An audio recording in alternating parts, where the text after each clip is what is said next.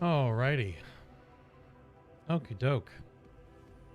We're on the moon now. Alright, let's do this thing.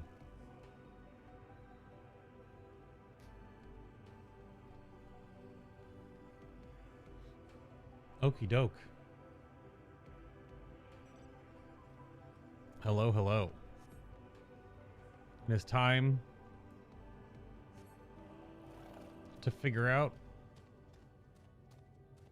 what do be going on the moon. That's for damn sure.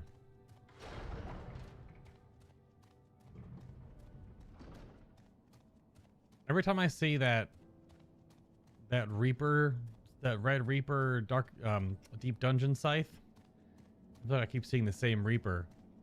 Like we're playing at the same time, but it is probably just a lot of people that had the currency saved up to buy that weapon.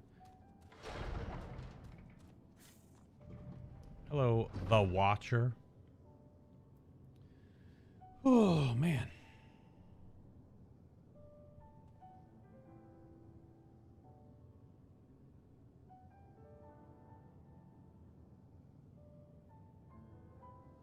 I got my recording ready. Just checking stuff before we get started, and I forget to check stuff.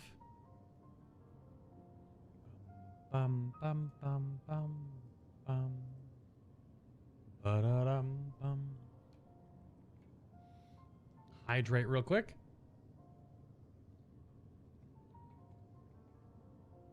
Oh, okay.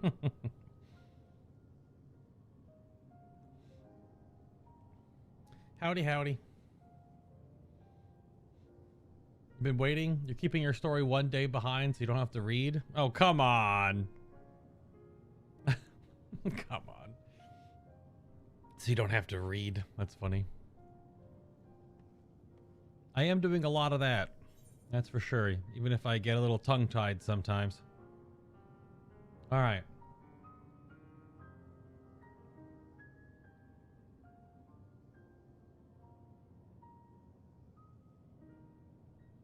Chapter 23, at least for my recording so far, Sea of Sorrow.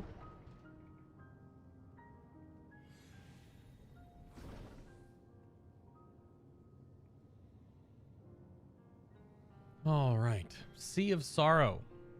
The Watcher would have you deal with the specters haunting the moon. You must confront those lost souls, yes, but you need to expel them by might of arms. A feather touch, a firm word, simple methods may send them away, faint echoes as they are. Wear the strength of sentiment that drives them, however. Emotions that do not fade even in the passage of centuries. And make haste, though yet distant, unwelcome guests draw closer. So is this... I mean... I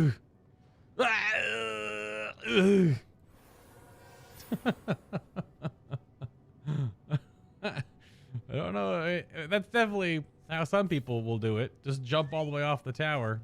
Hello, my son. We are now on the moon. How do you breathe up here? I don't know. How am I breathing up here? I don't know. Faded spirit. Where, when, how long? All right, see ya.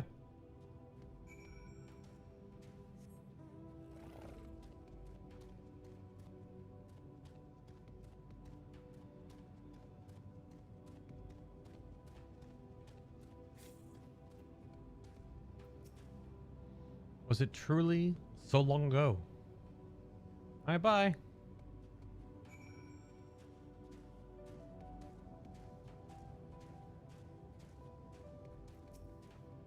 We were happy, at peace with the star.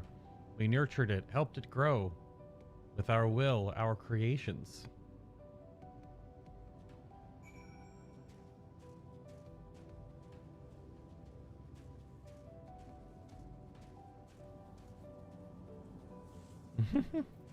Chocobo on the moon. Final Fantasy, by the way.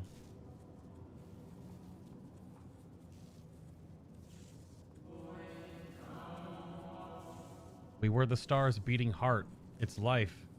Every soul a drop of blood flowing through its veins. To live, to learn, to create, to make better. The star flourished, as did we. Do you remember?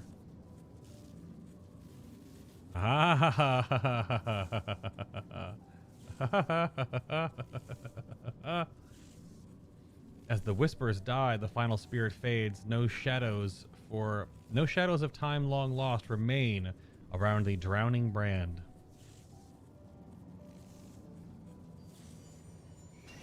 Nani? What in the hell? Is dog. Oh, Final Fantasy game, by the way. That dog's as big as me. An unusually lustrous dog is gazing at you with what seems to be fond anticipation. Was that my dog? I'm a cat guy, though. Well, I'm a bun boy, but I'm a cat guy. It appears to be waiting for you to follow it.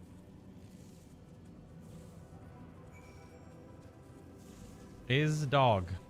Hello. Follow the lustrous dog and try not to fall behind. Okay.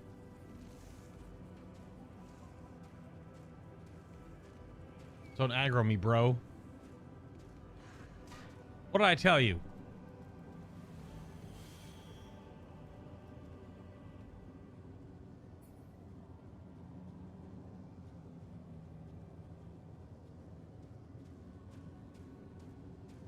What a weird story right now. A, we're on the moon. B, with a giant chicken. C, I'm a bunny boy. D, there's a giant freaking space god in the middle of a giant crater that goes down to the moon's core. E, I'm following a golden dog.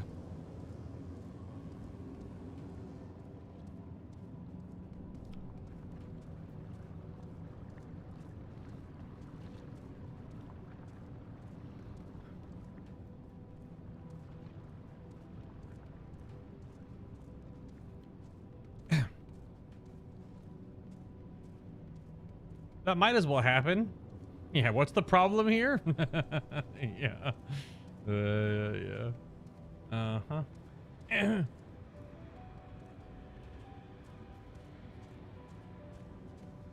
F, there are giant praying mantis bugs on the moon? That might as well happen.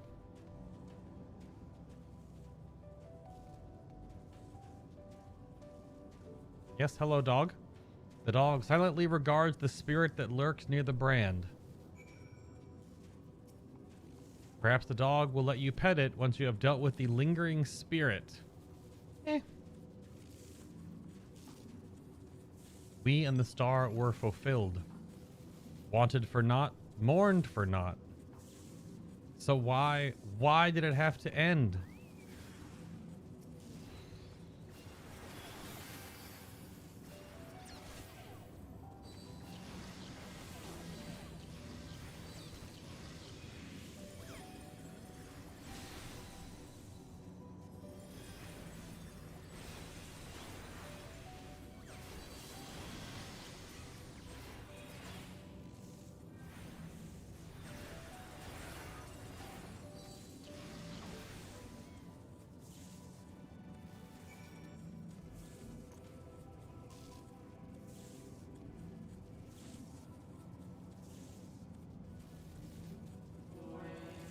The final days taught us to fear a death forced upon us, the injustice of duties and dreams left unfulfilled, the grief of unexpected partings.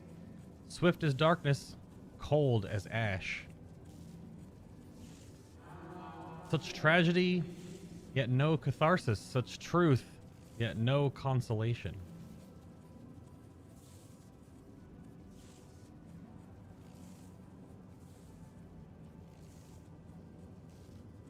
As the whispers die, the spirit fades. All is silent and still around the numbing brand.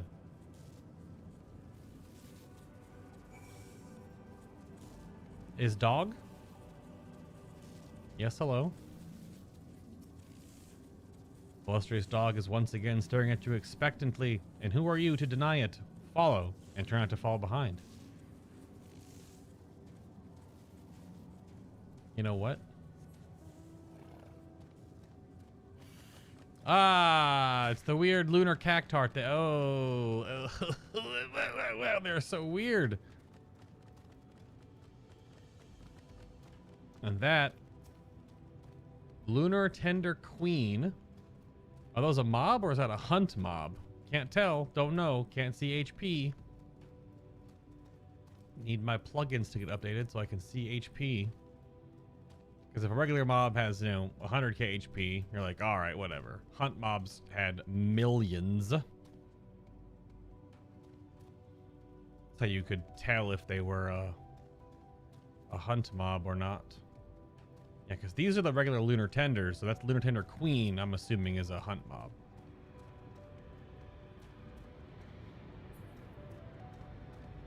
Well, if they're solo hunts, they have the blue. I don't know if they don't A hunts don't have blue as well, do they? Didn't they just have the gold and yellow? Oh, but it's just elite ones? That's fair. God, it's so weird.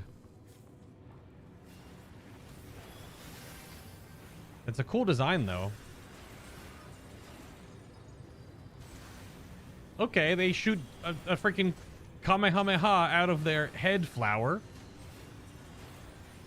What letter will be on with my list from earlier? What letter are we at? G? The dog silently regards the shadow that lurks near the brand.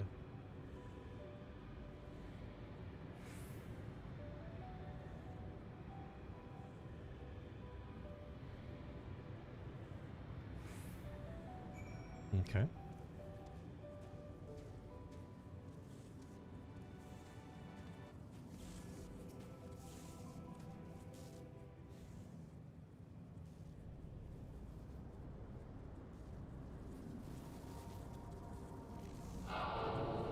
Our perfection came crumbling down. Such overwhelming despair. In that moment we knew the end was nigh. The faintest glimmer of hope remained. We gave our lives that others may live. We gave ourselves to Zodiark.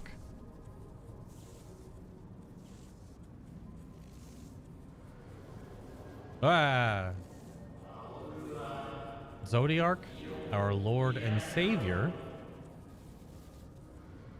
to forge our world anew.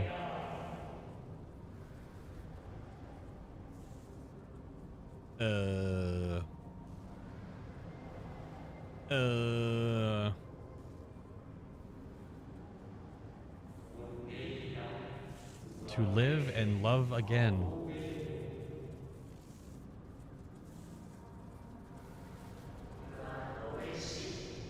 Become one with the star.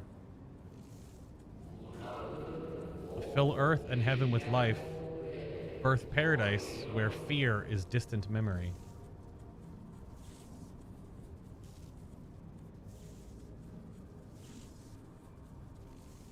It's a little,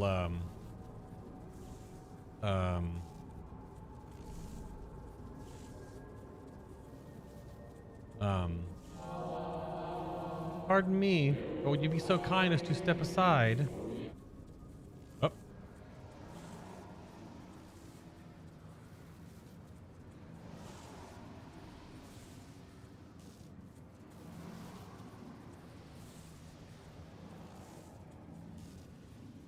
Is that friend Asian? Ah, that unmistakable odor, the soul of Azim. Can't remember what their name was. But not the friend I knew, I think. Nevertheless, you are you.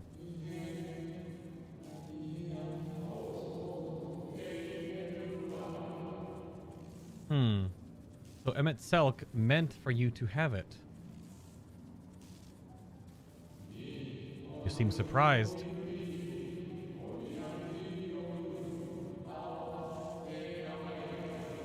Why might that be? Ah. Hythlodius. Or Hythlodius? Hythlodius, something like that. You're the receptionist at the Bureau of the Secretat, correct? I assume it's the one we talked to in the streets of Amarat. The one that helped us pick up the soul gems. The one we talked to at the Bureau. I don't think it's the actual secretary, right? Hythlodius. Again, I do not believe I have yet had the pleasure. Well, this is a different manifestation of this soul, then. The one in Amarat's different?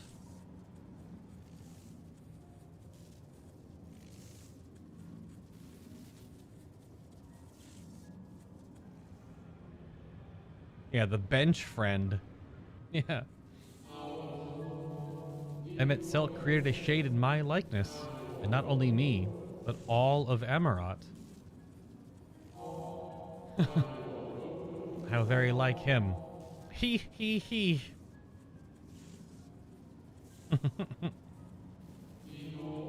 A slave to sentiment, even after an eternity. As you may have guessed, I am different from the shade you met before. No mere approximation, but the original. Well. A soul sacrificed to Zodiark.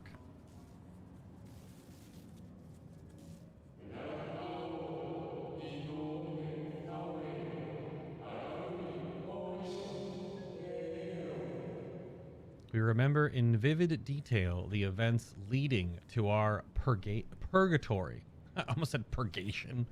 That's a Warhammer 40k thing.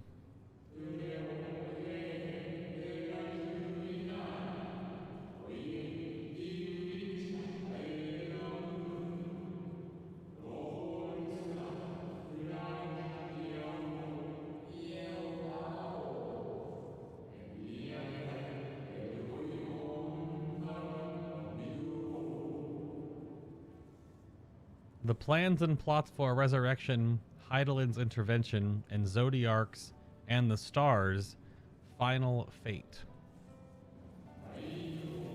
And then we drifted in waking dream, our minds steeped in fog, until you came.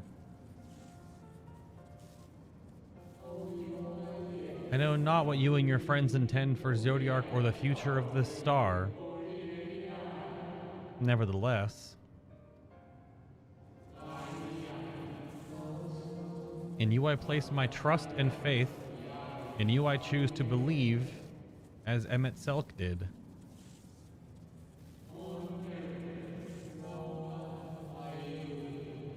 Believe in yourself and all will be well.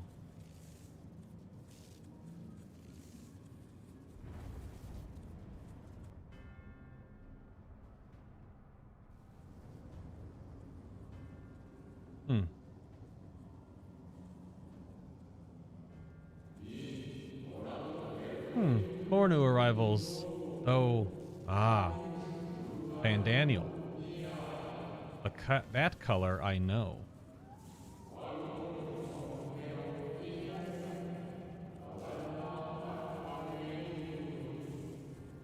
And another I do not, an unfamiliar but fearsome being.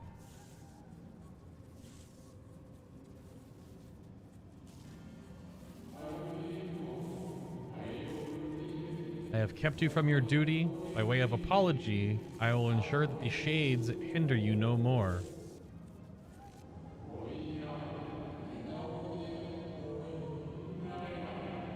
Protect the final brand.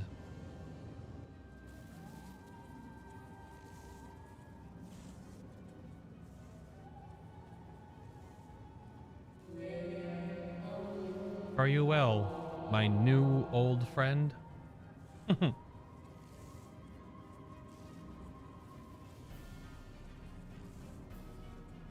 That's a cool shot.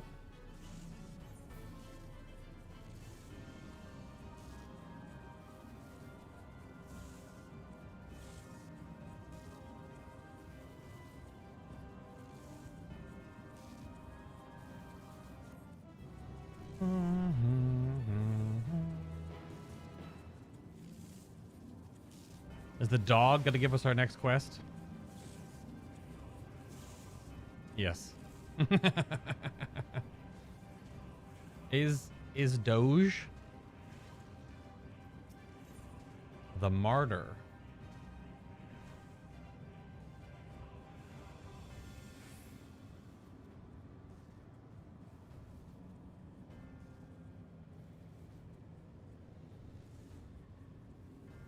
Okay. So, the martyr. Something has raised the illustrious dog's hackles? They're hackles? It's like an attention? That's what hackle stands for? Yeah, oh, the hairs on the back of a dog's neck.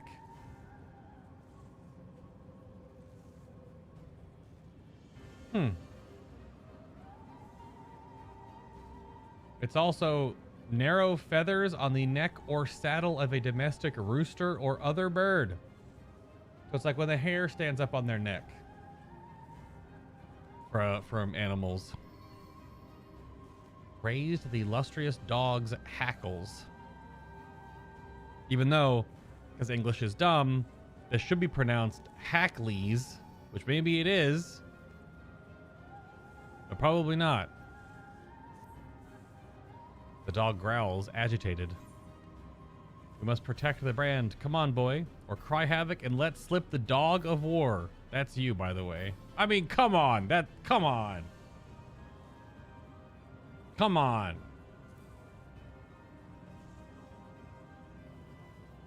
The dog nudges you with its nose. You get the feeling it wants you to hop on. Oh, my God. All right, Yoshi P. You know, I mean... Okay, the dog can fly, because, you know, oh, why not? H? Is this on G or H for our that might as well happen list on the moon? What is this game right now? I'm on a golden flying dog on the moon right now. Look at this. E.T. eat your heart out. Sure. I'm along for the ride, clearly.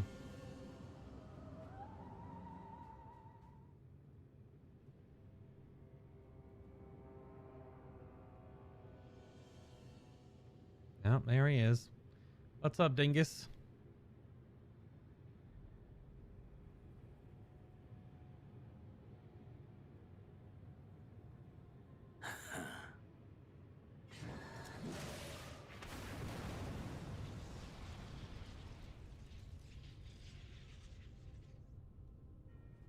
Oh, okay. Well, I guess we're too late, even on Flying Doge.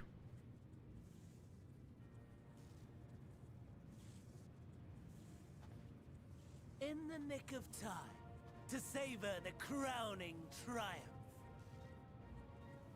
Unbound and free at last. Arise, Zodiark!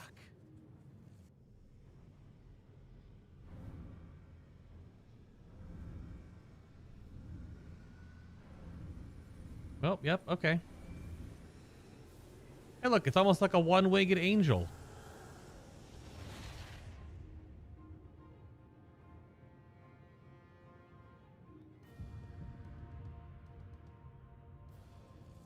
It's got big Balrog energy, I feel it.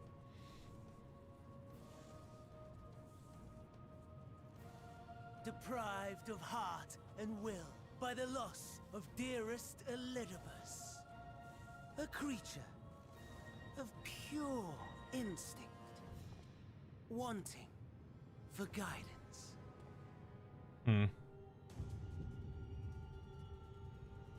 But powerful, oh so powerful, more so with every passing moment. Well, bring it on then. Potential, even in this incomplete state. Still the savior who delivered a world from certain doom. So, Here we stand. Uh-huh. You know my intents. Consume the god, then the world. Stoke your fury to a raging inferno, and dance among the ashes. Or perhaps you would face me here and now. A lesser but welcome amusement.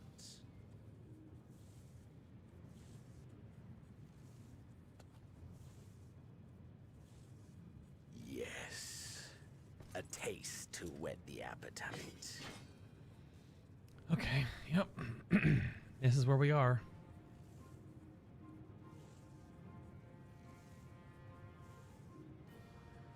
Sorry to spoil the moment, but might I ask that you postpone the slaughter until I've said my piece? I promise I will be brief. What the hell?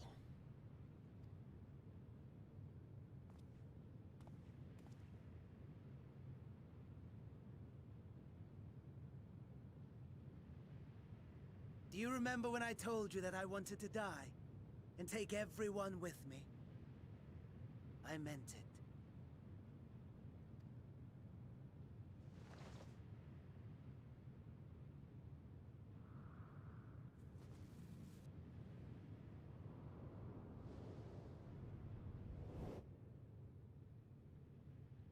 Well, all right then.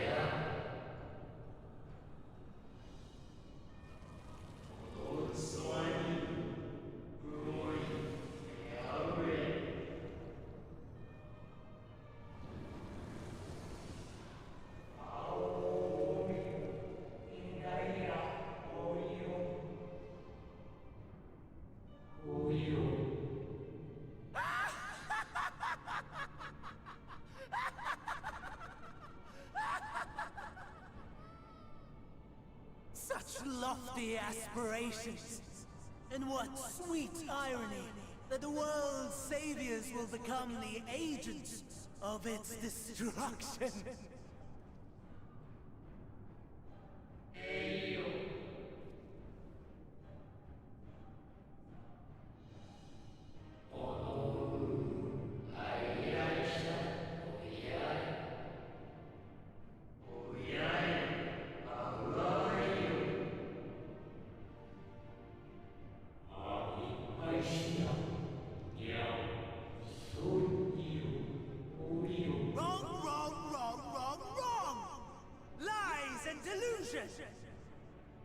The dead have no power over me. You will be silent. Silent as the grave!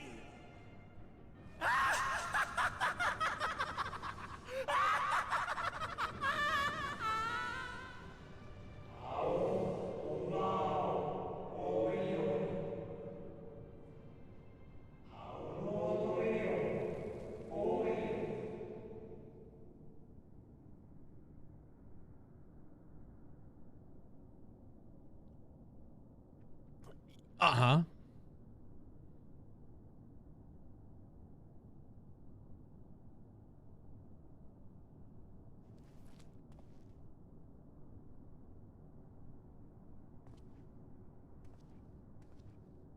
Believe and walk in faith. Let the light of your soul shine for all to see. Aw. Not quite the outcome you'd imagined, but a fitting one nonetheless. Don't you think so, Hades?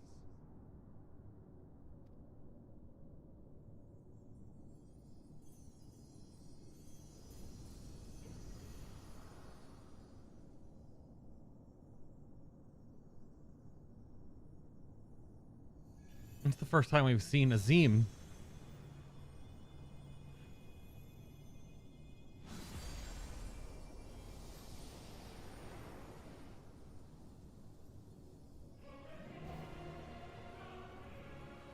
Okay. All I craved and more. Boundless power. Mine to command. What's up, ugly?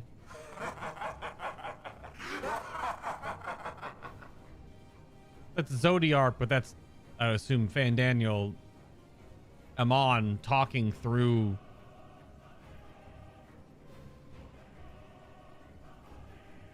I had intended to pit my fractured divinity against Xenos, but a more tempting option presents itself. The greatest obstacle to my ambition. You will trouble me no longer.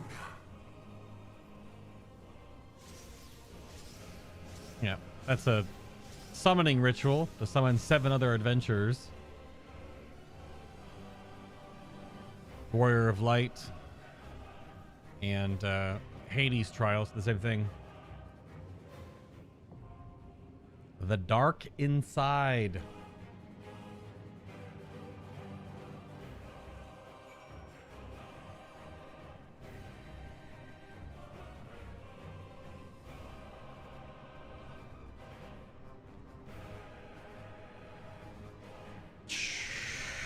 Yeah, well, okay.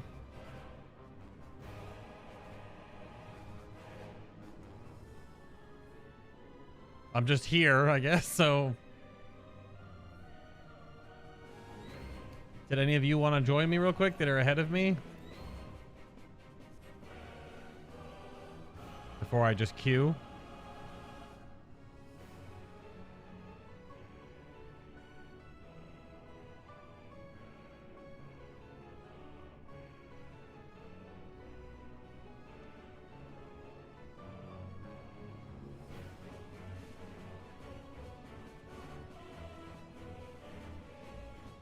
Yeah, so incomplete transformation. Still rebuilding, I guess.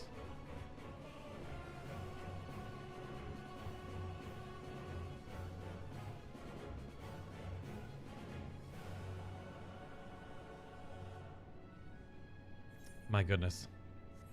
Large lad. Two wings on this side. Only one-ish on this side. Oh, no, there's still 2. Oh, those just aren't repaired. Those are chunked. Arm back here. 2 arms over here.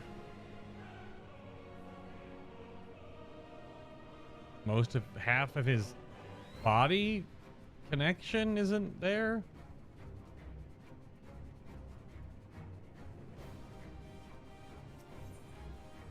Well, all right then.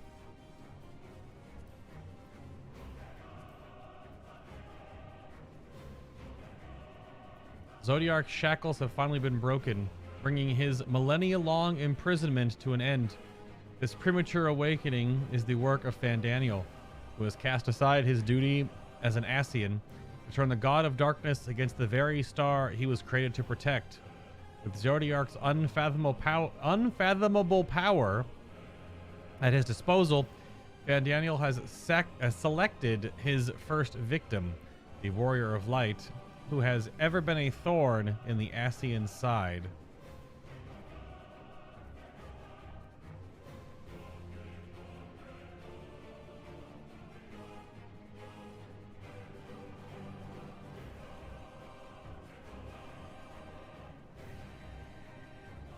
I did read the chat.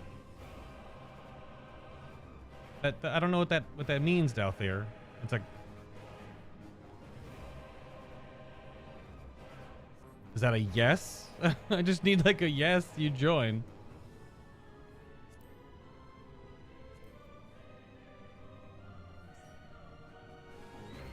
It's not too bad, Lodvar. I queued in the game at like 11 a.m. again and only had like, there's like 80 people. Like 78 or something.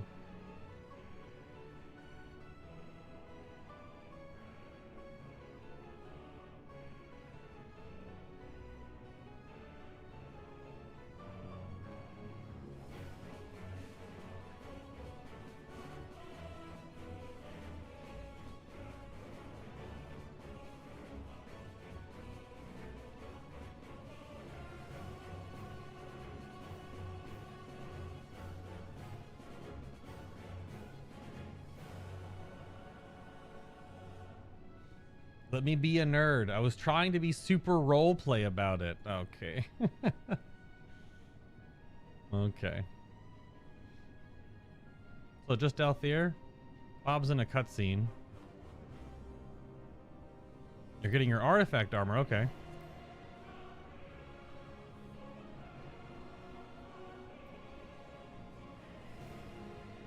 Pray tell me about the queue. Oh no. Yeah, that's tough. I was surprised today dropped so low. Granted, I'm also not trying to queue post lunchtime. I'm trying to queue in the morning. So I crashed out pretty early last night before 2 a.m. and woke up at about 10 or so. Got a solid 8 hours of sleep and immediately started the queue process, and it was that the problem was it was the reverse issue. So normally you start the queue, and if it's long, then I can like walk away for a little while and hope I don't get a 2002 error. But since it was actually really short, I logged in shortly after just checking stuff online. It was maybe like a 4 or 5 minute queue. And then when I was eating breakfast, I had to keep coming back into my studio to move my character around like aggressively every 10 minutes to not get DC'd.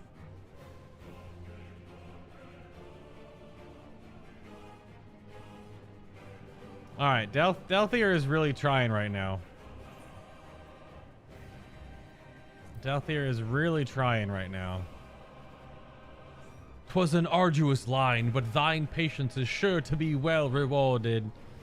All right. Thavnair, time for you to go back to bed.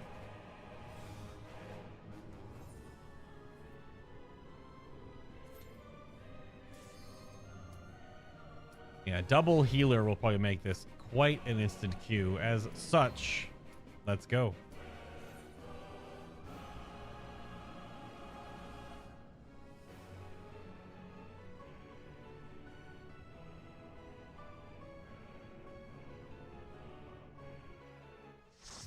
He just says no.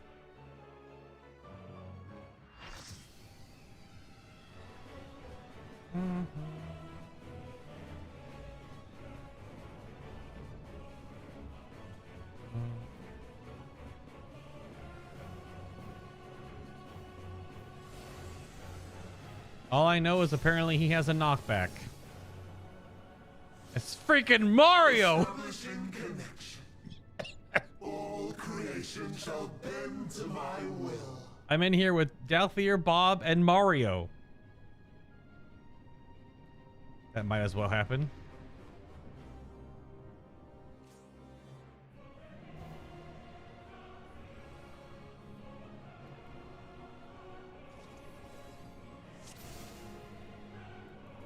The end has come, and it will be beautiful. I have all spell effects turned on, so it might get a little noisy.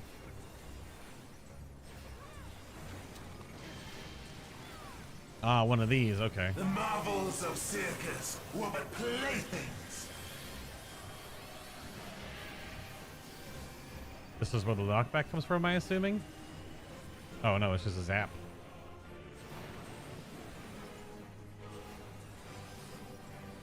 Tank Buster. Okay, they explode.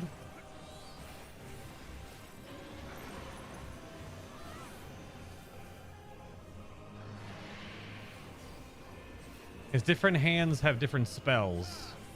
Oh, that's okay. So red is an entire side nuke. Malice, become flesh.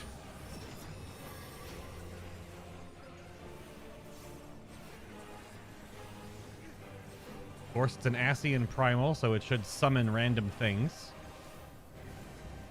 So it summoned random meteors through behemoths. Different hand, different spell.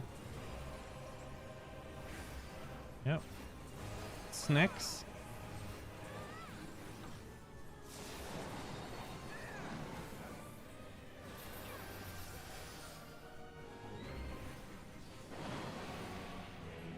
Will you live to see the end?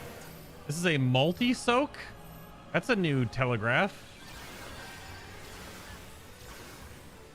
Oh. So they're making things for Lily. Okay. Because it's a multi-pulse AoE. Those are meteors. That's a side nuke. So it's like on this front portion.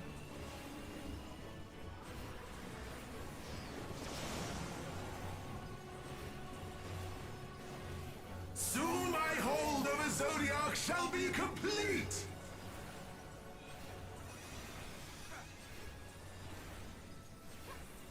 Mine! All mine! Oh, Mario's name is actually first name Super, second name Mario, by the way. Oh, it's healing as we're fighting. Maybe the wing grew back? Oh, there's his face. Oh, wonderful. At last, I am become Zodiark.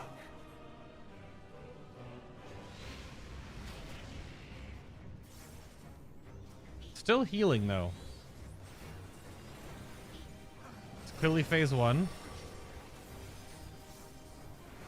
The natural order overturned.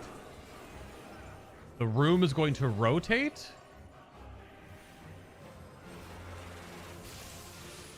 All in existence, bent to my will.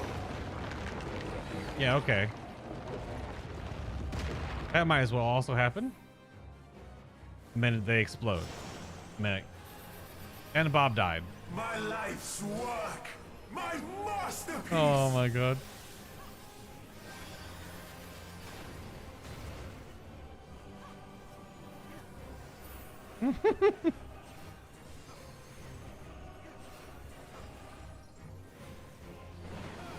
Multi-meteor, I guess. Triple esoteric ray. So middle fires first. No pulse damage, so you just walk into it. Waited for this day. Oh, that's bad. That's the knockback. Okay. That's a strong 7/8 of platform. At least I died to that versus the rotating room. Want to stand in this one? All in existence, bent to my will. Oh, nope. Just barely. So yes, but no. Okay. The great cataclysm, faithfully recreated. All right. We go again. I need to stand more inward, so I stay toward the middle of the rotation on that one. The end has come, and it will be beautiful. Yep, not an actual check mark or checkpoint. It's still phase 1.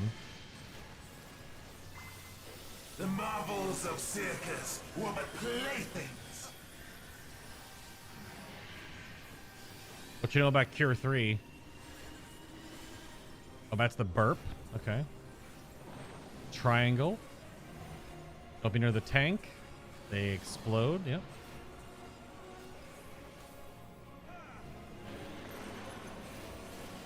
That's the half platform explodes.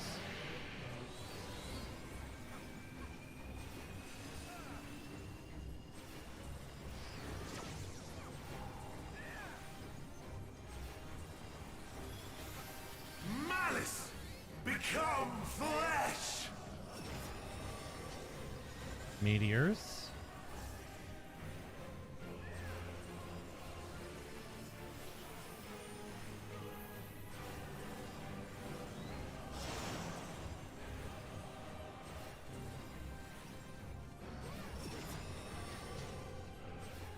And the snake lines.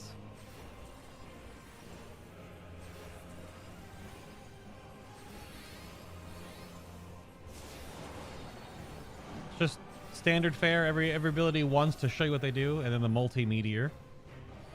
3 times? Yeah, 3 times. Will you live to see the end? And the multi-soak.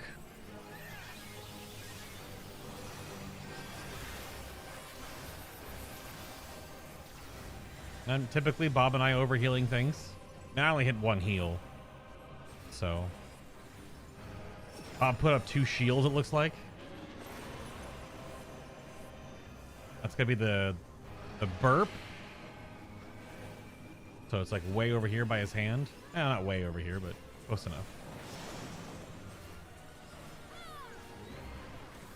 Soon Oh, my hold of a Zodiark shall be complete. This is phase transition right here. At 72. Mine, all mine. Timed, but we got to 72 this time. Yeah.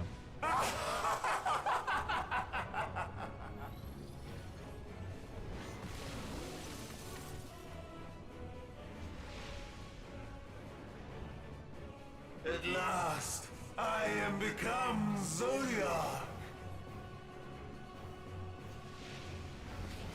It's got big Ursula energy. Alright, so it's the repeat plus the moving terrain. The natural order overturned. Yeah, so over here where Thavnair went, yep. Because you stay... All in existence, bent to You my don't will. move. The platform does.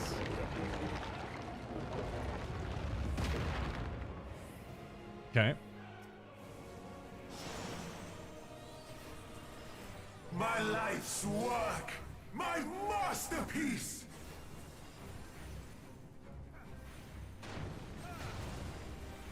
Angry punches.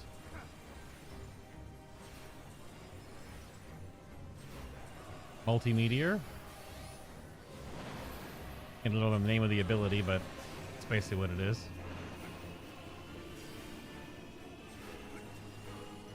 Middle? Oh, outside first, then middle. Okay. I didn't notice the glowing order. How I've waited for this That's the day. knockback. Okay, so it's not as wide. It's just... Okay.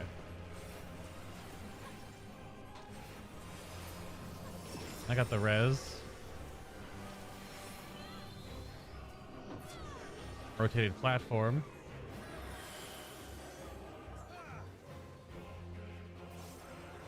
My brain broke. Like here? All in existence, bent to my will. Yeah.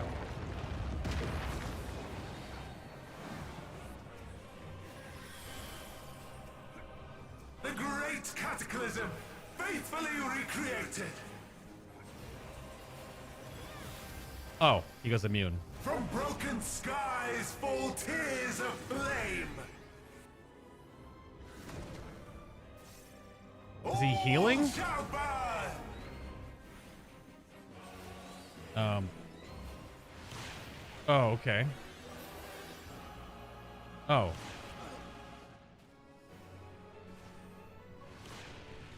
Well then. Will you live to see the end? Oh, Thavnair jumped off. How do you know? Is the pattern of that just a plus sign every single time? Is it a plus The sign end pattern has each time? come, and it will be beautiful.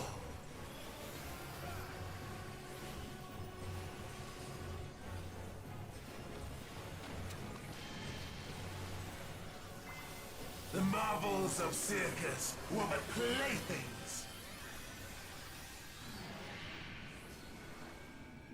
So there's no issue if you don't top people off there. It looks like. That'll definitely happen in the ballad. Oh yeah, so that AoE, so you can't be near the tank. Big learning. Damn, my mana is yeeted because I used my I rezzed with not full mana, so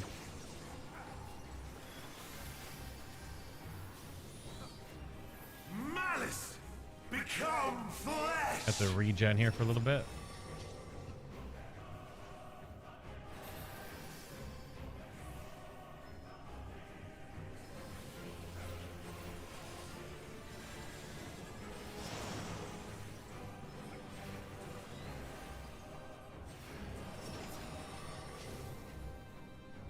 What's next?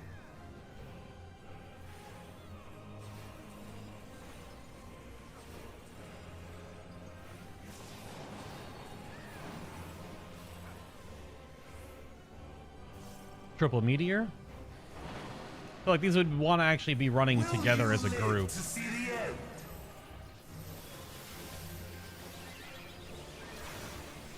I'll hold the Medica 2 to like the end. Boom.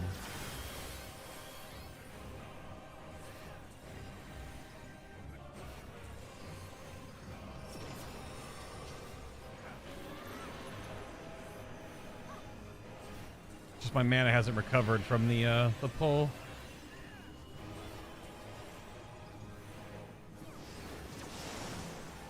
I'm gonna save my presence of mind for after the transition, I think. Soon my hold over Zodiark shall be complete! Probably should have put up real food. Mine! All mine! You know what? Oh, well, I was going to.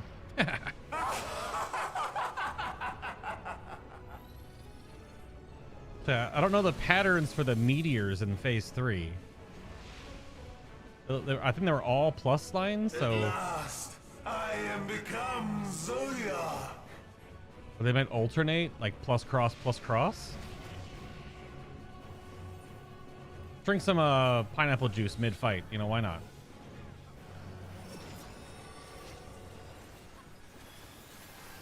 The natural order overturned.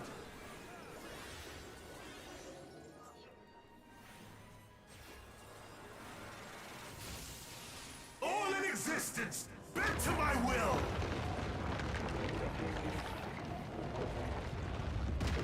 Oh no, that's not good. Didn't kill My him. life's work, my masterpiece. Big punches coming in.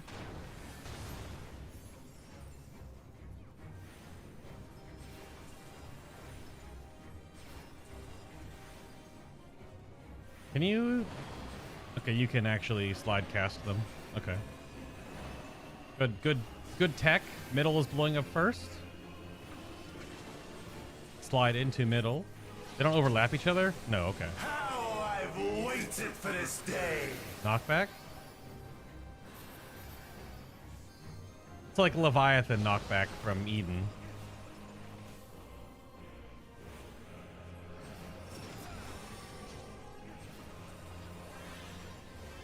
That's the snakes.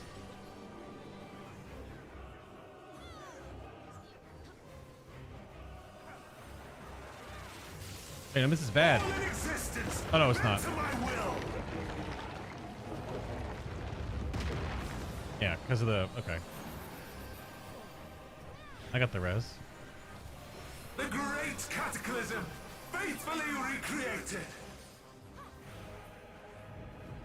Oh, the immune right there. Broken skies fall tears of flame. So, yeah, is it just All hide in a shall corner? burn.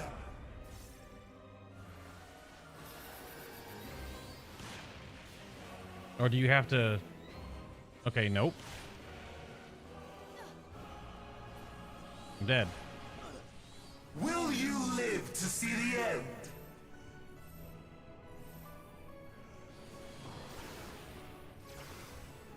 Looks like it's... Is it... It looks like it's cross plus then corners.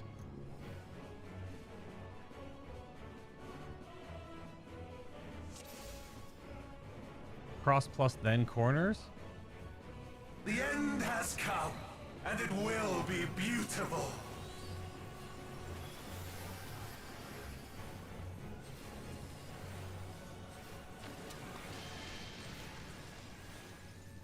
The marvels of circus were but playthings.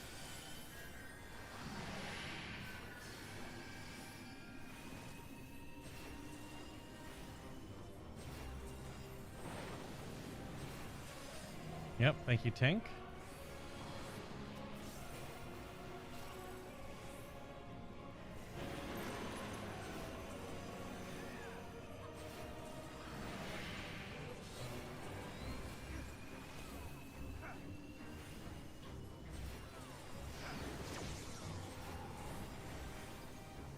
The third explosion was definitely the safe spots at the start, so you can't end there. Become flesh. Looks like you end in middle. Saying in chat, you go to where each explodes. Middle is the end.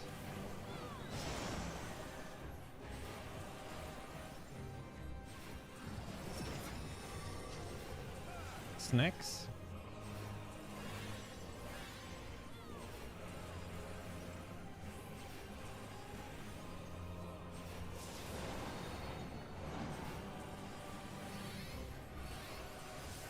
And the meteors. Last one. Will you live to see the end? Putting up a Medica and then going back to doing damage. Because Bob's got a double shield here. I don't know if that's double shield or triple shield. Whatever it is, it's too much. So our paladin puts up their shield as well. I don't know the sage icons yet. Oh, where's the rotation? No rotation yet. Oh, but the burp's coming. Okay. He's gonna go immune. Soon my hold over Zodiark shall be complete.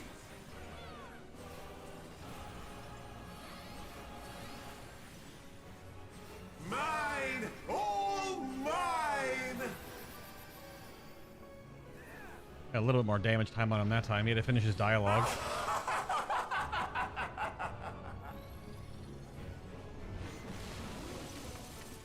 Oh, in the sky tells the pattern? Oh.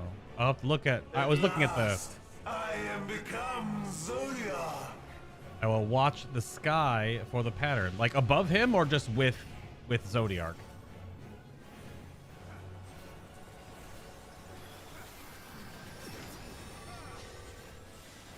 Rotation. The natural order overturned. Hey, where I am right now is safe.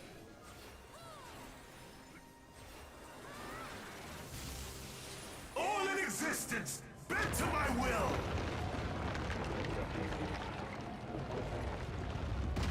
Oh, two people are biting it. I don't know if they'll die. One hit won't kill him.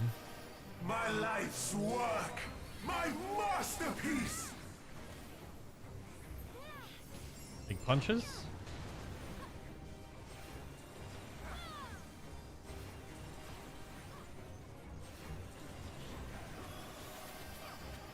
One, two, three.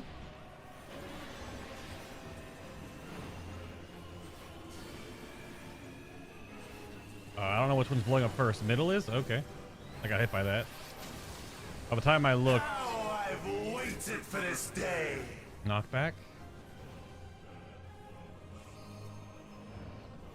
Oh, that's weird. His body is still technically in the middle. I got the res.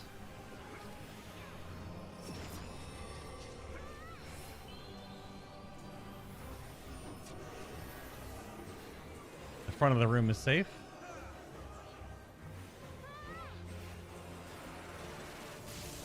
All in existence, bent to my will.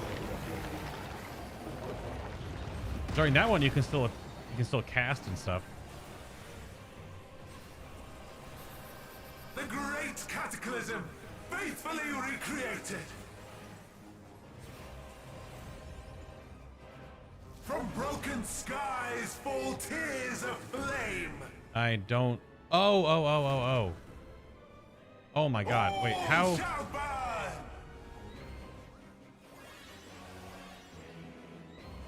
So safe, then middle? Or I just... Yeah, that's fine. Okay. It's the same orientation. I'll wings this and keep damaging.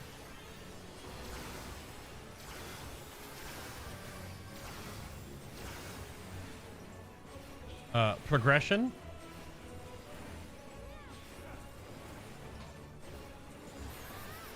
Just eat up a charge of... Ah, does this again. Okay. Hang on, I got this.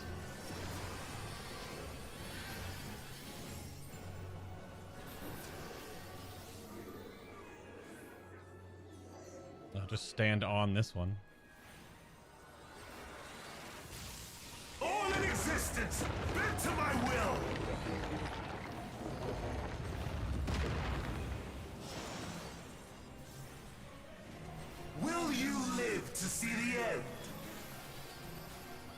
Get a silent for that.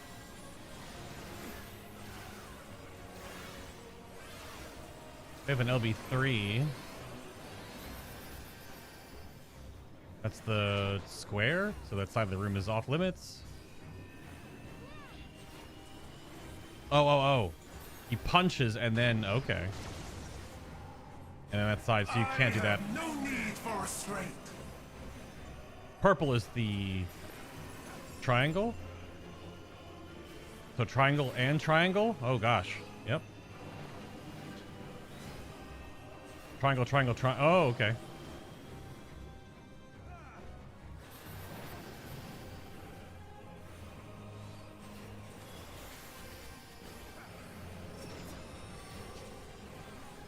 We still have an LB3. We don't have any melee, so front of the room.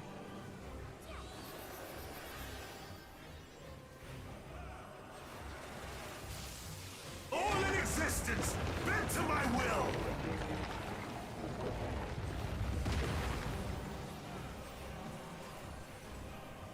Will you live to see the end? This is wings.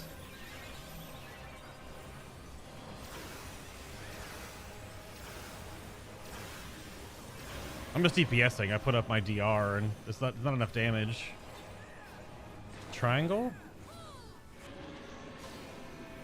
Triangle and beams. Middle beam is first.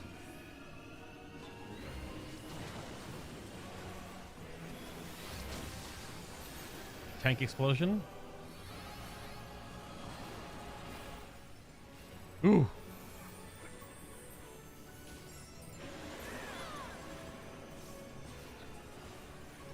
Purple is triangle. Multi-triangle? That's triangle square. And square again, so we gotta rotate into the other one. And multi-meteor? Will you live to see the end? And multi-soak.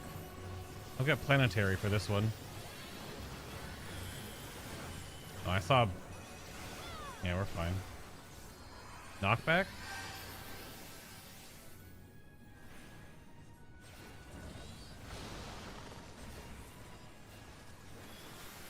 I lost one of our tanks. I got him. That's basically like the only good use of free air. That and Cure 3.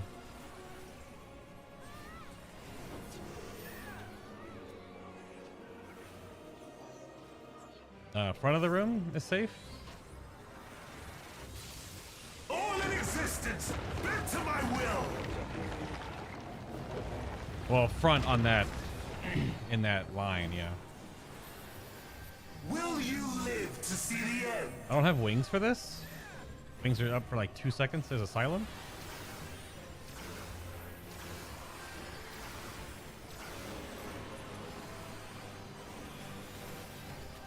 Purple is triangle. Beams, middle beam is safe. Oh, I can't. What the hell? I was too close to him or something. I couldn't actually cast on him. Tank explosion.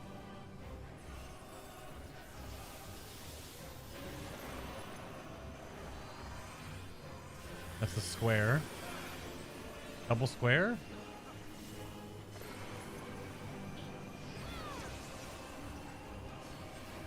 Triangle in the back of the room.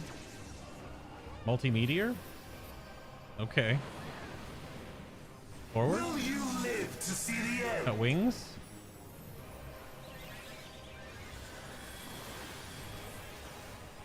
Put like a Mega 2 going into that. Knockback.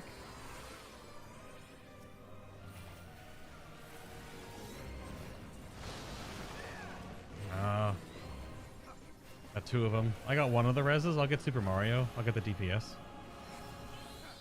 Bum bum bum bum bum bum bum.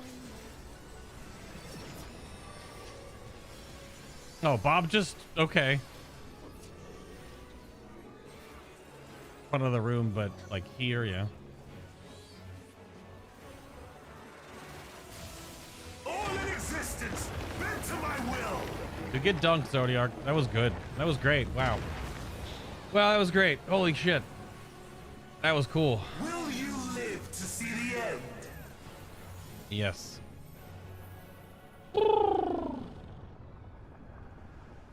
Damn. Is this the limit of your power? Is this how it ends?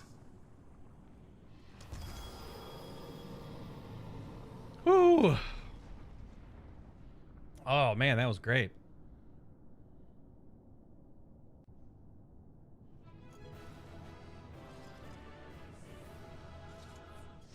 Oh, he's not dead because he's breathing. Well, breathing?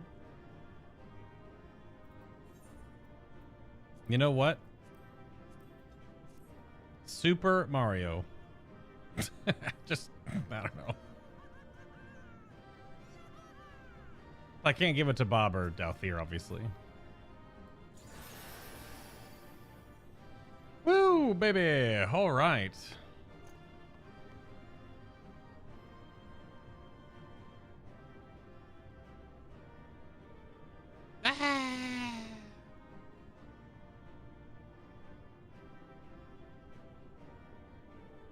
Well, that wasn't Fandaniel's voice. That was Amon. He hasn't been using Fandaniel's voice for some time now.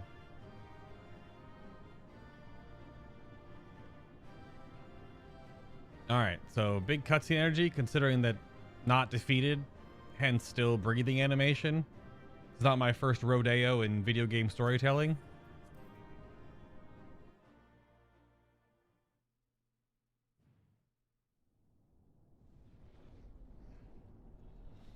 Whew.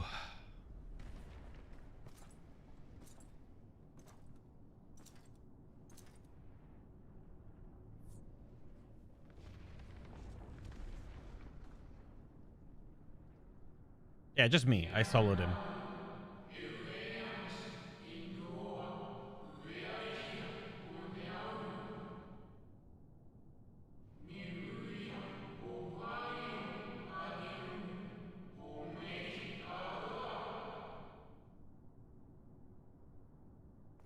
Well, I guess that's probably true. Yeah, more it's Fandaniel's voice, not a sigh. That's fair. Incomplete and insufficient. Of course he was no match. Once again, you have left my best laid plans in ruins. And played your role to perfection. Thus, sealing my victory. What? He wants Zodiark to lose?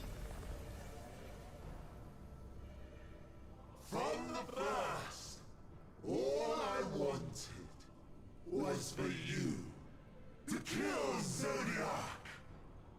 Oh, Twas but okay. one of many methods to achieve the desired effect.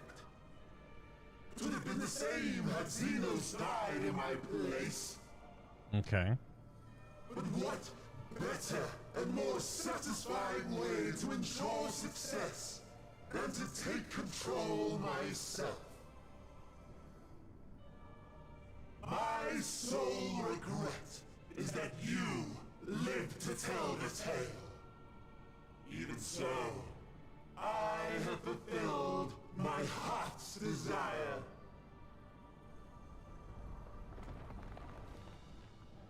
Let your murder mark the beginning of the end. The coming of the final days!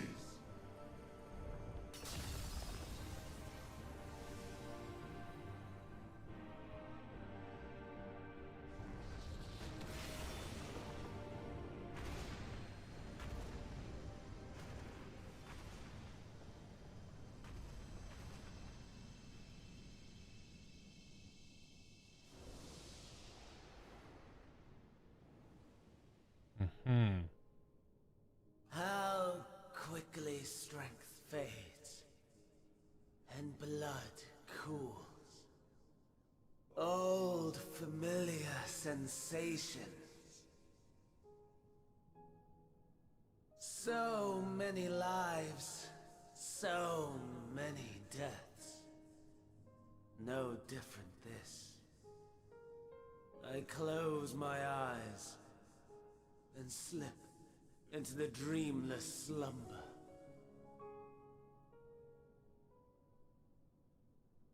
A tired song and dance. Routine. Always I wake. But not this time. Nothing left unsaid. Nothing left undone. Inherit my hell. I intone with glee.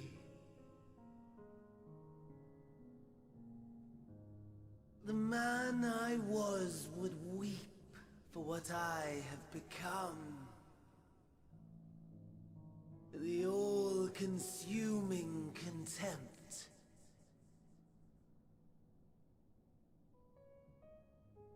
But I've the wisdom of 10 millennia to justify my answer to the question. No value in their existence. Not a whit. For all that I looked. None that I did see. A final chance, then, for Heidelin and her faithful. In Cataclysm, prove me wrong. I snare. All shall return to nothingness, as was your will, Emperor Zande.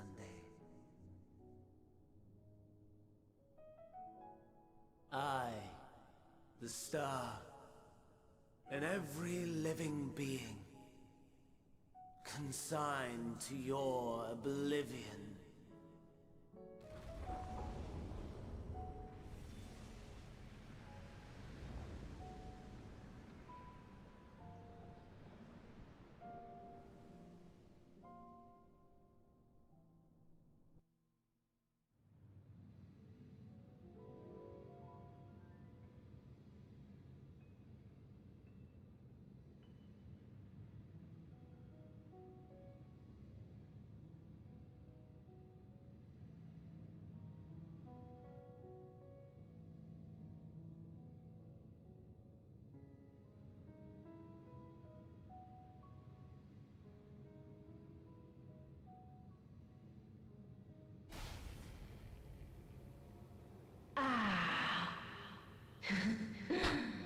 At last.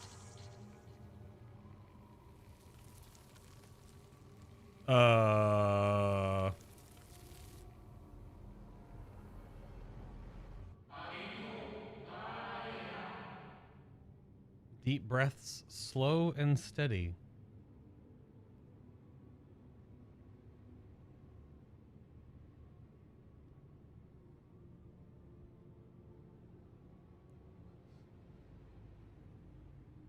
The word trial normally means they're part of a story. Raids have a story, but raids are endgame content. Most of the time, trials are part of the story. Although it's not totally true.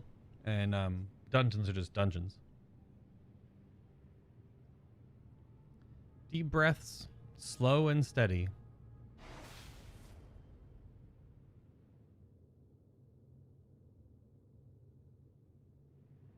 Who the hell was that? Was that Heidelin? Is this like some weird, like, cosmic double cross?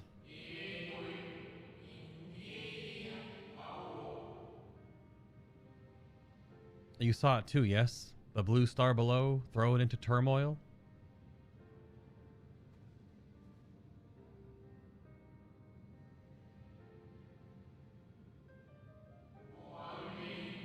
And it was no illusion. All was truth.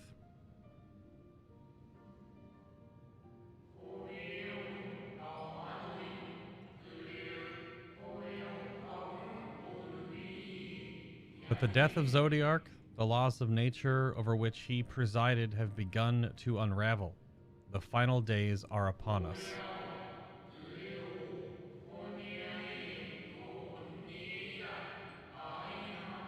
What you witnessed was an omen granted by the echo, a vision of the horrors to come.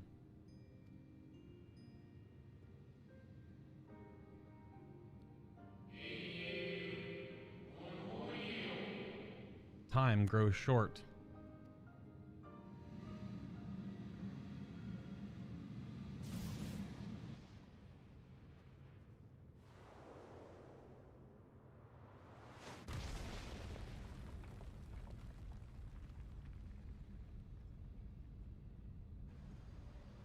Angry Reaper Xenos?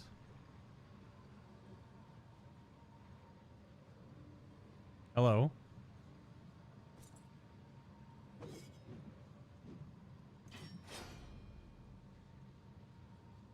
Yes? May I help you?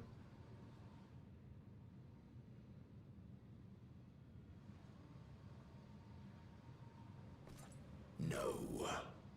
I'll find no fulfillment in a contest with you this day. It's a pretty big flex. Is Xeno saying he's stronger than Zodiark?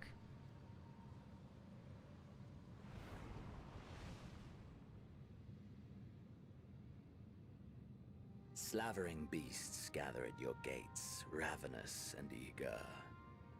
Already you turn to them and away from me.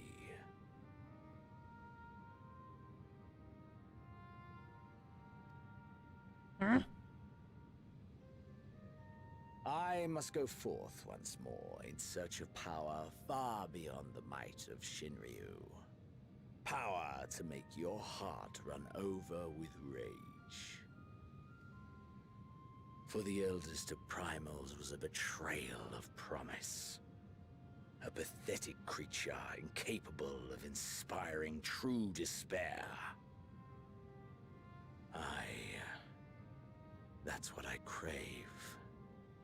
Pure, unadulterated despair.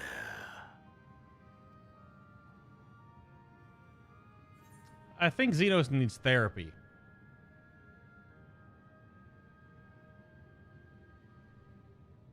Boy may need therapy. Hope will win the day, or I will not fight for your amusement. Yeah, stick it to him. What's he gonna say?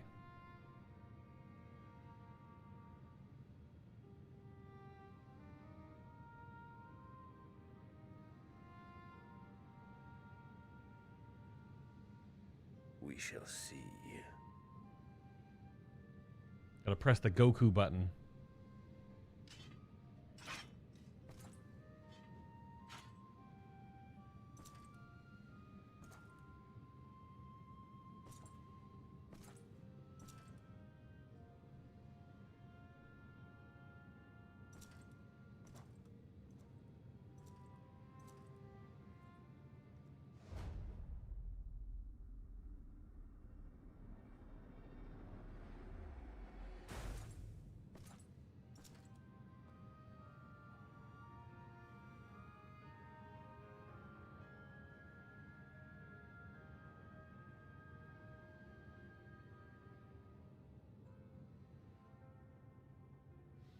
Well, so Anima and Zodiark, in a way, were both Jabates, as they are, at least as it currently stands.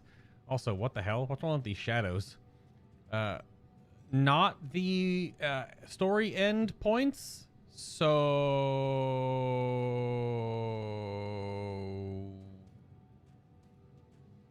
there's just Xenos left now.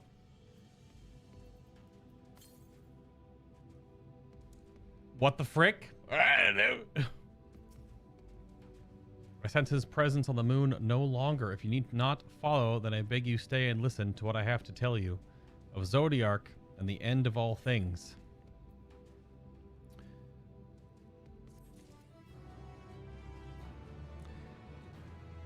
Well, all right then.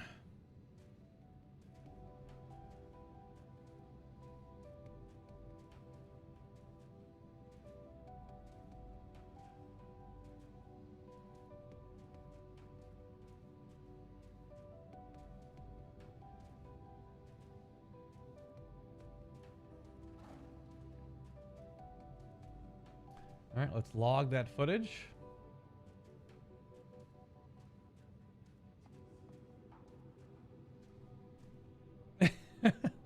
Yeah, everything changes with the power of friendship.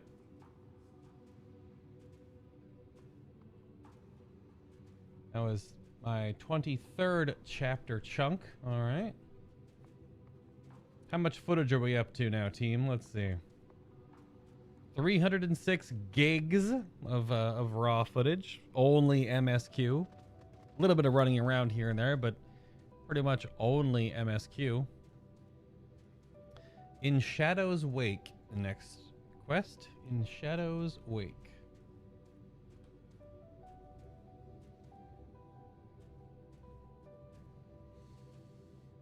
Oh, all right then.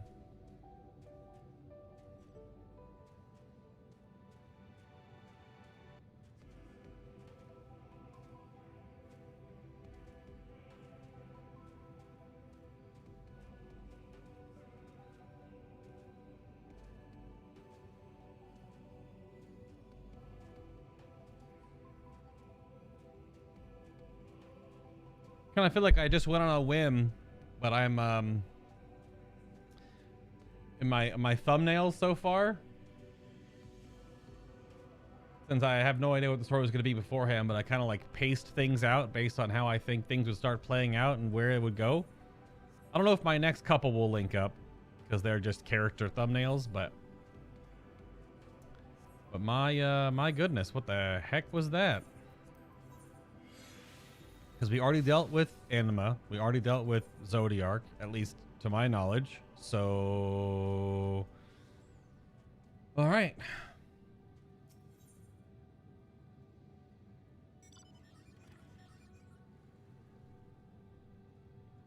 In Shadow's Wake.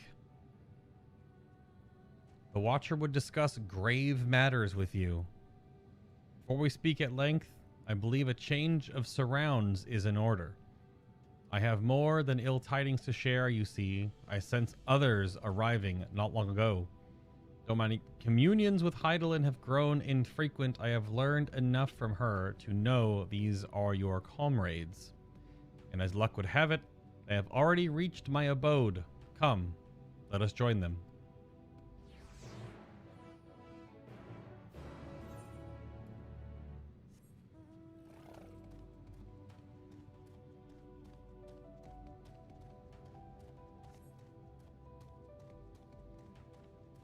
Got some big frame drop energy on the moon here.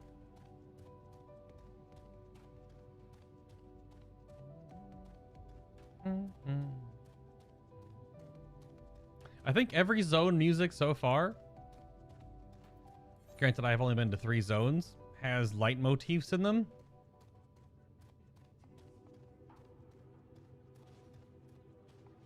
Everything is pretty unified in a bit of that. Oh, hello, friends. What in the heck?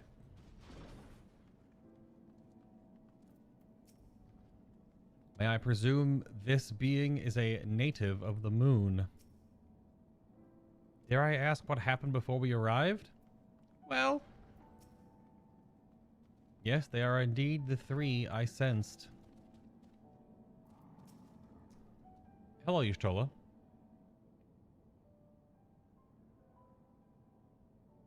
What you know about moon primals? Thank goodness you are unharmed. We did what we could to subdue the temper before making our way here. Not without casualties, unfortunately. Some few detonated explosives, killing themselves and others. The contingent's healers had their hands full tending to the injured and enthralled when we took our leave. Lest you wonder, Mistress Kryal hath also been delivered onto their care. Serving as a conduit for Hydaelyn's power hath taken its toll, but she will recover in due course. As Alphino and Alizé, they insisted on remaining in Garlemald while we 3 rushed to your aid. It appears, however, that matters here have already come to a conclusion. Big tall guy.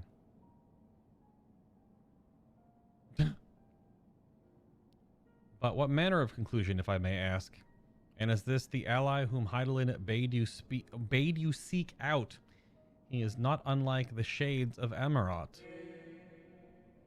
Not unlike, perhaps, but not the same. I was created by Hydaelyn. Together with this place, it has ever been my duty to keep a vigil over Zodiark, or rather, it was my duty. Oh yeah, Zodiark exploded. No big deal. Just a giant space primal.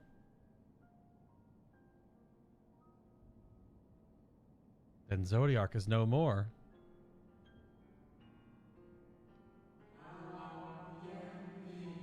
And without consequence, I am afraid. Oh, not without consequence, I am afraid. And now the delicate weave of the star, preserved by his presence, will begin to unravel. If you mean to avert the final days, you shall have need of... Oh. Are you alright? Nope. My attempts to forestall Zodiark's release have all but exhausted my strength. If you might allow me to rest a short while, I will share with you all I can. Please do. You need not exert yourself on our account. How does a weird, like, ghost shade being of energy created by the spirit of a planet crystal need to rest? I don't... and how does it reach... I don't... Do you drink the green, red, and blue goo and the crystals in the walls here? What's going on? These crystals contain records of your time here, yes? May we peruse while we wait? By all means. If you would review them chronologically, might I suggest beginning with those on the upper floor? I shall leave that to you, while I see what can be gleaned from the crystals on these lower levels. Okay. It's a history lesson time, while big moon ghost crystal monster demon spirit thing takes a nap in their chair.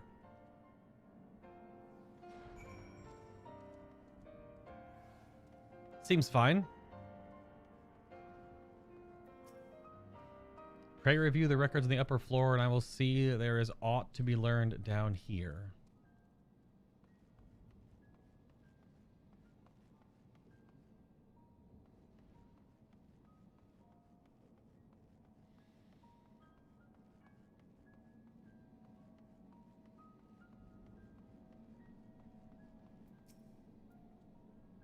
Zodiark defeated.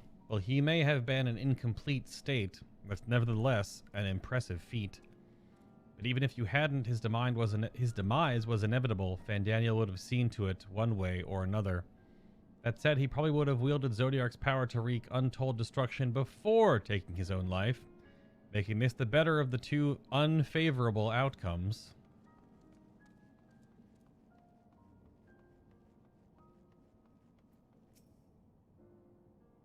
Doth thou suppose our host hath maintained his solitary vigil since the very beginning without rest or relief? If so, these records comprise the sum total of his existence. We must needs handle them with care. Yes, we must needs.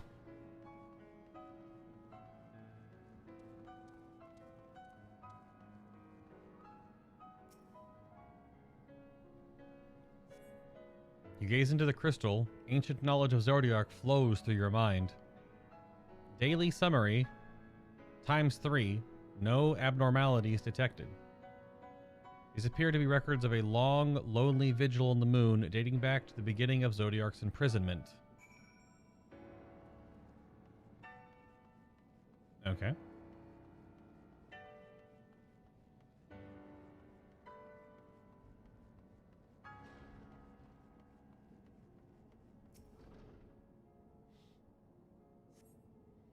As you gaze into the crystal, knowledge of past calamities flows through your mind. The records describe how, with each rejoining, Zodiark's thirst for freedom grew, as did the strain on the brands.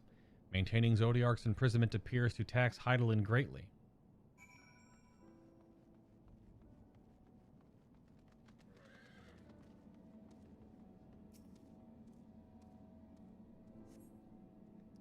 As you gaze into the crystal, knowledge of past rejoining flows through your mind. The record describes the Watcher's efforts to prepare in the event of Zodiark broke free from his prison. The records go on to describe maintenance carried out regularly with the Loporrits. The Loporrits. Yeah. Loporrits. Though it is not clear who or what they are. Oh, it's the space bunnies. As you gaze into the crystal, a record of an unexpected visitor flows through your mind. The record notes the Watcher's musings when Elidibus is spotted on the moon, though clearly not for the first time. It is clear he and his brethren have a keen interest in freeing Zodiark from his prison, and yet they have made no attempt to destroy the brands. Perhaps they prefer he remain hidden from mortal eyes until the final rejoining. Perhaps they realize we would never dare bring harm to Zodiark as long as he remains imprisoned. That was kind of what was going on there, yes.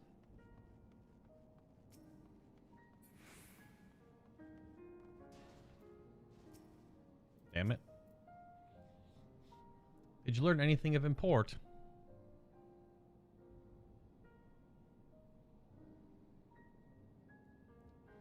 So it was how we suspected. Maintaining the brands required a great deal of her energy and focus, and this cost has grown higher with every rejoining. Her being Hydaelyn in that regard. That would explain why contact with her has become rather infrequent since the 7th Umbral Calamity. Yeah, but the Echo showed me the star all covered in red calamity goo and a women's voice, a lady's voice, a voice of the female persuasion potentially, was sounding a little bit sus. So I too made a rather startling discovery. This heavenly body we know to be the moon was in fact created by Hydaelyn. When the Watcher said he was created together with this place, I thought he only meant this facility. Truly, Hydaelyn's powers are far beyond anything I could have imagined.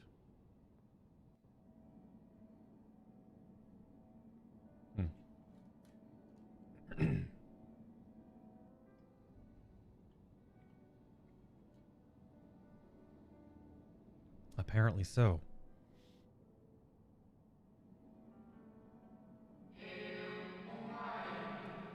Thank you. I thank you for affording me this short reprieve.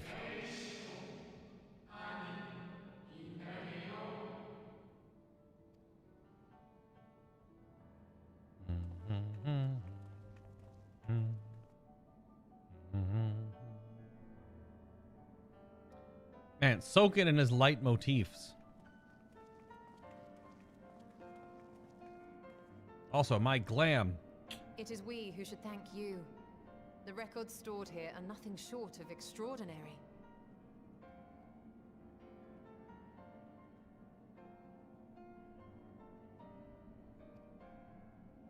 There is much we could learn of Zodiark and his imprisonment, but perhaps you could offer us more focused guidance. Pray, tell us of the calamity that came before and comes now again.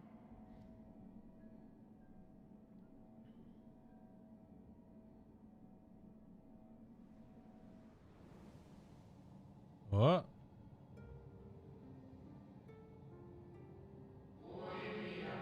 Long ago, before the Great Sundering, there was but a single world. I assume it's pronounced Aetheris? Or Aetheris.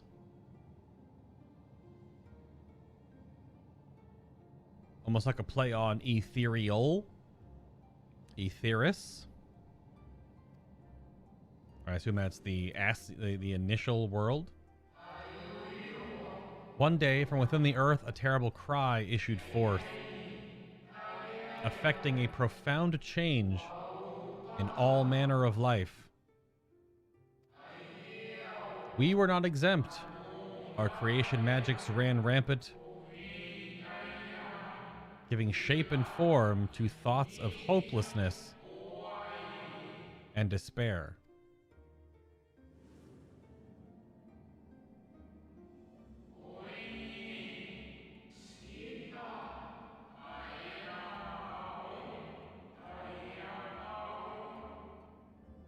At first, the phenomenon was limited to a single region, but quickly, so very quickly, it spread and engulfed the whole of the star. Were the ancients ever able to deduce its source?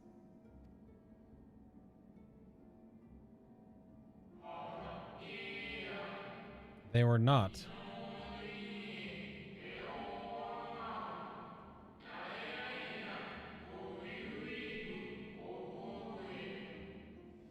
They were not. However, the convocation struck upon a method to predict where the next corruption would manifest.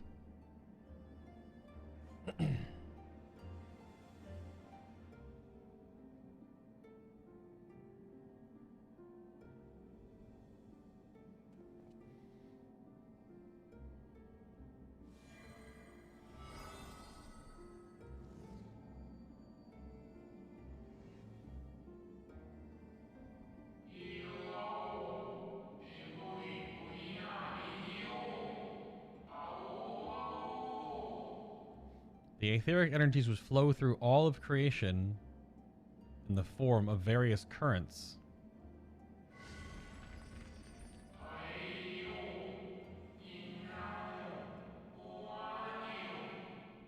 The currents which course through the land and the sea.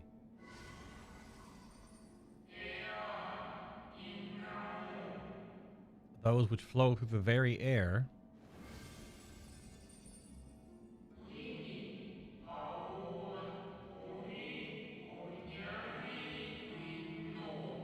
And those of a celestial nature which encompass both our star and this moon. Celestial currents. I cannot say I am familiar with the concept.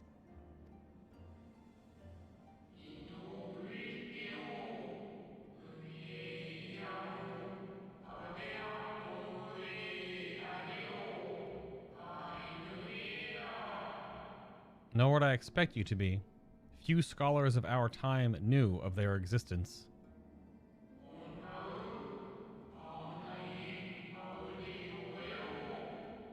Their invaluable knowledge helped us to better understand the nature of the calamity.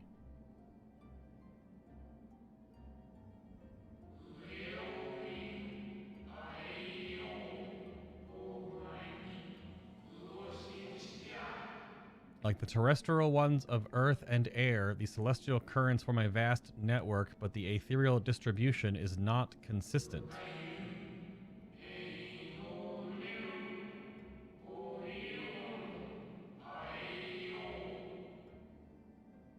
The convocation soon realized that the inciting incidents occurred in regions where the flow was weakest.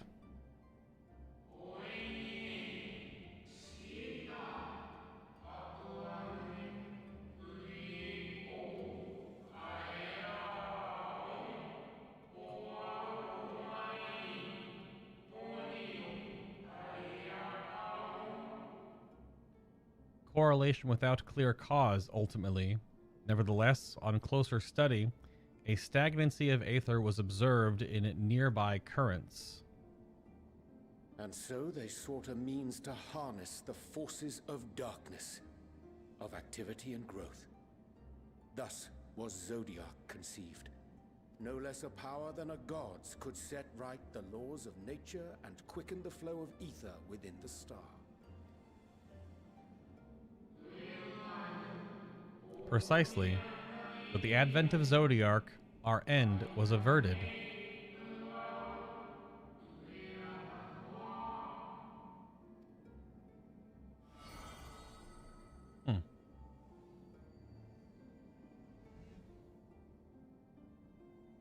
Emet-Selch claimed that those who summoned Hydaelyn did so because they saw Zodiark's power as a threat. Is that true?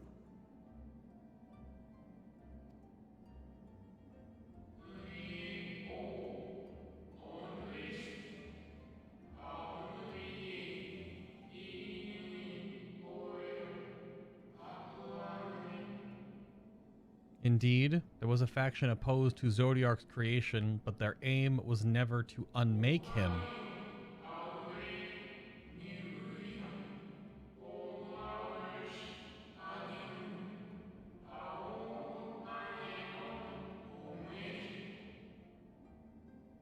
They understood that continued preservation of the natural order was dependent on his very existence until we could identify and address the underlying cause of the final days. He would need remain, for his departure would set in motion those apocalyptic forces once more.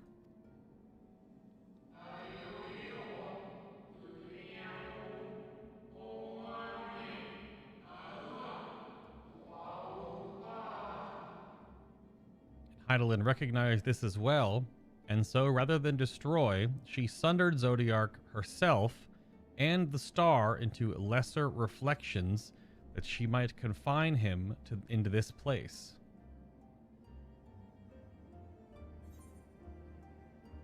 I could have sworn she beseeched me to banish the darkness, or that what she told me in the ethereal sea was false.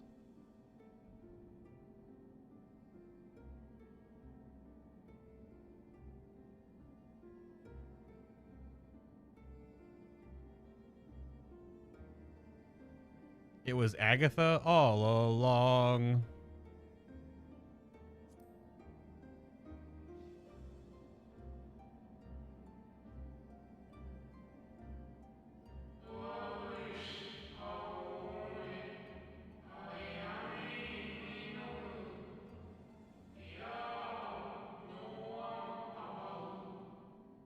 That the two once dwelled as one until Zodiark grew hungry for power, upsetting the balance twixt them, not quite a lie, but a rather gross embellishment.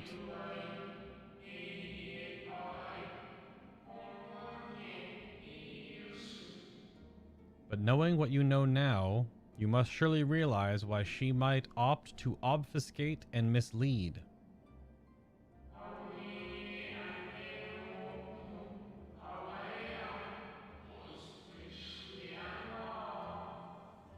Hydaelyn and Zodiark. I never know. It's like less words on the screen sometimes, but the ancient woogly voice goes on for longer. And it was like a full 5-line paragraph, and it's like wibbly wobble, wooble stoop, and it just stops. So, Hydaelyn and Zodiark are both constructs of man, approximations of perfection limited by our own imperfections. All right, I didn't sign on to take philosophy 301, okay? Oh, my brain.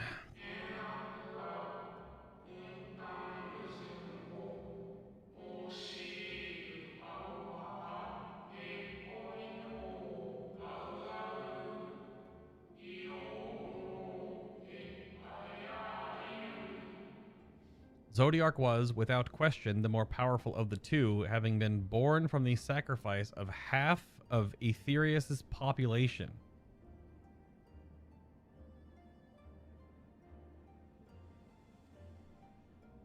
Aetherius.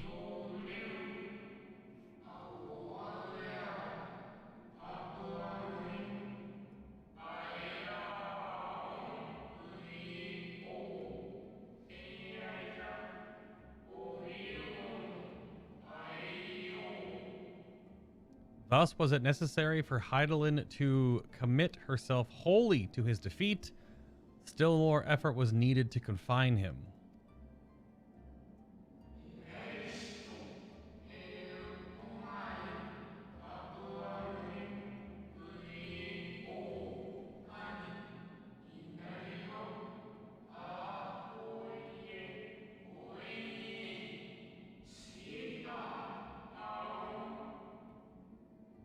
Maintaining the brands taxed her greatly. With what power she dared spare, she cried out to any who might listen, and offered her blessing to those who heeded her call. Ah, me.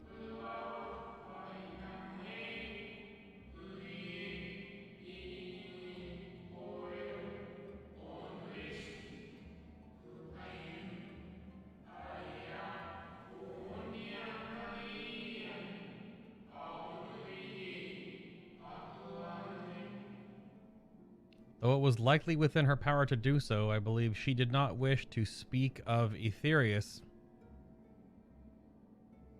and her history.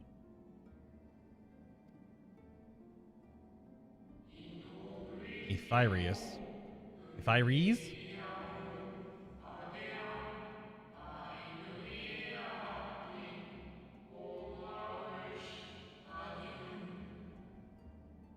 Like Zodiark, Hydaelyn's purpose is a reflection of her creators. They wished to look to the future and not linger in a prison of the past. The Ascians set in motion 7 rejoinings before we came to oppose them. How many more worlds would have been lost had we not placed our faith in her? How many more souls living in the present would have been snuffed out for the sake of those long dead? Well, in light of recent events, I see no reason to doubt your words. And even if Hydaelyn is not a god in truth, if Minfilia believed that we should trust in her plans, then I choose to do just that. Which brings me to a rather important question. Let's suppose we try but fail to stop this second coming of the final days. Should the source fall, what will become of the other worlds?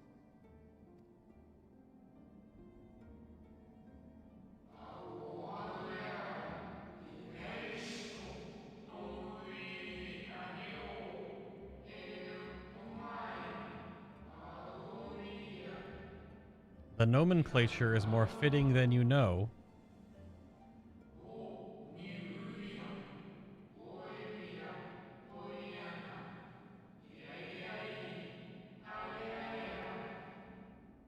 Bring ruin to the source, and its reflections will share in its fate.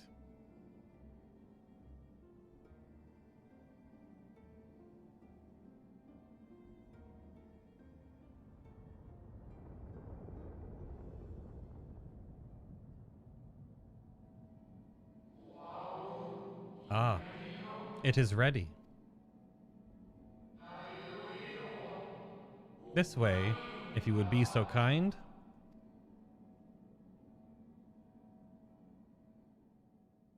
What, there was a rumbly in his tumbly?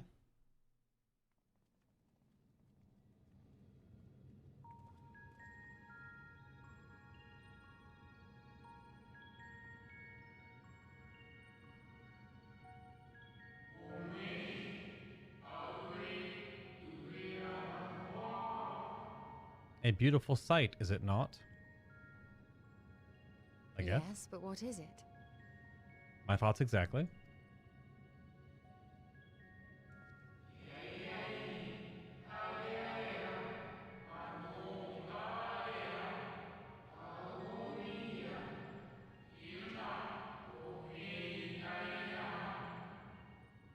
Hydaelyn knew better than any that her power was not absolute. Indeed, she has ever struggled to hold Zodiark and his faithful at bay.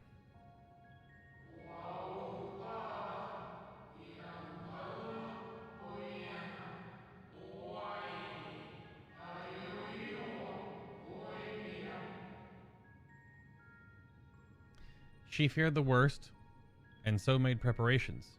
In the event of his demise, there would be a contingency.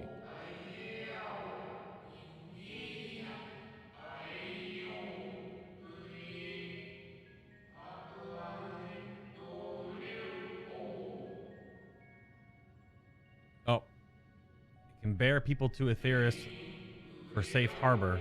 That was an auto talk.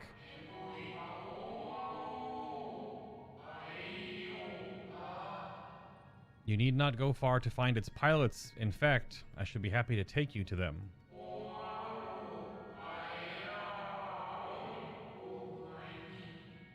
And fulfill my final duty as Watcher in the Dark.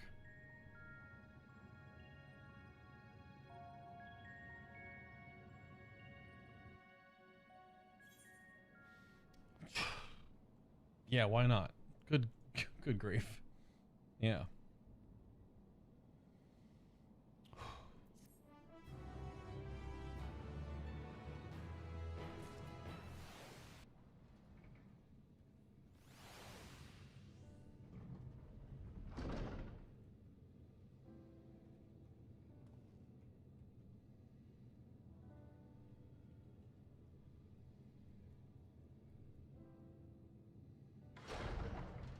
I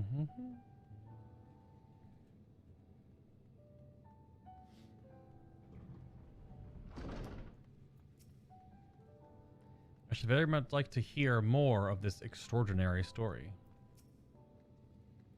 The moon is a ship. Well, now I've heard everything. That's not a moon. That's not a moon. That's not a moon. It may be true, but others will struggle to believe it. I can scarcely believe it myself.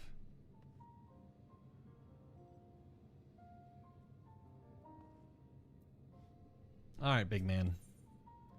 Helping hands.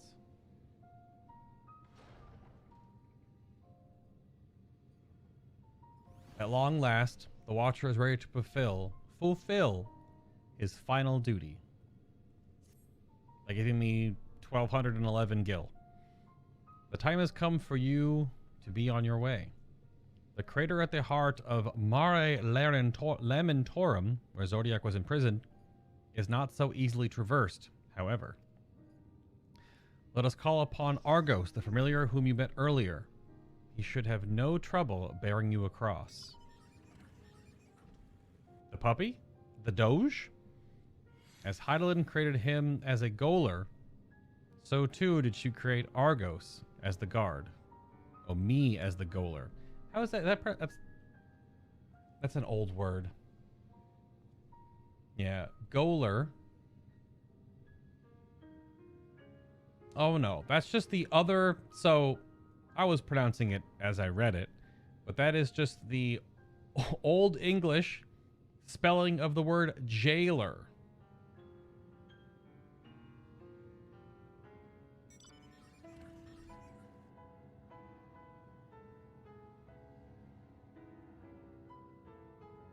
Which, you know, when you look at it, it's G-A-O. How the hell does that make a jail? This is how old it is.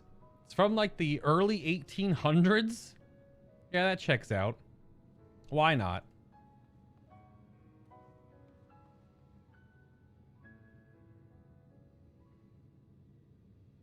Sorry, actually, it was up until the 17th century. Okay. The word. So that word is somewhere in the 300 plus year old department. Yeah, it's just pronounced jailer.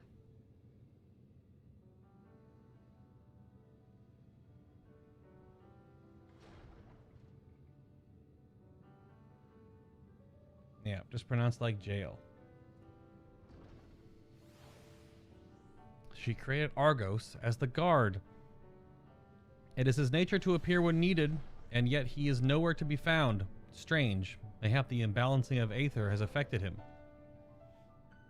Let us make for the crushing brand and attempt to call upon him there. You need to recall the path you walked with Argos before, and you will find your way. If he labors in service of Hydaelyn's plan, I see no reason not to do as he suggests. Shall we make for this crushing brand then? Look at those nerds going that way. Ha! See ya. My legs. My legs.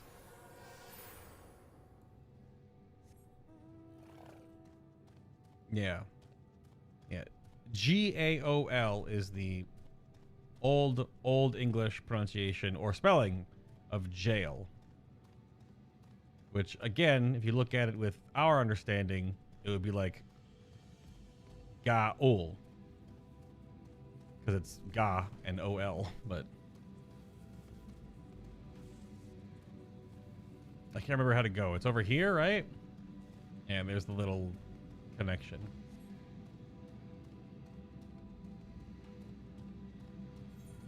Got a weapon coffer. So much of this gear is going to be cracked open to put on my retainers, because they need to be eye level 500 to start doing the new missions.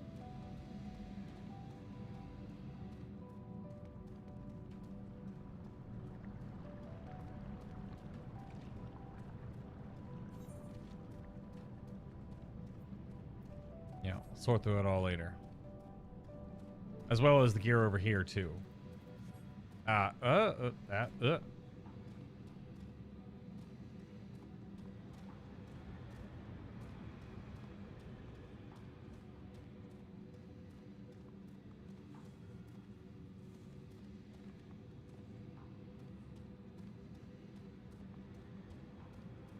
Almost like up and around.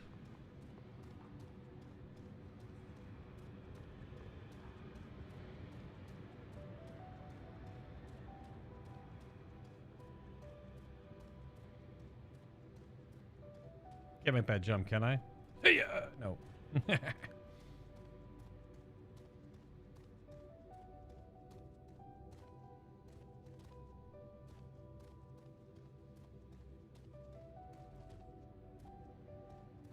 Well, that big lunar tender queen is gone.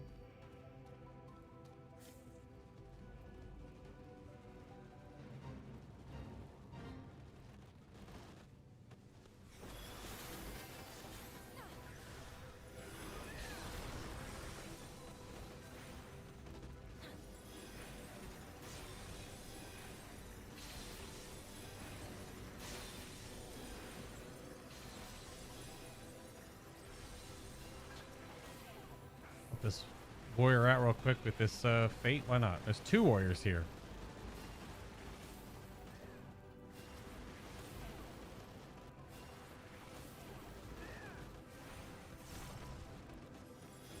Oh my.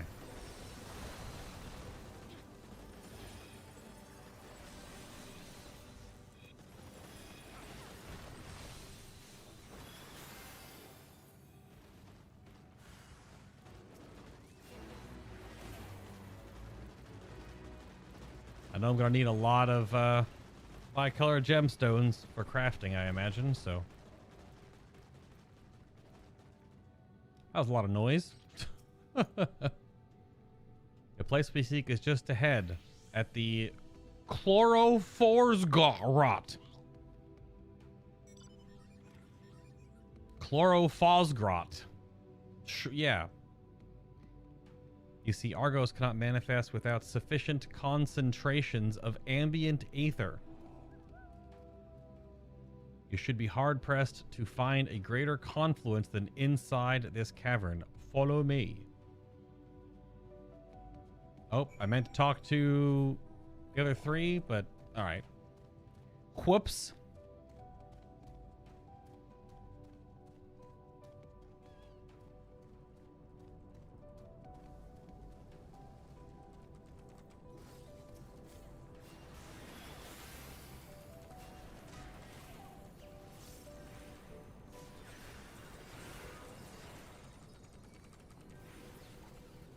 It's a cool model.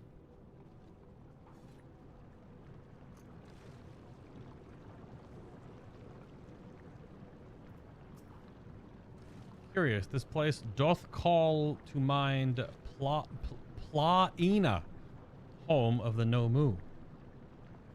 Plaina. Looks like a weird mushroom cave. This entire cave is thrumming with ambient ether.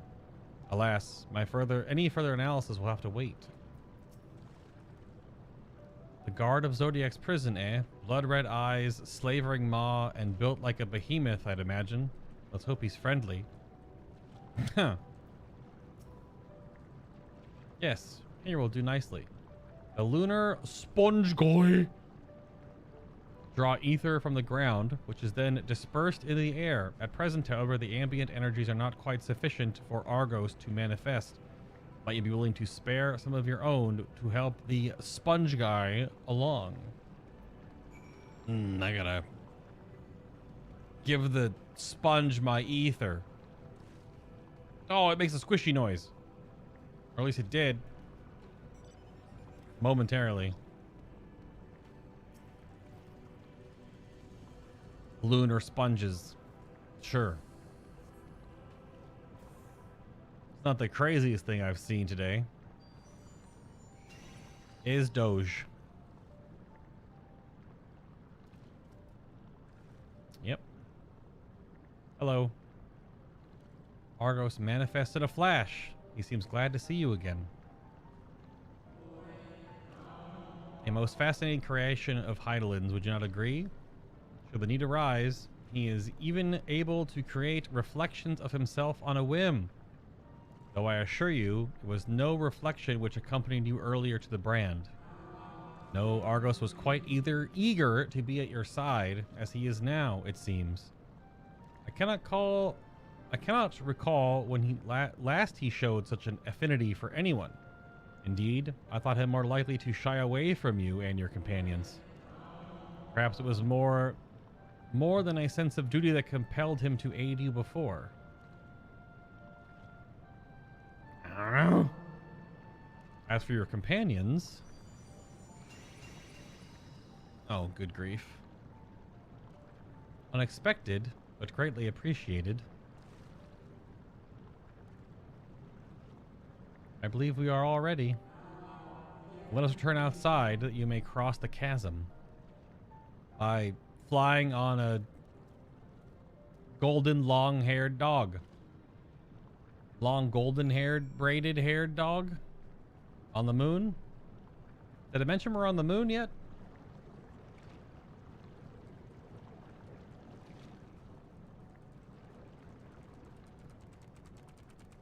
Pardon me. Nope, I said pardon me.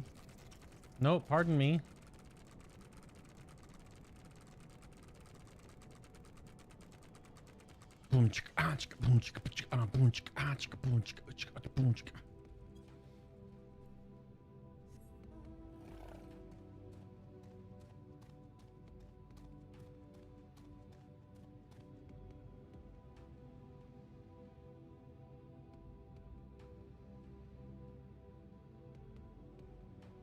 And this is something Allegan, obviously. Over there on that chunk. That's going to be part of the story for now, sooner or later. Dalamud has long been described as the loyal hound of Menfina due to its relation to the Greater Moon.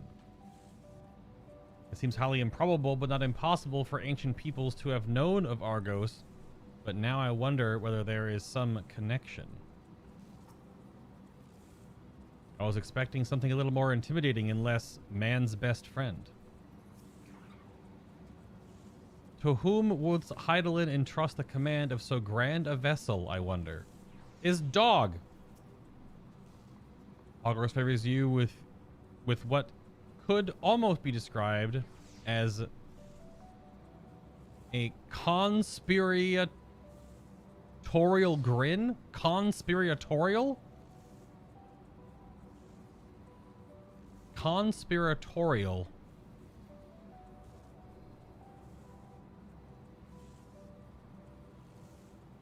Time to look up another SAT word. Conspiratorial.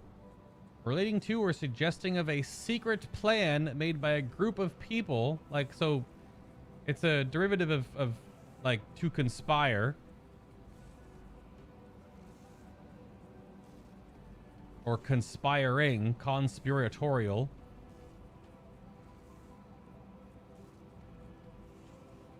But by a group of people to do something unlawful or harmful. Suggesting that they share secret knowledge with one another. I mean, it's a cheeky smile. But Argos knows something that we don't.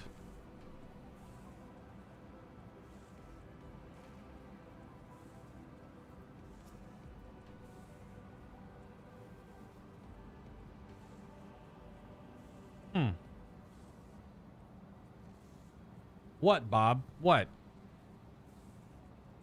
You're telling me you knew exactly the definition of the word conspiratorial? The moment you saw it? I forgot you got a 1600 on your SATs when you were 17. My bad.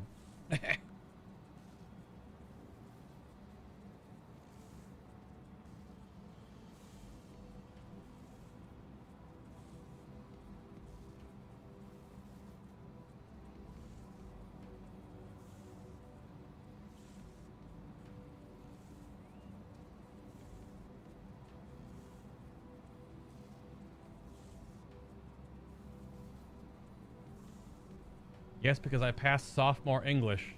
Well, all right. You know what? Eat my ass, hair and all. I have never seen that word before, or at least not that version, considering the root I know. Like conspiracy, conspire, etc. My bad. It's almost like we went to school at different places. You know what? Go put some salt and pepper on your food there, Bob.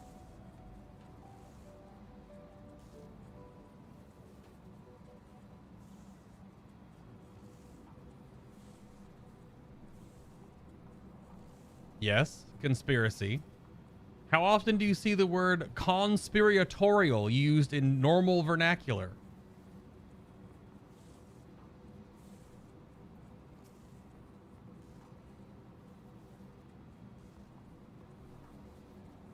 Very, very infrequently, I'd imagine.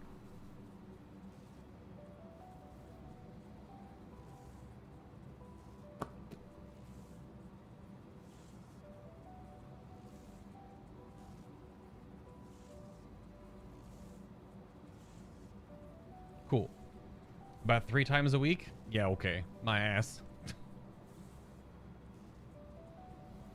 Your destination is the structure there across the Cradle of Darkness. Yep. But climb onto Argos's back, and he will take care of the rest. Once you arrive, it should not take long to find the ship's crew. The facility is designed to rouse them from their slumber in the event of Zodiark's destruction. Heed their counsel. Together, you may guide the star and its people to a kinder fate. This is where we part ways, but know that I shall be ever watching and praying for your success.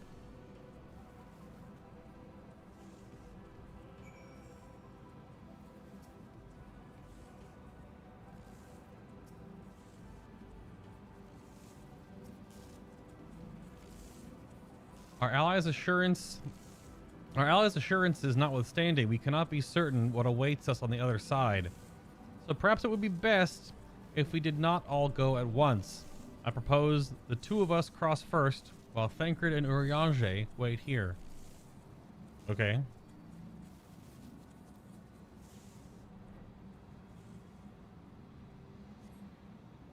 Wow! Oh, it took my camera away from me. A malefic aether yet permeates the crater, remnants of Zodiark, most likely. Oh, my camera. I'm not doing that.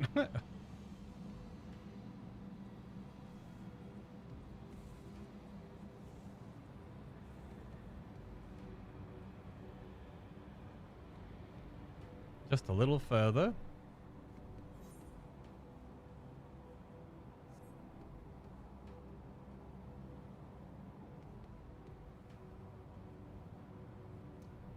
Big door.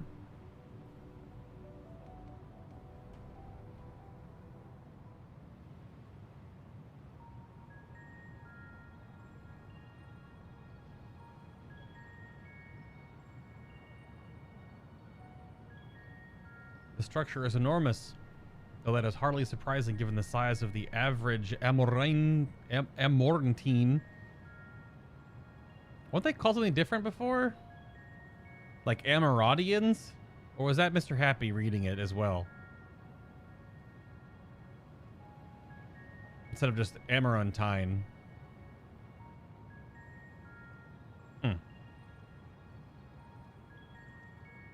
Apologies for the wait. Alright then, let's head inside. And, oh. Hello, dog. Oh, they're exploding.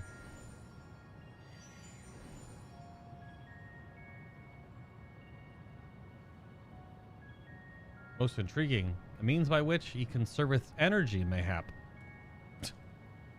Well, I certainly wouldn't want him to blink out of existence on our account, helpful as he's been. Thank you, Argos. We'll take things from here. Stay here where it's safe, alright? I mean, sure.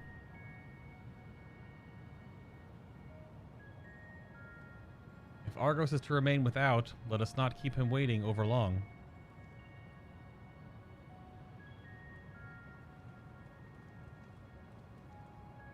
It's the Ether Dog.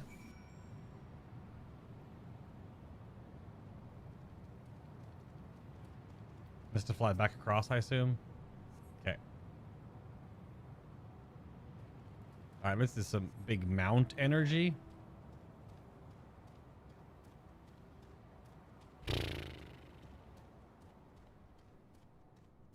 Well.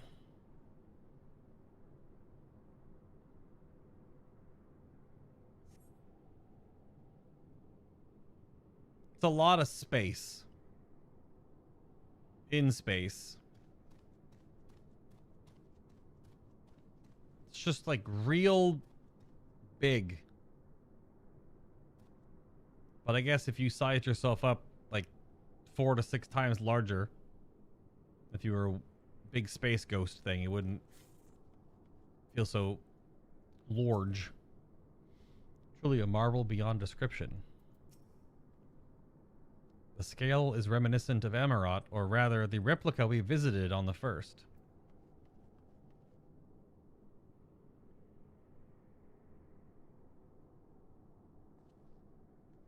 Good grief.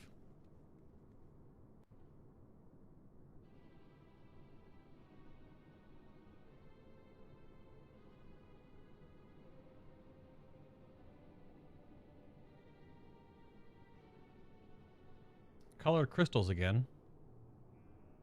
Our moonship pilot should be around here somewhere. Is that right?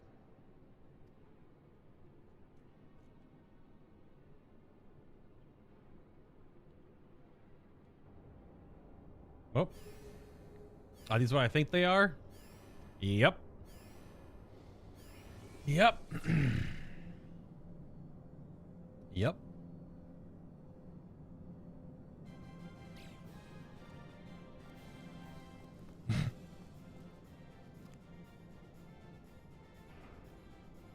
Just in case you forgot you were playing a Final Fantasy game, there are now small rabbits in turbans. Yep, just in case you forgot what you were playing.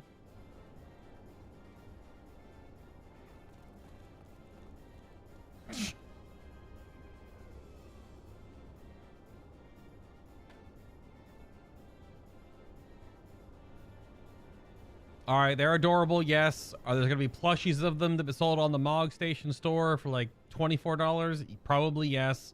Am I going to buy one? Yes. Look lively, everyone. Oh my god, do they sound cute also? Yes.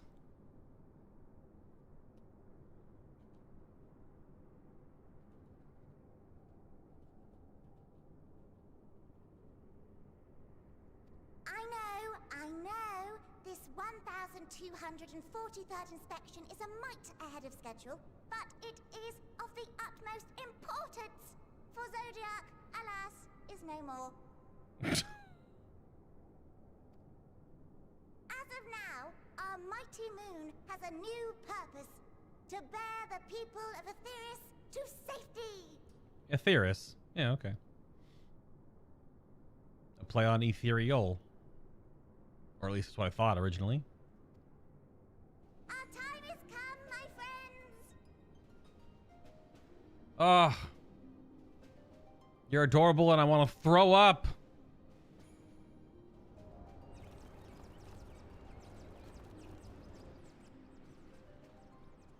We must be swifter than swift. There is much to do before our guests arrive.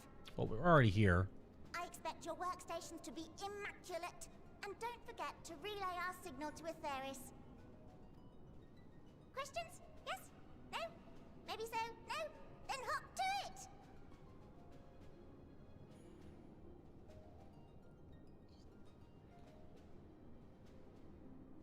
Ugh.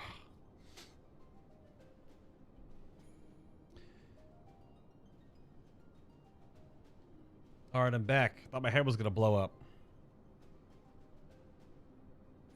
That tiny rabbit said hop to it.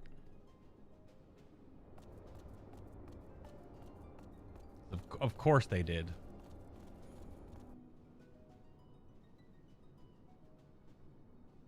It's about my face right now, Thancred, yeah. 'Tis a rather curious crew she hath chosen.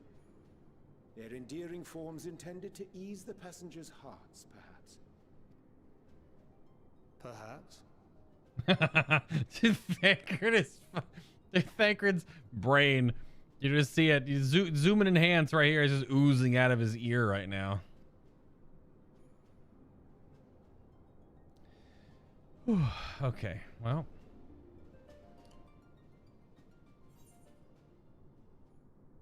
Helping hands. Yeah. Freaking 100 of them.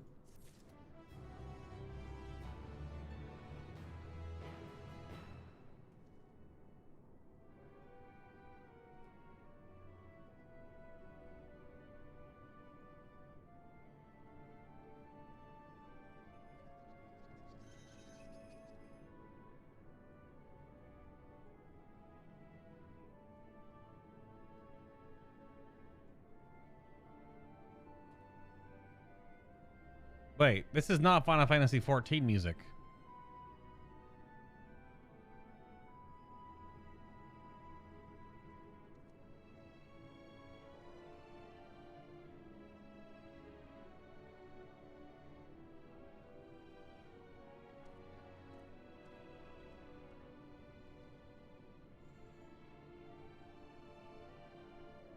Where's this from? Is this a remix of the High Wind from 7? No.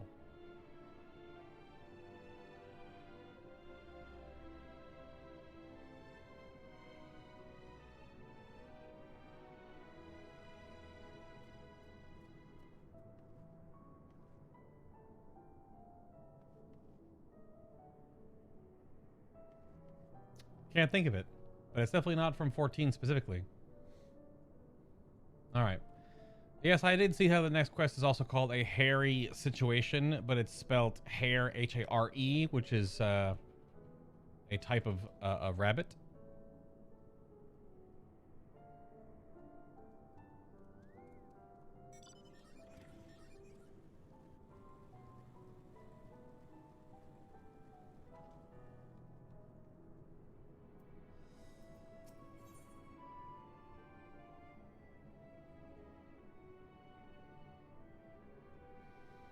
A hairy situation.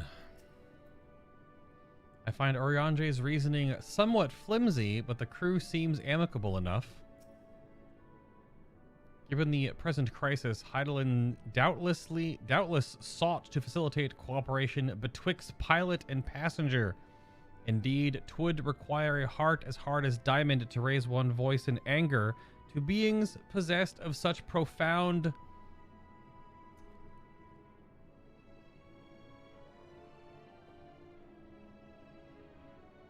chicarenty?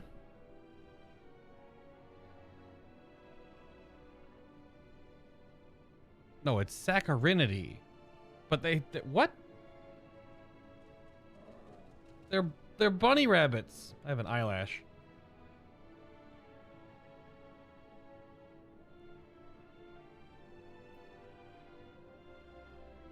What does Urianger think of these rabbit people?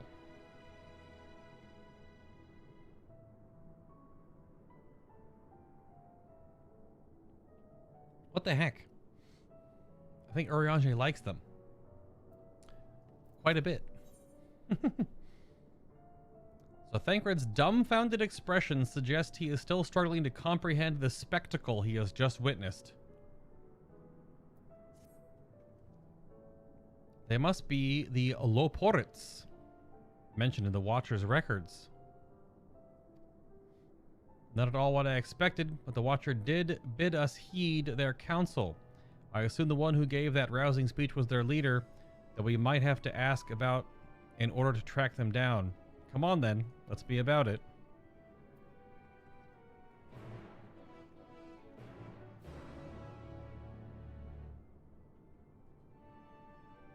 The Loporrits. Are they in any other Final Fantasy? Now I'm curious.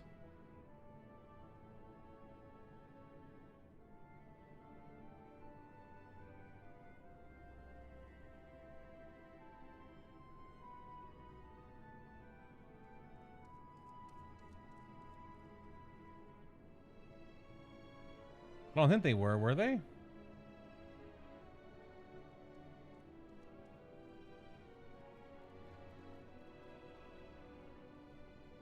I mean, there's reference in 4. That's it. It's just 4.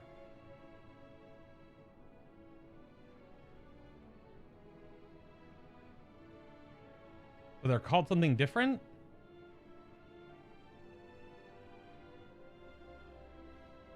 Yeah, they're called the Humming Way, a rabbit-like race featured in Final Fantasy IV, the Interlude, and the After Years. They live in Hummingway Home on the Red Moon. Most of them only speak by humming. So they're definitely not... So lifted from, but not the exact same thing. Unless all the other ones just hum, and only a few of them can speak. That was one of their other notes on the wiki. Hello, Urianger. The Loporrits all appear to have set about their tasks. Whether is their leader, I wonder. Did we miss anyone?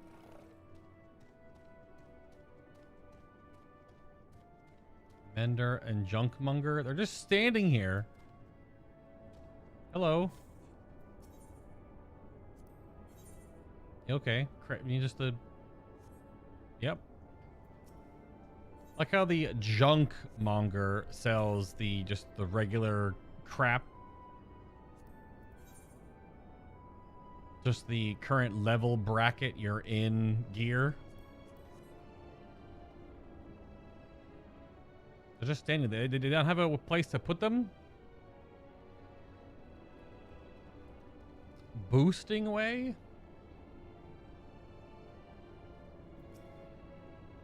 Oh, it's a pleasure to finally meet you. Or to meet one of you, sir.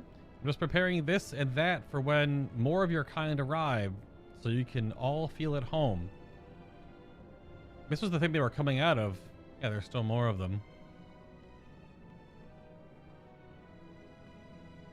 Huh. There's just so much freaking space. Recording way? So that's their names. Oh my, but isn't this exciting? I've never seen one of your kind up close before. Would you mind if I take some measurements of your body? Just for reference, of course. So all their names are going to be, yeah, nothing way. Okay, so that's how they have adapted the older ones, because they were called the Humming Way. Now they're just making their names in that pattern. We're all going to die someday, so what if it happens a little sooner?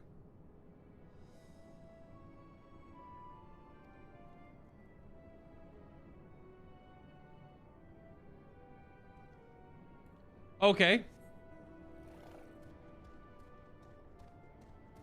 Crushing way. So every single one of them has a very specific personality. Why are you lazing about? We'll never be ready for our guest's arrival if you keep working at that pace.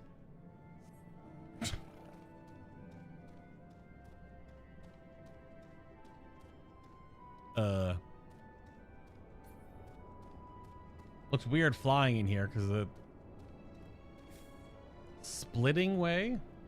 I can hardly believe that we'll finally have people here. I just hope we'll be ready for the influx of guests.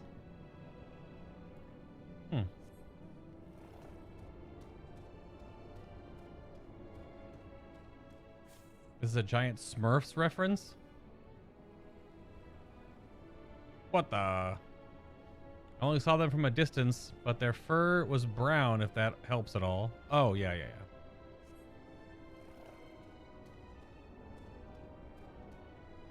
The one that was talking, yeah.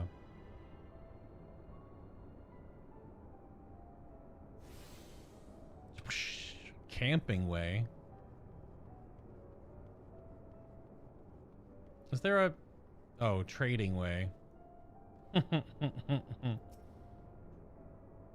Saw all the fun the traders in Aetheris were getting up to, and I thought to myself, hey, I could do that. So here I am, eagerly awaiting your patronage and bi-colored gemstones. Pretty sure that every single one of these bi-colored gemstone vendors are selling 3 different crafting materials. I gotta look it up and see if any of them are useful, though. I can't imagine they wouldn't be. But if I had to guess, say a piece of armor for Endwalker has 5 ingredients, 4 of them you'd have to gather yourself, and 1 would come from a bicolor gemstone vendor. In a typical fashion. I'm thinking of spending the night outside Bestway's Burrow, but I'm not sure what I'll need to take with me, aside from a tent, I suppose. Sure, yeah.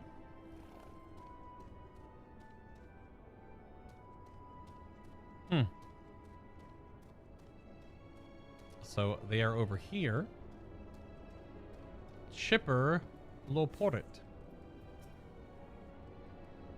Such a fascinating apparatus, though it's hard to believe it could house so many crew members. Even so, there's nothing else here to suggest other types of accommodation. Well, it feels like they're big cylinders of cryo-sleeped bunnies down here. Or whatever they are. Oh, there's a freaking Aether Current in here. This place is so big. Haven't even looked for Aether Currents on the moon yet. Dancing way and fighting way. That is the first one I've gotten. Yep.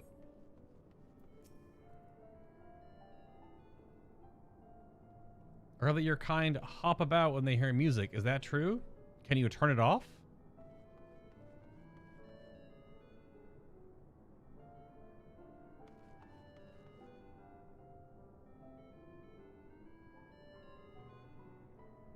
Is that like an old jingle from Final Fantasy IV or something? It's only playing right there around that rabbit.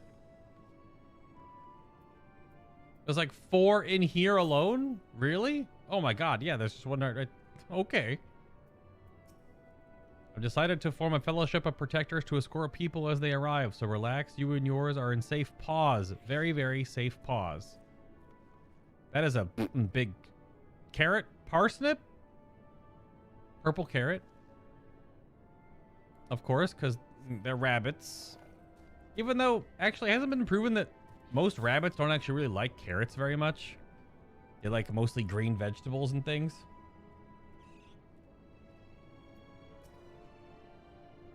Hum, hum, hum. Yep. It checks out. The leader of the crew, not me, I'm afraid. Singing Way is the name. I'm in charge of the construction and maintenance of the atmospheric circulation system. Only the crispest, cleanest air for the people of Aetheris, and that's a promise. Okay.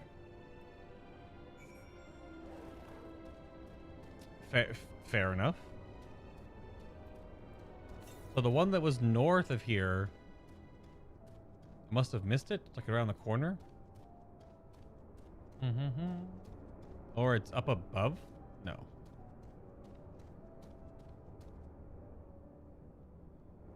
Yes. Picking Way? You let me know if you find any unusual tickets or contraptions, won't you? I've always had a fondness for such things, you see. All right.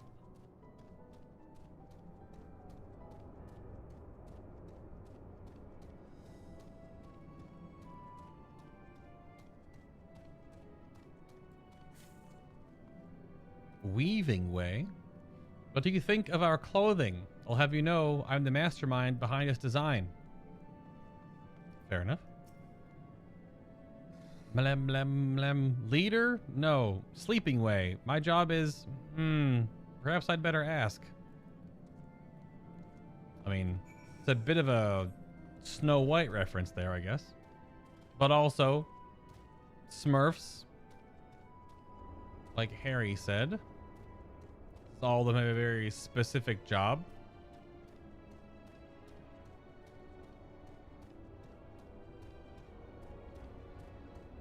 So how do you get up to that upper layer? Go all the way up there. Then does that... Yeah, that connects over to those balcony pieces. All right.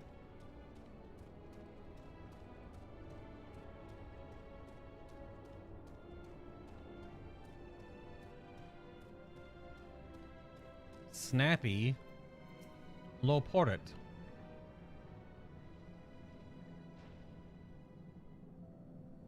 brown. What? How in the... How did you get here? Who let you in? Why wasn't I told? Take me to your leader. Were you the one giving orders earlier, or you can hum? The take me to your leader is definitely what Thavnair said. 100%. It's humming time.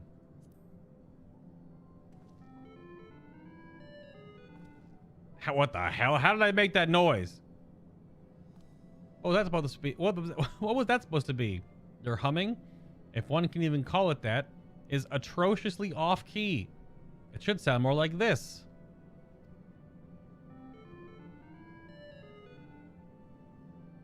It's got to be a Final Fantasy IV reference. Because that's not a humming noise. That sounds like keyboard. But as the leader of the Loporrits, I cannot allow substandard attempts at musicality to go unremarked, even if you are a guest. But being the magnanimous sort that I am, I'll forgive you this once.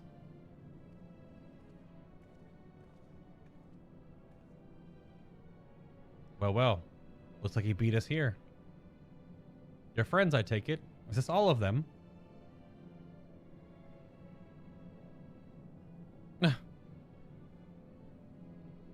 A group comprised entirely of children. What must their parents be thinking?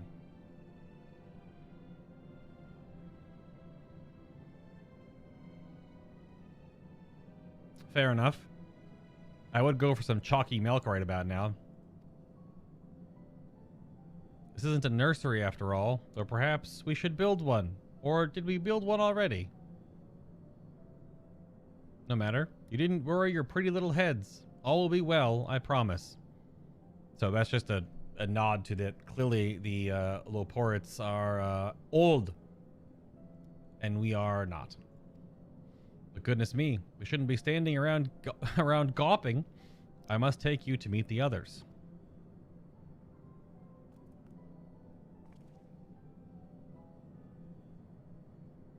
If you could run along back towards the entrance, you'll find a path that leads to the central platform on the upper floor.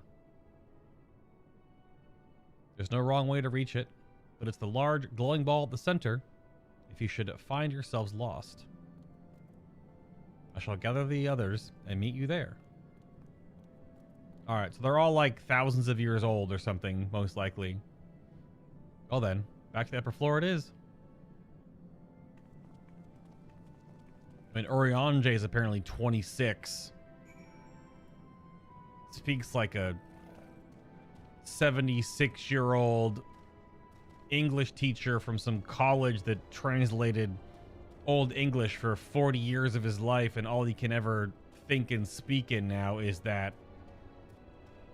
cadence. But no, apparently he's 26 years old because Final Fantasy. Which is, you know, as the crow flies, or whatever saying.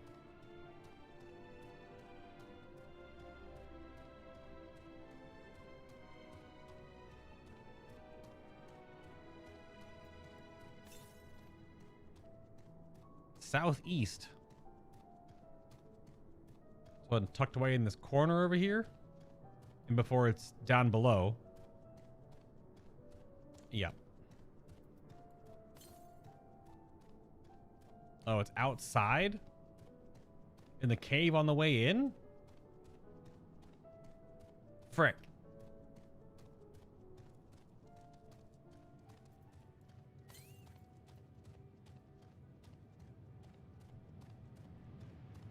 Already here. We've gone too far to turn back.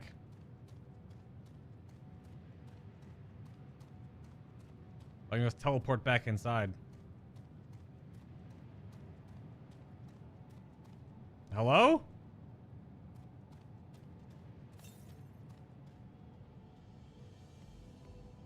So it's up on the ridge overlooking the... Okay.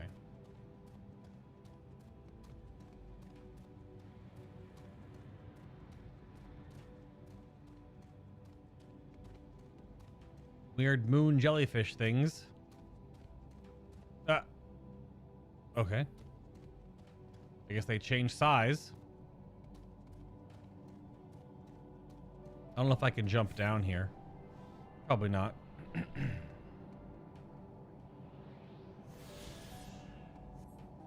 Now the next one should be back inside. Yeah, can't jump. Oh, there's one southwest across the way here. Okay.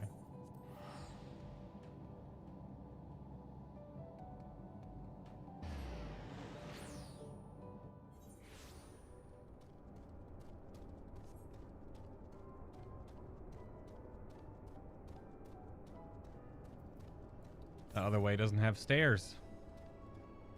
Yeah, northeast, so it's up there.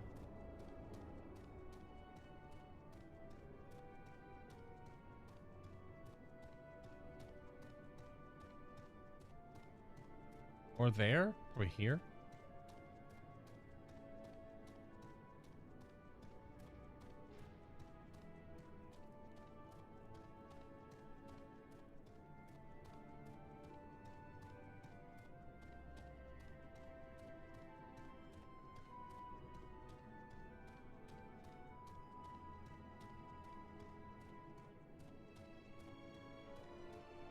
Curious if this thing actually flies or if it quote unquote flies and just teleports.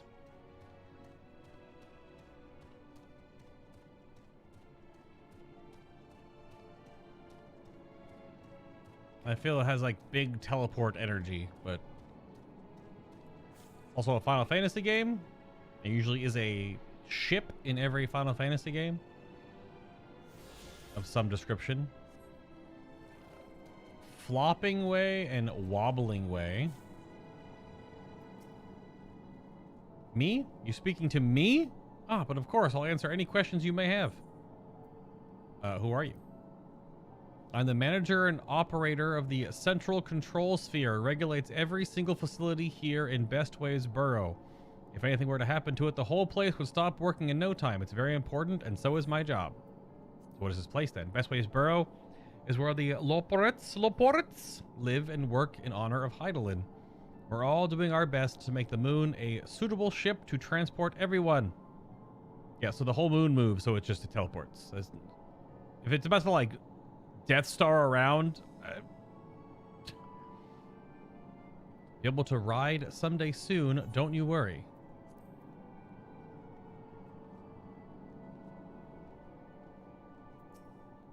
Oh, dear. I didn't expect to meet a people person here. Wait. Whatever shall I do? A people person? A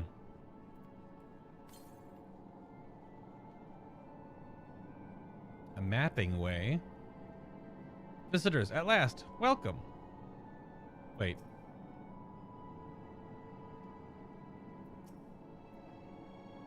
The etheric composition and density of this sphere is quite similar to the crystalline concepts we've seen before. Likely shares their capacity for storing memories and knowledge. It's astounding how the Loporrits, despite their diminutive stature, are able to maintain such gargantuan facilities. That's because there's literally hundreds of them because they're rabbits. That apparently live for hundreds, if not thousands of years. Because reasons. Given their size, getting from one end of this place to the other must be exhausting. I honestly don't know how they do it. And before they also fly or jump extreme distances or something other cartoonish way. All right.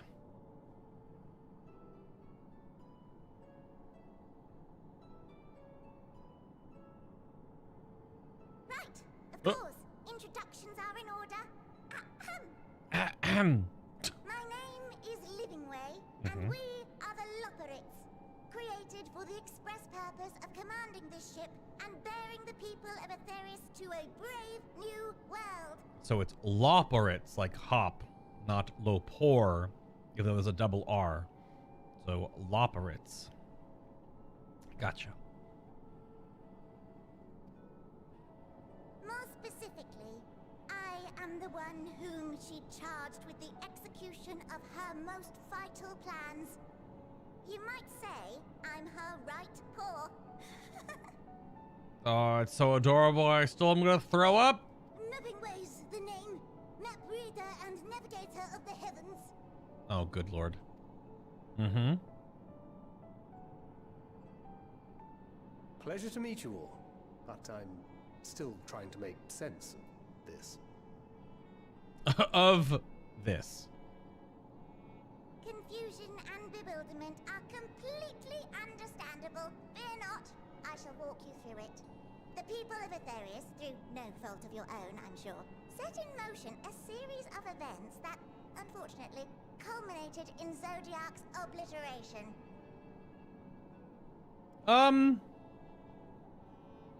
Go on.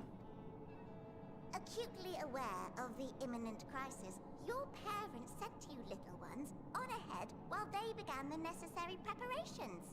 Mm-hmm.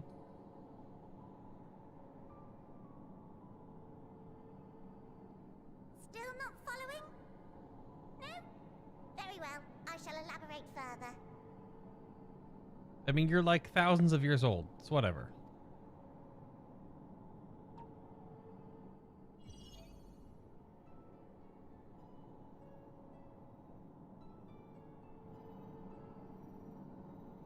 Here, we have Aetherius, your home, and the moon, where we are now. Okay. Without Zodiark around to keep things lively, so to speak, the celestial currents of the star have doubtless begun to degrade. A calamity of apocalyptic proportions will be visited upon Aetherius, bringing an end to all life. Very sad, that.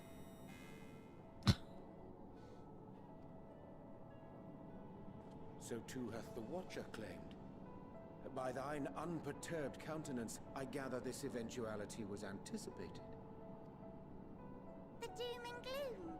Oh yes, quite expected.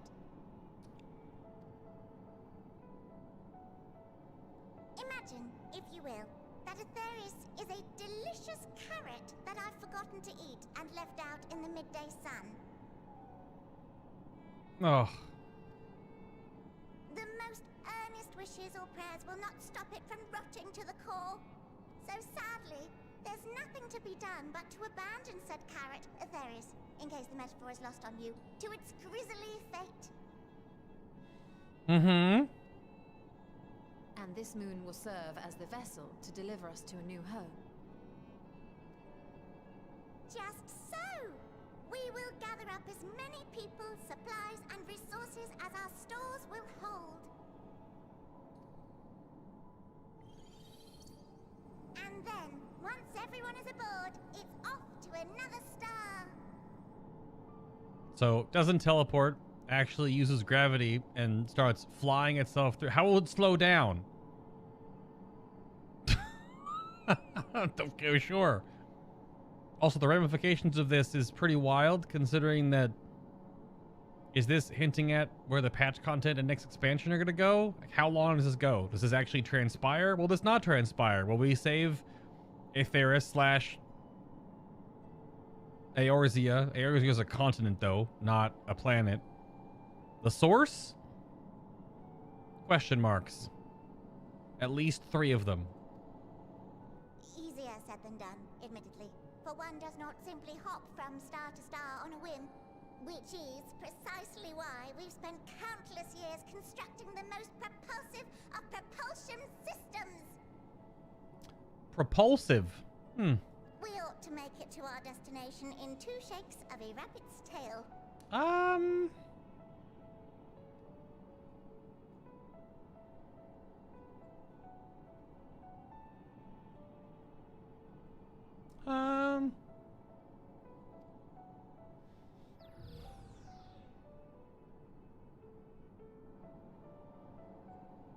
Impressive technology. I dare say it is beyond anything we have ever seen. No need to shower us with praise. All we've done is faithfully carry out the instructions left to us by Hydaelyn. Back in the old days, when she was still just Vanaspati, she was dedicated to the study of the world and its inner workings. Okay. And the Watcher, the real one, not the simulacrum you met, was one of her fellow researchers. We and this wondrous vessel masquerading as a moon are products of their knowledge and know-how. There's certainly more to you all than meets the eye. Might I ask where exactly you intend to take us? We identified a few promising candidates for resettlement some time ago, but we cannot guarantee that they are fit for habitation. Moreover, the ship can only travel in short bursts. We intend to go down our list, hopping from star to star, until we find one suitable for resettlement. No need to worry, though. The vessel is being refurbished with accommodation for an extended stay as we speak. While we did have to rely upon outside help to determine what amenities were essential, I dare say we have risen to the challenge. Help? From who? From you and yours! Who else? Each time we woke to perform regularly scheduled maintenance, we were greeted by the resources you sent us. What better way to learn about preferences and proclivities of our present-day charges?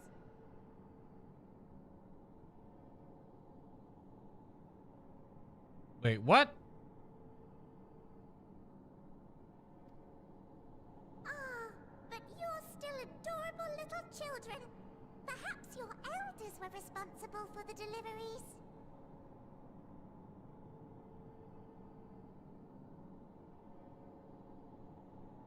I'm gonna hit you with a what? The nani? I'm not sure what led you to conclude otherwise, but I can assure you that we are all grown men and women. And I very much doubt my elders know this place exists, much less how to send you so much as a starlight missive. What? Then who in blazes let you on my moon?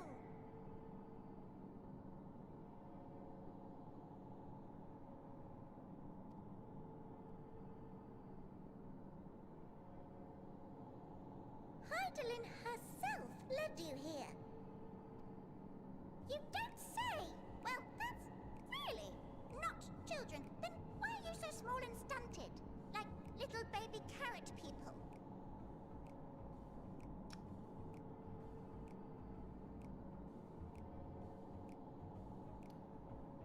Is she saying that while looking up at us? Well, Amarotines were a great deal taller. In the present day, persons of such prodigious size are exceedingly rare. Yeah, Amarotines. Not Amarodians.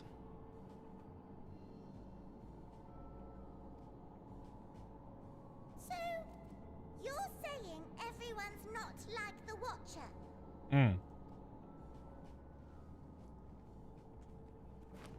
Where was that book? Found it all! Someone could have at least scribbled a note about your profound miniaturization. That tome in thy possession. Are you also wondering where it came from? Oh, this? One of the first books sent to us. A compendium of the people of Aetheris, with a few blank pages at the back for minor corrections and updates as needed. The sum total of our knowledge of your kind is contained in these pages. I thought it was abridged and made small for our benefit, but this isn't a regular-sized book, is it?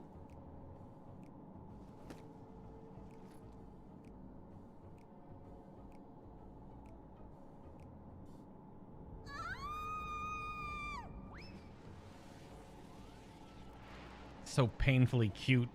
I'm gonna throw up and then vomit. Building Way, can you hear me?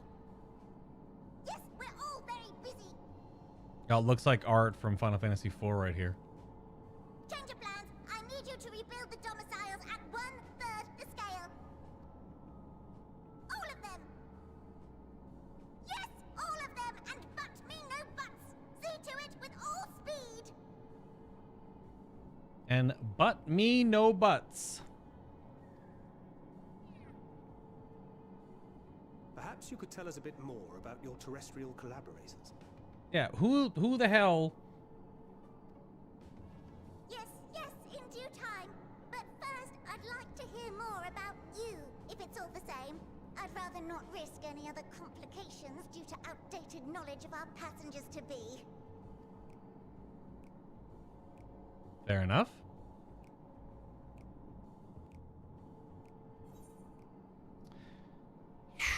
Well then.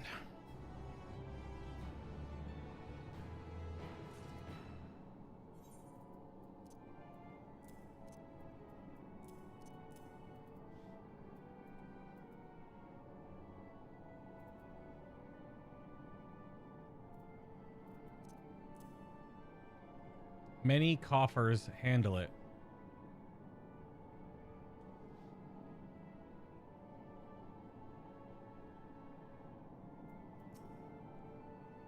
Oh dear, I certainly hope Buildingway can complete the renovations before more guests arrive, or perhaps he should leave them as they are. That way, you'd have more room to lounge about. I should have realized something was amiss when Livingway referred to us as children. What other delightful misconceptions do they hold, I wonder? 'Tis unfortunate that the domiciles were constructed in error, but their willingness to perform such sweeping renovations is a testament to their commitment. I cannot fathom the resources required for a facility so vast. Why do I get the feeling we're going to have our hands full dealing with the Loporrits?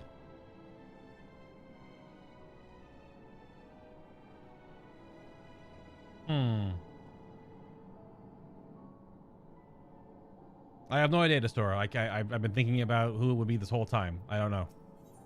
No idea. My first thought was like Moogles, because they're kind of like star children, but then I was like, no idea. Not a clue. Dragons? No idea.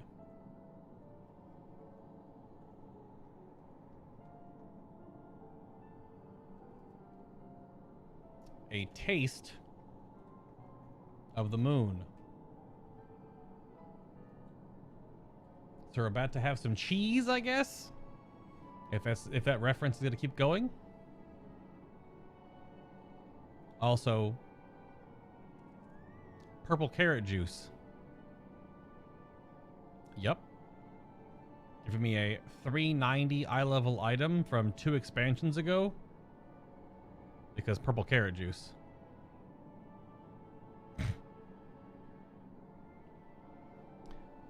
So a taste of the moon. With the final days fast approaching, Livingway is keen to complete her preparations.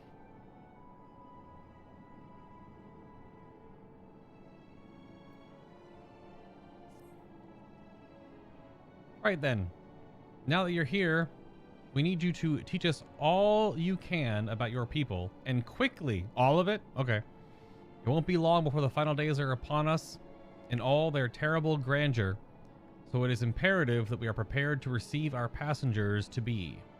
If there is anything at all, that may displease them, it must be addressed post-haste. And address it we shall. Here at Bestway Burrow, we've assembled everything required to offer our guests the best way forward. Ahem. We have produced myriad amenities we understand to be essential for day-to-day living, and I wish to hear your opinions on them. I'm sure you've all worked up an appetite, so why don't you start with foodstuffs? Meet me at the Caratorium.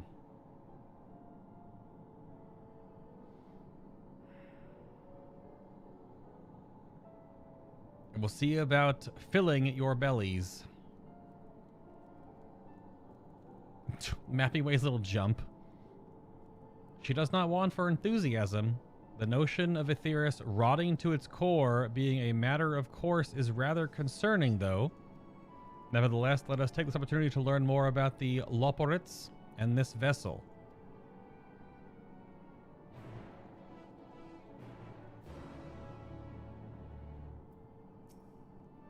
Oh dear. I certainly hope Buildingway can complete the renovations. Okay. Yeah, well, sure. Yep.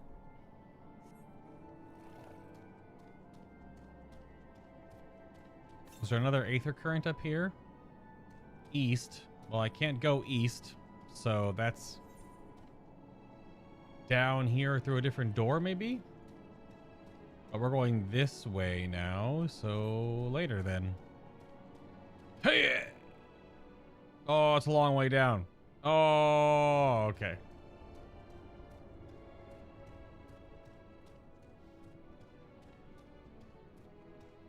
That was quite the long way down.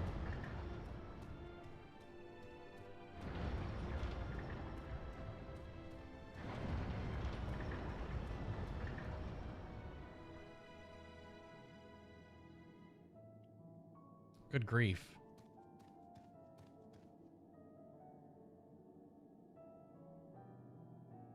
Yawning way. Yawn. Oh no, I'm gonna actually yawn. Yep, because the human brain is weird and is jealous of oxygen. Oh, I must have dozed off. What was it I was supposed to be doing again? Oh, and then hopping way. A little on the nose there. I'm delighted to see you, but I'm very, very busy. Perhaps we can chat another time. That poor dragon's feet. Northwest. Hey, L2 could have flapped her wings. Oh, there's freaking... I guess it is a zone. I didn't expect there to be like enemies inside the ship.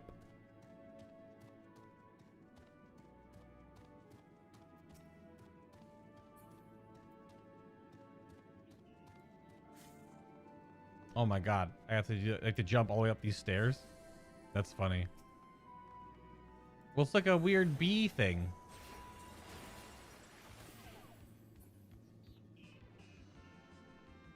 Oh my god, the old battle music in here? Holy crap. Hast thou spied the particular sentinels patrolling the vicinity? Approach them with caution, or better yet, not at all. For they make no distinction between friend or foe. Given their earlier confusion regarding our size, I cannot help but wonder if they even know the first thing about us. My only limit specs were not going to find anything edible whatsoever.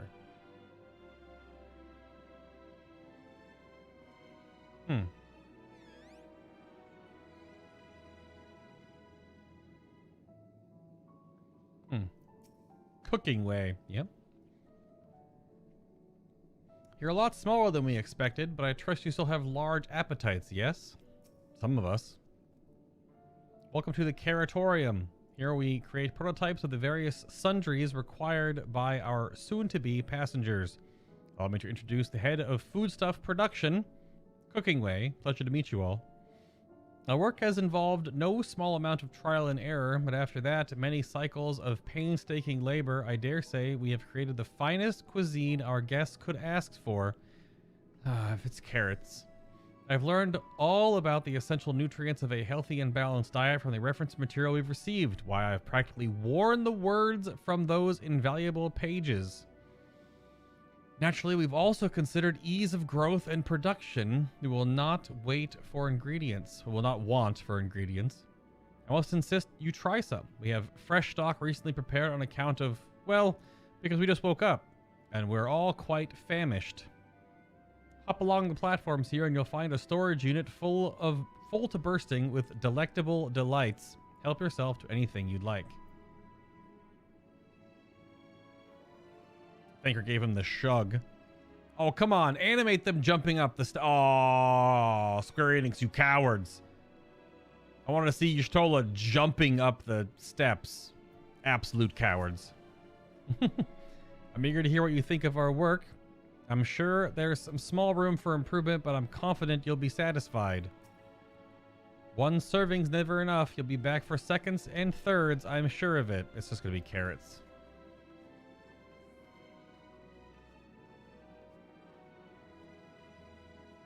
I have no idea what the hell that is. Like a machine thing? Alright, what? Over here? Alright. Storage crate. Blasting way? Yeah, there's just carrots. It's just carrots. Yeah. This doesn't require a debate. We have work to do, so quit dragging your feet and get to it. Yeah, it's just rainbow carrots. You open the storage unit and find a rainbow-colored assortment of carrots.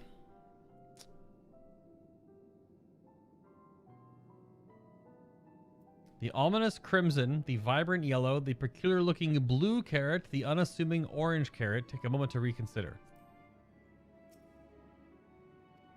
I mean, hit me with that blue carrot. Why not? Mess me up. The blue variety is strangely supple to the touch and smells vaguely of mint.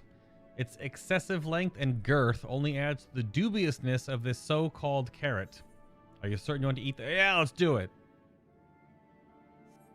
On second thought, you would like to simply take the obscenely large carrot for now due to its bizarre qualities.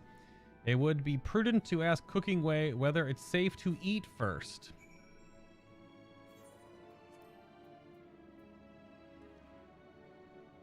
Even Vieira are like to swoon at the sight of so grand a carrot, that or be offended by all those who assume that they would.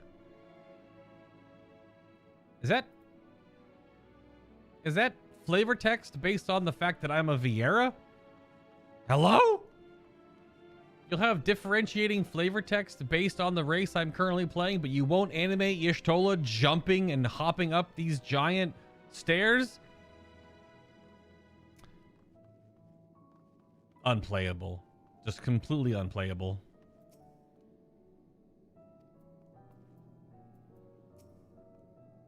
So, did any of our selections set your mouth to watering?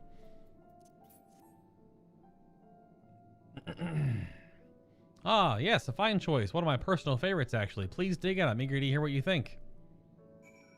Oh, no. With great trepidation, you take a bite out of the carrot. Actually, I threw it above my head and it exploded into ether. You're taken by surprise when blue juices burst forth from the carrot and dribble down your chin. Oh, great. It's full of Gatorade. As you take your second bite, you can feel your mental faculties sharpening. Your mind opens to the universe, and for a brief moment, the mysteries of existence are simple, transformative truths. But the revelation is fleeting. When you last finish the carrot, a sweet yet sour aftertaste lingers on your tongue, and the number 42 in your mind. Really?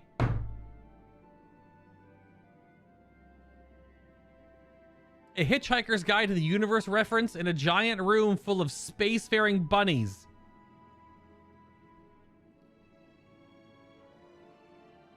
Why not, I guess? Why not?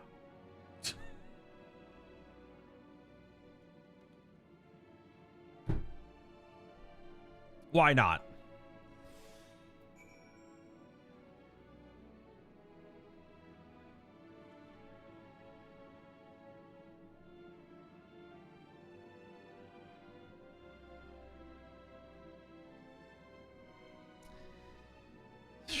Jesus. I wonder if there are 4 different outcomes if you choose a different colored carrot. The carrot met your approval, yes? Oh, I have a buff. You find your mind is suddenly much sharper than usual. Philosopher's carrot.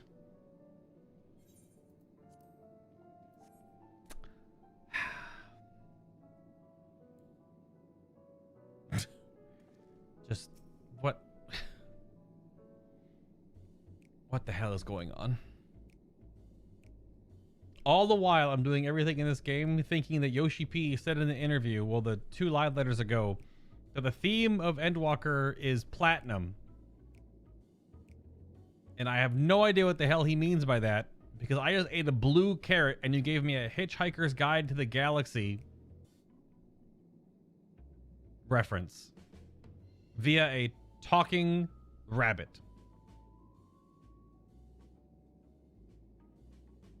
I don't know what to believe anymore. I'm gonna go and have food after this, and I'm gonna eat my salad, and everything's gonna taste like crayons or something. I don't know. What did you think? Unlike anything you've ever tasted, yes? The Philosopher's Carrot improves mental fortitude, something of a shock at first bite. It's well worth the enhanced powers of cognition. We have plenty of other varieties too. Bleeding carrots to improve blood flow. Dream carrots to help with sleep. As you see, we have a carrot for every occasion.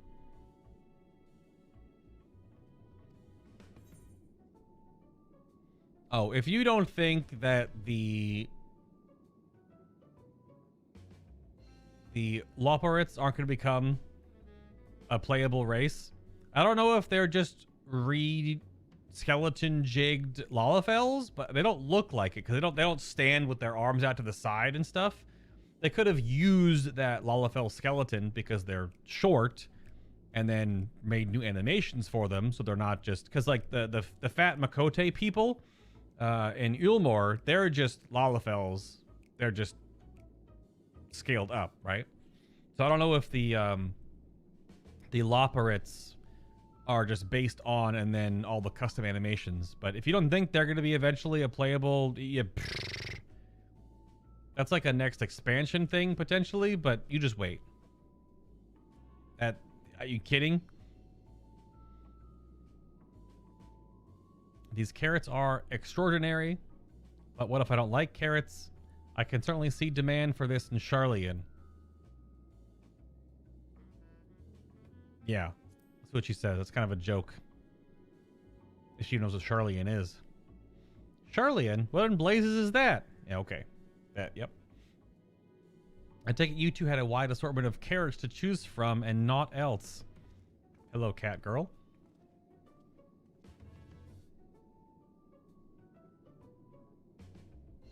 I may ask, what exactly did these collaborators share with you about cuisine on Aetheris? Surely you are aware we have an abundance of dishes and food you could emulate.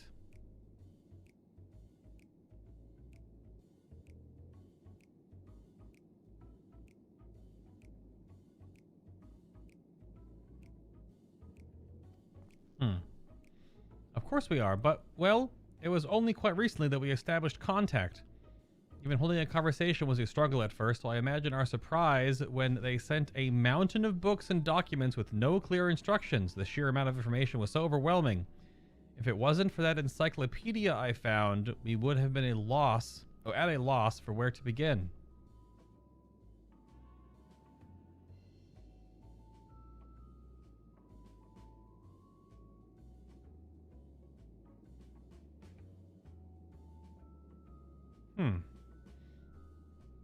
And so we decided, rather than divide our resources to prepare a variety of middling and potentially unsatisfying meals, it would be more efficient to devote our efforts to the production of a single perfect food. That's all well and good, but man cannot live on raw carrots alone. Have you considered cooking them? You mean steaming, boiling, roasting, and the like? I suppose we could prepare the carrots in other ways, but our primary concern was efficiency. And what's more efficient than sinking your teeth into a carrot fresh from production? A rather strange approach to take for one named Cooking Way, isn't it? Well, technically speaking, Cooking Way isn't my given name.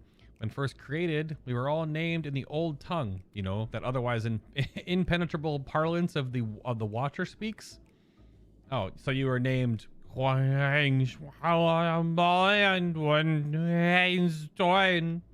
something like that. Is that close enough?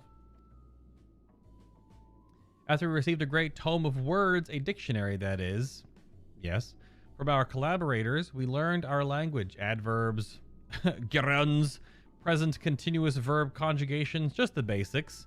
Yeah, gerunds. Just the basics. Sure. Then we found the terms related to our given tasks and used them to form new names. Aren't they helpful? No, not really. But it does explain a great deal. Wherefore didst thy keep deign such a change? God damn it, Urianger. Wherefore didst thy kind deem such a change necessary?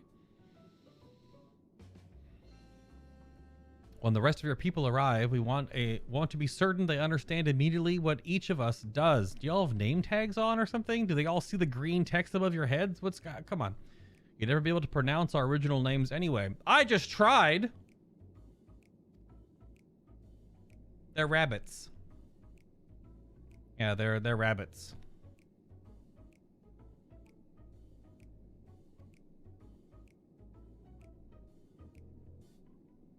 I hope our critiques, such as they are, were helpful to you. Though if you should decide to preserve flora and fauna from Aetheris as well, you would be able to offer the passengers a more balanced diet. Until such a day, one I pray comes sooner than later, it would appear there is naught but carrots on the menu. Like how they turn toward each other and the quest end pops up. Oh, it's good. I get purple carrot juice, of course. You know, why not? The deep think. Yeah, I don't know if they are... I mean, they have the longer arms, but I haven't noticed if they animate just like Lalafels, though. So I don't know. They're probably re-rigged. Lalafels have like a weird bounce animation, and they waddle. Oh, well then.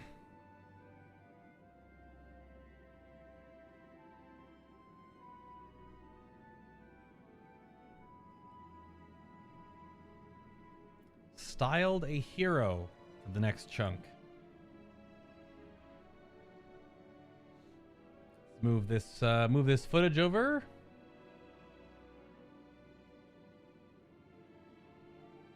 EW. That was, ooh, excuse me. That was 25th chunk.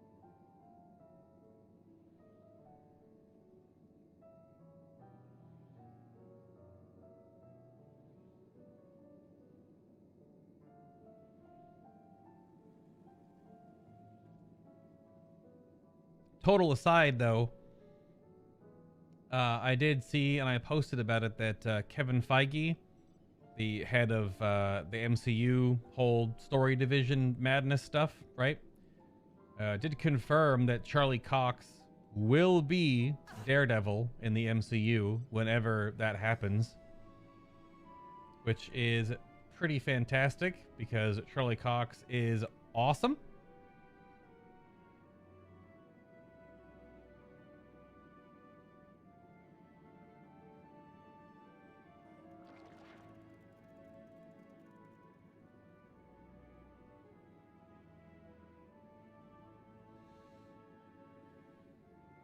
Okie doke.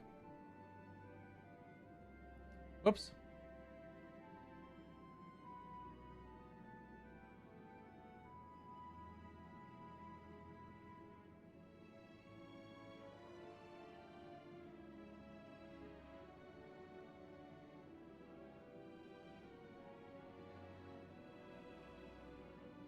Still have no idea who brought them all this information. Not a damn clue. I keep thinking about it via the references that drop, but I don't know. I just need to be told. I'm not smart enough, apparently. I don't know who or the connection since it was so long ago. Everything I keep thinking of doesn't make any sense. So we'll find out, I guess.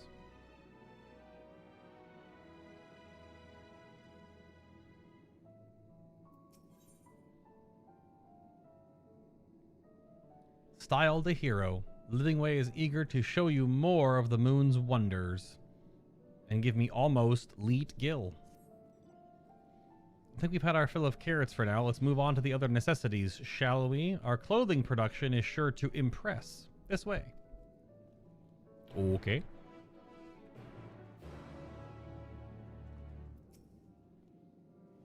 Hungry for more carrots? Fear not, you can eat at your heart's content after you've seen the rest of Bestway Burrow.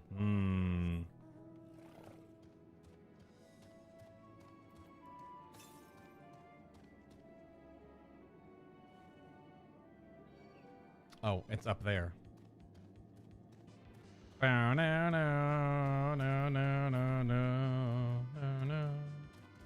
The old battle music is so good.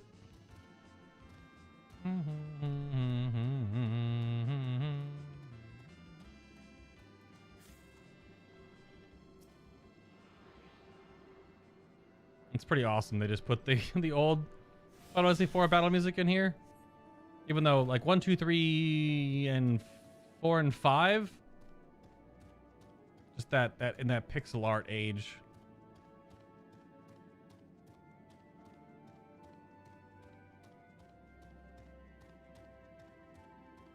I don't know if they were uber different each time. Hello? That was a weird jump.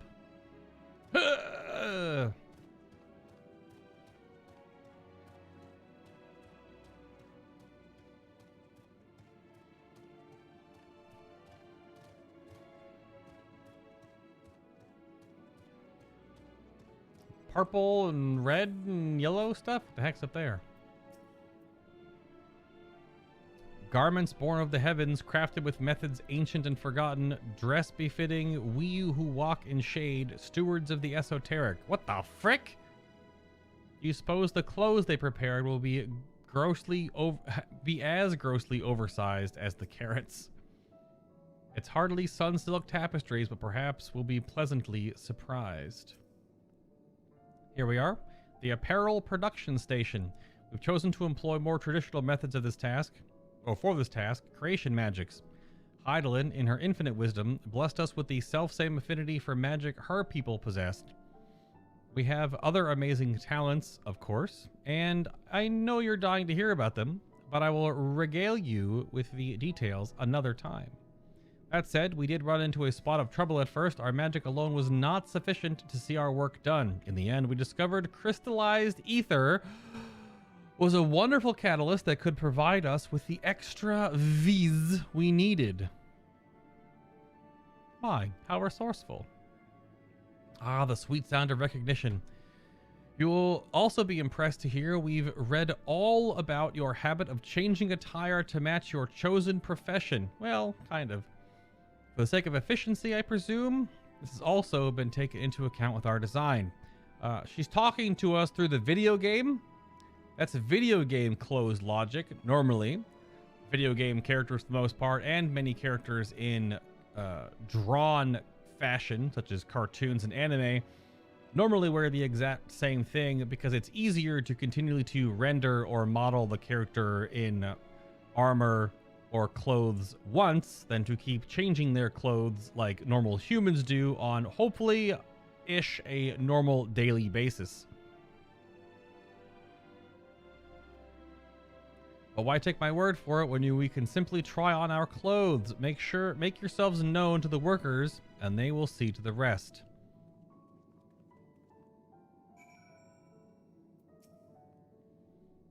If you're worried about sizing, don't be. It would be a simple matter to adjust our concepts as required, and it will be required. Yeah, because we're not...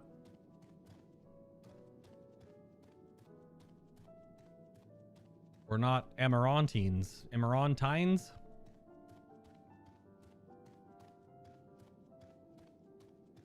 They're up there by all the...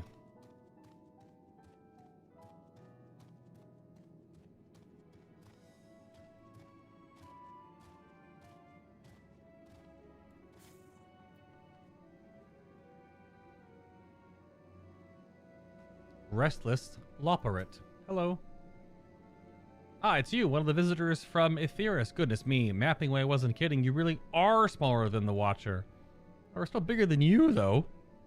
All right, you're here to try on a set of clothes, yes? A lot of this also makes it feel like this trip, if this trip is what's going to happen and be the next stage of Final Fantasy XIV, how long is this trip meant to take in game terms? And also, it's weird for me to think that it's going to happen considering all the older content in the game. How would that... We'll see, I guess. An outfit that embodies my bloodlust. Something simple yet functional. A fashionable and refined ensemble. Well, I don't know about my bloodlust. Simple and functional. I mean, I am wearing like black pants, boots with 5 belts on them. Even my pants have belts on them, and my jacket has a belt on it. So give me something fashionable and refined. Clearly. Fashionable, right. They're all the same, aren't they? Ahem, this will only take a moment. Oh, God.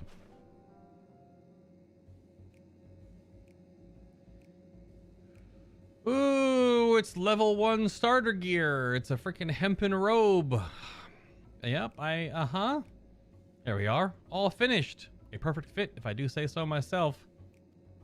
I'll be honest, I know nothing of fashion, let alone fashion on Aetheris, but I'd wager no one down there has ever worn anything like this fine ensemble.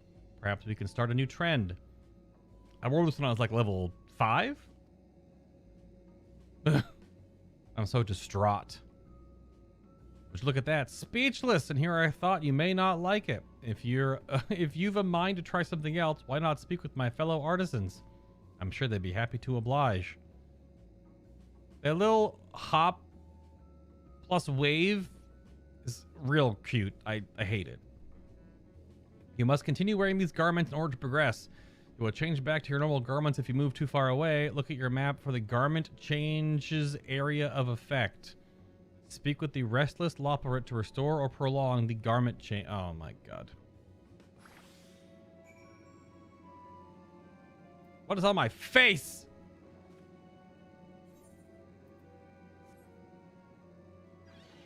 I mean, that looks kind of cool, that visor. But I'm also just wearing like hempen robes.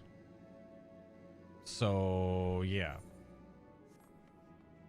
With a blue underskirt. Slip. I guess it's called a slip? I don't know.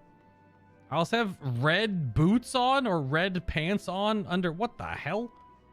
I have black shoes on also with red, like, bell bottoms underneath. What is happening?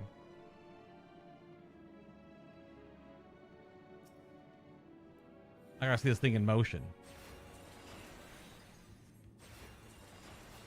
Oh, they're like black and red. They're also white. They're like big boots or something.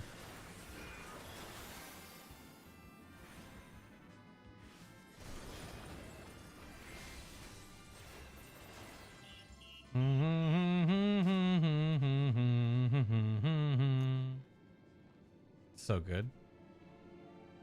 It's also kind of funny. You get to walk around and you have to hop up things. Oh, look at the tiny ones. See, these are like stairs to us, but to the Loporrits, they have to hop up them. This is dreadful. I'm assuming all of them look the same. Is what I'm getting at. Jubilant Loporrit. Ah, no one said you were coming. How can I help you? You wish to try on my clothes? Really? Of course, it would be my honor. Did you have anything in mind? Got anything with a little more flair? I'm looking for clothes with an altogether different design or surprise. I mean, I pick C, my lord.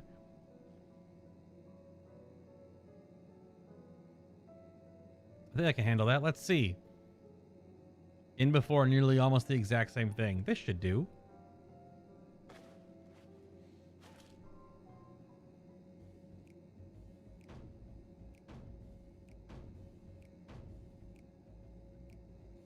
I mean, if I was Johnny Depp, maybe.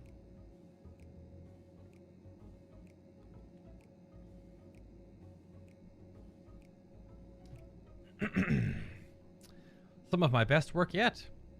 It's a relatively new concept incorporating an idea that's never been tried with clothing before. What's that? Fragrance. Can you smell the carrots? Ah, simply divine. Like a turtle brooch? I was worried how the concept would turn out when they put to the proof, but it looks stunning on you. I have giant bandana hand bracelets. Won't you go and show Living Way? I'm sure she's eager to see what you've come up, or what they've come up with. Yes, yes. Continue wearing the weird clothes. Uh-huh. Yep. Oh my. Still got the mask on. I assume the mask is actually part of this armor. Everything else is just ridiculous.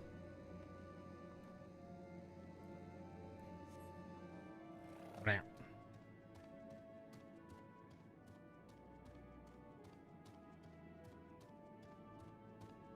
This is quite silly. Quite silly.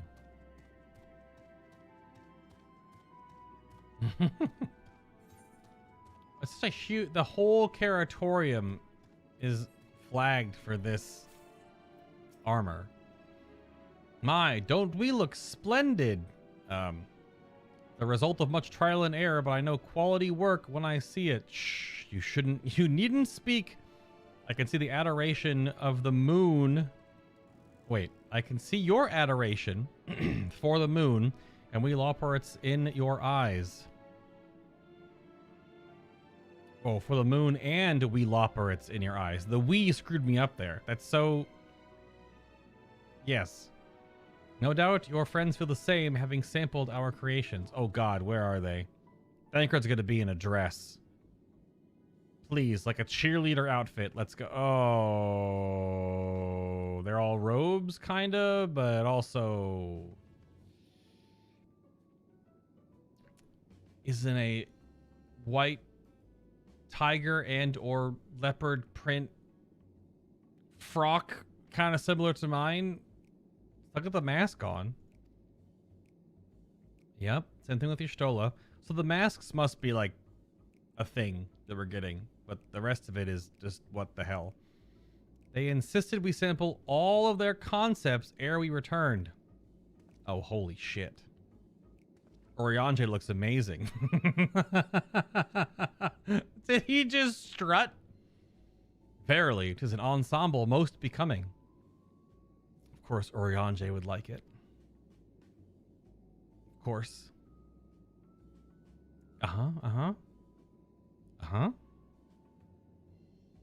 The neon green gloves and underdress over the black, white, and dark green, like hunter green overcoat thing. It's like a poncho. They're all like ponchos. Scions in unison. Big ... energy. Just a reminder for those that that don't remember, well, we're playing a Final Fantasy game right now. I think it's past time to return to these clothes. Indeed.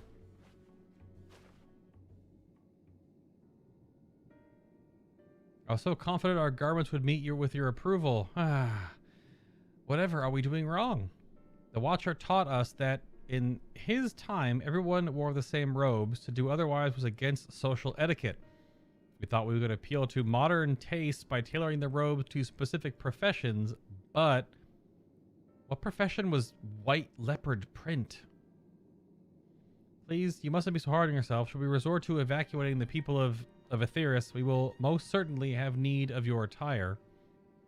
It is clear you spared no effort in addressing our needs, but you must understand that we are not quite so homogeneous or homogeneous as they're all saying it. Oh, I thought you swapped to Barbie. Speaking for myself, what I wear now better suits my taste, even if it is of inferior make. But there are others whose choice may be influenced by traditions or personal experience. Rather than make assumptions of the whole, for the whole, you must consider the individual and their potential preferences. I fear we underestimated the complexity and diversity of your people.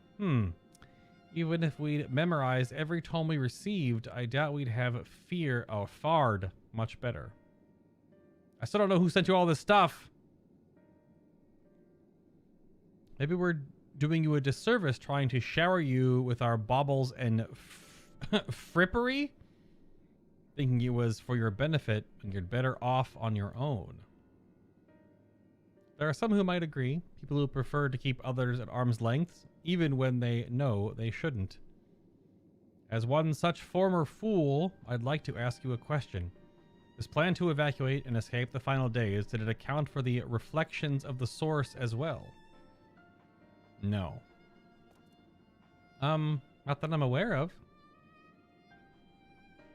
We were born of Hydaelyn's love for Aetheris, and the salvation of the people on that star, and that star alone, has ever been our aim.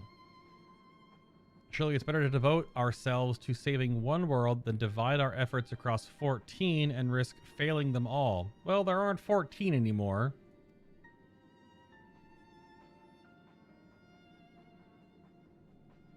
I suppose you're right. Living Way, might we have leave to explore Bestway Burrows unattended? You have given us much to think about. Why, certainly. Until later, then.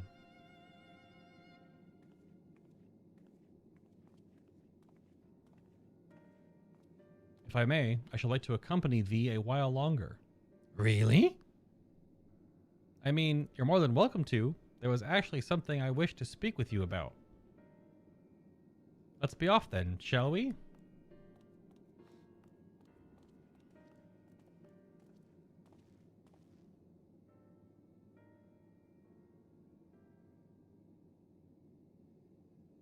Fidgeting Loporrit. That one's got white fur. Well, no, it was blue. A blue garb? It looked different.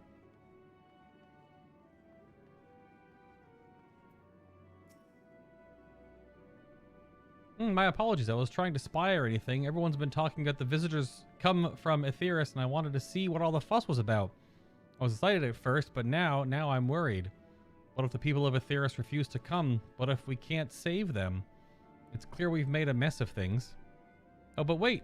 You still haven't visited the domiciles. Once you see them, you'll understand how wonderful the moon truly is. I'm sure of it. Growing Way. I'll be waiting for you to teleport her near the entrance. Oh, and the name's Growing Way, by the way. See you soon. I don't think that one was the exact same colors of all the other ones. There's a couple that are different, I guess. Or I could have just seen too many rabbits. Now they all look the same to me. I don't know. Imagine one of the Loporrits in Dragon Knight armor. Hey, you can do Lalafells in it.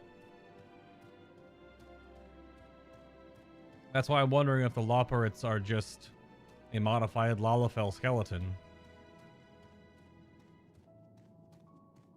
But we still have female Hrothgar on the horizon for the next playable race. Well, they're all wearing the, never mind, they're all wearing the blue. Oh, and there's white faces and tan faces, I guess, or like the somewhat more brown foreheads, so okay. South. Is there one in this room way to the south here? Let me see. Or it might be outside.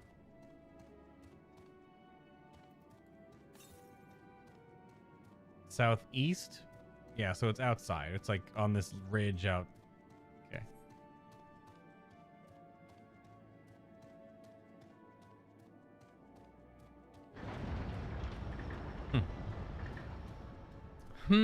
Intensifies.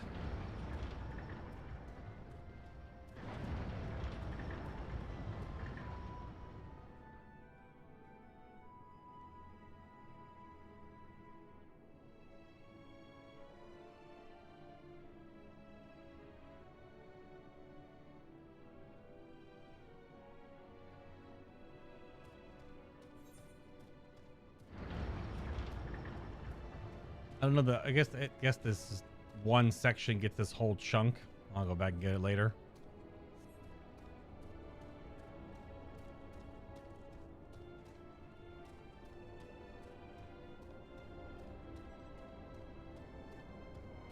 Hello, Growing Way. How do we enter these domiciles. You're here. You're really here. Thank you. Thank you so much. Sorry, what should I call you? Bacon, eh? Crikey. Even your names are amazing. Wow.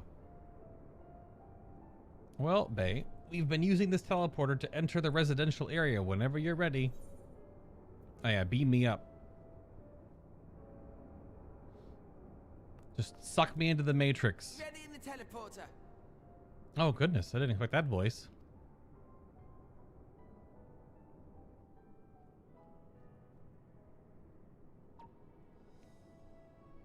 Yep. Yoink me. Even is kind of... it even is kind of Star Trek-ish. Huh? Access to living quarters restricted due to reconstruction. Then where is it? Oh no!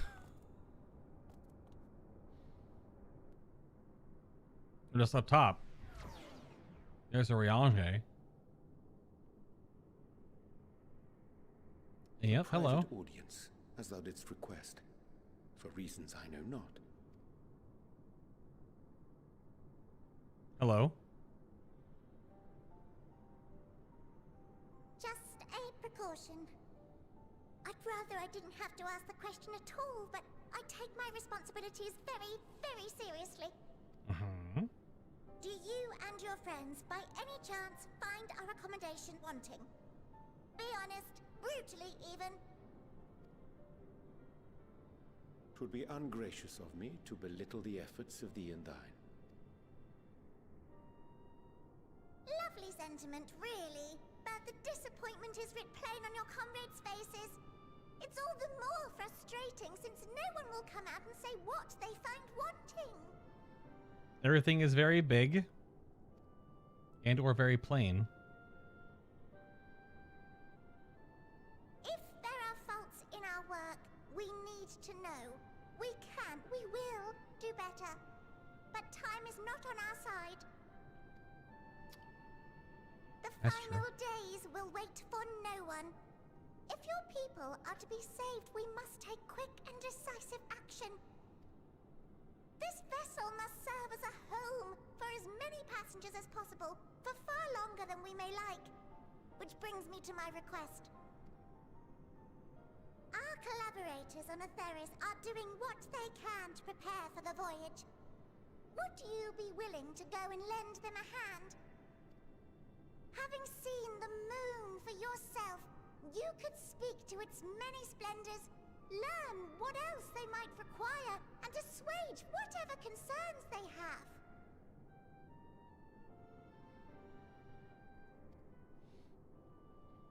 Wherefore wouldst thou entrust me with such a task? How to put it? You're the only one who appears not to be wholly unsatisfied with our work. Oh, quite good at pretending that's the case, at least. Calm, collected, tactful to a fault. Very particular with your words, too. Yeah, we've noticed for years. You understand that, in the face of great danger, one cannot pursue perfection at the expense of practicality. The difficult choices must often be made for the greater good.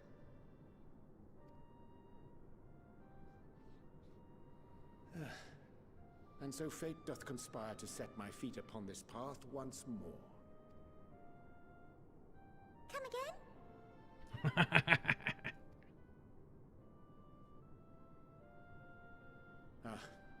Idle musings. 'Tis no trifle thou dost ask, yet full well do I understand the urgency and necessity.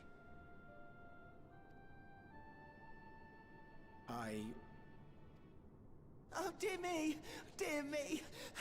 I was terribly sorry for the mix-up. Oh my god. It's a bit of a malfunction. I hadn't realized the residential quarters were inaccessible, you see. But you're still in one piece. So, all's well that ends well, yes? Won't happen again. I promise.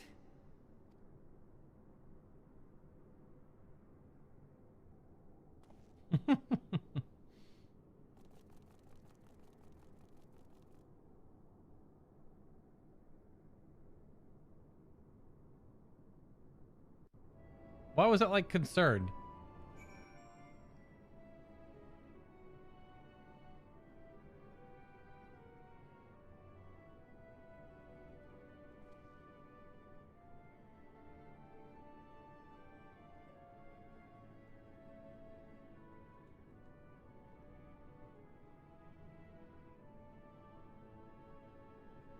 Huh.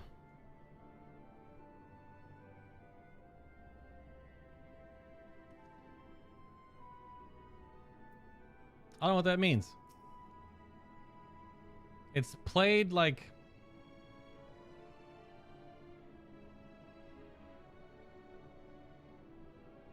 It's played like it's something concerning, but I don't know why that would be concerning. Gosh, that was embarrassing. I promise to be more careful from now on. Since the residential quarters are closed for now, I've rerouted the teleporter to allow travel between floors instead. Hopefully it proves useful in the meantime. Shame you couldn't see it though. You really would have liked it.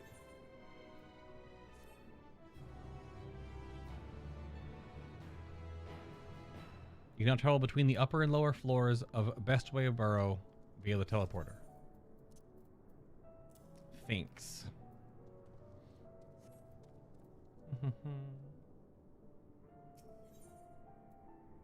All's a veil that Endsville? That's a zone or a place we're going to, I take it.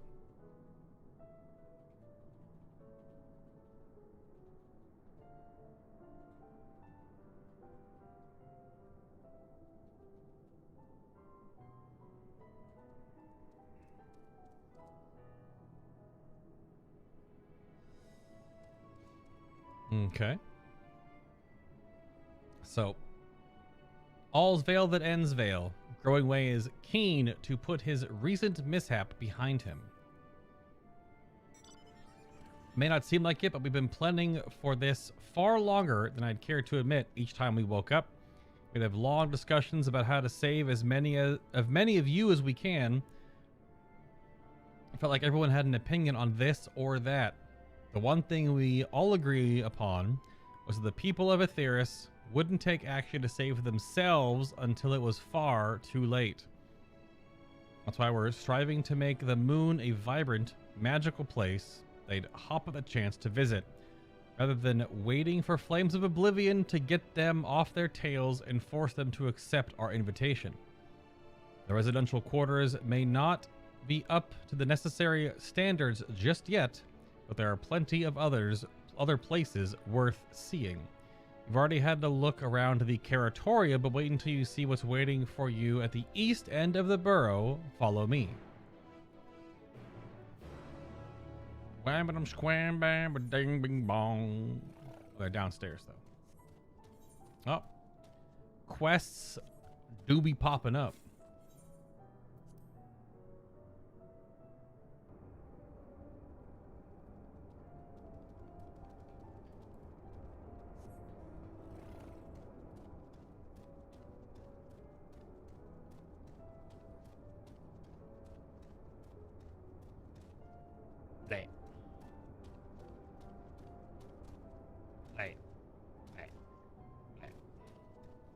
There's Growing Way. Alright, let's do this thing. Good, you're here. Through this door is the greatest Endsville. It was named as such because it's the veil to end all veils, the most beautiful forest you'll ever see. We understand the people of Aetheris enjoy taking leisurely walks through natural spaces and the like, so I'm sure you'll enjoy it.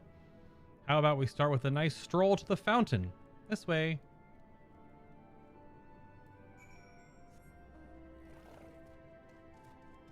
All right then.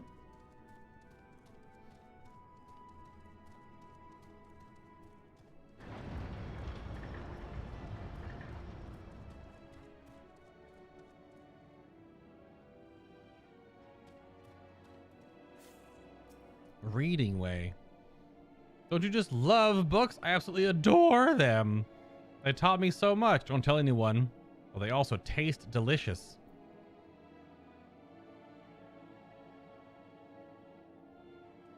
What?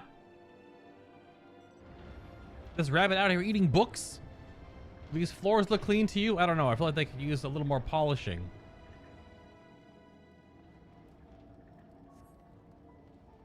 Learning way. This is a forest? Unless I'm just not there yet. This is...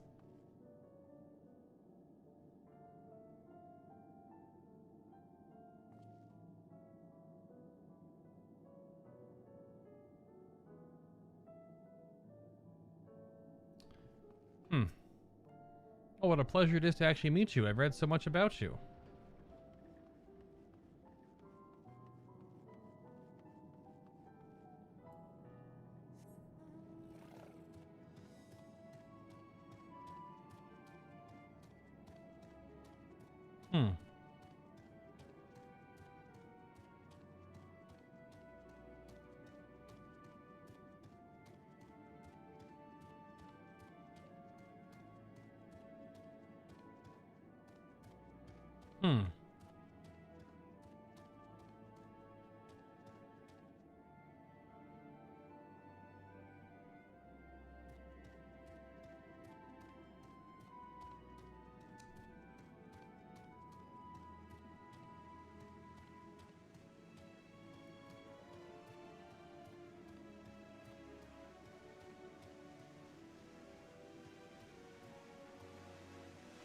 These are like really steep and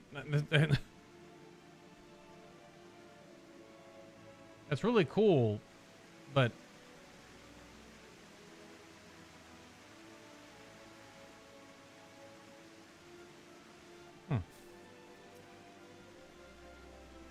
So what did you think of the forest? Isn't it positively pleasant? Simply sublime? I couldn't see the forest or the trees. I don't see any... Wait. You don't mean those crystals out there?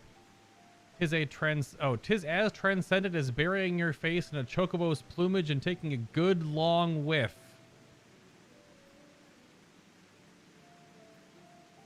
What?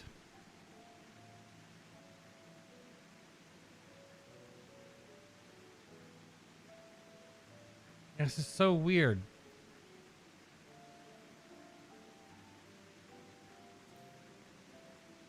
Second option. Right you are. Our forest is made of crystals and constructs, dotting the landscape as far as the eye can see. Building this place was a challenge, let me tell you. Since we were born here, we've never seen trees in person before, let alone a forest. The information sent by our collaborators was quite enlightening. But after much deliberation, we decided to use crystalline constructs in place of living trees. And thanks to our atmospheric circulation system, this place produces air as clean as you'd find in the forest on Aetheris. The fountain here behind us, powered by a rather large crystal adorning its top, plays a vital role in supplying us with fresh water. Much time and effort was spent making it the most spherical of spheres, and I dare say the unparalleled roundness speaks for itself. I enjoy nothing more than a nice long stretch and a spot of relaxation whenever I come here. You look like you could do with a stretch yourself.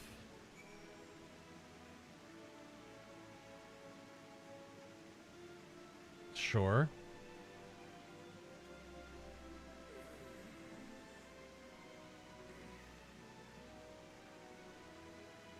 That's the spirit. I feel more relaxed simply watching you.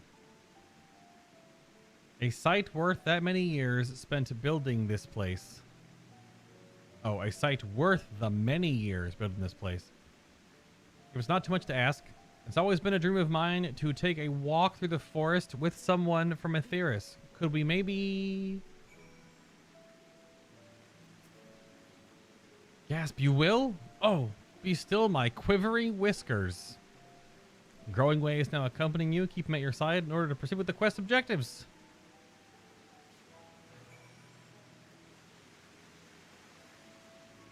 This is so steep. This doesn't make any sense. And this is the path that goes to this, like, mountain of whatever.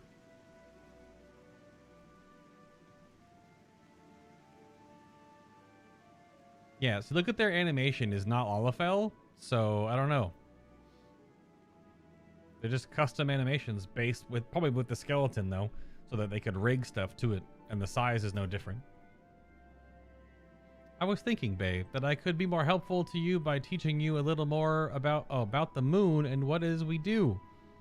When we were first created, the moon's sole purpose was to hold Zodiark, and there was absolutely nothing to be found here. Eventually, Hydaelyn gave us our first task, furnish the moon with propulsion systems capable of facilitating travel to other stars. It sounds impressive, and I suppose in some respects it is, but it was only possible thanks to all the knowledge Hydaelyn shared with us. We also had a lot of time to get it done. 6,000 years, give or take.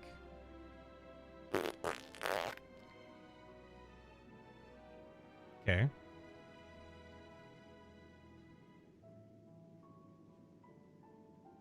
Anyway, let's keep going. So, I mean, all the information they got about us is just from the Emiratis, then. Right? I mean, This may come as a surprise, but we didn't begin building the habitable areas until after the propulsion systems were ready. Considering how long it took, I wish we started sooner. Who would have thought we would need 4,000 years to make all this? Certainly wasn't work you dare rush either. We had to create infrastructure and countless supporting systems, some of which wouldn't be operational until hundreds of years later.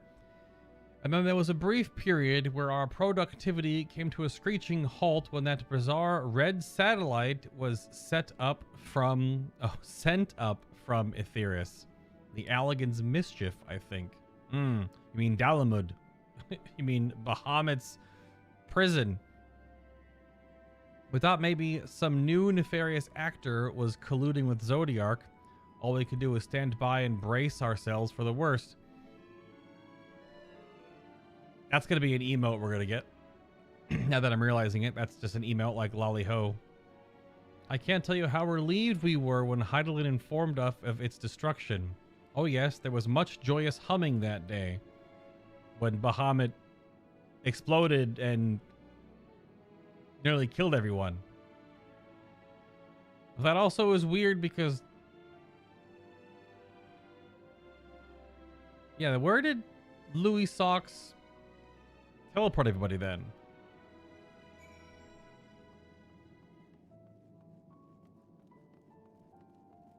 Huh.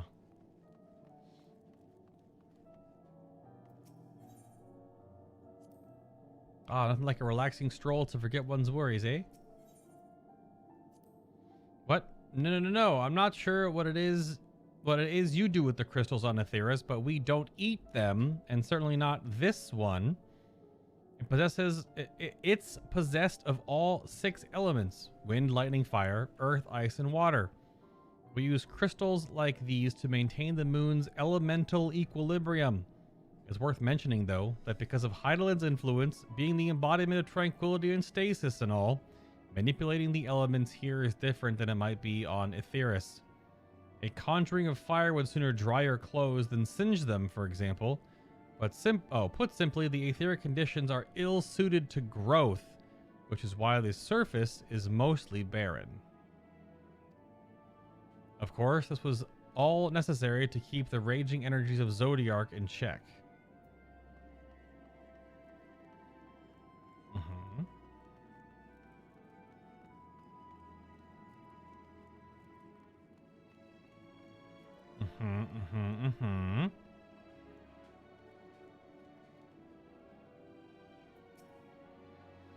Say, do you notice anything particular about the treetops? I mean, apart from the fact that they're massive crystals and not trees. Oh, I can't see them from this angle. There we go. I mean, they have the same Edenmorn oriented elemental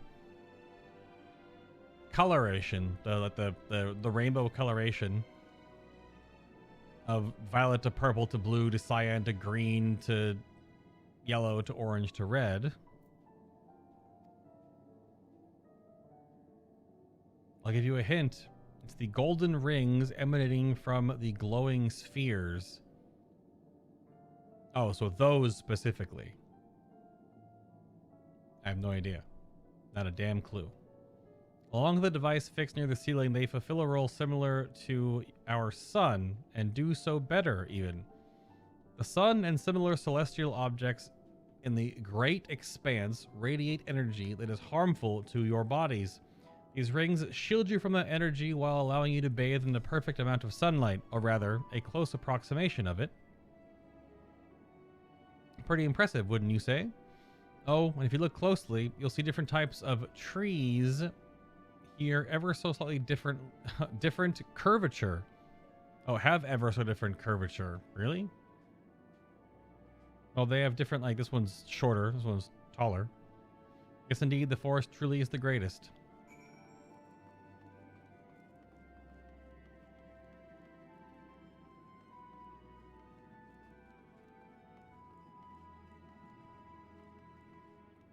Not many optional dialogues here. A lot of main ones. There was something else I wanted to tell you about. Oh, right. The propulsion systems and habitat facilities were completed around 2,000 years ago.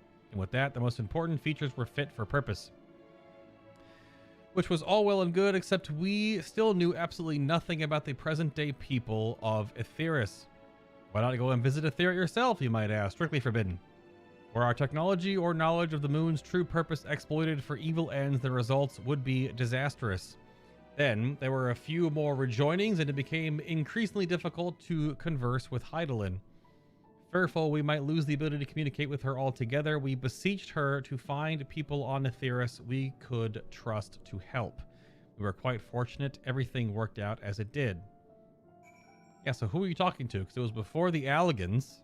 So, I don't know who's before the Alligans. I mean, I don't know if we know that proper lore about the game right now anyway. Am I supposed to? I can't think of it right now at all.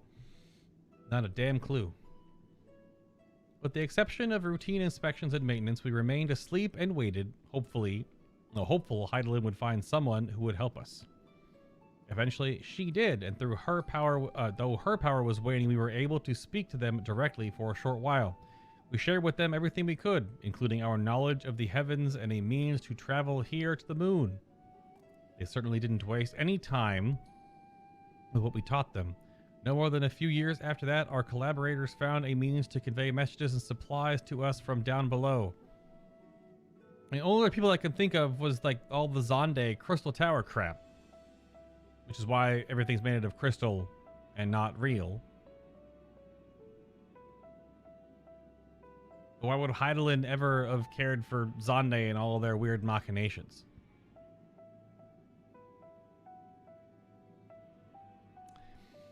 I have no idea. No more than a few years after that, our collaborators found a means to convey messages and supplies to us from down below. With all the letters, books, and other resources they sent, we learned enough to start making more meaningful changes to the moon. And there is a giant Allagan chunk of, I guess, Dalamud on the moon. But again, that's not that far. That's not far enough back. And now you're here, hopefully enjoying yourself as much as I am. I knew you would like the greatest Endsville. I knew it. Thank you for coming. Oh, thank you again for coming here, by the way. I know it's just a walk through the forest, but it meant a lot to me. Hello, friends. There you are. I take it you've already received the grand tour. A shame we missed it. Growing Way, I've been looking all over for you. Hello, Living Way. Oh, this is about the teleporter to the residential area? No, never mind that. We have more pressing matters at hand. We'll be calling an emergency meeting shortly, and your attendance is required. Really? I can't imagine why you need me there, but if you insist. We won't be away long. So you all are more than welcome to continue looking around the burrow. Now come along, Growing Way. Okay. Before we arrived, you seem to be in the midst of a rousing conversation with your guide. Did you learn anything of import? Yeah, it's just the way the story is almost telling you something and then not. And then almost telling you something and then not. Pretty standard Final Fantasy XIV fare, actually.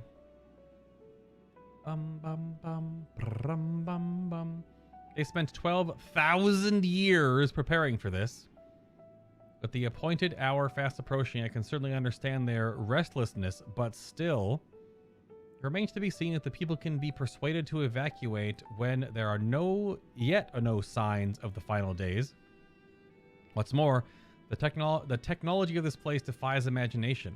That there are many who would readily come into terms with living in such surroundings. Whoever these collaborators are, unless they are possessed of the world's most charming personalities or a means to forcibly evacuate people, they will meet with a great deal of resistance. Indeed, even if faced with annihilation, the decision to forsake all one knows cannot be made lightly. Almost like what happened to the ancients all the time ago. Almost like a bit of the story is kind of cyclical. Even the quest earlier, doing the plight of Xenos and being depowered to such a heavy degree to see what he went through. Forgive me, friends, but I must beg your leave. There is another matter which yet begs for mine attention. Of course, we can accompany you if you like. No, Urianger doing weird plot stuff that we're going to find out at a different time that just kind of plops in like he did in Shadowbringers. And was it also Stormblood? Yeah. Nay, that will not be necessary, if you will excuse me.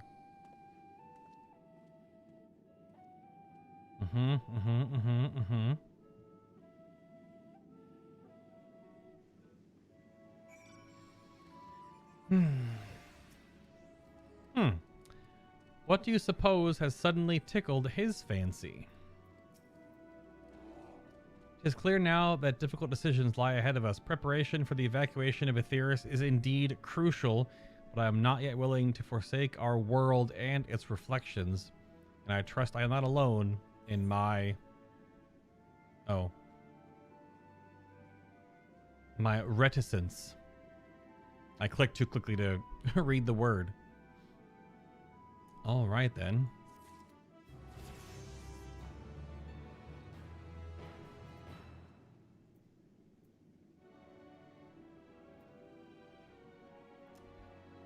Big level up.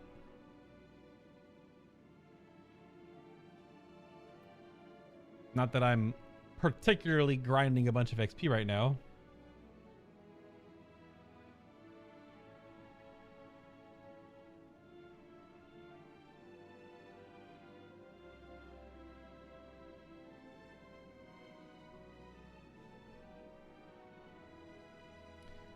All right, let me move that chunk.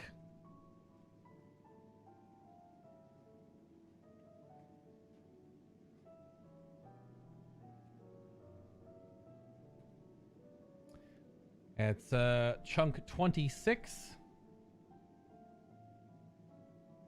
And we're at about almost a little over 4 hours in. I'm going to take a short bio break and grab a little bit to eat. So we'll have a little bit of a eye cam break, the idle camera, before we get started here. Back to old tricks. Yep. Quite literally what I was just talking about as a bit of a trope with Urianger's character, as he does go off on these like side things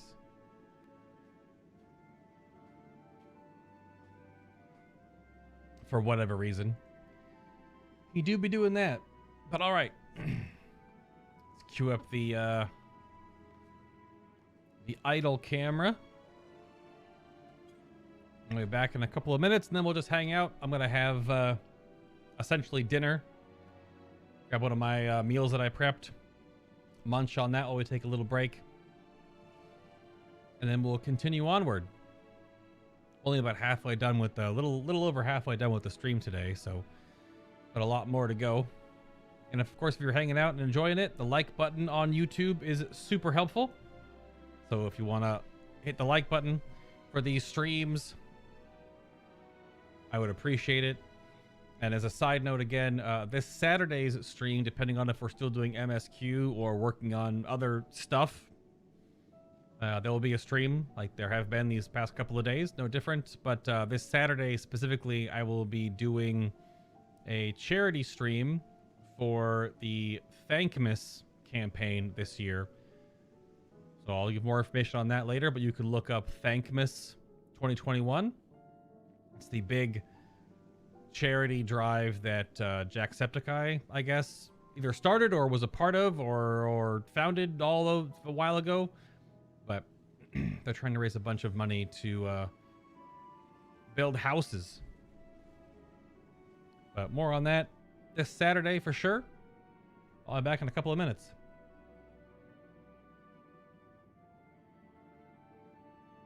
We watch these. Oh, the fate's done. I was gonna say we could watch all these folks fight this fate. Even though the eye camera gets a little crushed into people's faces sometimes. All right, be right back.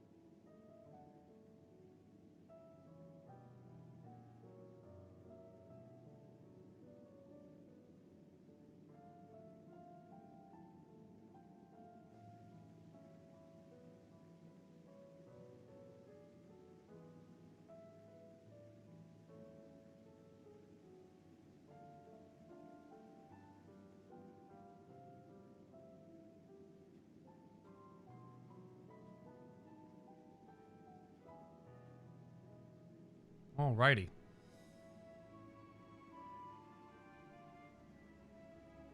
All right. Wait a minute.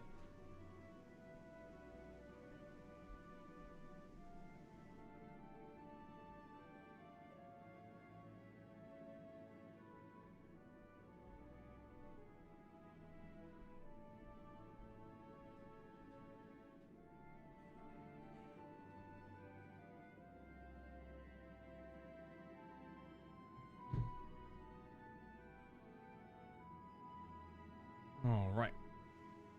What's iCam? What's iCam doing? Let's see.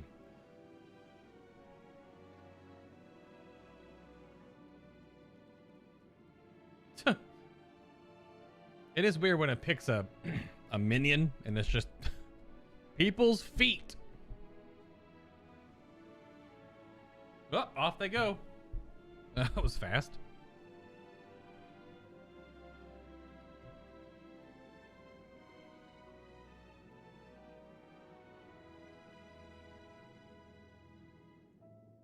It is a cool little thing, though.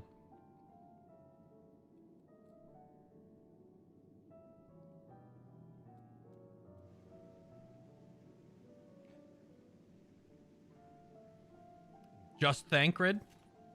Hello, Just Thancred. He's just kind of just staring at the camera.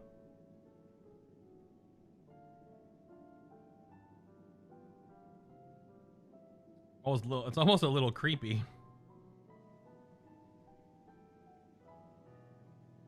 The heck? Why did it focus on that part of the chocobo?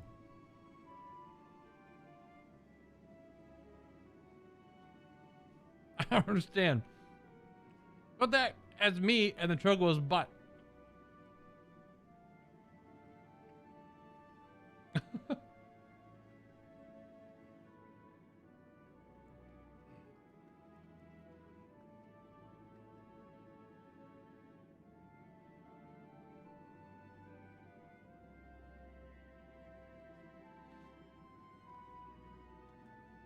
That's a weird angle on that guy.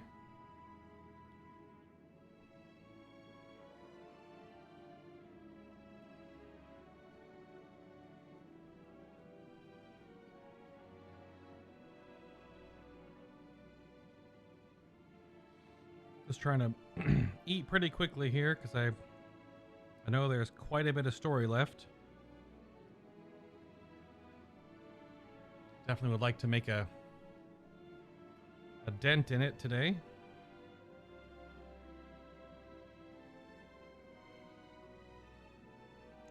So are there really no... I'm ready for like no more weird assy and stuff. But for some reason in my heart of hearts, I feel like that's not gonna happen. That there still will be. But perhaps not.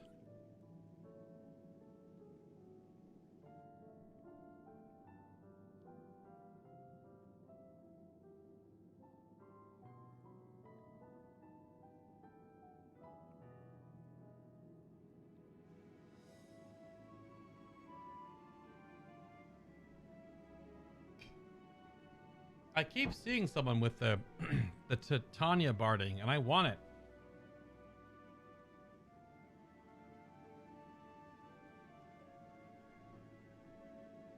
I kind of feel like they're following me around.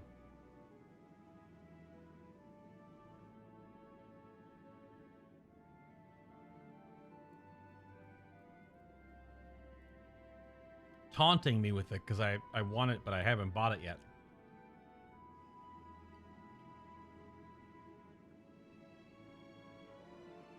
That's a green chicken.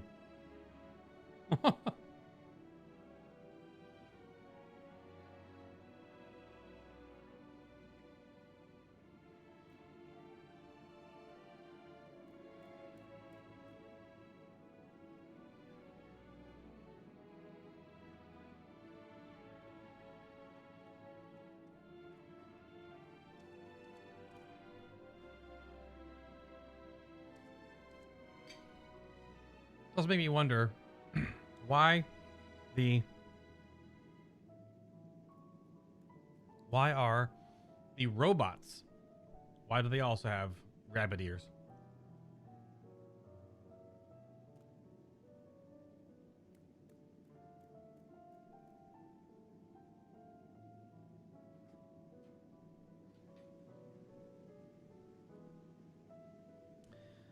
Quite an interesting wonder.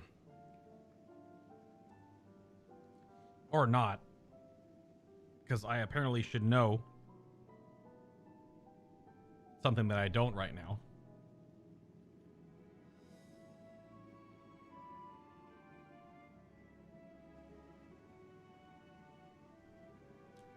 Cat!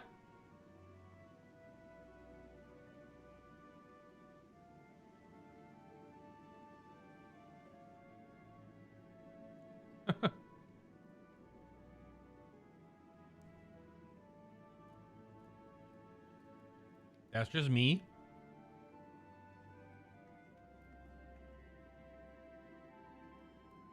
That's the wall.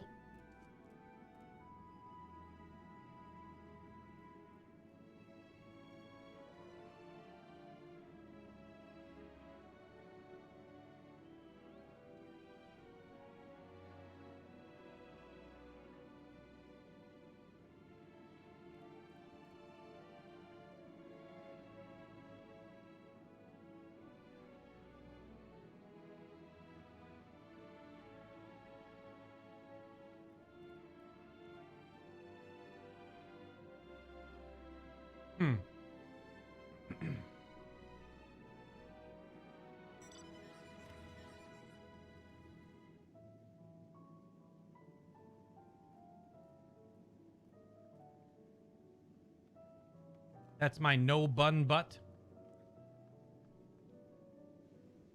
Male Vieiras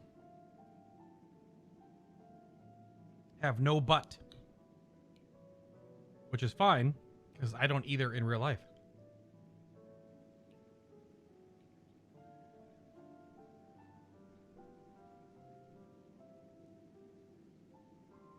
Or something like that.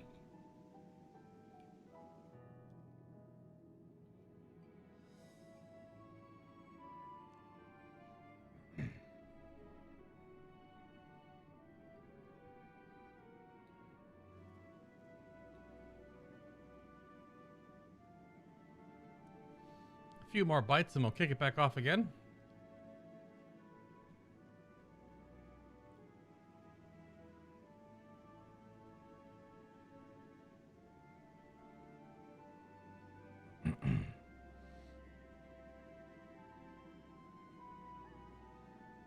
Save the rest of this for later. I'm not going to eat all of it right now.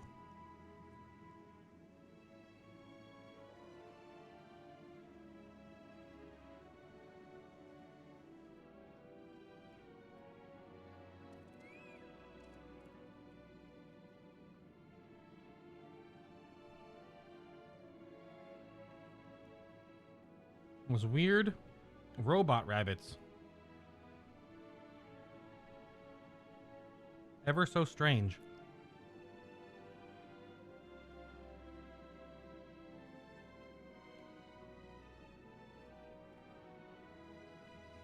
I am definitely no Chad when it comes to this game. There was a picture, probably from Reddit, but I saw it through Twitter via the Final Fantasy XIV tag.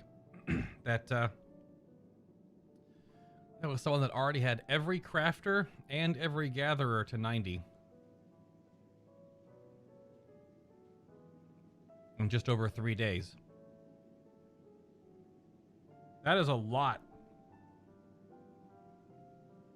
Because to my understanding, unless they just spam low-level leave quests, you can't even get to later zones to get more XP. So, also, even if you had 100 leave quests stored up, that isn't enough XP to get all of them? So I have no idea.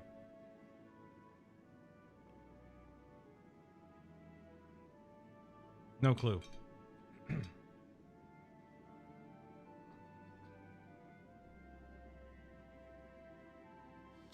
All right.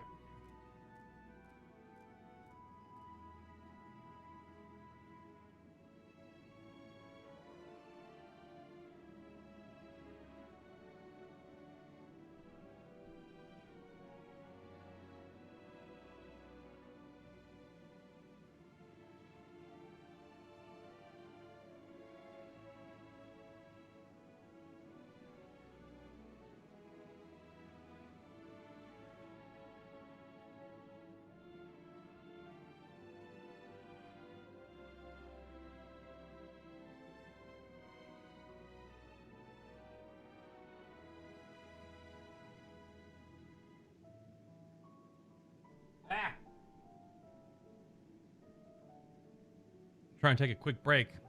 I drop stuff on the floor. Of course I do.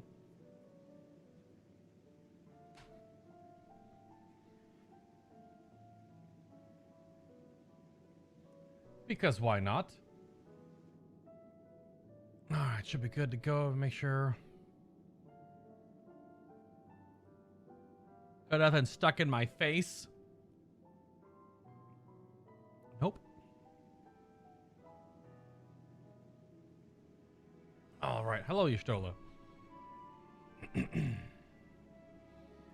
Whew. Get the headphone cord under control here.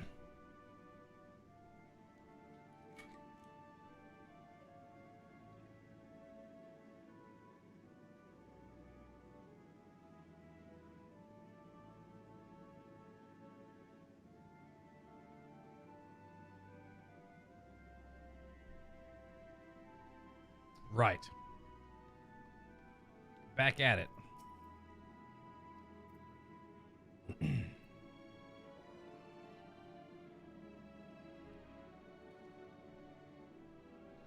Back to old tricks. Let's get that recording going.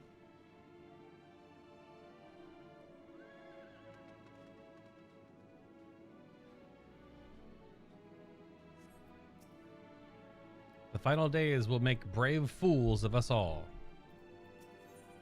Back to old tricks. By now, Thancred can tell when his friends are up to something.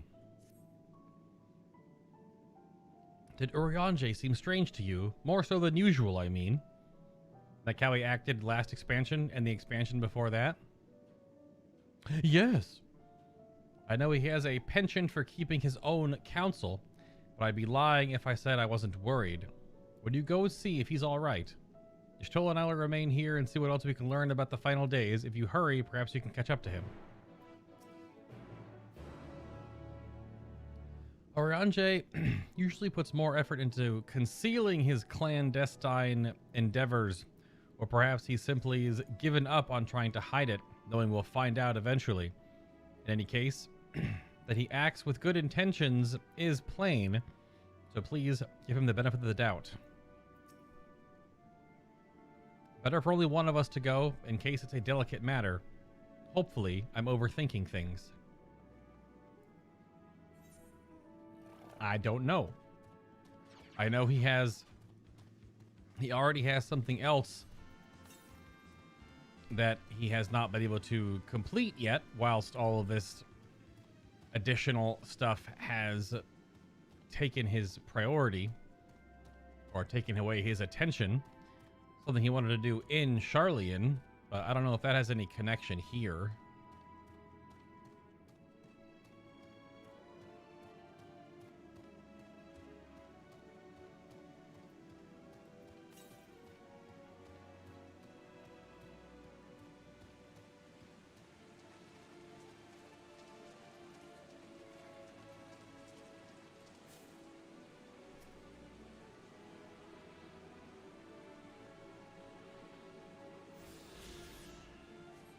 Just because it was along the way, I will teleport out. Let's make sure the next one isn't super close. Northwest. Oh, there probably is one on the other side. Well, well, well. Across the zone we go.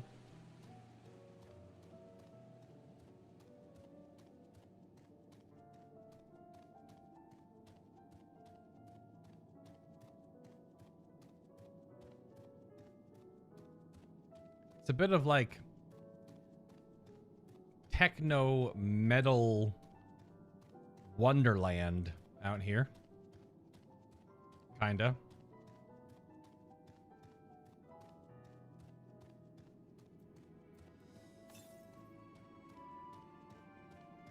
Oh, there it is.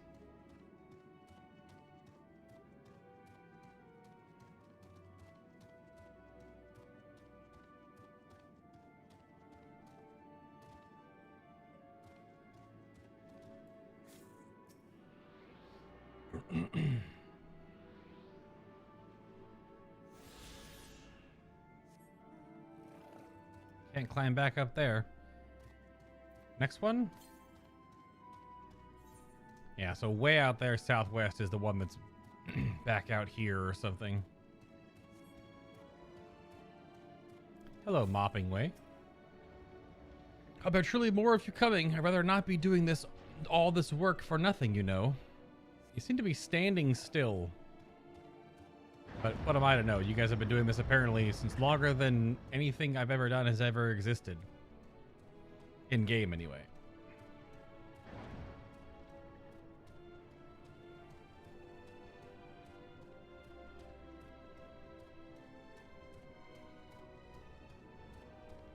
Search for Urianger at the designated location.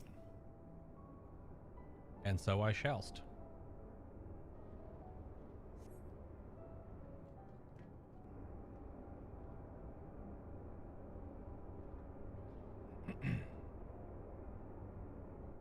Oh.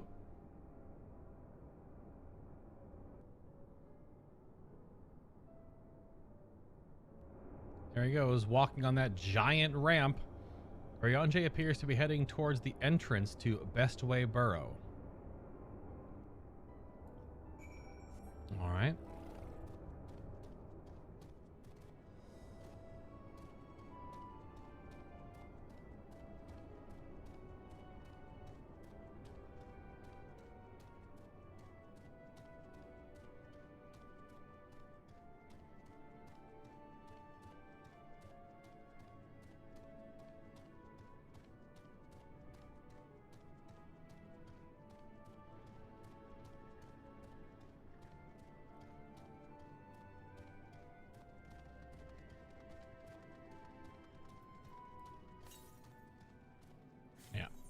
That one's on this side of the zone.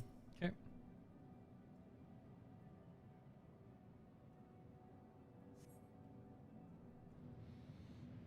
He's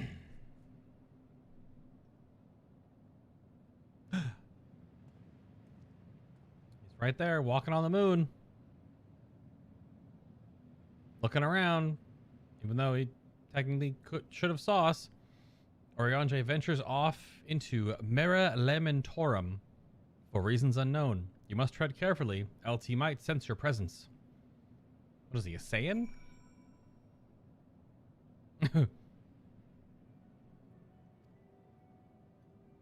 This is a following quest.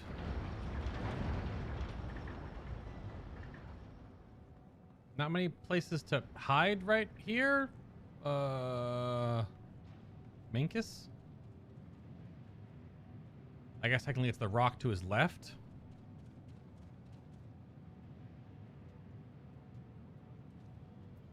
Hi, Argos. Oh, crap. I waited too long.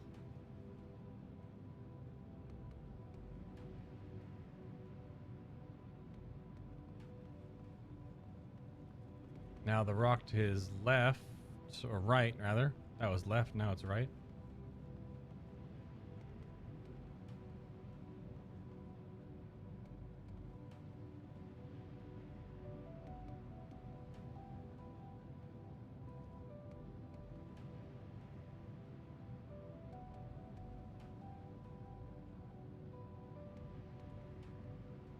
Who's there?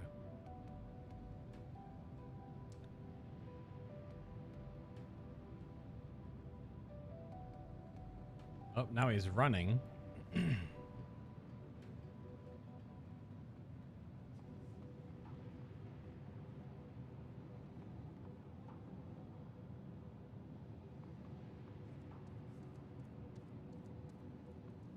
multiple dots.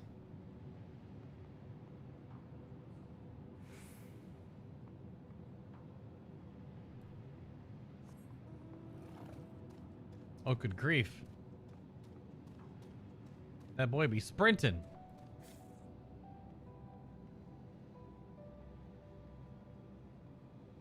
I can barely even see his name. Oh, okay. Okay. Yeah, why not?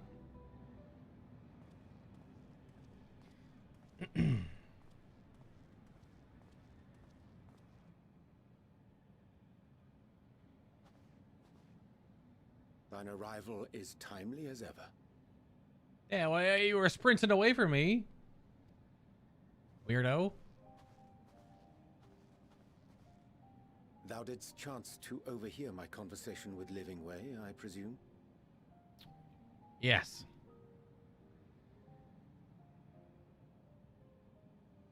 'Twas not mine intent to move in shadow. Nevertheless, I have been asked to do that and more yet again. Is it so plain that these strangers could intuit it at a glance? My capacity for silence and secrecy and duplicity? Well, he had done it multiple times before. Grahatir did contrive to deliver the first at the price of his own life. I was complicit in the scheme. A sacrifice averted for a mercy. Would that I could say the same for Minfilia. One life for one world. And by that bloody bargain, brokered by my hand, were the scions robbed of a dear comrade, and Flamine her beloved daughter. Well, you kind of had to, and she was also going to probably anyway. Two souls, whose selflessness was beyond measure, whose resolve was unshakable. They would not be moved even had I thought to protest. But protest I did not. Far from it. I pushed them forward. No effort did I make to seek out alternatives. Ones that would not demand such terrible costs. That resignation weigheth heavy on my mind, as does the memory of another lost to mine inaction. Dearest Moonbritter, who did face death unflinching, that we might secure a means to bring low the Ascians. Yeah. In her hour of need, I did naught. Dutiful disciple of Louisoix, ever looking to the greater good. Had I shut mine eyes and bid her live instead, mayhap she would be with us today.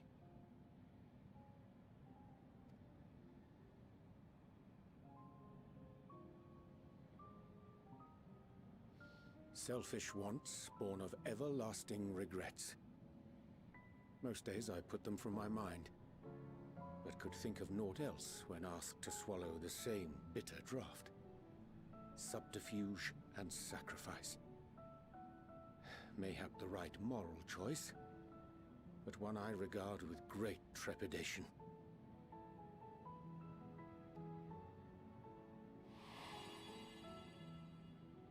The calamity of Amarot was a tragedy beyond reckoning. One which must never again come to pass.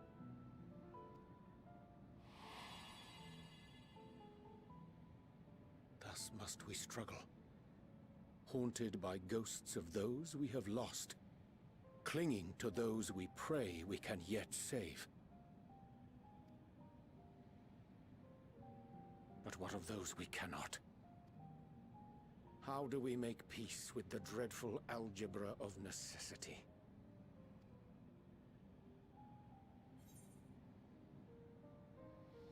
Sometimes there's no right answer. Have faith in yourself and your decisions. Take heart and protect well those you can. Or would that we had time to weigh the costs.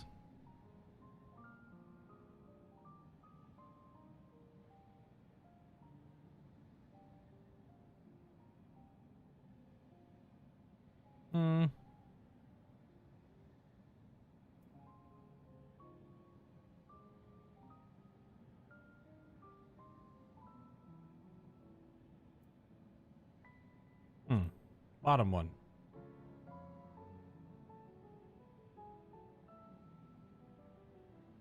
Tis a comfort to know we are of like mind in that regard.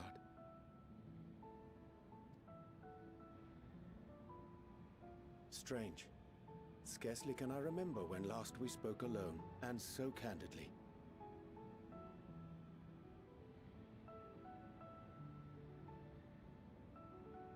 Stormblood, maybe?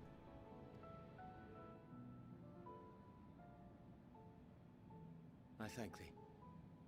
For all my supposed skill with words, I find it difficult to express such private thoughts. As for the Loporrits' proposition, I will take time and consider how to respond.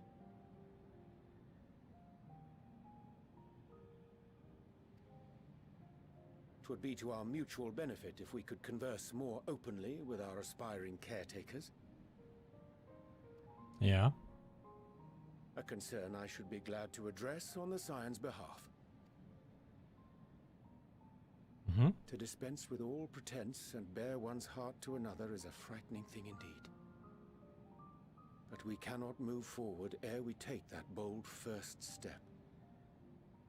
A lesson I have learned many times before.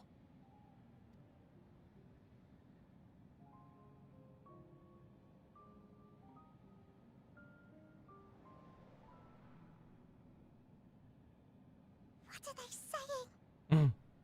Curse these ears! I've heard bugger all!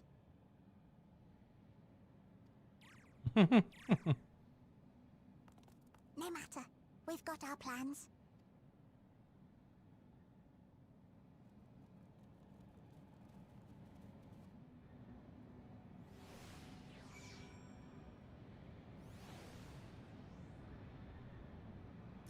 That cheeky smile was a debate, most likely.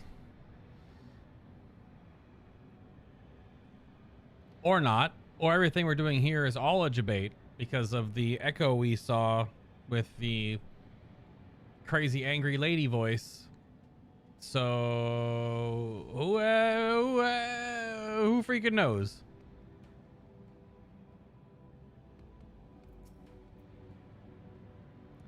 In truth, my reason for traveling hither was to effect a plan of mine own. A plan which may pave a way forward for us all. May, I say, but there is no guarantee of success. 'Tis the reason I set out alone. That failure, should it come, would be mine to bear alone. Yet thou standest before me with proffered hand and open heart. 'Twould be remiss of me to refuse thine amenity. Amity. And so I ask, wouldst thou join in mine endeavor? And you want to run a bit more time? Setting things straight.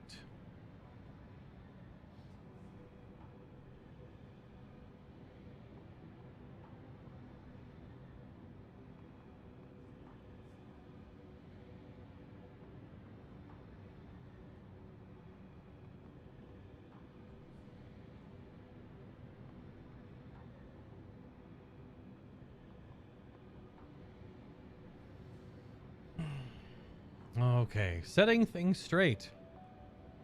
Urianger is quite glad for your company. I thank thee for accompanying me. 'Tis a simple plan in truth. We shall not be long away from Bestway Burrow. Difficult decisions must needs to be made in the coming days, but I nevertheless believe we are all of one mind in our desire to save the people of Aetherus. To make clear our resolve to the Loporrits, added an E there or something, I would offer them a gift, but its making doth require a most singular ingredient. What? I have no idea what's going on here. Loving ways, darlings. What? They're weird jellyfish creatures on the moon.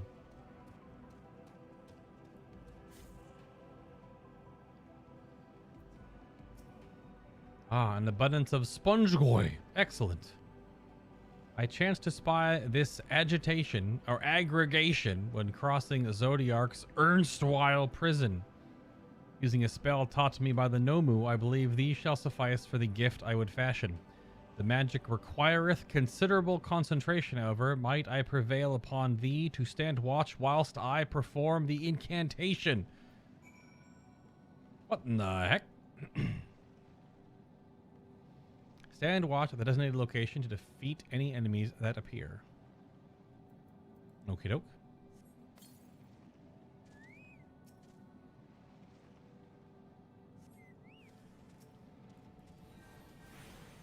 Wandering Thavnair.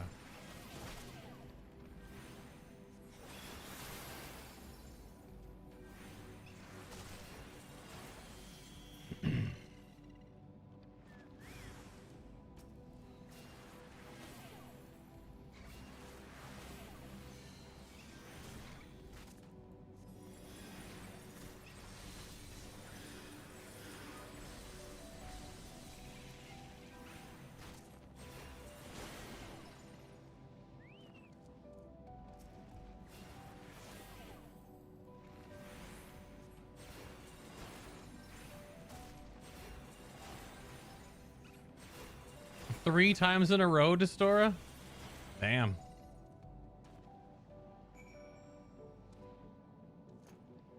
Can we turn into these big things?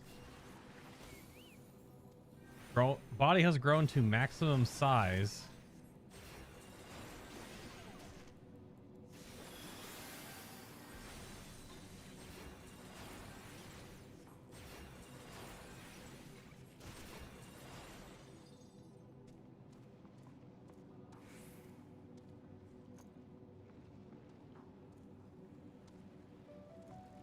Oh, you just stand watch here again. Okay.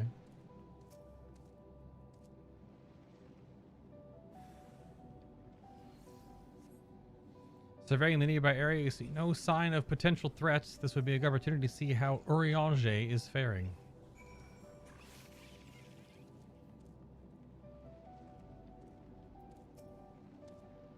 Triple dot. Urianger remains fixated on his work.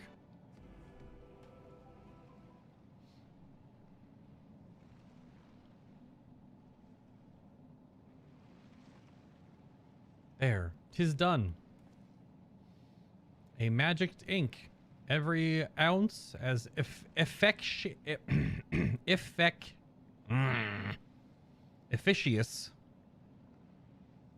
or efficacious. There we is.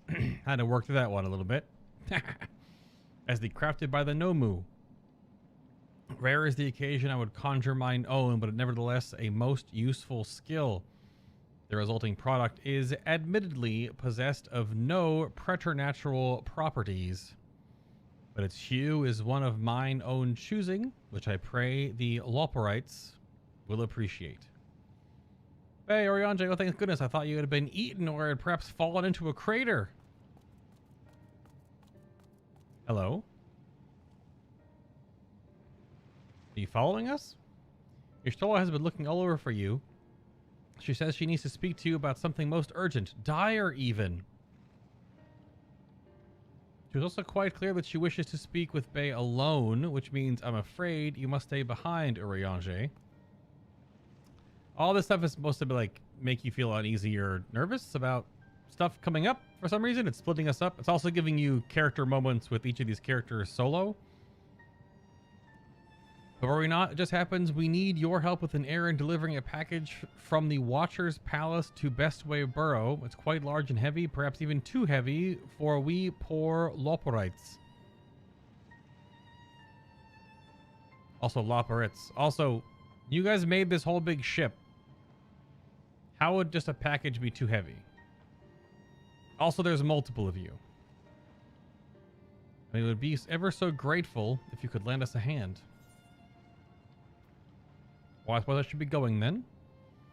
How about an extra pair of hands before I go and meet with Y'shtola? Or that's convenient. Suspiciously convenient. Sure. Same with number 2. No, that won't be necessary. Urianger's help should be more than suffice. I've got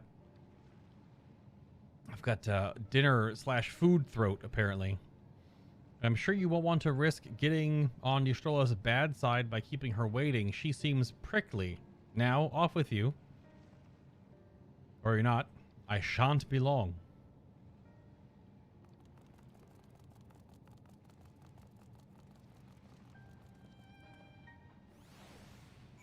Okay.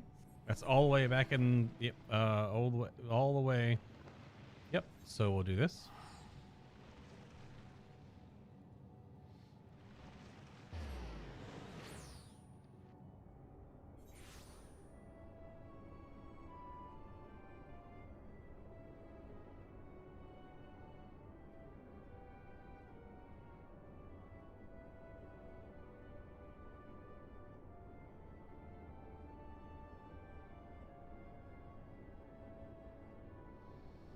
Way over here.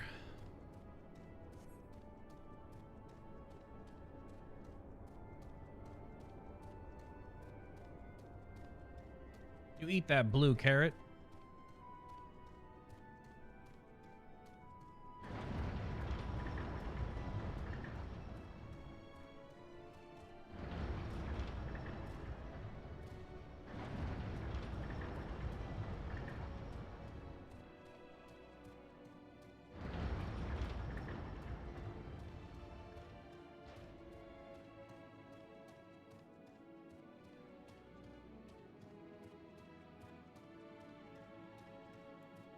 All right, what's this all about then? Everything will start with Urianger then? That's a relief. Oh, back so soon. Oh, I thought you would be away for far longer. Uh-huh. A dire emergency. I said no such thing. Dun dun dun. As you are here, I could use your assistance with one small matter. Running Way, a companion of Growing Way, apparently has much to tell us of the final days.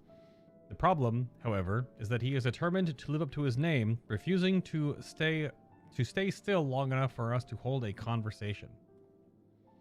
Is there anything or anywhere he's likely to stop and rest, or perhaps there's a way to slow him down? What's the rush? I was thinking we should wait here, maybe enjoy a cold mug of carrot juice, and... No? Well, if it's really that important, you can try using these balls of moose flesh. Not to be confused with the other thing. Oh, of testicles? Question mark? What the heck? Is this allowed? Ahem. Running Way's other notable feature is his incessant chatter, so you'll have no trouble finding him in a crowd, and when you do, try lobbing your balls at him.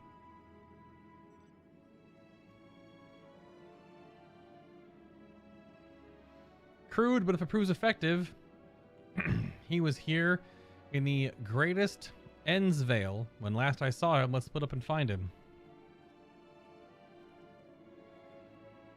Uh-huh.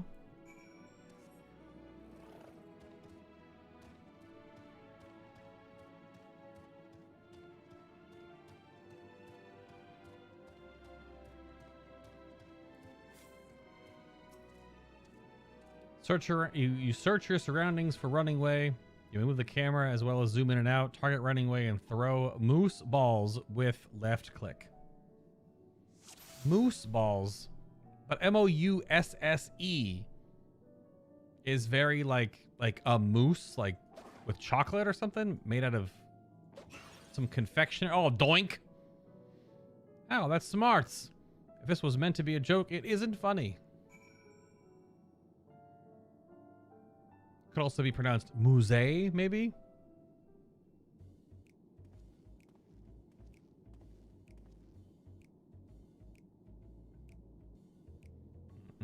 Yes, I'm Running Way. Do you mind explaining why you hit me in the face with your balls of moose flesh?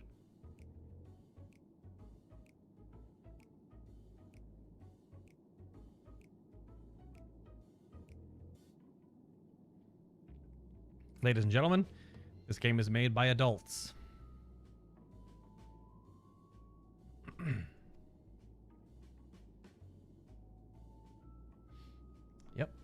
I'm highly knowledgeable about the final days. That's the most ridiculous thing I've ever heard since I woke up. Who told you that joke? As if we've got time to look into the final days when there's so much to do before the great voyage. Uh-oh. It's true that Hydaelyn did impart us with the knowledge of the event, but I know about as much as any other Loporrit around here. Less, probably. I don't know why anyone would think it's funny to go around telling people I'm an expert, but they'd better hope I don't get my paws on them. No thinking emoji? Sorry, I couldn't be of more help, but if there's nothing else, I have work to do. And I'm off. Work to do, just running. Thinking emoji?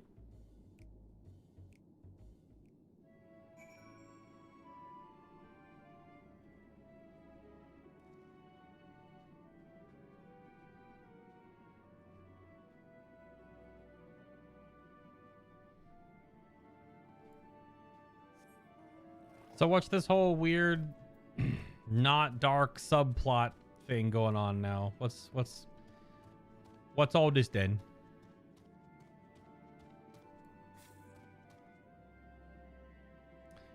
Did just smudgeify my glasses. Good job.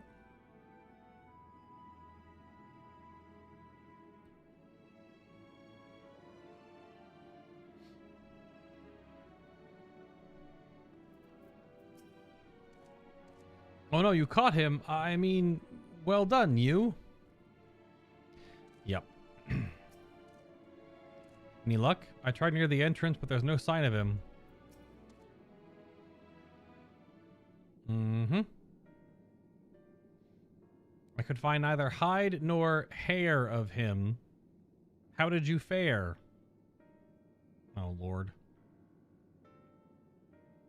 So he knows no more than the others. Care to explain yourself, Growing Way? Well, you see, I misremembered. Yes, that's it. Oh no, the animation where they grab their ears is really adorable. Almost like this whole thing is a big subterfuge. I misremembered. Terribly sorry about that. I'm afraid I'm drawing a blank, though. Try as I might, I can't remember who I was thinking of. On an unrelated note, what of Urianger? I assume you spoke with him earlier, but did he say when he'll be returning? On his way to the Watcher's Palace with Livingway.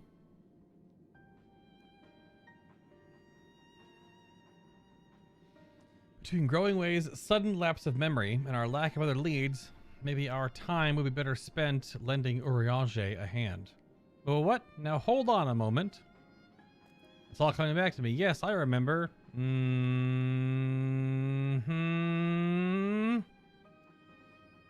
information you're looking for is in the archives, yes? That's where you'll find all sorts of useful knowledge, including that pertaining to the final days. Uh-huh.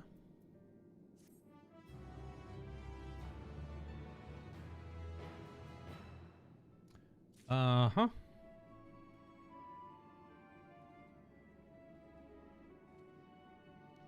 You don't say. If some scheme was afoot, surely Urianger would be the first to see through it. Then again, he does tend to give others the benefit of the doubt. Just like I gave him the benefit of the doubt just recently, I'm beginning to grow tired of these games. Heart of the matter.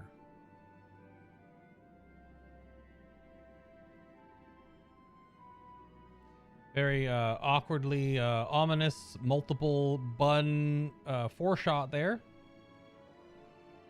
Just you know. That's suspicious. That's weird. But they are giving me an Aether Current, so... Heart of the matter. Growing Way is fidgeting with nervous energy, but is it from excitement or worry? Oh, what to do? I promised Living Way I would help, but... No, I promised I'd help. That's what I'll do. The archives are on the second floor of the main plaza, the eastern wing. Follow me. I suspect the Loporrits, I want to keep putting an E in there. They're up to something. But if there is aught to be learned of the final days, I think we best play along, for now at least.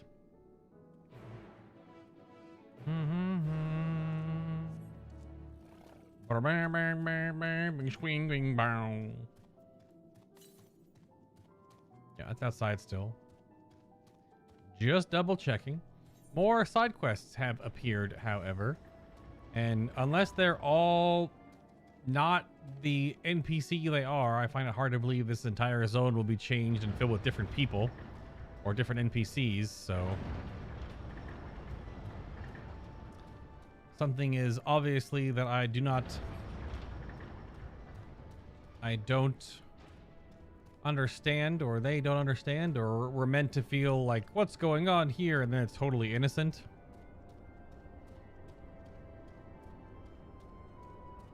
Oh, that's not a teleporter. Oh, it's over here.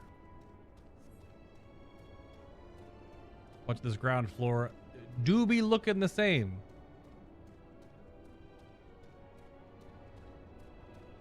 How many Aether Currents are we at? There's 4 more to discover, and then all 5 of the actual quest ones. Proceed to the upper burrows.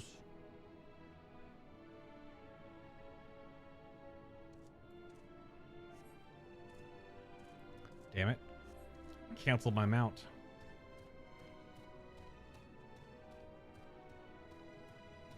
Splash.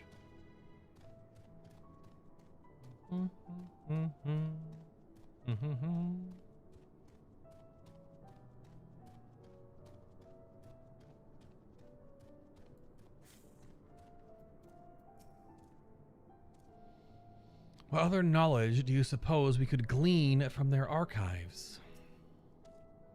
The architecture of this place is impressive, though more than a little confusing to navigate. Is it too much to ask for clearly marked exits or a map, perhaps? I have a map.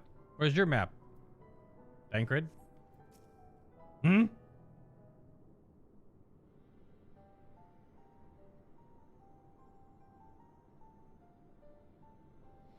archives are right through this door, but it seems to be locked. I guess we'll have to go and find whoever has the key. Growing way. Enough. If you have naught else to tell us of the final days, you need only say so. We can ill afford to be wasting time here, as you well know. Did you yourselves not tell us we must act quickly? Yes, we did, but the moon was to be a perfect paradise for the people of Aetheris, and we're running out of time to make everything ready for their arrival. We hoped you'd see the wonders we have to offer, but you found nothing but faults and flaws in our work. Only one of you saw our potential, so you others must be kept here. Ah, so that's Living Way's game. Run us around in circles and, failing that, lock us away so we can't put the plan at risk. Everyone except Urianger. He understands what is at stake, what must be done. I fear you've misjudged us, Growing Way. Never have we decried the notion of using the moon as a means of escape.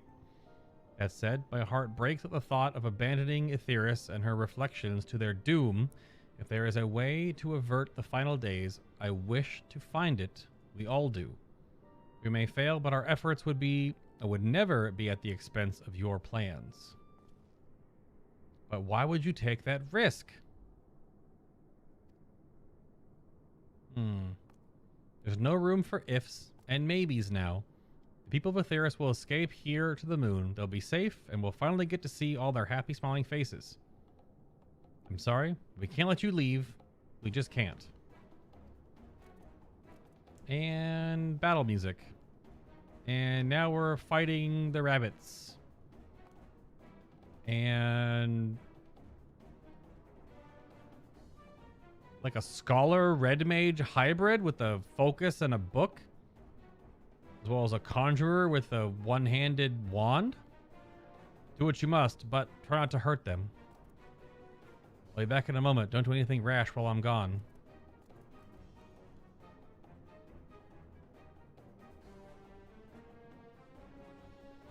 If we dally, they'll overwhelm us with sheer numbers, so we knock these ones out, split up, and make our way to the exit.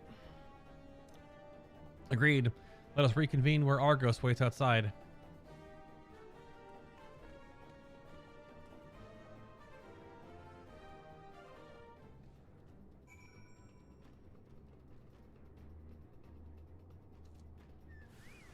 You are under attack. You won't escape. Seize him!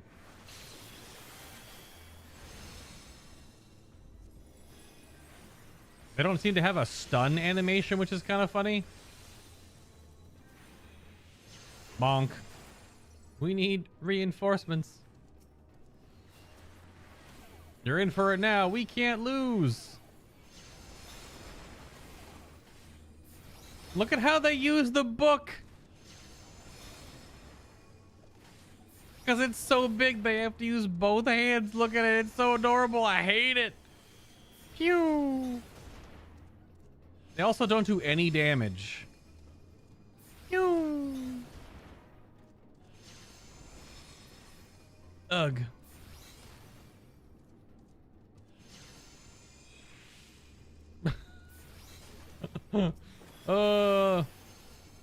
He's too powerful. Growing Way returns to stop you. Please come quietly. Looks like a black mage. Look at the little animations. There is no way in hell that Square Enix will not make them a playable race.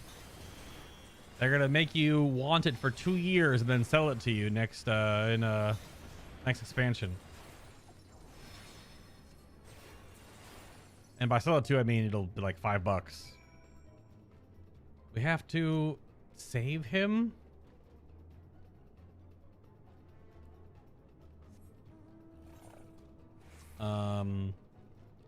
What?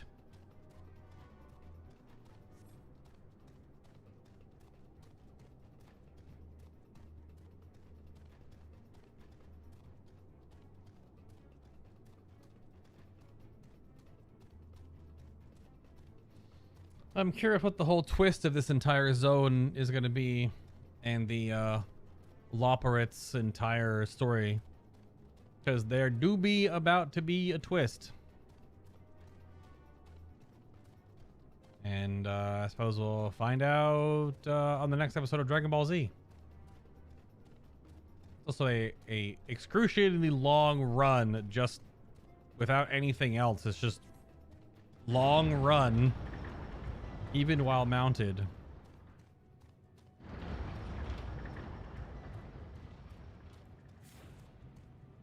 All right then. Well, hello. There you are. Didn't rough them up too badly, did you? I mean, I hit glare a couple times, you know. Good, you're here. We must hurry to the Watcher's Palace and find Urianger. Okay.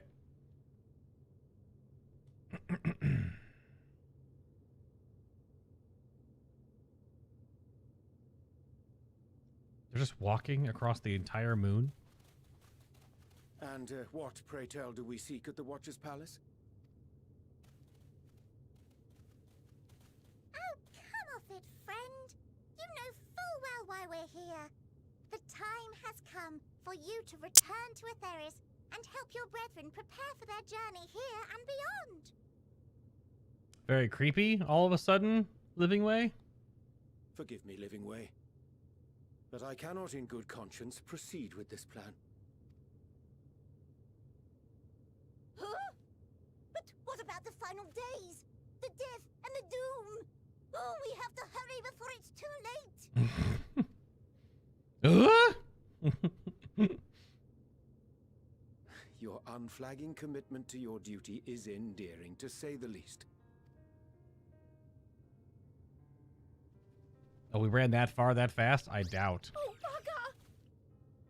bugger! Look at their custom animations. They're so goofy.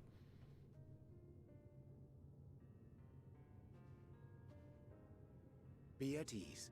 They bear you no grudge, nor do I. How could we, having come to understand your purpose?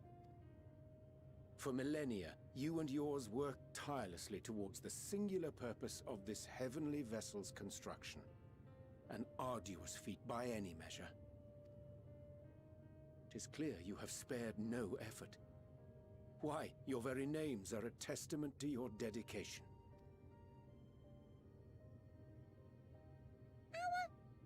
Our names? I'm not sure I understand what you're getting at. Names are an expression of the self, a declaration of one's hopes and aspirations. My online name is a body of water.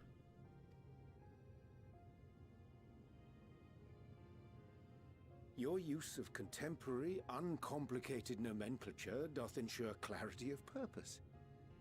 How did he just pronounce nomenclature? Nomenclature? Oh my. Oh, my brain.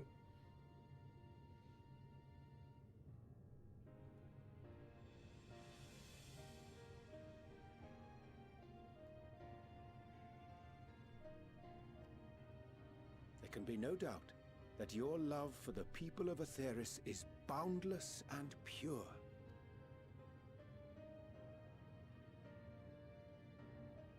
Yes! Yes! A most mellifluous phrasing. Mellifluous. Yep. All right. There's our SAT word for the evening. We Loporrits were born of Hydaelyn's love for Aetheris. That shining, shimmering blue jewel, brightest star in the sky, brimming with life and possibilities. For as long as I can remember, I've toiled in anticipation of the day when this vessel might be needed. All I've ever wanted was to meet those she cherished so dearly, to serve and serve well. Mm-hmm. That goes for all of us, don't you see? So help us help them. Lead them here where we can keep them safe. It would kind of make sense that they're like just very devoted, but it's also kind of like they're tempered. If there's anything wrong with what we've built, we'll fix it. We'll make it right.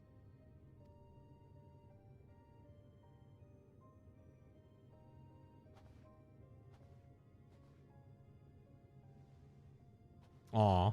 Head pats incoming? Your works want not for repair. Yet there remaineth much for you to learn of men and your own kin besides.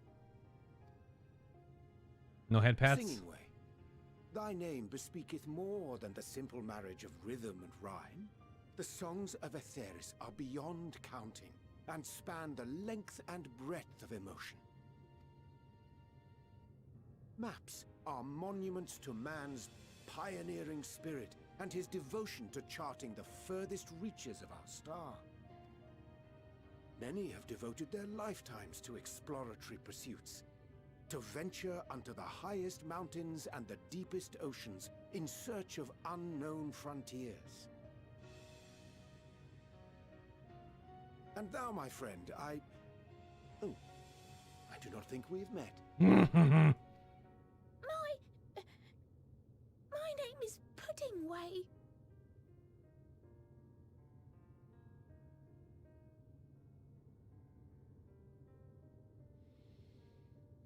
Of course it is. Puddingway? Yes, indeed. A name of deep and abiding significance, I'm sure, but one perhaps better communicated through delicious deeds than tasteless words. A judicious application of fey magics at a later juncture may be appropriate.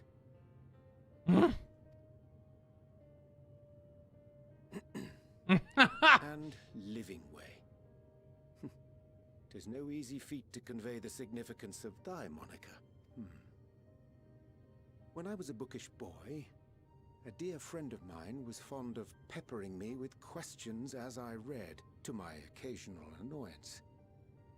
One day, I posed to her a question of mine own. What doth it mean to live?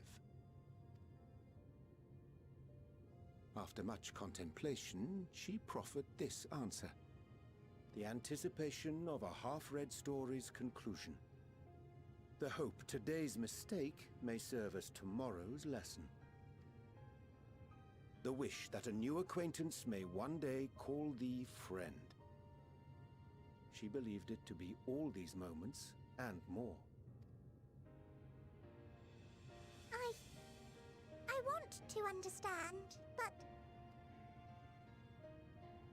I, too, still labor to find mine own answer. 'Twould be my pleasure to assist you and yours in embarking on a journey of self-discovery and enlightenment. For thee.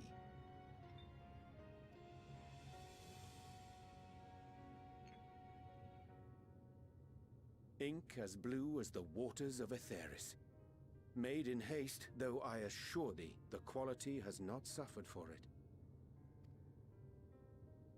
The people need not be persuaded by honeyed words. Nay, I have faith they shall do what is right in due course. Until they do, I beg your patience, friends. And with that ink, let us fill the empty pages of Livingway's compendium. An open exchange of ideas will surely afford you all a better understanding of modern man, and with it, ideas for improvements and renovations. More importantly, it shall empower us to together find a way forward.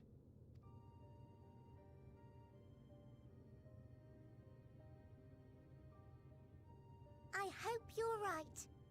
Thank you for this lovely gift.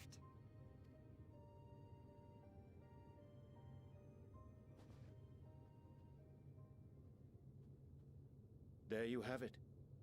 I shall remain with the Loporrits to ensure that all is in order. Pudding way. Pudding way. Though we must needs prepare for every eventuality, you would all agree that the evacuation of our star is a last resort. To accept failure is to accept the demise not only of our star, but that of Reen's, of all reflections, and the souls that call them home. Shadowbringer's music in the background. Which is why I have every faith that you shall fight to the last, that such drastic measures may prove unnecessary. Should the worst come to the worst, and I pray deeply that it won't, I'll take comfort in knowing preparations were made under your watchful eye. Aye, thou mayest be assured that if calamity cometh, not a soul will be left behind, if being the operative term. I mean, that's a lofty goal, but evacuating the entire population of a planet seems a bit ridiculous, even as poetic as that sounds. Well.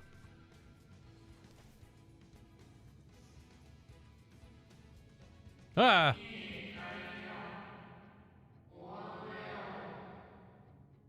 That flower, how came it into your possession?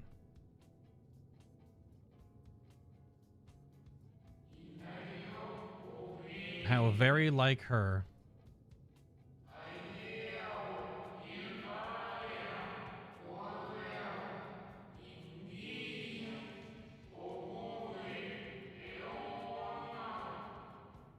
Guided by its light, you may come to know her true intentions, intentions which remain a mystery even to us.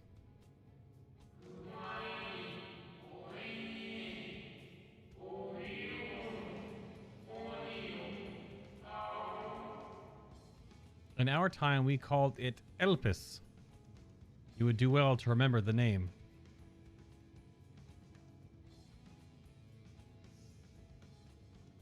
Elpis. Okay. I hate to interrupt, but I feel like I need to make amends for all the secrecy. Uh-huh. Think nothing of it.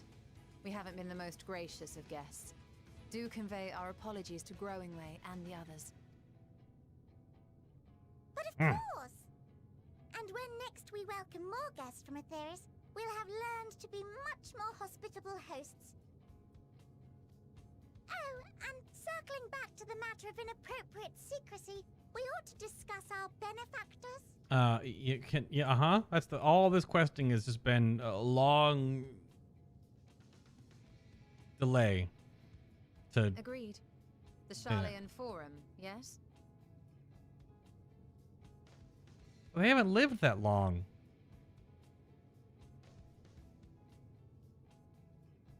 But like, and that's more recent, but a lot of the early lore, that's why I was so confused. The early lore was talking about how it's been, you know, part of their whole building process in thousands of years. And that it's happened multiple times, not just within the recent however long the elves were like, let's send up information to the moon, to the weird moon rabbits, that they're making their crazy moon spaceship. Yeah, that's why I was confused. What the heck? I mean, in the context of the story, it makes sense. But the lore earlier was confusing in the sense that it sounded like it was so long ago. That's why I was talking about the Alligans and... no. Damn it. How did you know? Well, I didn't. Because I was confused. The more I heard, the more obvious it became. The forum's aims align closely with those of your anonymous patrons. A telling coincidence would be an understatement. Though had we not taken it upon ourselves to peruse certain restricted tones in Labyrinthos, we might still be unaware of their plans. Yeah, well, good thing Y'shtola knew, aka the script, because I was getting an impression that it was many, many years prior to more recent events. But let us continue this discussion upon our return. I dare say we have kept Alphino and the others waiting long enough.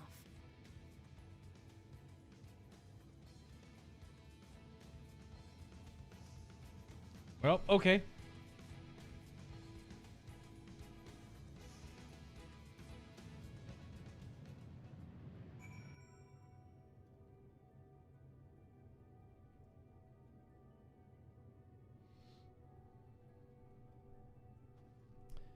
Well,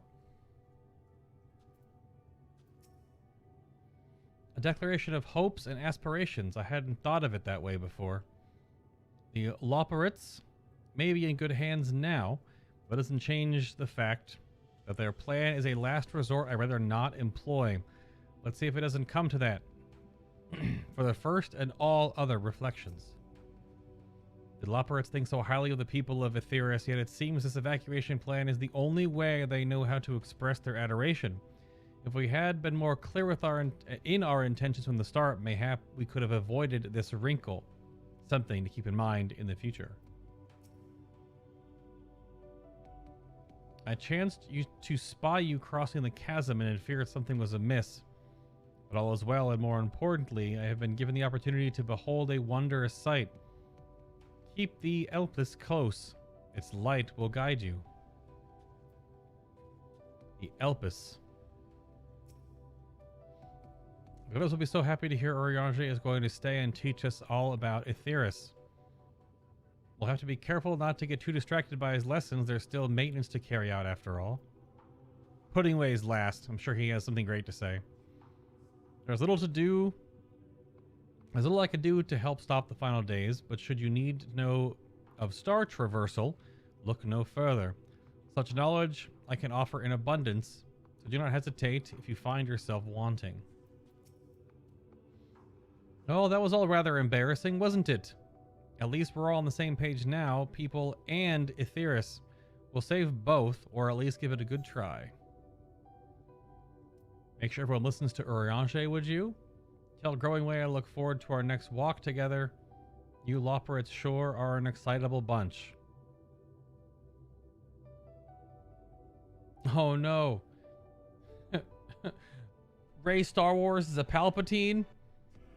What a terrible, terrible story, that third movie.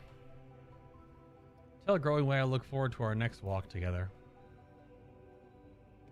Without the weird secrecy and subterfuge. I will. I'm sure he'll be glad to hear it. Alright, Pudding. Nice to meet you. Name's Puddingway. Sorry again for all the trouble. We promise we'll do better. Honest. See? Right there. Right there, right to the point. What a good Space Rabbit. Also, why is my shadow so different than theirs? It's like NPC shadows. I don't know. Maybe I changed that a while ago. It is a little weird looking though. Also, when it moves the camera, do you see it loaded a better shadow? It was a relief to see Living Way was pleased with my gift of ink to serve and serve well. Though their knowledge may be lacking, their boundless love is a blessing without peer. It would be no easy task to prepare them for what must needs be done. Gosh dang it. But gladly do I embrace this duty, even if I doth necessitate that we part ways for a time. Forgive me mine absence, but I have the utmost faith in you, and all our fellow scions. When next I return to Aetheris, I pray I find you all in good health and good spirits. Wow, this is the last quest of the zone then, because Aether Current reward.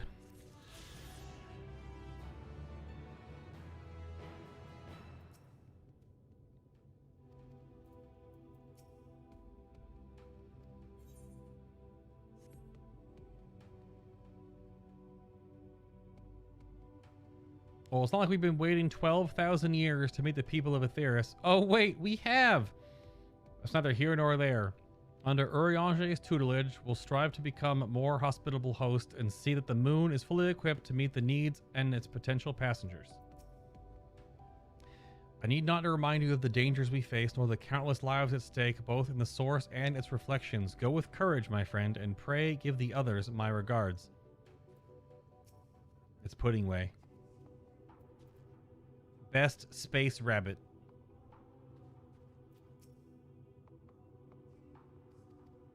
Nothing new? Nope. Okay. Returning home. All right.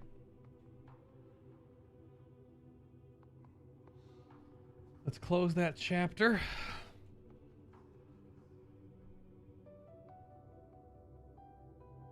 Move that footage.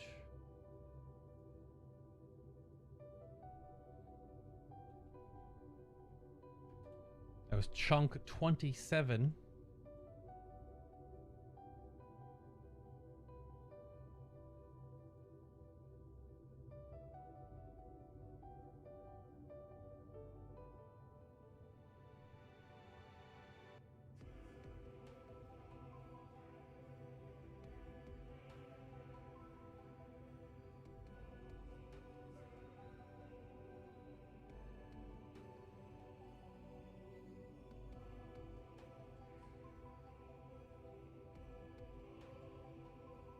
There's old OG Final Fantasy music woven into the background of this music right now.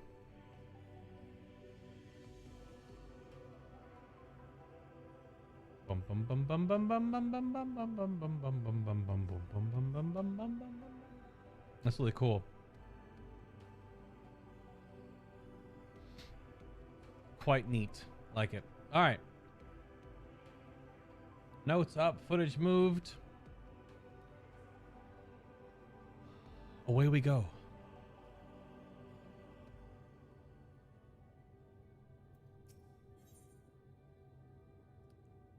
Returning home. Your excursion on the moon concluded. Y'shtola is keen to return to Aetheris. With the Loporrits in Urianger's capable hands, we needn't worry about the affairs in our absence. Knowing now the face of their earthly collaborators, there is much to discuss with Alphino and the others. Let us return to the Tower of Babel. Our battle of the star will soon begin in earnest. We must be prepared.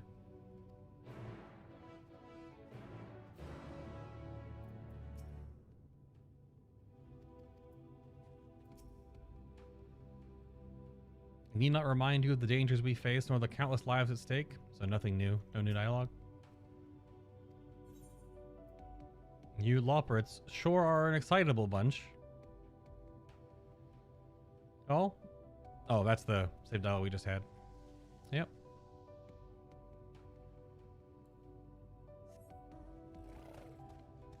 Little XP detour here, maybe?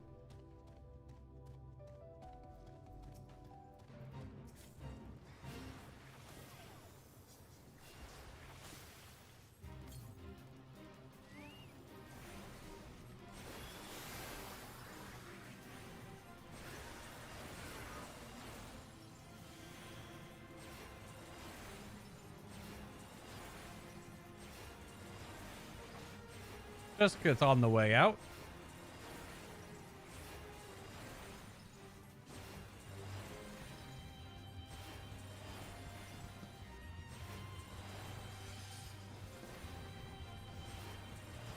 Huh, my dot didn't cast there. That was weird.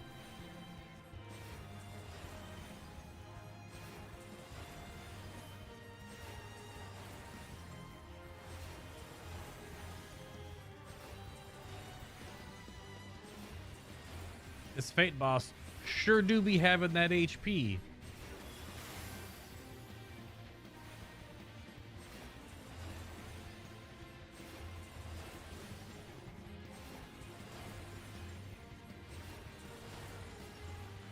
That's weird. I don't know if I'm lagging or not, but I tried to like spell buffer that Dia, but didn't work.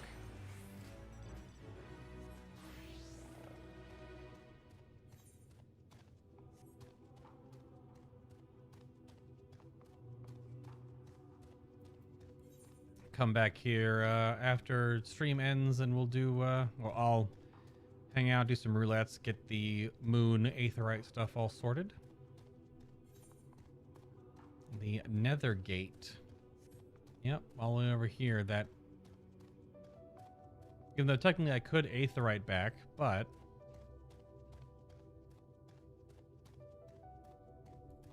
this is the teleportation from way down there. Come on, my son. Let us go.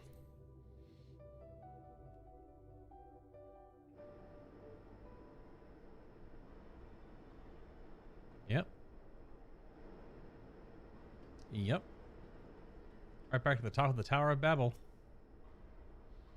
I'd forgotten how cold it was here in Garlemald, a testament to the Loporrits' ingenuity that I felt no such discomfort on the moon. Oh, that's a nice little nod. Gods, I can scarcely believe he went to the moon and back.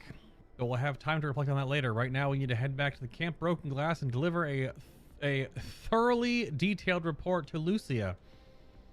I'd like very much to know how everyone is getting on here as well. They'd only just begun to treat the tempered prisoners when we left. I share your curiosity, but warning our allies of the final days is of greater importance. I speak not only of the contingent, of course. The heads of state of every nation must know what we have learned. We know not when or where or in what manner the final days will begin to manifest, and so we must see that everyone is prepared. Well, it starts slowly, apparently, and then it just snaps crazily. We'll see. Agreed. Though we may wish to stress the importance of discretion, lest the public be sent into a panic.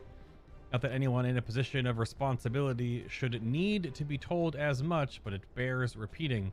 Anyway, first things first, to Camp Broken Glass.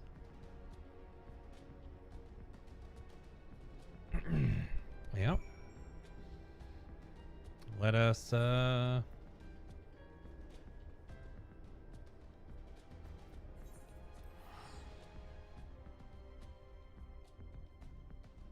Boo!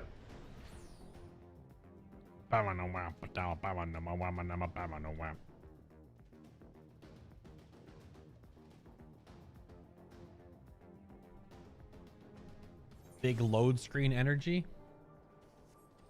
Are there multiple instances? There are 3 instances of Garlemald, and they are all almost full. Oh, man.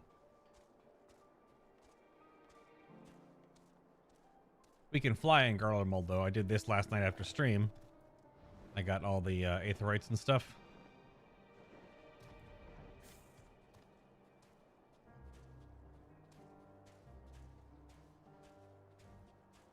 Is there anyone bouncing around? There's Lucia and Maxima. Mm-hmm.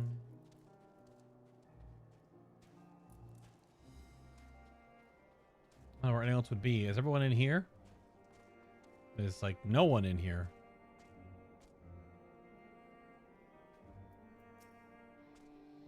Hey, at last, you have returned. Or you are returned. You have? Are?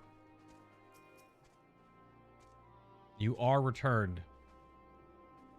My brain auto-corrected that to you have returned because the English language, or at least how I've been taught it.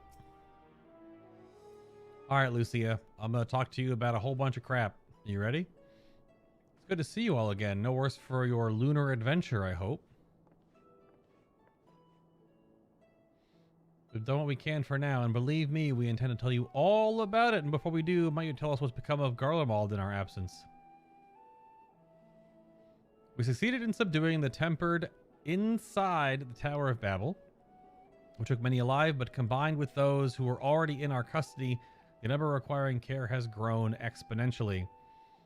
The inclement conditions here have made it difficult, if not impossible, to treat them all here, and so we have petitioned the aid of the allied nations.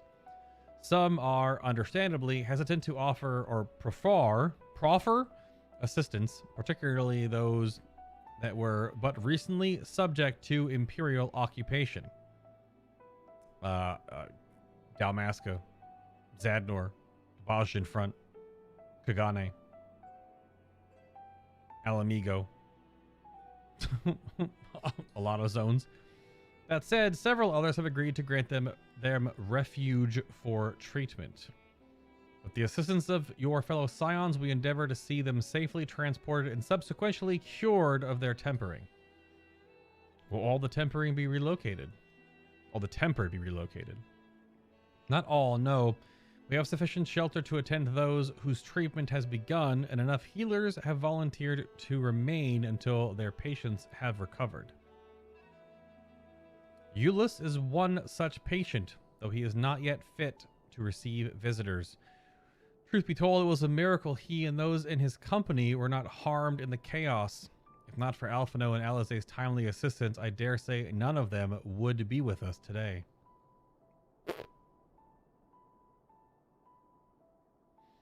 In light of recent developments, have the Alliance leaders come to any decisions regarding Garlemald? Given the tremendous ramifications of what has happened here, it will take time to determine what must be done. In the meantime, they intend to work with the Eastern Alliance to keep a close watch over provinces. The provinces, even. We have other news to share. Shortly after Anima was defeated, we received reports that each and every tower has vanished. That makes sense. They were technically all parts of Anima's body, or at least different body parts were made in the tower as a catalyst to be the battery that absorbs ether. So, okay.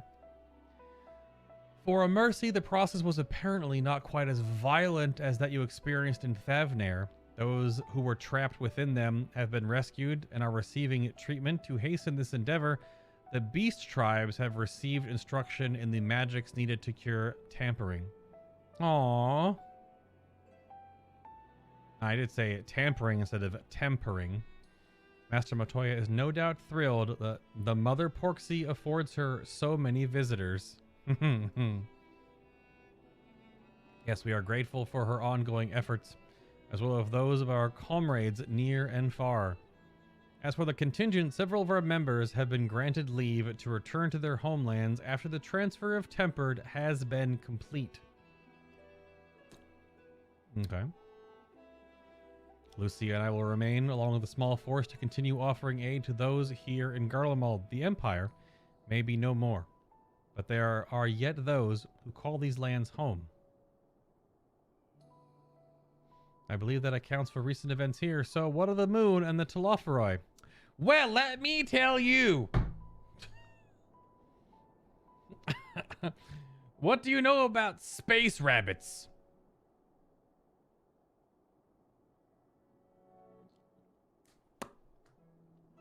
Strap in, Lucia.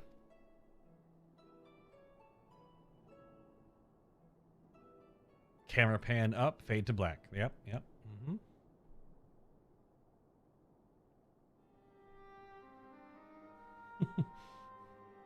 Sometime later. The final days. Gods, I prayed your victory would mark the end of our troubles. There is still much we do not know, but the Alliance leaders must be told. Would you be willing to contact them in our stead? Yes, of course. I will send word forthwith. We'll also release your fellow scions from their present duties, that they may return to Sharlayan. Your energies are better spent finding a means to avert the coming apocalypse. Speaking of your fellow scions, you will be happy to hear that Mistress Cryo, though still on the mend, has been moved to the Baldessian Annex and given into Tataru's care. Tataru! Thank you. I look forward to seeing them both upon our return. Who's ready for Tataru, voice? Let us be on our way, then. One last thing, if I may. After your confrontation with Zodiark, you said Xenos took his leave and in all likelihood has returned here to Garlemald. I have a mind to dispatch scouts to try and ascertain his whereabouts, but first wished to ask if you believe there is merit in doing so. If they found him, they would not likely live to tell the tale. If you're expecting a trail of destruction to follow, you won't find one. An admirable but futile endeavor.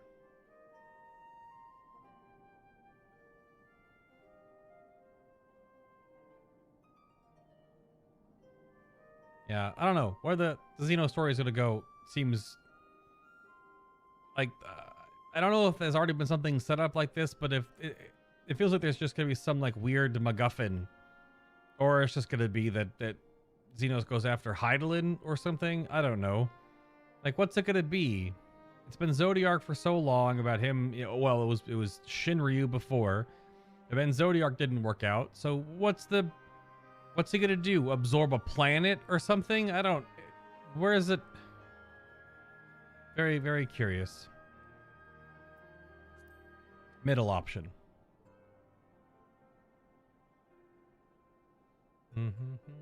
Aye. You are the only foe he considers worthy. And even if my men found him, who but you could even hope to bring low that monster? Pray for you, entertain to the notion.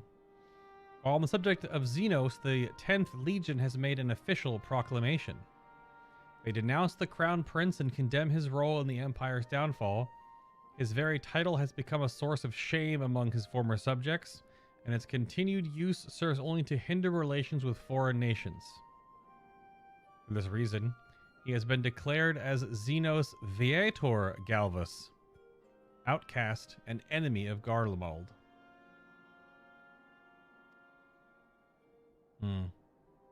He won't like that very much. Fandaniel is no more, and now his own people turn against him. It seems he's not but his bloodlust to keep him company. Better that than an army to see it sated. At any rate, I will not keep you longer. I pray you safe passage back to Sharlayan.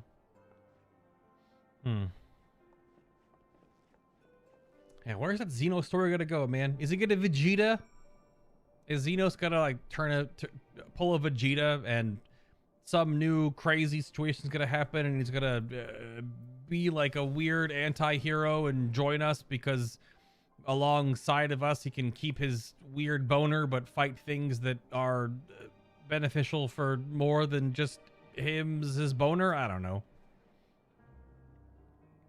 Once my countrymen have recovered, it falls to me to tell them what's become of Xenos and the Empire. I realize there is no kindness in withholding the truth, but it will wound them. Your findings will be relayed to the Alliance leaders word for word, and should we spy anything out of the ordinary here in Garlemald, all shall be informed at once. All right then. Just gonna go around and see if there's anyone else to talk to.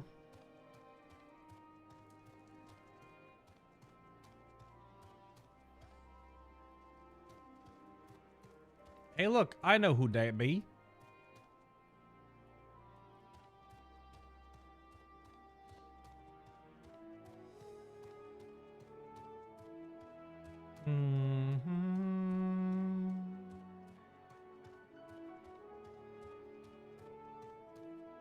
Doesn't look like any of the named NPCs are here anymore. Alright then, to the Baldessian Annex. In before big FPS drop because hundreds of people.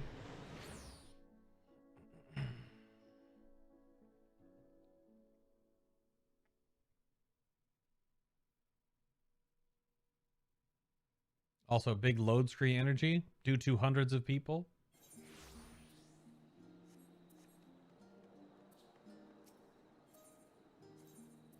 Oh, only 2. And I guess these fill up more than the other ones because the other chunks weren't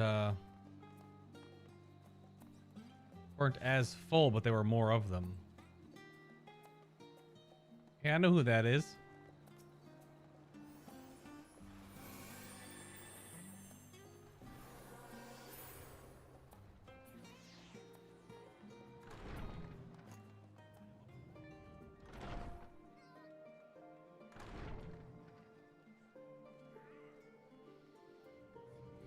Oh, here we go.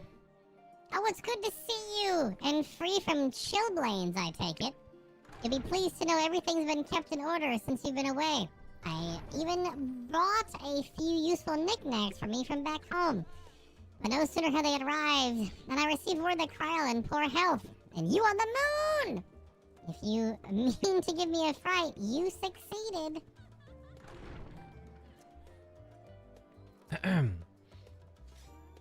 Sorry, I had to put my voice filter back on.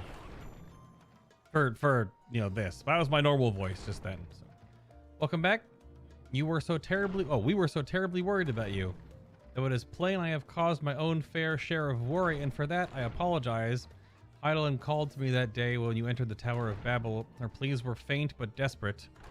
And I knew at once she required a vessel to carry out her will. What came after feels like a dream barely remembered. My body flowing through the life stream towards Garlemald. When I regained consciousness, I was all aches and frostbite, exhausted of ether. So exhausted, in fact, I could only laugh, for it was in that moment I understood Raha's weariness from the Tower of Zot. That door's going to open and close a lot, isn't it? But that I could laugh at a time like this. But we prevented Zodiark from being unleashed upon the world. I am curious to know what else took place there on the moon. Well, let me tell you, what are your thoughts about space rabbits? Perhaps we should wait for the others to join us before you give your account. Let us reconvene in the main hall once they've arrived. For a blessing, I've recovered enough to get out of bed. Even if I hadn't, I could not miss your recount your exploits on the moon. Same dialogue from Tataru? Or waiting at the designated location? Which is inside. Gotta get away from that opening and door sounder. That's gonna happen a lot right there at the annex. That door is, yeah.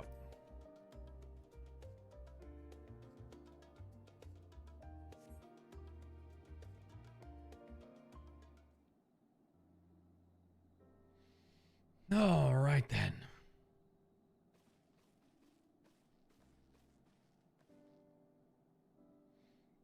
Sorry to have kept you all waiting. Not at all. We understand you've been quite busy. Will Urianger be joining us? That boy on the moon. Duty keeps him away, I'm afraid, though Bay can explain way better than I. So you see, space rabbits. Also, the moon's a spaceship. Also, I killed Zodiark. Also, there are really scary cactuar monsters on the moon. The final days, as befell Emerald. When we are to escape via the moon, what of the source and its reflections? I have no intention of standing by while the world falls to ruin. So, how do we stop this? Unfortunately, we have no answers at present. If the celestial currents have grown stagnant, as was the case at the time of Amarot, the solution would be to alter the flow of ether throughout the entirety of the star. The ancients accomplished this by summoning Zodiark, sacrificing half the star's population in doing so, but it should go without saying that such a sacrifice cannot be repeated. Which leaves us with the daunting task of identifying the underlying catalyst for the final days, a feat which even the Amarantines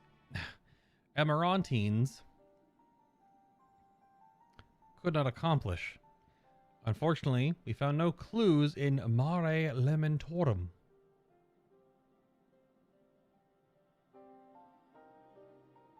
There is still much we do not know about the catastrophe itself, let alone what may have caused it. The final days were marked by the corruption of the Emerantines' creation magic.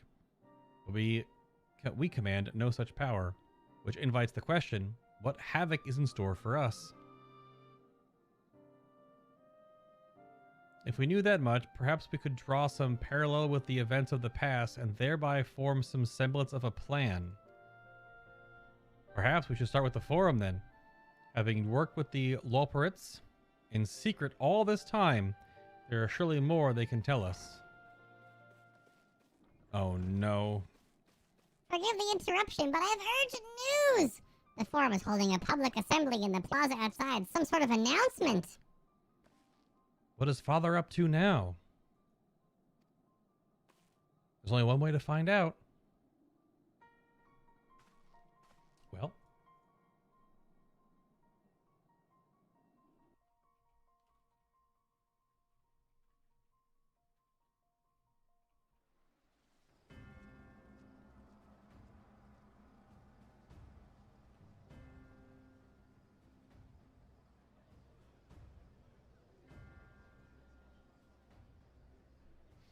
Oh, that's not ominous or anything.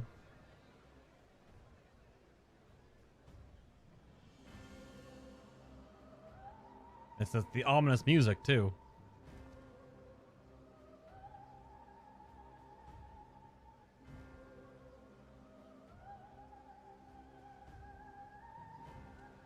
This is going to be annoying, isn't it? Order, order, I say. Get the autoplay going here.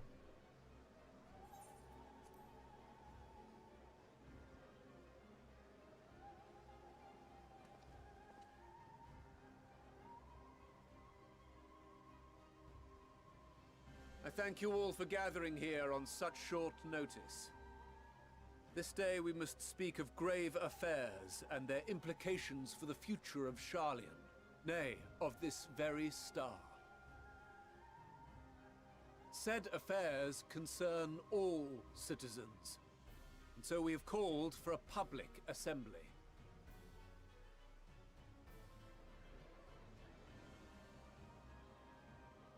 You may have heard rumors of the Talopheroi and the havoc these madmen wreak abroad. Under normal circumstances, we would pay little heed to petty disturbances outside our borders. The final days, however, are another matter altogether. For we dare not ignore these prophetic words of Eld. The End-Bearers will come, ushering chaos and calamity. The final days descend and devour the very star.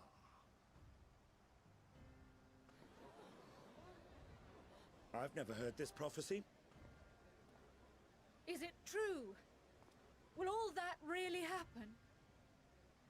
Calm yourselves. The time has come to speak of the Forum's most sacred duties. But first...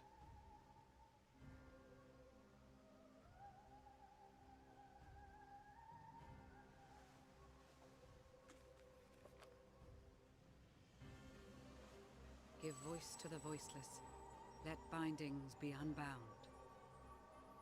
By unanimous decree, I declare the enchantment broken.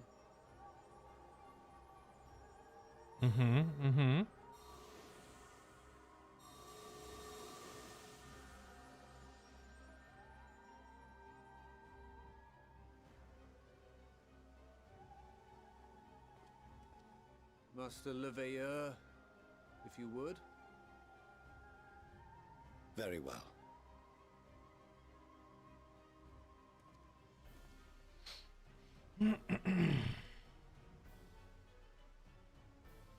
"270 years ago, our forebears began an expedition in the Dravanian hinterlands, in search of a route to access the ethereal sea. This much is public knowledge. Their findings, however, would become the Forum's most closely guarded secret. Space rabbits? What those researchers discovered in the hinterlands was not a passage unto the ethereal sea, but the very heart of our star, and Hydaelyn herself.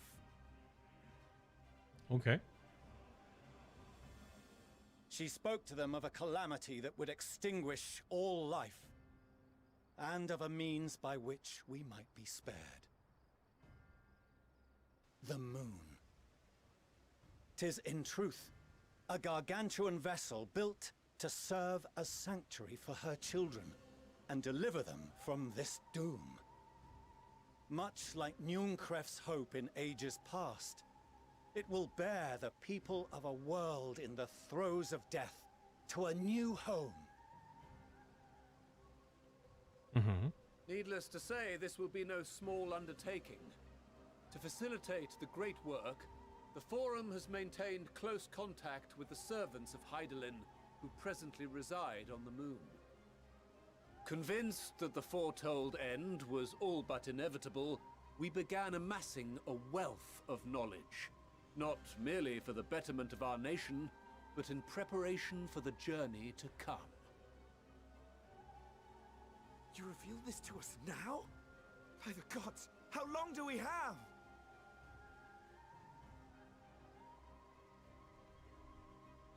While we cannot say with certainty, we believe the hour to be nigh. We received a transmission from the moon suggesting as much not long ago. Which is why we must in earnest begin preparations for the great exodus. For his impressive contributions and the leadership he demonstrated during our withdrawal from Dravania, we have elected Master Leveilleur to oversee this initiative.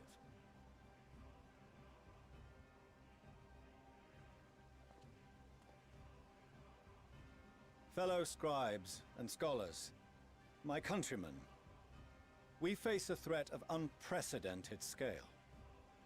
We must challenge the trials before us with composure and conviction if we are to find salvation. The wisdom of Sharlayan has ever been a shining beacon in the darkness, and so it shall continue to be. It is our solemn charge to see our heritage preserved for future generations. For those who will come after, we will brave a new frontier.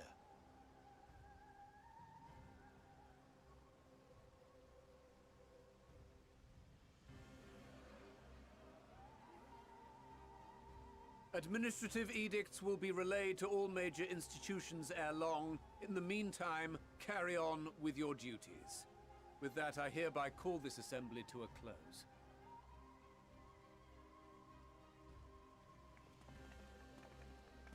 This is going to cause issue because they're going to try to keep kicking people out, and they're not going to want to work with us on stopping it because they're just going to keep sticking to the whole Sharlayan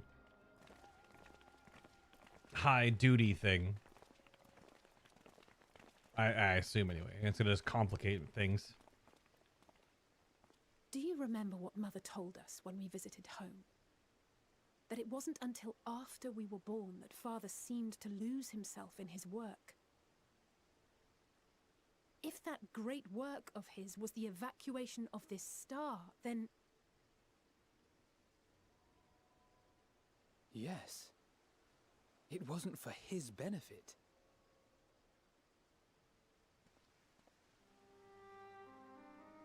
Would you mind waiting here a moment?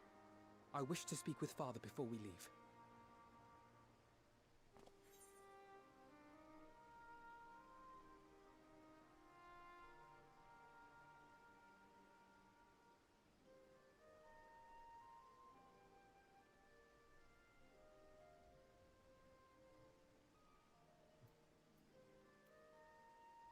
Keep it civil, eh? I may look daggers at him, but I will neither speak nor draw them. If it's all the same to you, I have a few choice words to share with Father as well. Yeah.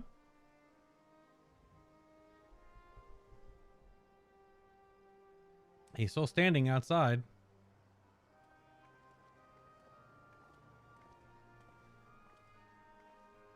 So, come to call us cowards and bid us join your fruitless battle against the inevitable. Damn! Nay, we do not object to the Forum's proposal. On the contrary, those who wish to flee have every right to do so. Urianger is cooperating with your associates on the moon to ensure that all is ready should evacuation be our only recourse. Because, you know, Final Fantasy. Then whatever your business, I suggest you be brief. Yeah, why are you still such a dickhead? Though we cannot boast the boundless wisdom of Sharlayan, we have first-hand knowledge of foreign cultures and have conversed with no small number of peoples. These experiences have taught us fundamental truths that cannot be recorded in any tome, nor charted on any map. The beating heart of this planet is its people, many of whom would give anything, even their lives, to protect the lands they love. Mm-hmm. Many may choose to join you in the end. But what of those unwilling or unable, for whom escape will never be an option? What would you have them do? To ignore the plight of those one might conceivably save is not wisdom, Father. It is indolence. This is why we choose to fight. We'll not ask for your understanding, Father. Only that you don't turn a blind eye to the good we have done, that we can still do. We're not children in need of protection. Hold fast to your principles and let the world burn if it please. But we believe there is still another way. And if there is, we will find it. You see if we don't. Mm-hmm.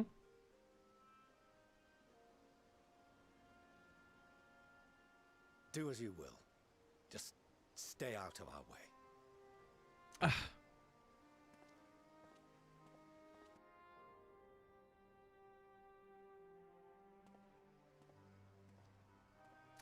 The slight stammer in his voice, though, shows there's at least some breakage. When he's not so consumed with self-righteousness, he might tell you how proud he is of you both. Yep, that's what the stammer kind of means. Bold words call for bold action.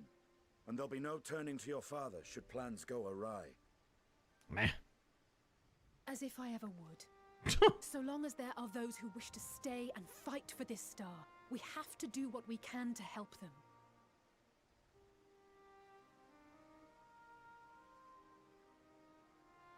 And if we're to do that, we'll need to be well rested.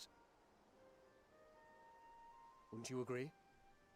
And having triumphed over what we once thought to be the source of all evil, I can think of no one in greater need of at least a dozen winks.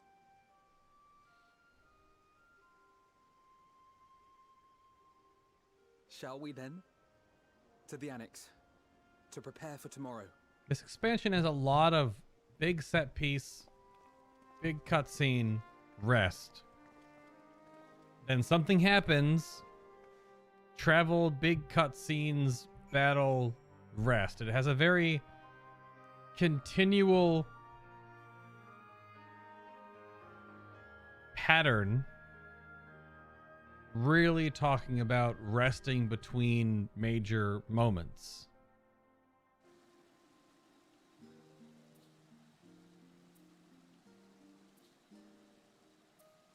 But there has to be something a little deeper there, potentially. As some little nod or commentary, mind you, on, I guess, I don't know, overwork or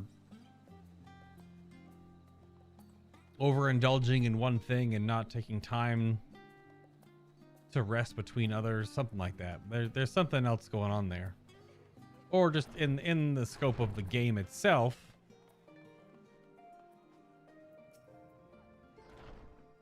Crowd tells me the forum made a rather momentous announcement.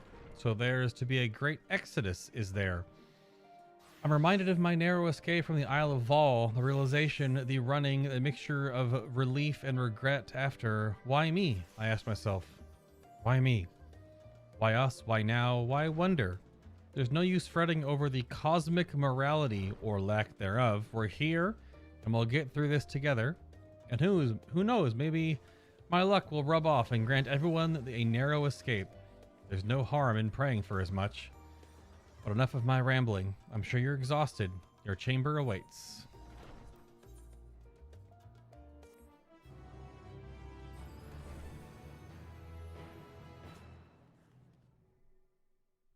More cheeseburgers as big as your entire body, but perhaps? Because that's what the last cutscene in here was.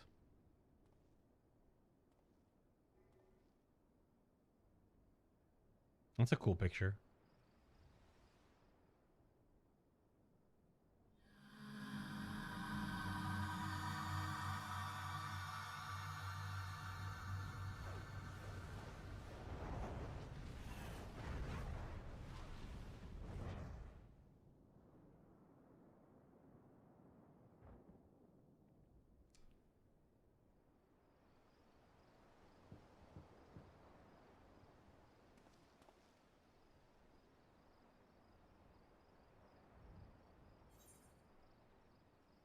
We're still on auto.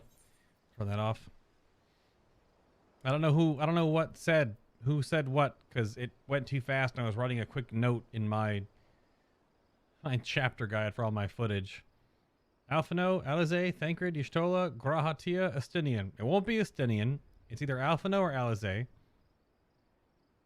Could be Graha. I assume it was question marks anyway. You know what? Let's go for the funny choice.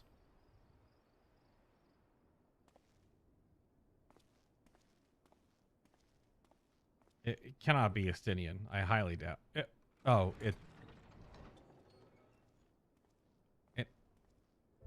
You're alone. Good. Is it the person you choose, or is it actually Estinian?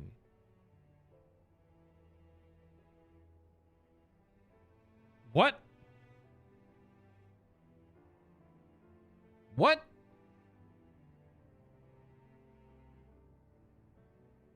I have a weird feeling it's the person you chose. The twins thought now would be a wonderful time to pay a visit to my chambers. Rather than listen to them bicker over tonight's snacks and tomorrow's plans, I seized the first opportunity to make my escape. To their credit, they decided against intruding on your peace and quiet.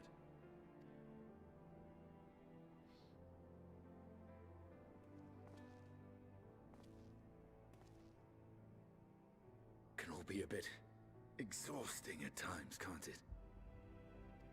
I wasn't sure what to make of you at first. During the Dragon Song War, how quick you were to take up a cause not your own. But I came to see that is simply the way of you and yours. I will not pretend to understand this talk of ancient primals and the final days, but I trust in your judgment and choose to believe in your cause. You and Alphino have my lance, now and always. Aww. You'll need it. Rack and ruin looming on the horizon. Calamity bearing down upon us. There's no place I'd rather be than here. Standing shoulder to shoulder with friends on the front line. So do not hesitate to send me against your enemies. I'll make them rue the day they met me. You are wearing dragon armor, wielding a dragon lance, and you're imbued with dragon blood, and you're about to have a dragon buddy. So, like, you know, yeah, I think, yeah. Let's do it. Now, if you'll excuse me, I could do with a little air. My window's open. Want to play a game of cards? If Alphino asks, I was never here. Yeah, okay. Want to play a hand of magic? until the morrow.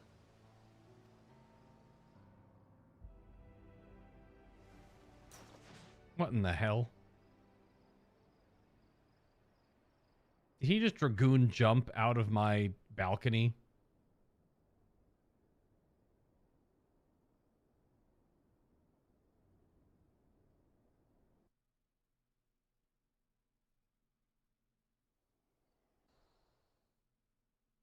A short while earlier in the Alamegan Quarter.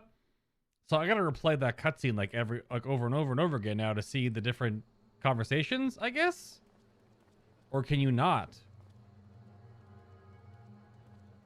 Interesting. Thank the gods that tower is gone. The sight of it was enough to make me sick. So I chose Estinian because I thought it'd be the least likely option to be knocking on my door, even if he's a character that's definitely that whole. I mean, he's Piccolo in this case, right? To draw a Dragon Ball reference, right? Obviously, there's no like kidnapping involved, but just that he's always kind of aloof and not around, but then he's always there when you need him kind of character. But it's interesting if you could go back and choose any of them just to get all those little moments. Although that kind of seems like something you'd want to do maybe later or now. But technically my story now is Estinian came by and said hello. But I'm very curious if they're all curated dialogue scenes. Huh.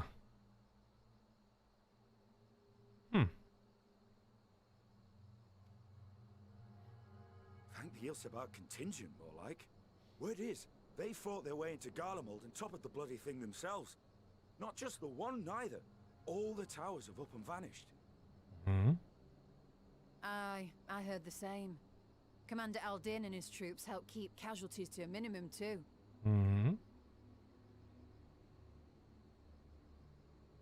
But is it true they brought back tempered Garlean soldiers? Yes. As Commander Aldin tells it, they've a treatment for that now. But don't you worry. Cured or not, they've no plans to bring them into the city proper. I see. Well, that's a relief then. I know we've brothers and sisters among the lot, but I can't say I'm eager to welcome them home. Why does it have ominous tonage? Wanted to think about it for a while yet. But to be looked after in Alagana for the time being.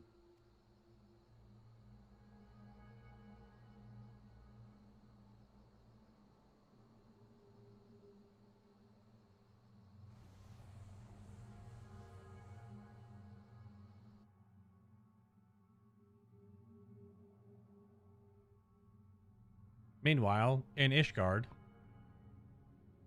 is there gonna be more weird Ascian stuff? I was quite hoping that that string would have burnt itself down to the wick.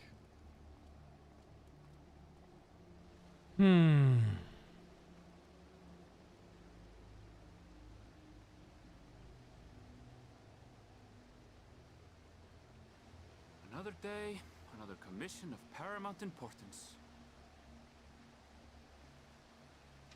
It's Erranville. Well, what have we here? Oh no, this is the... never mind. I know what this is. Hey, are you all right?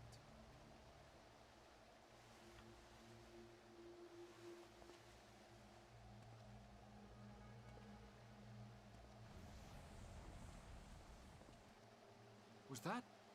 No. The shadows play tricks, nothing more.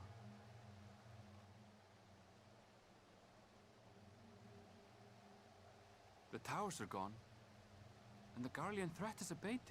And yet, why does it feel as though it's about to get much, much worse? Has Erranville read the script? Hey, what's that over there? Is that the script?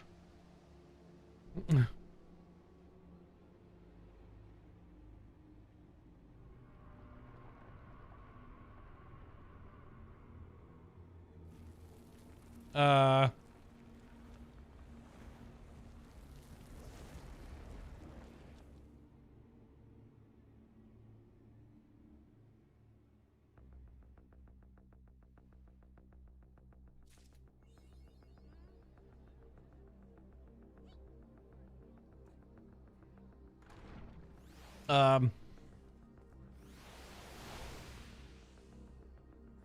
um,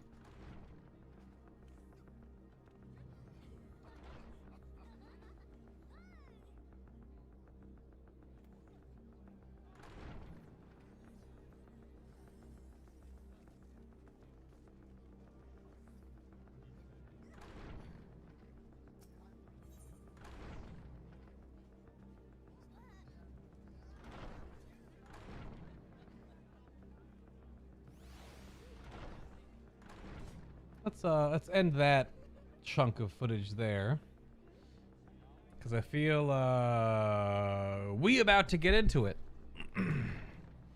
But also yellow dye. Yeah, I guess it's like orange dye, but yellow, orange and brown dye.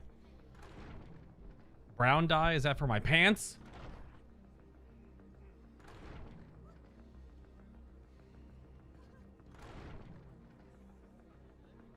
Sky is aflame.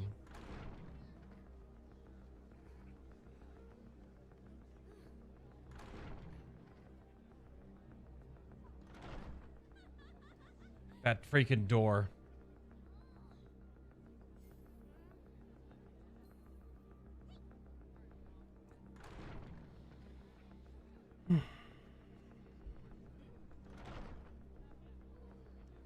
Sky is aflame. Tatara was furrowing her brow in consternation. Oh, Bay, I was just about to call for you. I'm afraid we've received another call for assistance. This one comes from the Razatan.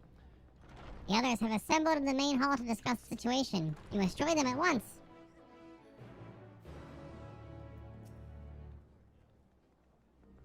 I heard all about the final days from Kryl, but I had no idea we'd feel the impact of it this soon. What? Did you read the script?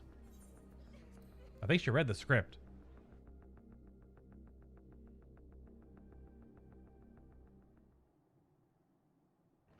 Ah, another Scion friendship circle. I'm sorry I'm late. Ah, there you are.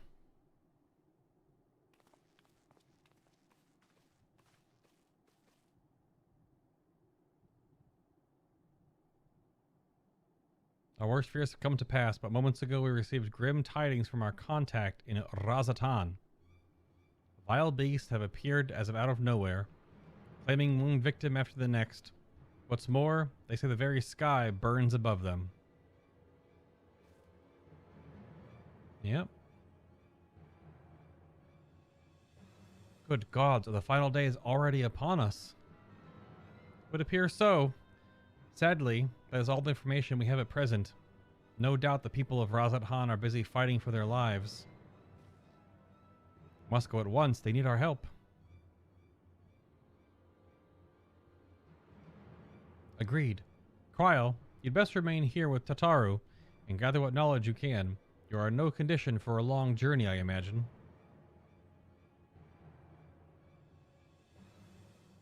Very well.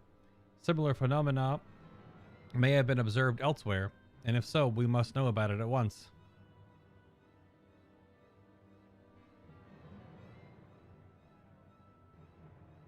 Be safe out there, yes? Let us make first for Yilmad.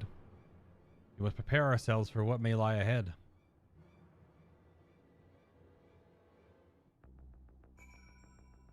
So, a moment then. Because I'm too curious about that cutscene and the curated ones. I feel like I want to see more of those moments, those story beats. I'm glad for Kryl's support, but also call upon Hoary Boulder and the others to assist us. They will be our eyes and ears in the field, as they have been so many times before. No similar creatures have been sighted here in Charlian. That said, the early signs may manifest in other regions ere long. We must be prepared for every eventuality. With the fall of the tower in Thavnair, the Hanish were beginning to enjoy a semblance of peace. And now this. We do not wield the creation magic that the ancients did, yet still these abominations appear, whatever could be the cause. I would rather accompany you to Thavnair, but Raha's concerns are well founded. The last thing I would want is to be a burden. Until I remain here with Tataru, and do all I can to gather knowledge that might serve us in the battle to come. Godspeed in your journey. In ancient times, the phenomena was observed in places where the celestial currents had grown weakest. It would seem there is a stagnancy of aether in the skies above Razat Han, unbeknownst even to Vritra. If the might of Vritra is not enough to hold these fields at fiends at bay, excuse me, Razat Han is in dire straits indeed. We must go at once. If this calamity has indeed come to Thavnair, it is all too likely that Corvos across the strait finds itself in a similar predicament. Even now it remains an imperial province, and as such, it may be some time until we can ascertain the situation there. We can only hope that Kryl and Tataru will be able to provide us with some insight sooner rather than later. I mean, what the Empire is all basically all like Kaputskis. Why would Corvo still be an imperial province? At least it would be under their rule, but they're not. It's not like the Empire is gone. So, well, first let me see if we can sort of gotta go back in time real quick, because I would like to replay more of those story moments. I feel like only seeing one of them is neat, because I suppose you're supposed to pick... Oh, crap. Can I go in?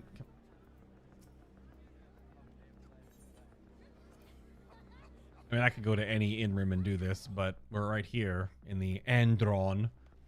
But I do kind of feel like they're... Let's see. So it's this one.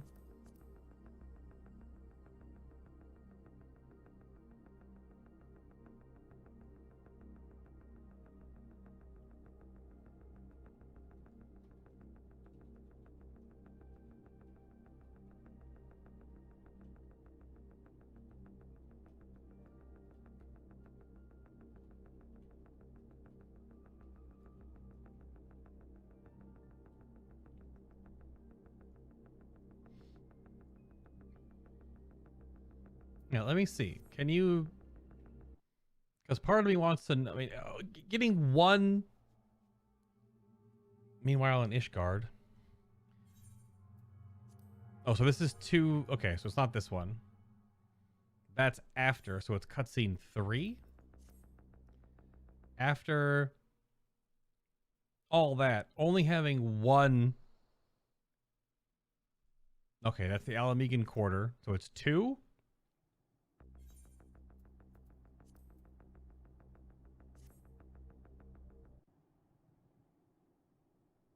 Yeah, so it's 2. Okay. I feel like only having one of these little personal Mass Effect-y moments is a little strange to only ever see one of them.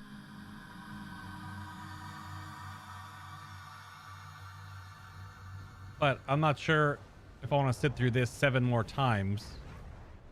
But we'll see.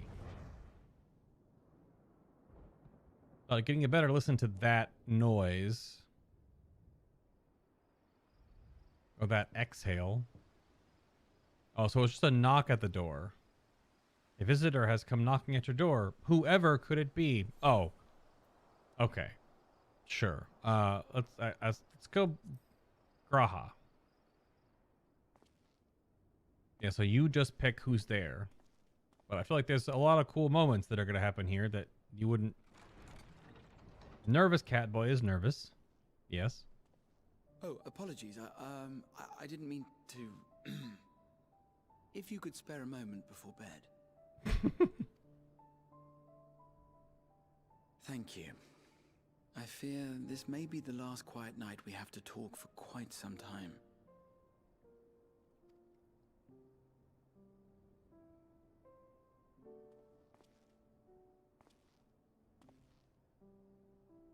I am troubled of late. Unwarranted concerns, perhaps. I hope. Nevertheless, I feel compelled to share them with you. Though you have bested your enemies thus far, Xenos and even Zodiark, your victories have come at a considerable cost to yourself. No one is without their limits, and you are no exception. I worry the added weight of the final days will prove more than you can bear. It is surely too much for any one man. But you needn't bear it alone. Let me share your burden. My, carrying capacity pales in comparison to yours, but I could still help. Shoulder the occasional satchel from your ever-growing mountain of, baggage.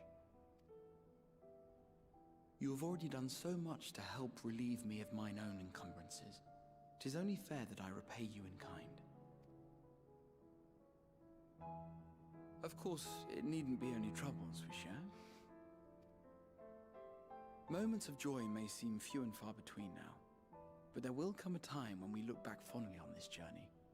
The inquiry at the Forum, our march through the snows of Garlemald, our impromptu dinner in this very room. All of it. And that is to say nothing of the journeys yet to come. To the ends of the world and beyond.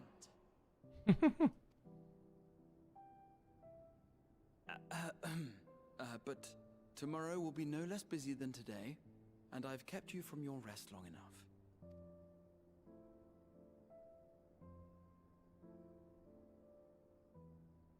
Sleep well, my friend.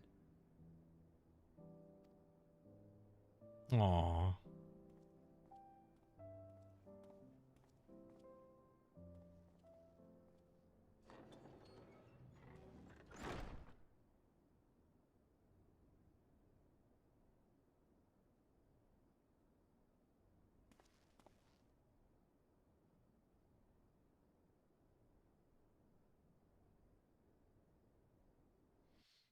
So it ends the same way regardless. Okay. These are so sweet. Or there's a way to like speed them up, but there isn't. There's just a lot of extra really great character moments. It is a bit not dating sim like where you would pick like your favorite character, I guess. But it is a neat little bit that you can have these moments. But who's to say this would be a cool edit to like edit all of them strung together? Like one comes in and leaves, and then the other would like, you know, come to bother you, but then the other one would be walking out the hallway and walk past someone, and so Y'shtola then.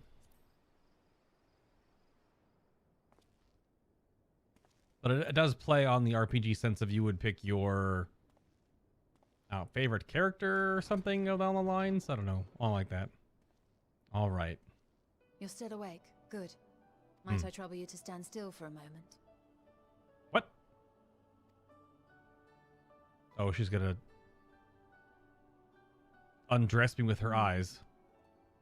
Nothing appears out of the ordinary.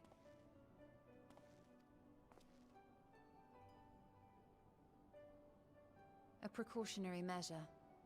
You will recall that serving as a vessel for abundant light in the First very nearly ended poorly. Fair. In your recent battle on the moon, you were almost certainly exposed to similar, if not greater, forces. Fortunately, from what I can see, you and your ether are none the worse for wear. Would that Reen were here to confirm my assessment. Yeah. To think you actually found yourself in a direct confrontation with Zodiark. As if Xenos gallivanting about in your body was not misfortune enough. Did you so grossly offend every single deity in a past life that they saw fit to place a curse upon your soul?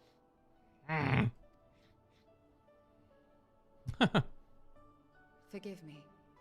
That was in poor taste. I recall vividly how battered and broken it was in the depths of Amarot. Would that you could have seen it with your own eyes.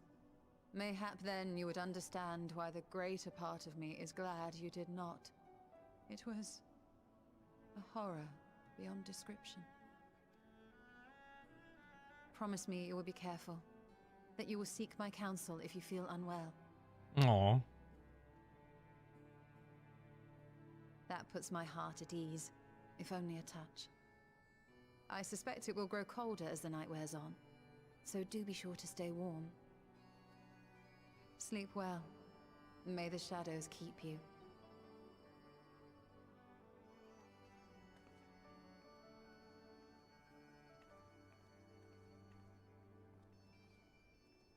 Aww.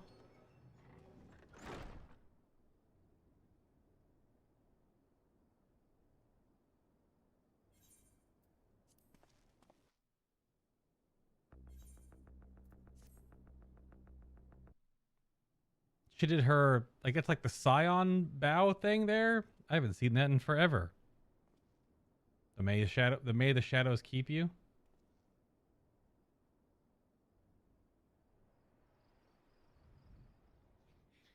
Gotta hear this scream a couple more times. Or that weird exhale harp string. And then meteors.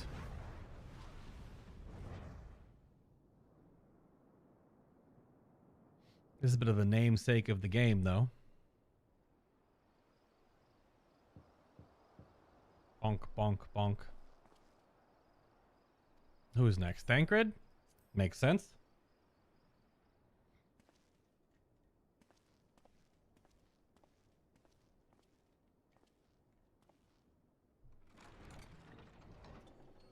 Hello, Uncle Thancred.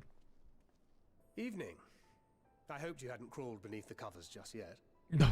If you'll indulge me for a moment, I have a favor to ask.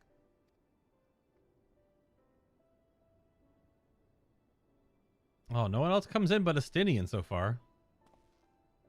Don't worry. Nothing desperate or dire, if that's what you were wondering. Not yet. You know, we may have quite literally entered our final days. The ancients went so far as to call it that for a reason. If so, then everything we did for Reen, for the first, will have been meaningless. And I can't accept that. I just can't. Aw, Dad Crid energy coming out strong. My mind won't allow for the possibility. And that could be a problem.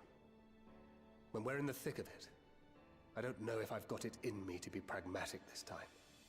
To run, even if running's the right choice. The only choice. So if you see me turning a blind eye to the harsh reality, beat some sense into me, would you? I'll bonk you with my stick. I trust you and the other Scions with my life. And I'd like to think the feeling is at least occasionally mutual. And I never forgive myself if my stubbornness put them in danger. Gods, listen to me. Beginning to sound like the father I never had.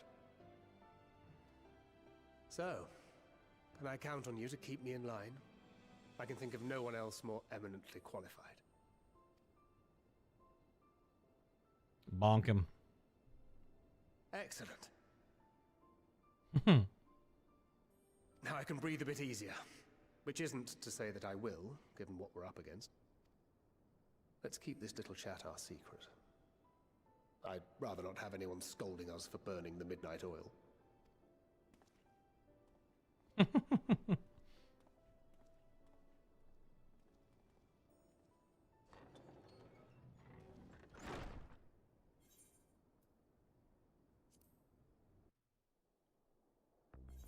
All right. The twins.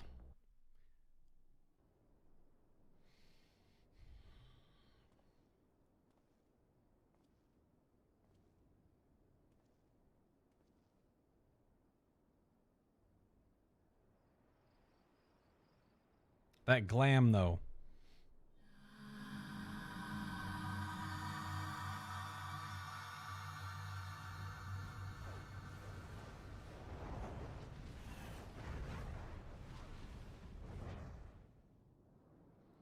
It's a strange...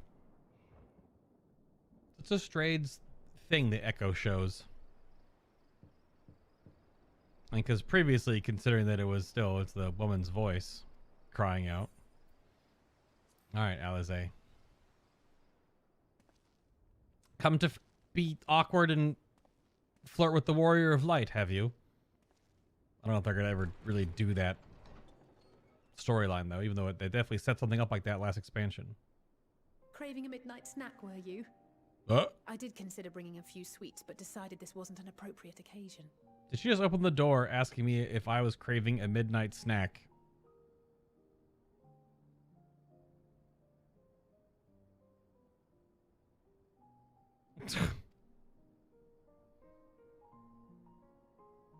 Oh, okay. Only Estinian comes in? I couldn't sleep. Had a few things on my mind. I know it's late, so I'll try not to talk your ear off.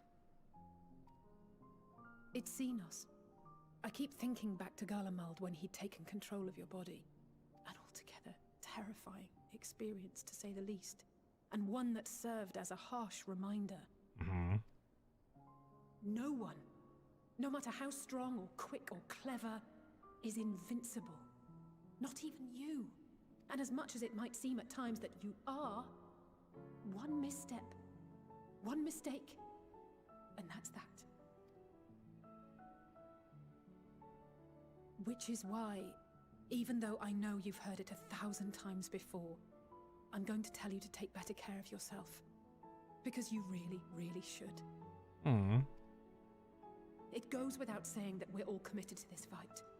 But that doesn't mean that we need to throw our lives away. You know how I feel about noble sacrifices. Right, that's settled. We'll be keeping the acts of gratuitous bravado to a minimum.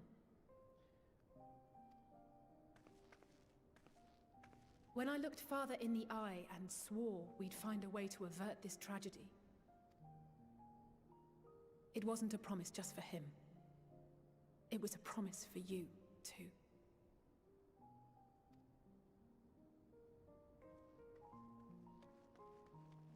Aww. There's like two underpinning like emotional bits where it feels that Graha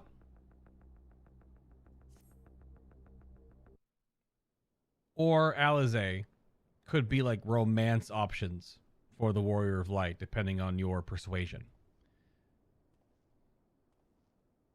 And yeah, I know, blah, blah, blah. I don't even know how old he is now. He's really old, I guess, technically, because of his time-traveling weirdness. So he is like a super elderly-ish man in a young man's body. And that Alize is, at least by our standards, 16, which, depending on where you are in the world, definitely weird. But also, she's an elf? So who the hell knows how realistically old Elizins are in relation, but it's the two of them that definitely have the most writing towards, like, you know, not dating sim, but relationship-oriented romance options like you'd find in, you know, Mass Effect or whatever. So it's strange. Like, Estinian, I mean, Graha also has, you know, is just good friendly nature, but it's like the body language they animate with Graha, that he's like embarrassed around you and like super happy and cheerful. That would be cool. Definitely, I don't feel that with Thancred, Y'shtola, or Estinian, but Alize and Graha both have that sort of in their characters towards the Warrior of Light, towards the person you're playing, regardless of what your gender is, of course, doesn't matter. I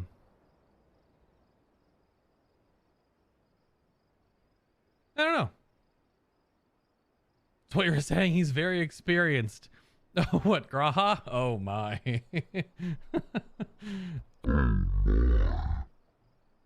Yeah, maybe, I guess, yeah. I have no idea. That's pretty funny, though. I don't know. That's why I get that. From the two of them, there's been little bits ever since Shadowbringers for both of their characters They both have like embarrassed, somewhat flirty-esque dialogue, emotional bits thrown in.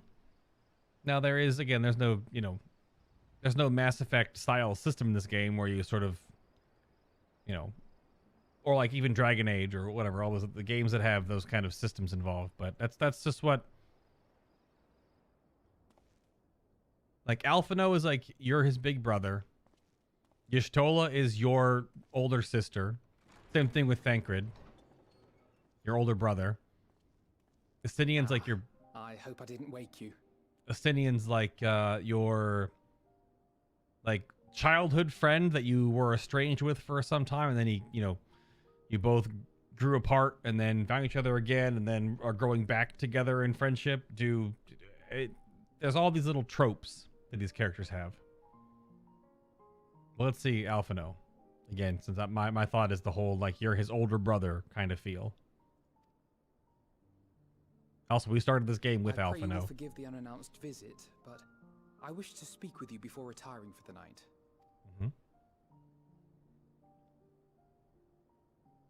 No one comes in but Estinian. Interesting. About Garlemald and the time we spent with the people of Tertium. Tertium, not Tertium. Okay. Dangerous though it was, I'm glad we had the opportunity to treat with Eulus and Quintus. I was worried what might happen after we were collared. If they attempted to restrain you too. If they succeeded. Once more, I put you in harm's way. And for that, I must apologize. Younger brother, apologized to his older brother for hitting him with the Nerf gun in the balls. Or rather, I should thank you for trusting in me time and time again. After all our journeys together, I dare say I've used every expression imaginable to convey to you my gratitude. Nevertheless, I hope these words of mine still carry some small weight. Tomorrow, our fight continues. Mayhap it would have been better to seek you out after we have true cause for celebration. But having mustered the courage to stand up to Father and achieve a personal victory of sorts, I wanted to carry on in that spirit before my nerves got the better of me. The hour grows late, and you doubtless tire of my ramblings. I have a letter for Orenvold to finish, but we'll be off to bed shortly. Sleep well.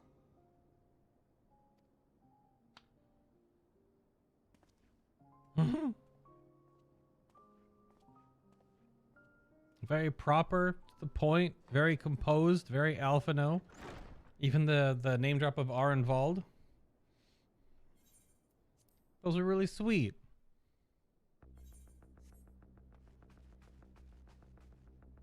Alizé's was the only one where she like stopped and did the over-the-shoulder turnaround.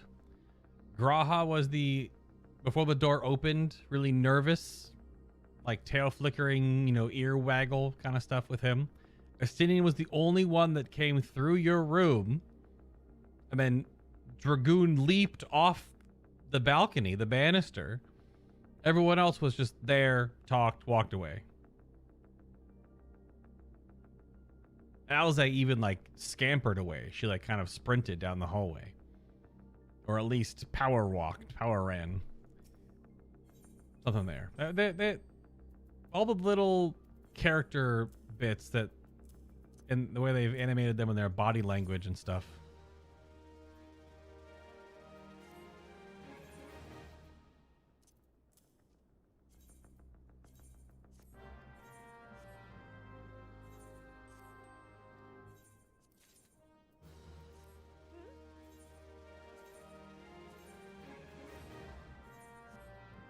I gotta see if I can retrain. If I retrain either of these, though, they have to start at level 1, I think, right?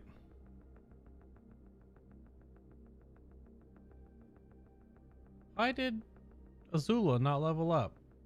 But Katara has. What the heck? They've been on the same number of missions.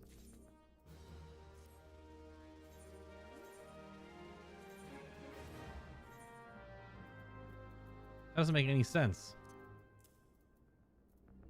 I'm stacked on Allegan silver pieces. I need to go to the Doman Enclave and drop a bunch off. Huh. Those were all really neat.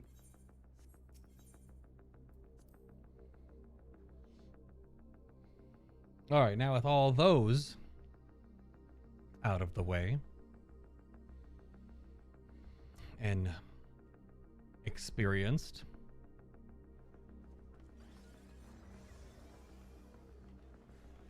let's go to Thavnair.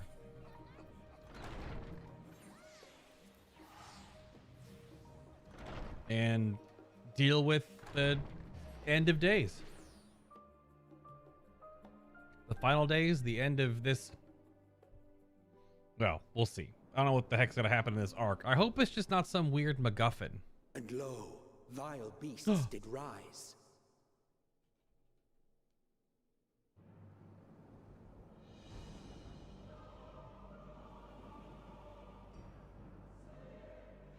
Oh my god. Well, okay then.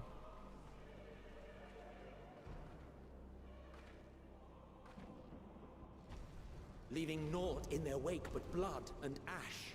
Oh. Sun scorches earth and boils seas. And our sins ascend unto the heavens. 3 dooms to unmake all we were.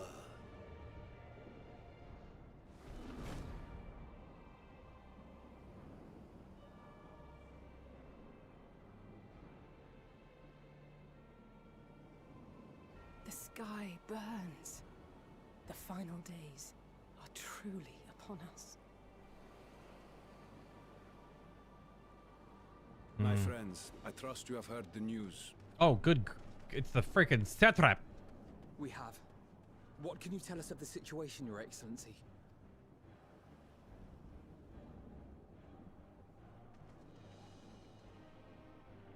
Last night, the isle was rocked by tremors, and the earth itself cried out.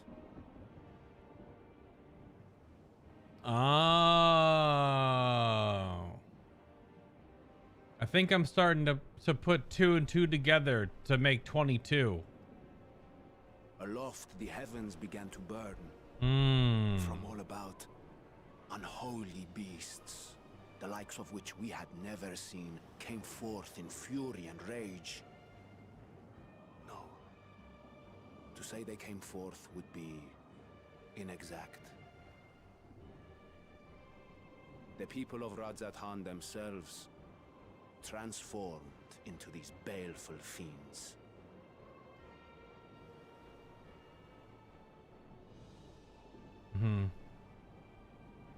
It's some weird form of ethereal corruption. Throughout our lands, the first creature, the largest and most dreadful of the lot, wrought havoc upon us here in our fair city. Though they bear superficial resemblance to divinities of legend, they are ungodly abominations. The people decry them as blasphemies. The Large One's rampage has since taken it to the northern reaches of the island. I mean to dispatch our radiant host in an attempt to quell the threat. And what of Vritra? Vritra too makes for the north of his own accord, and yet he knows the blasphemy and its minions were but yesterday his beloved people. I pray his boundless compassion and mercy does not deter him from taking unenviable but necessary action.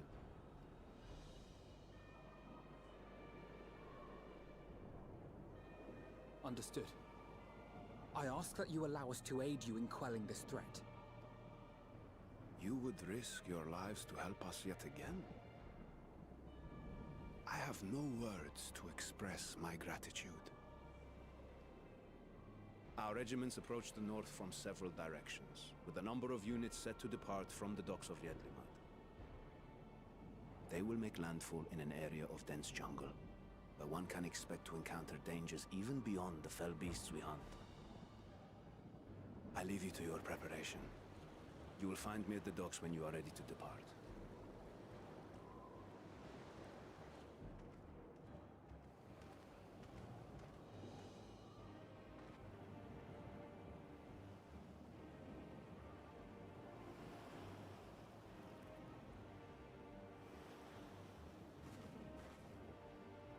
We're as prepared as we'll ever be.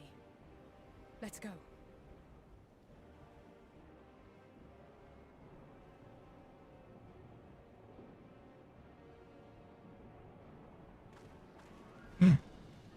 It's such a weird meme. They almost do it on purpose now.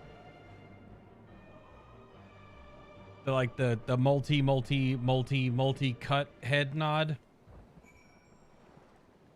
They really seem to do it on purpose now.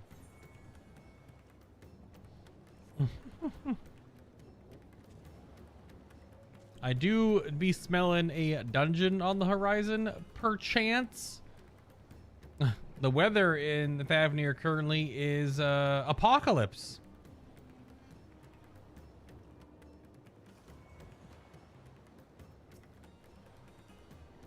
Usually the most dangerous foe in a worm's domain is the worm themselves. If I were Vritra, I would be as offended as I am horrified. I shall survey the environs closely as we go about our search. There may be some clues as to how we can combat this phenomenon. Innocent souls twisted and reformed into unholy abominations. I thought I had seen the last of such nightmares with the Sin Eaters.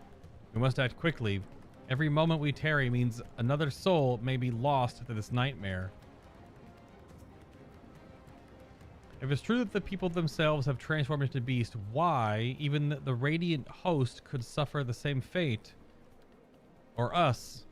Perish the thought. Yeah, what the hell is happening with the unbound Aether Currents and Hydaelyn? Because Hydaelyn's element is stagnation, not growth. So how is a primal with the energies? So it's something that doesn't have anything to do with her, or it is this whole time. We've been led astray and we've been, you know, tempered this whole time, and it's all a big farce and blah blah blah blah blah. That would be just like the on the nose, and I don't know about that.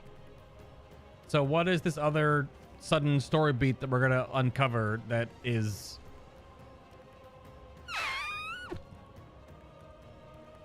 Don't worry, no matter how grim things may get, I won't lose heart. I'm ready whenever you need me. So the beasts are not born of creation magic run amok, but are rather the altered forms of the people themselves. In that sense, this manifestation of the final days differs from that which we witnessed in Amaroth. And for the worse, I dare say. If any man, woman, or child could become a beast at any moment, there is no telling whence the next threat might come. We must exercise extreme caution. Yeah, I mean, man, what the heck is...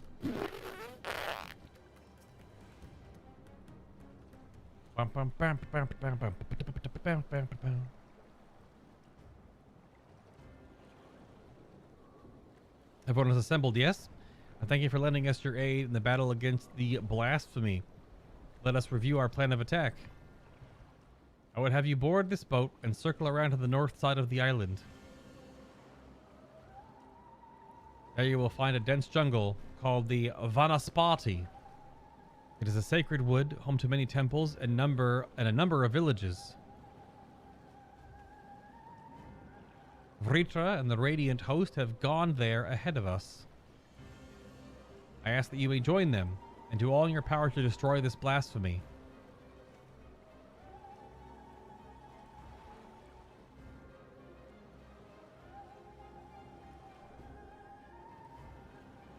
That elephant's just on the beach like, oh, Vanaspati. This is, okay. Dungeon.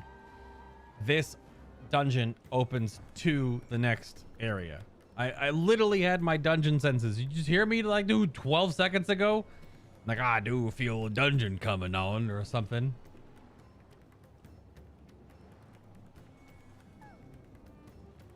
Vanaspati.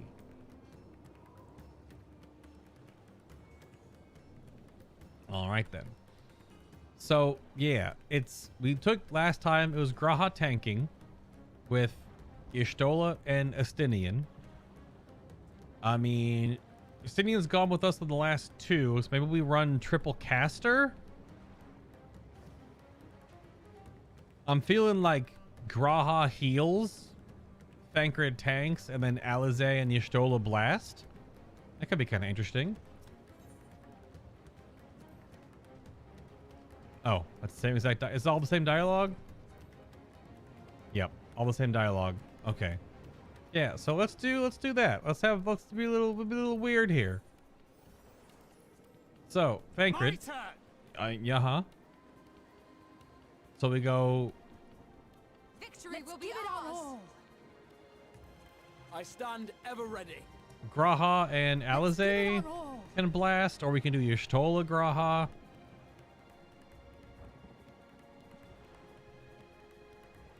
Y'shtola went on the last one. We'll just keep rotating people around. So yeah, Alize and Graha. But still, oh, double black mage. Now that I think about it, Graha's not exactly a black mage, but I kind of wonder. I kind of wonder what their AoE will be like, even though they barely AoE anyway. Let's do it. Let's do, yeah, double black mage. Why not? Let's see what happens. Especially just double caster, but. So this is the part of the footage that we saw in the launch trailer then.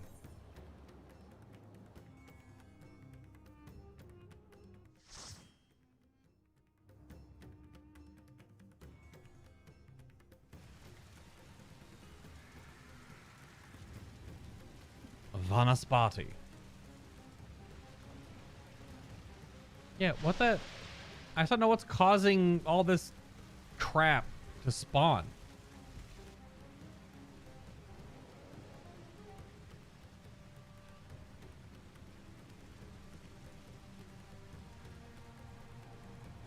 Gunbreaker tank, white mage, black mage, black mage. Let's go. Bum bum bum bum bum bum bum bum bum bum bum bum bum bum bum bum bum.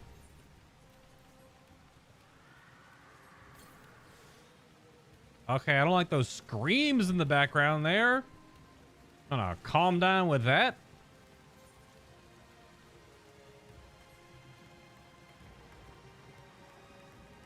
What in the? Oh, it's Vritra. I was like, what is that?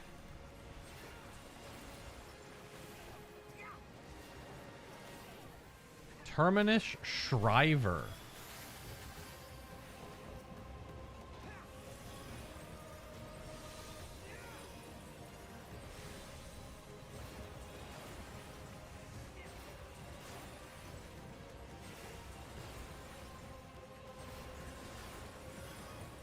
That's why hit me? I will not hold No. back.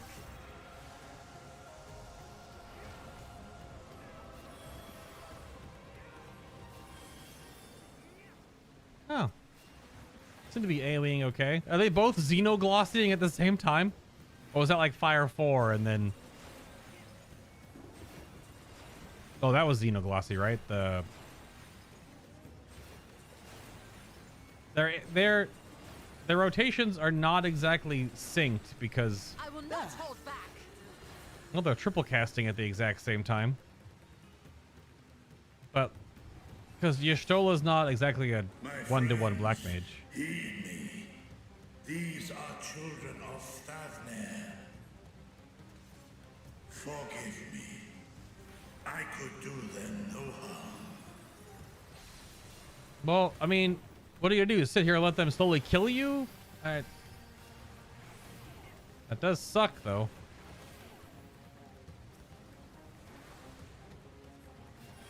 Yeah, Y'shtola casts, you know, like, yeah, Ward of the Seventh Dawn. She casts, like, different elemental stuff now and then. It's a little noisy with double black mage, though. How about that?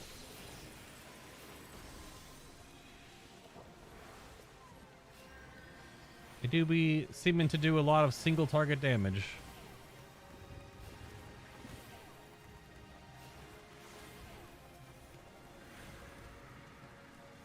Fire 3, water 4 of the 7th dawn.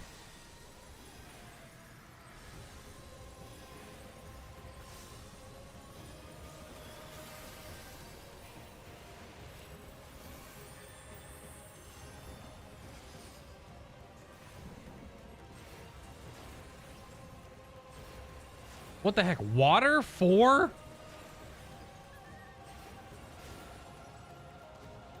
If this is the only way,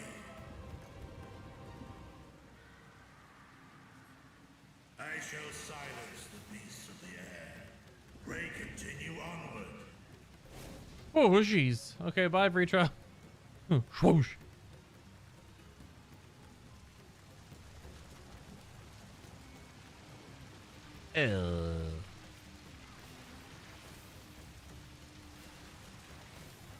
But also, why are these? I mean, it could also be just asset copy, but why are we getting the same kind of,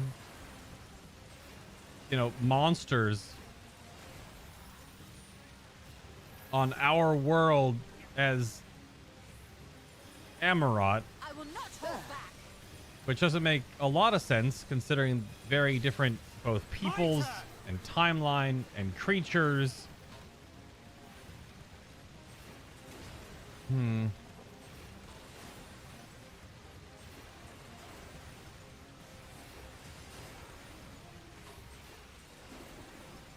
don't know.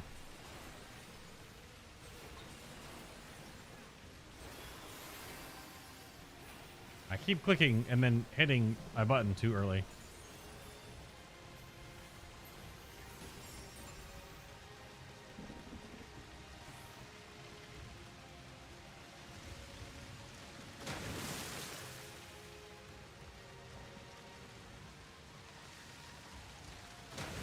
It's a little bright. Hey, it's a thing from the trailer.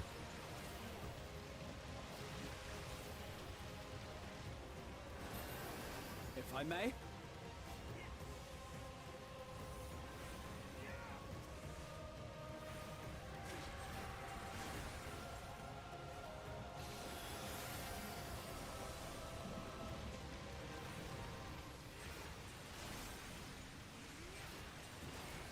My turn.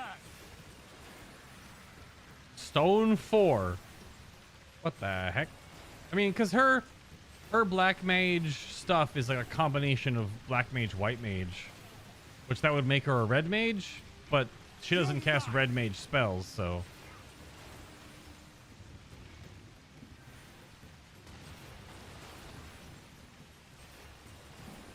I will not hold back. They do both triple cast at the exact same time. Even though I think they keep doing it towards the end of mobs living, so they don't get all their casts off. Which is a DPS loss.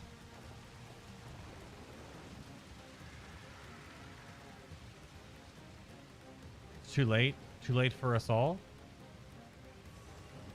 Blah, blah, blah.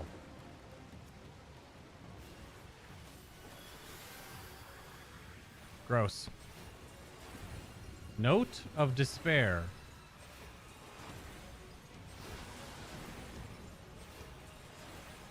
You're mine.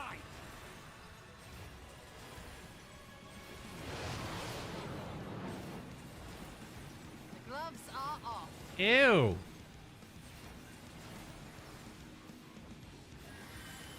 Oh, so the ones that are munching AoE and the ones that aren't munching are the safe spots.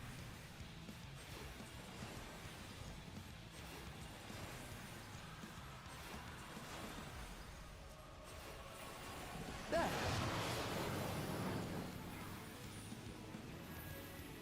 So 2 of them are not this time.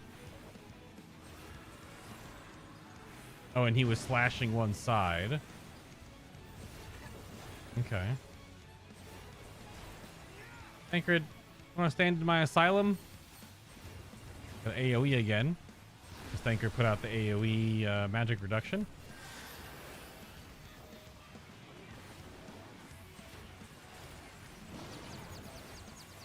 Okay, he confuses. And that does the ground. Yeah.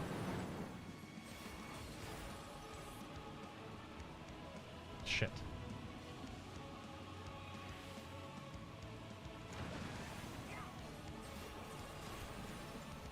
There. Tanker's getting hit with a tank buster.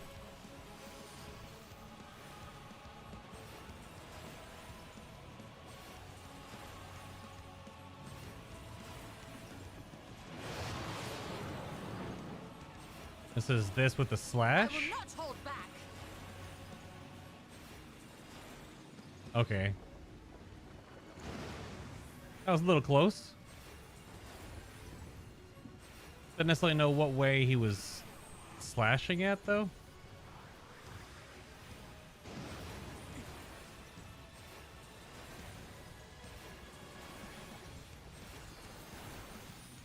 Allow me. AoE again.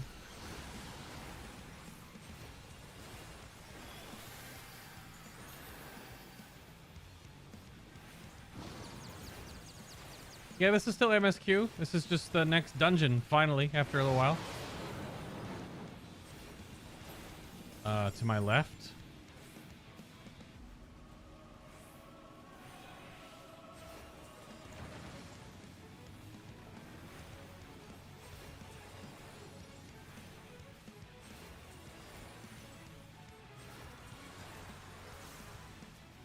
Not too bad. Weird, gross ground mouths, but not too bad. Ah, so we're at 536 gear in here. This would be where upgrades start coming. What is this vile presence I sense? The horde draweth near.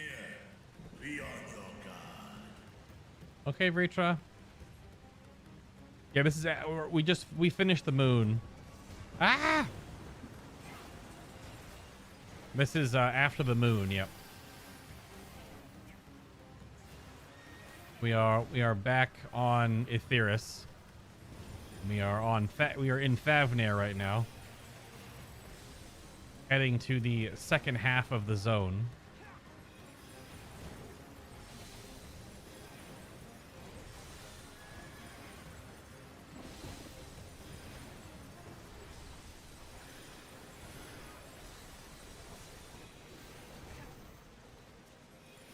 Big white mage AoE.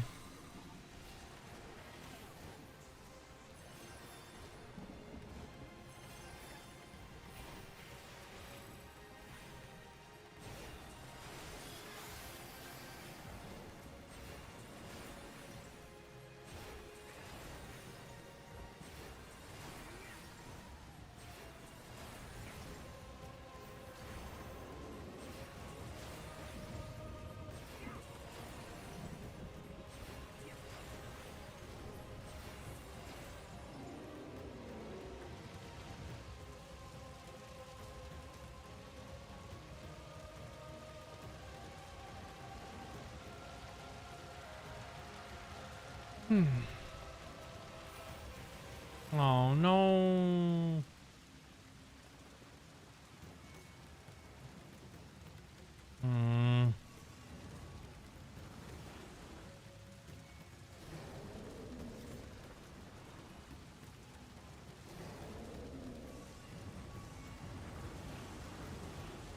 Oh, so it kind of spreads.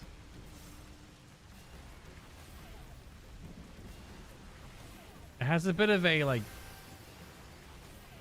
feelings, and it's kind of contagious.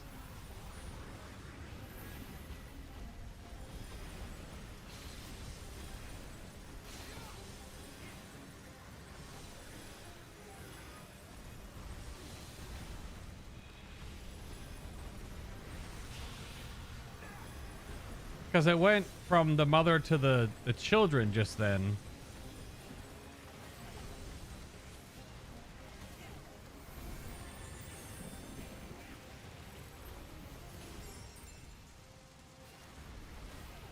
Hmm.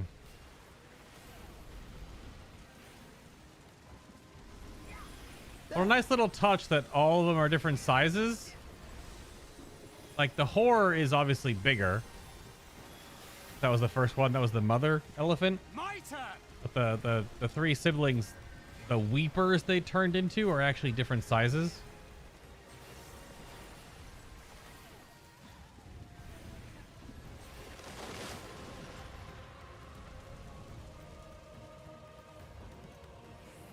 Hmm. Oh, these weird things. From a Stormblood dungeon?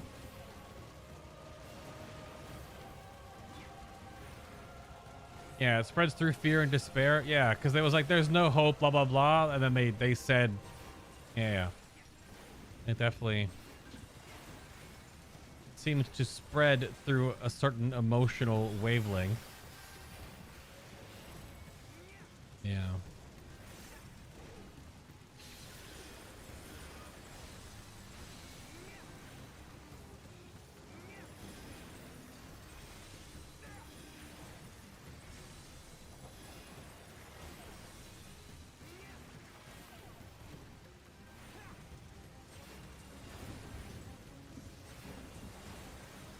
Well, they are definitely a different manner of, like, those weird blade horses don't belong here, like, at all. But there were elephants here. But it's not the creatures that are turning into stuff, it's the inhabitants only.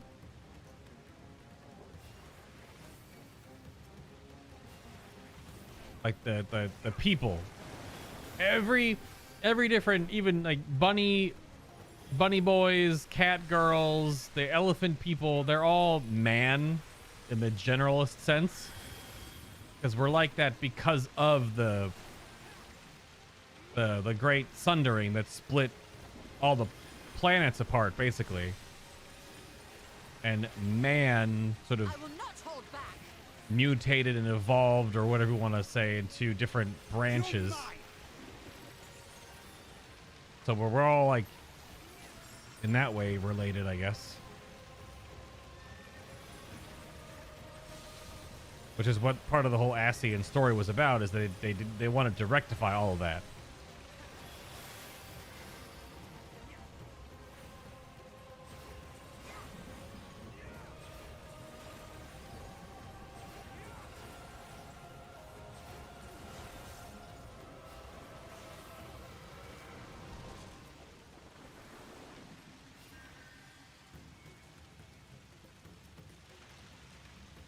More casting gear, nothing for me.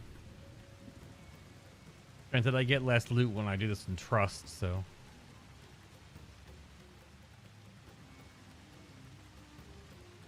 This thing is not good looking. I don't sense any ether. Ooh.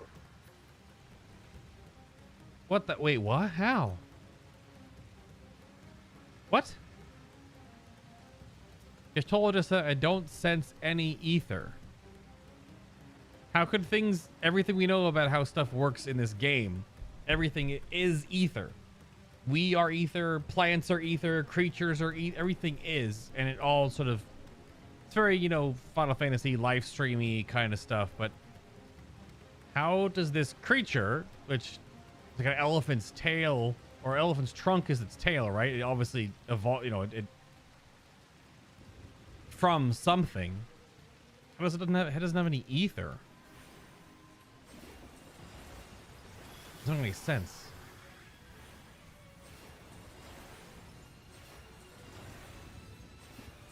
Doing an AoE, looks like.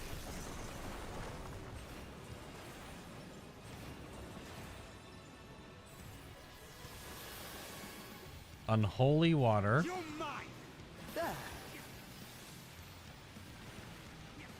He's gonna explode. Knocks us away, so we don't get knocked into them.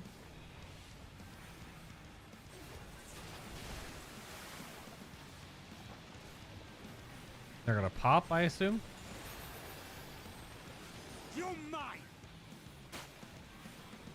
Okay, you just don't want to get you don't want to get pushed into him. I will not hold back. Oh, it's like a weird mutation. Oh, it's an elephant. Look at Now you want to get in a bubble? That's a crazy creature concept. It's the back half of an elephant that like opened up and became this horrible monster. Like this top face is its freaking spine. Oh my god. What the heck? And this bottom face is its butt.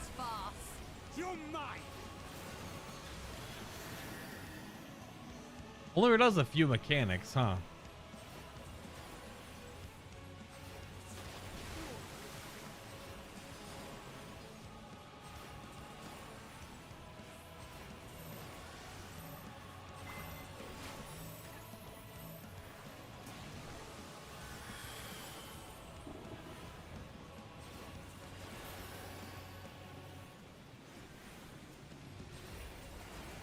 That's such a cool creature design, though. The gloves are off. What a ridiculous creature design.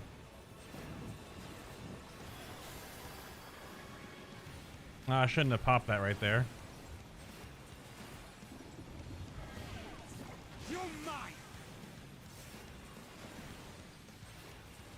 That's so fucking wild. Like the weird bones, the bone fins are ribs. That is absolutely wild and pretty horrific.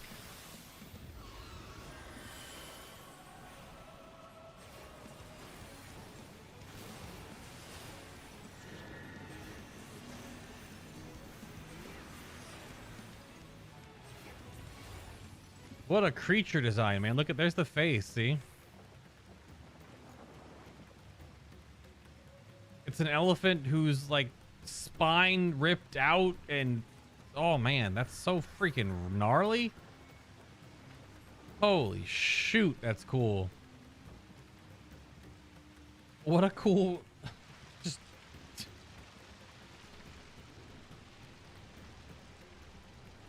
Good grief.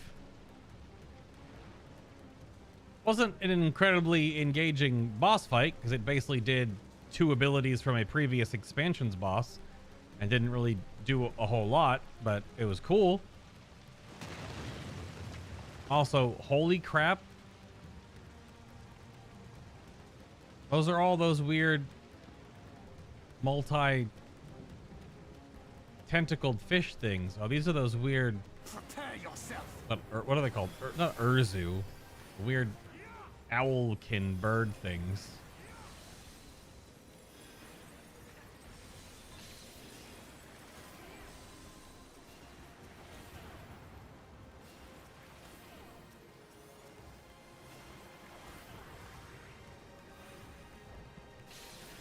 There.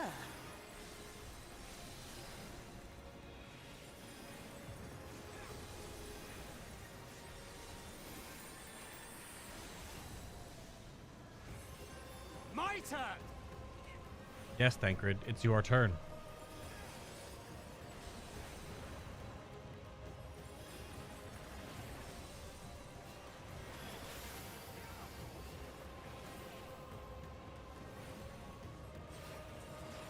There. You're only about 15 minutes ahead of me story-wise.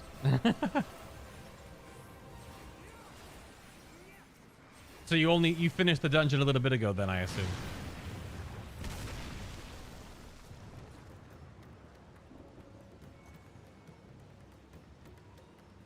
Well, this place is a little effed.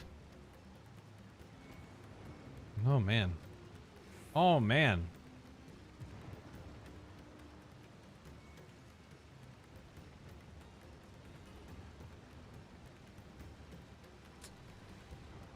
Ooh.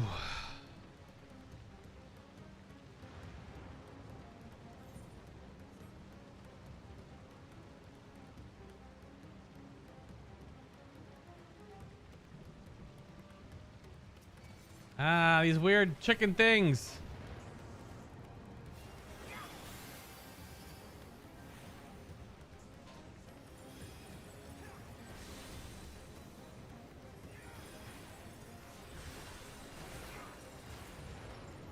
They can't be stunned, it would seem.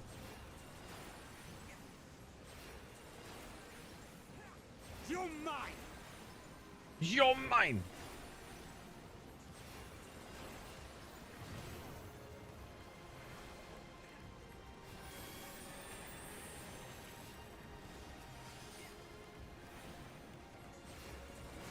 You're mine.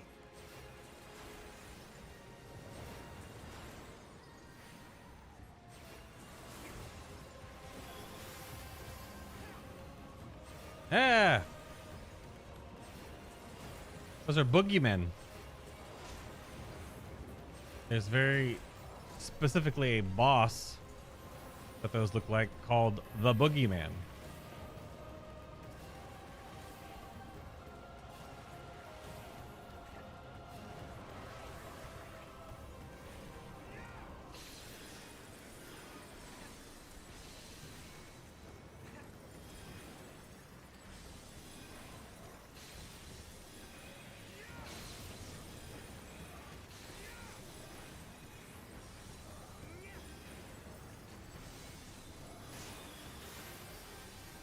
If I may.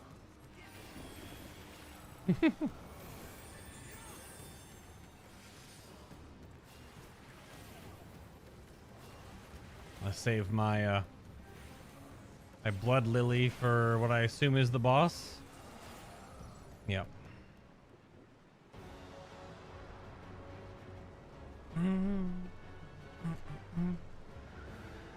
Oh, it's the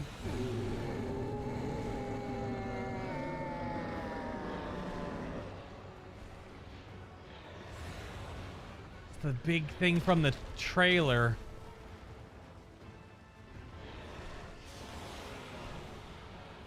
Blasphemy.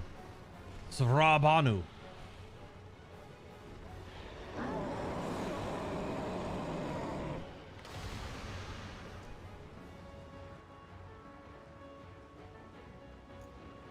Well, it's terrifying.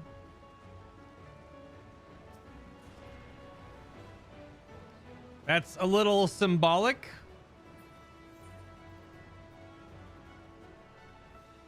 Upgrade earrings. It's got piety though. Not an upgrade.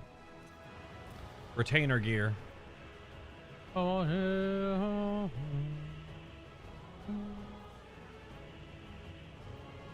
I don't get any warrior gear either for my other retainer. Like the hand is what fell off. I like that. That's definitely a all right. Well, yeah, sure. Go for it, Thancred.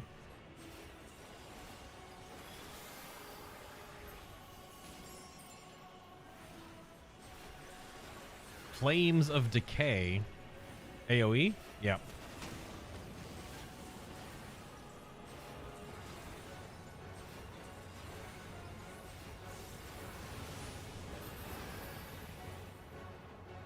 I'm pink, so stand on pink?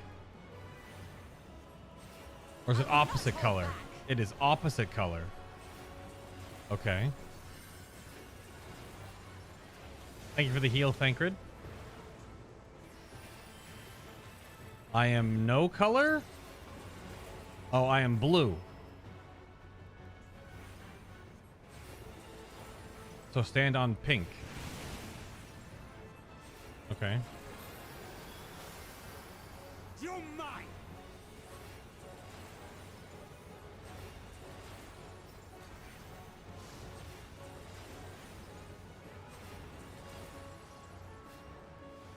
Dun, dun, dun, dun, dun, dun, dun, dun. Different pattern on the ground. Same thing though. Coloring sky. Knockback. Okay. Dun, dun, dun, dun, dun, dun.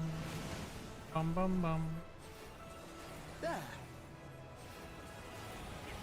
So that shows us what color is going to explode.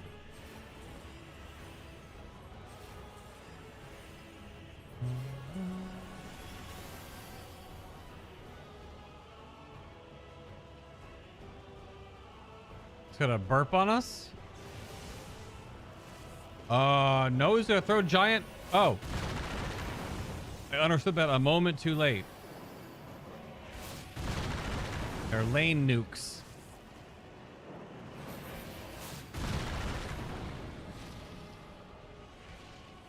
Plus meteors. No, my heal stopped casting there.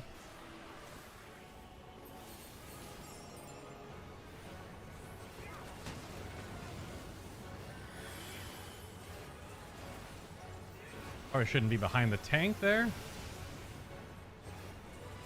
Okay, we're back to square one.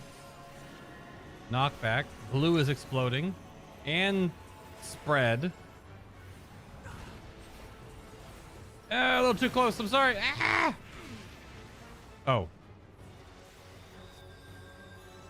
Wow. So more than one of those is just you die. All right. Fair enough. Probably should have just long-armed that and walked to the corner.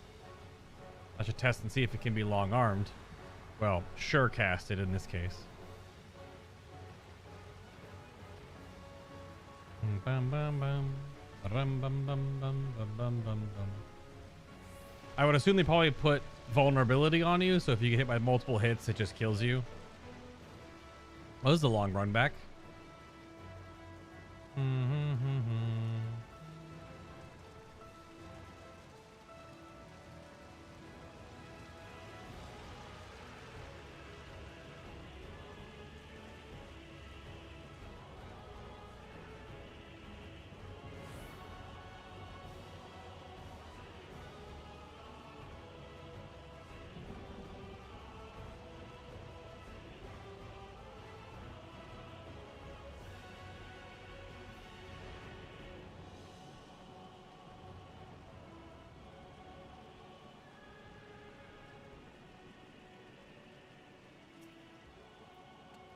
All right, go get him, Thancred. I didn't mean to hit that button.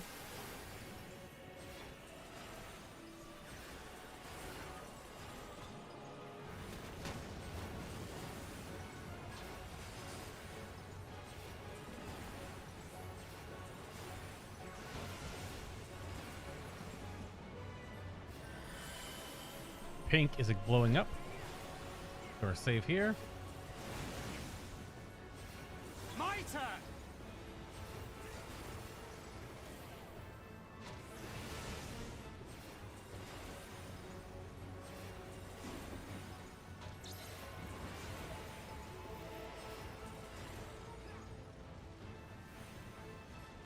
Look, you get vuln.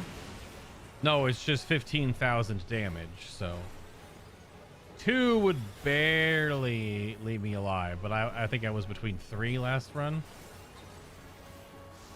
Dun dun dun dun dun dun dun dun dun dun. My turn.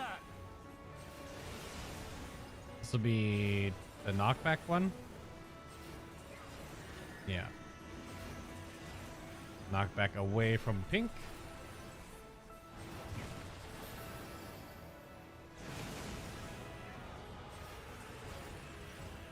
There.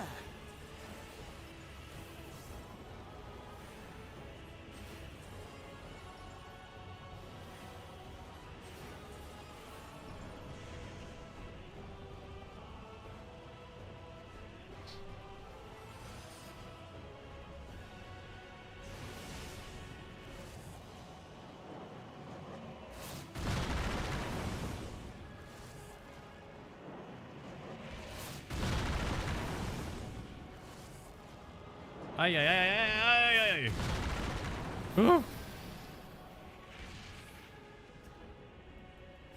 It's kind of close there.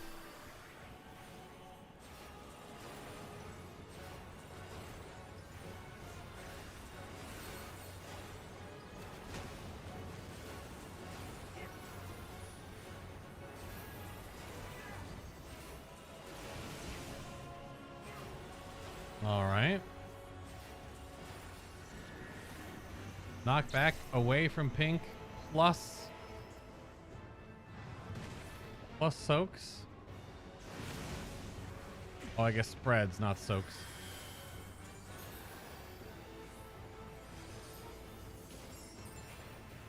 And you're getting slam jammed on Thancred.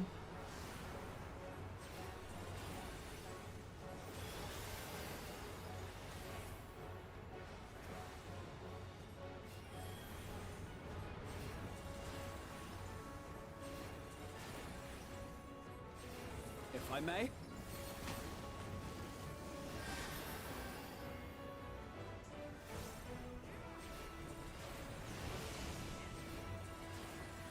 Knockback soaks or knockback spread.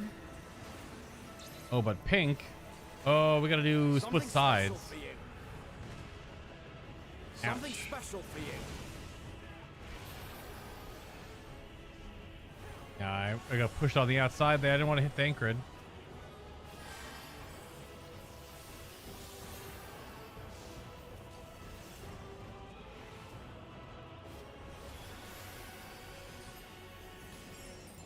Okay. Okay. Did wipe once though. I made a poor judgment call on where I got pushed. Got very exploited by the meteor spreads. I will not hold back. Here we go.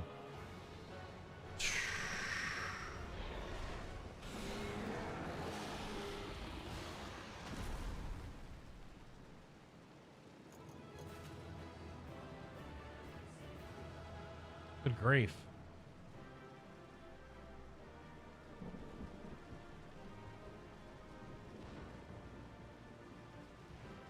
Yeah, I'm really curious how all this stuff is even spawning, right? All right.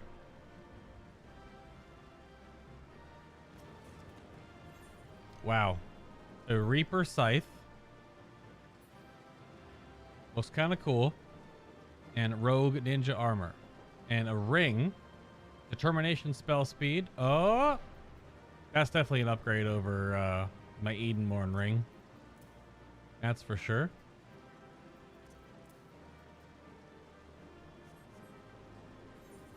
Like that directly just lose the direct hit specifically, but determination spell speed for crit spell speed.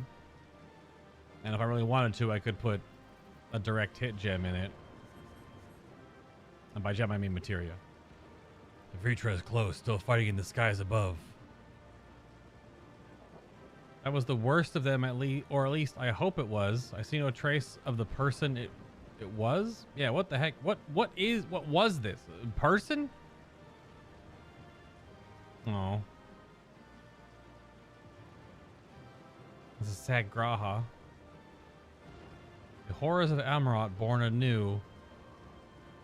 Yeah, I don't... Like, what could turn into... This looks like multiple things based on all the mouths and stuff, right? It also was dragon-like? Kinda? Okay. Well...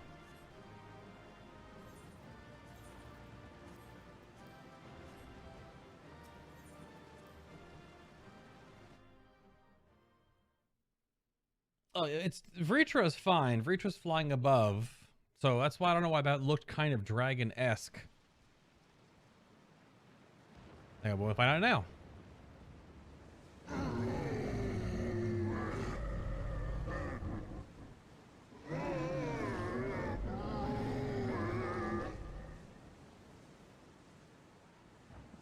That wasn't the elephant trader, was it? As I feared.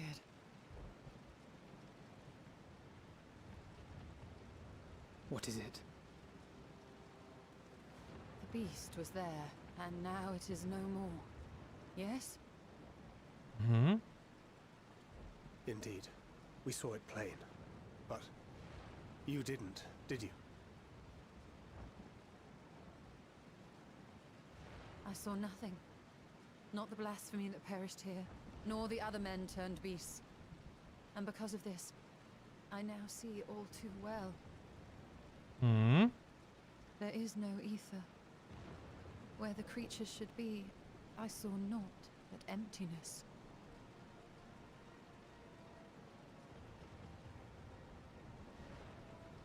I mean, so that gives some point of contention or some credence to my stillness theory. But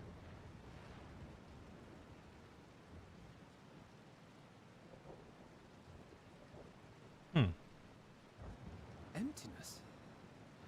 But that would mean... Recall the words of the Watcher. 'Twas a stagnancy of ether, a cessation of flow, leading to decay and absence, that led the ancients to conclude their star was dying. yeah, it's Hydaelyn. This is the same phenomenon. The instant these people are seized by the transformation, their ether begins to rot and crumble away like dried mud. Until, from their corporeal forms to their very souls, naught remains. But the beast spoke with its dying breath. Surely at least a sliver of the man it was endured. Mayhap so. But even if the process was incomplete, it was little more than a faint residue. Gods be good. You're saying they cannot be saved? Not by any means known to me. Or by any means at all, like as not. For there is naught left to save.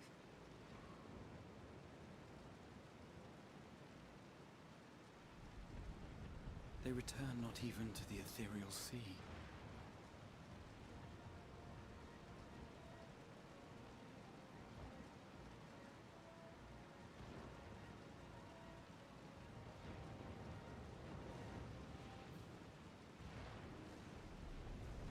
There's Vritra.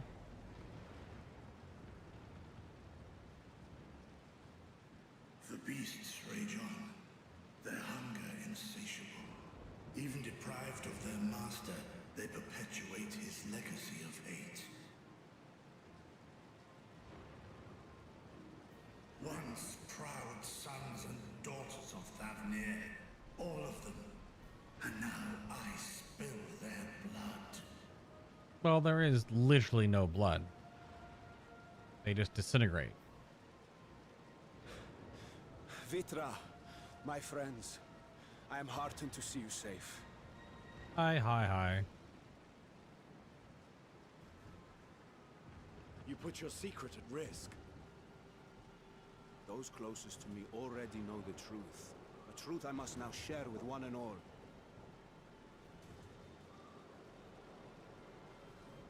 Vitra, calamity has come to Radzatan. Our fair nation is rent by screams of pain and despair. More than ever, we require a strong leader to shepherd us through the storm. Reveal your true self to our people, Vitra, and guide us to salvation. What madness is this, I-One? Thou dost forget thyself. Were we to reveal our duplicity, it would do naught but foster confusion and chaos. Nay, I shall remain the Satrap's loyal ally, and do battle with the beasts. Easing hearts and leading the people to safety is thy task, and thine alone. Okay. I ask that you remain at Ahewan's side, and render unto him what aid you may. I know not what lies ahead, but without you, Radzatan will not survive.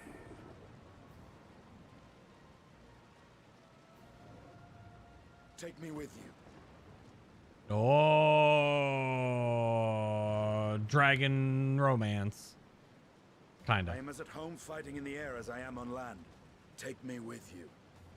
Haha. Were my words unclear? I require no assistance. Thy place is at Fandaniel, here.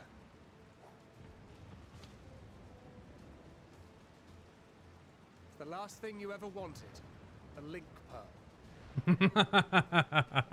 We'd gain much from knowing your elevated perspective. And it'll keep you from getting lonely, which I know you loathe. Mm-hmm. You heard the man. Seems I'm coming with you after all.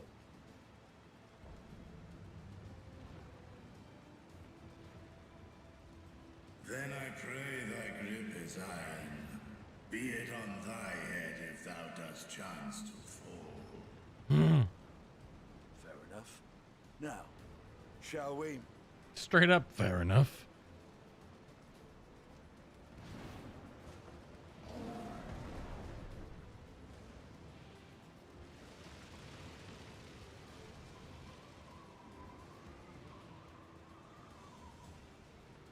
It's so cool.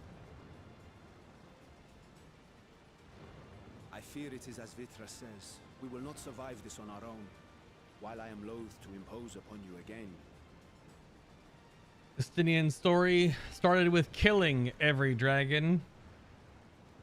Then it became to understanding them. Then it became to merging with the essence of one. Then it became to wearing the armor imbued by the scales of another. And now he flies on a dragon's back to fend off the end of this star. What a story. I would insist if you did not. 'Tis the very reason we have come. I guess the armor imbuing part is somewhere earlier than that, but the plot points are there. Then once more I find myself without words to thank you properly. Let us return to the capital and plan our next course of action. Anything to deal with all the crazy squid monsters flying around the air? No? There's only like 1,700 of them.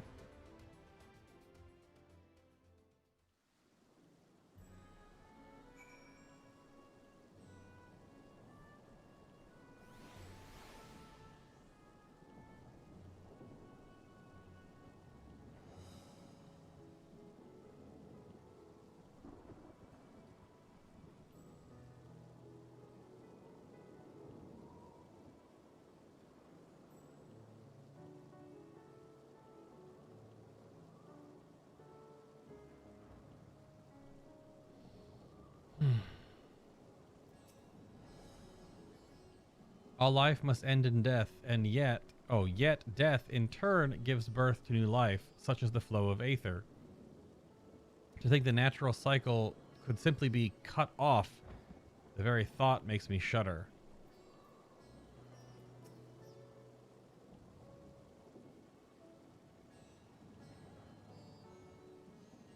Yeah, Estinian's whole storyline is pretty great.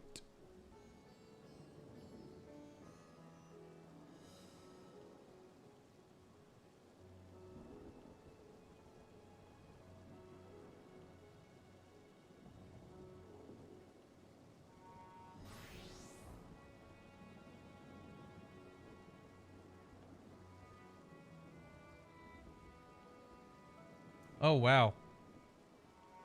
I missed it during all that, but they're already starting to do hunt trains.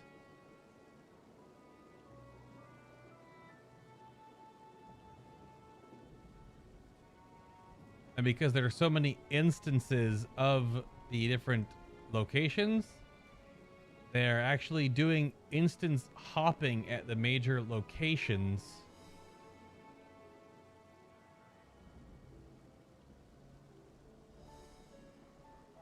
Very curious. That means they're able to farm the mobs multiple times.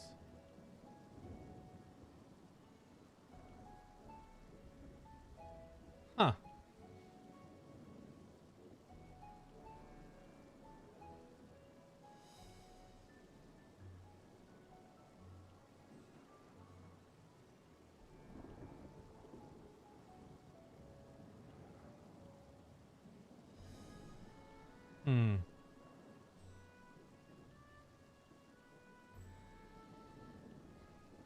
After so long and so many sacrifices, we finally find a way to cure the tempered, but these poor souls, they vanish without a trace. Is there truly no saving them? While Estinian and Vritra defend Razadhan from above, we on the ground must find a means to prevent these transformations, and soon. The stillness in the air puts me ill at ease. We must be wary. Were we not? I can see your ether, and that of our companions. We have not suffered the fate of those unfortunate souls.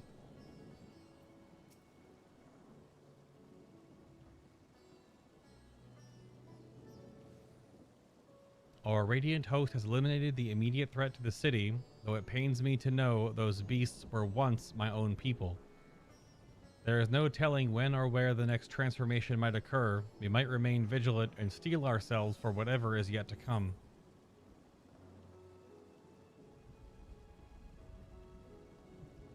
So honey yellow and millicorn yellow are not sold anywhere, but the raisin brown dye is.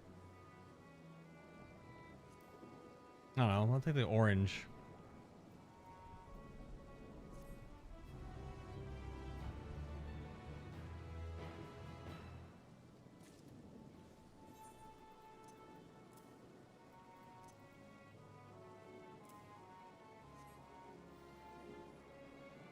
Whew.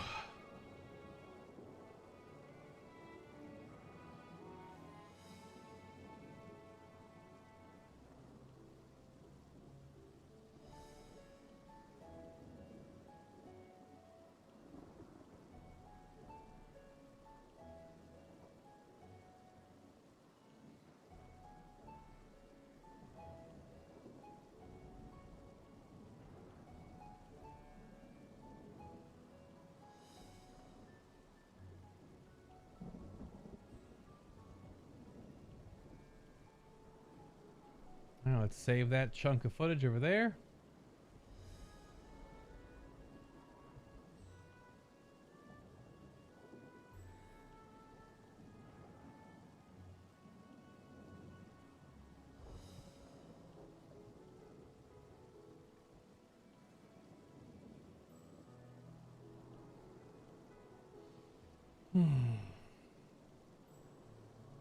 Before we start this next section, I'm going to go take a quick bio break. Nothing too crazy, just stand up, stretch, go to the restroom, all that good stuff. I shall return in just a moment. Look at that fat chocobo. That right there do be a fat chocobo. Be right back.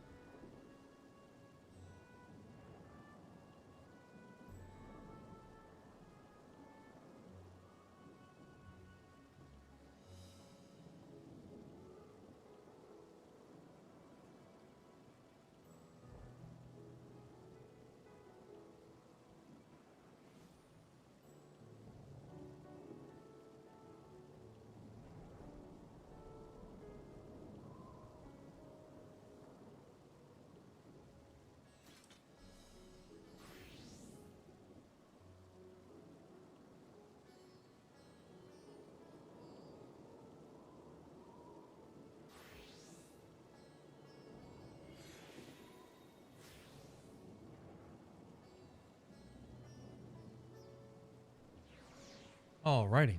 Thank you for your patience. Hope you want to get a little bio break yourself.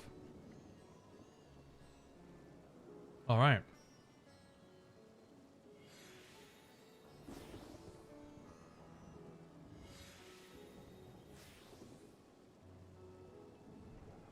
Alright.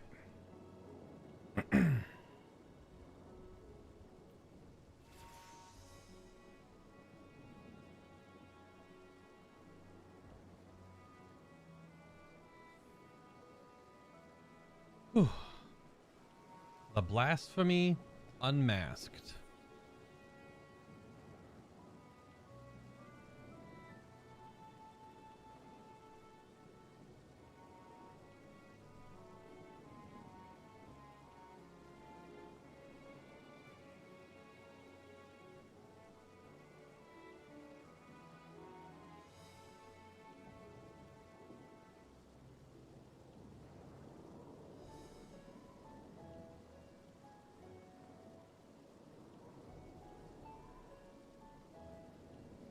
Okay.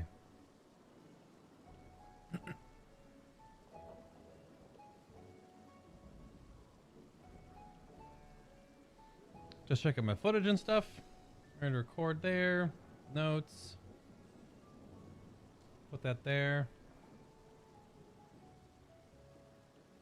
Up to 370 gigs. My goodness.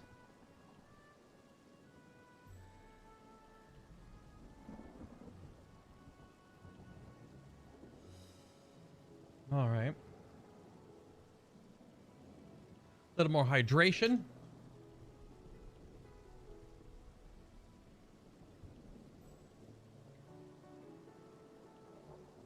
Yeah, I wonder when we'll see Bat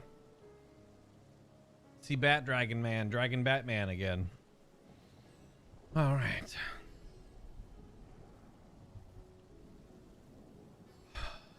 Onward.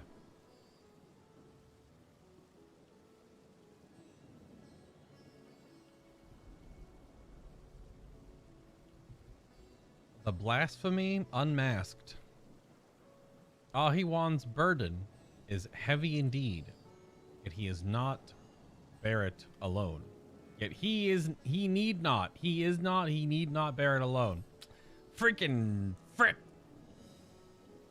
Forgive me, my friends, but I must return to the Mahaduta for the time being.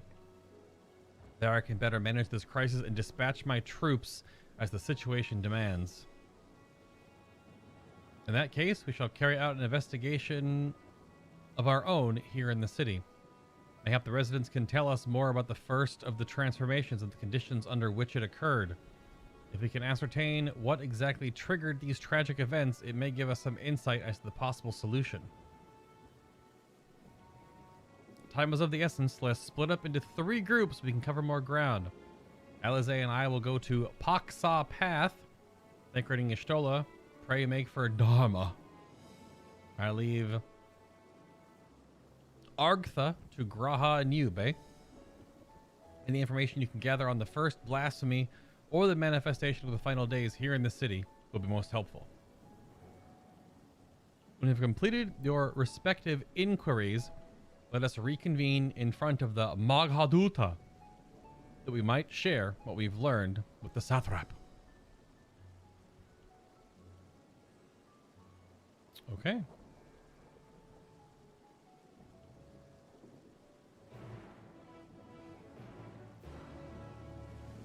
Is you and me, Graha? Shall we be off then? Arthar is home to the High Crucible of Alchemia, whose alchemists forged many of our warding scales. It seems as a good place as any to begin our investigation, don't you think? I spoke briefly with Nuhadin, the chief alchemist there, on our last visit. He should be happy to answer our queries. How do we know that he doesn't turn into a giant monster? I bet.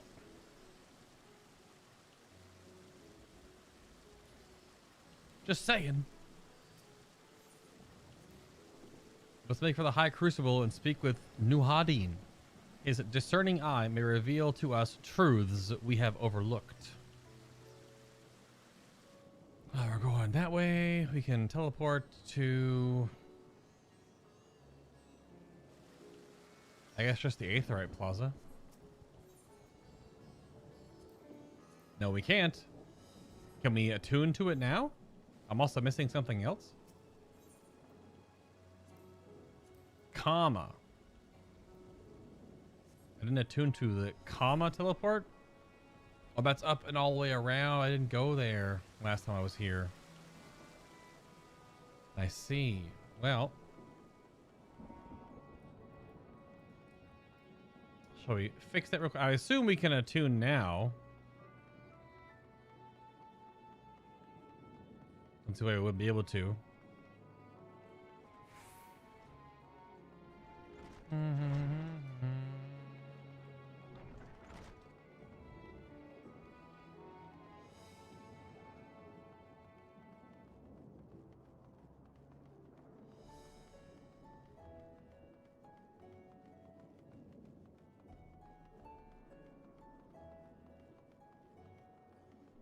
Should be able to just jump back down around the corner then after this.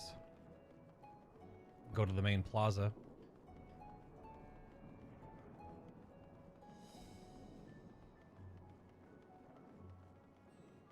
Comma looks like a bit... Comma looks like a residential district, I assume.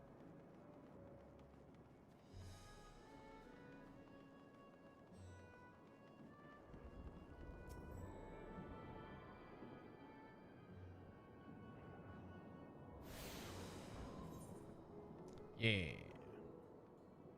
You tune yourself to all the Aetherite shards in Razadhan, but not the main Aetherite. Can we attune to it now?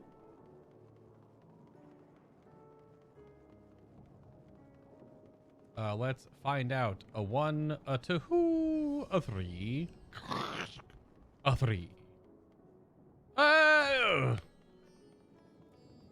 That was a bit more of a fall than I was expecting.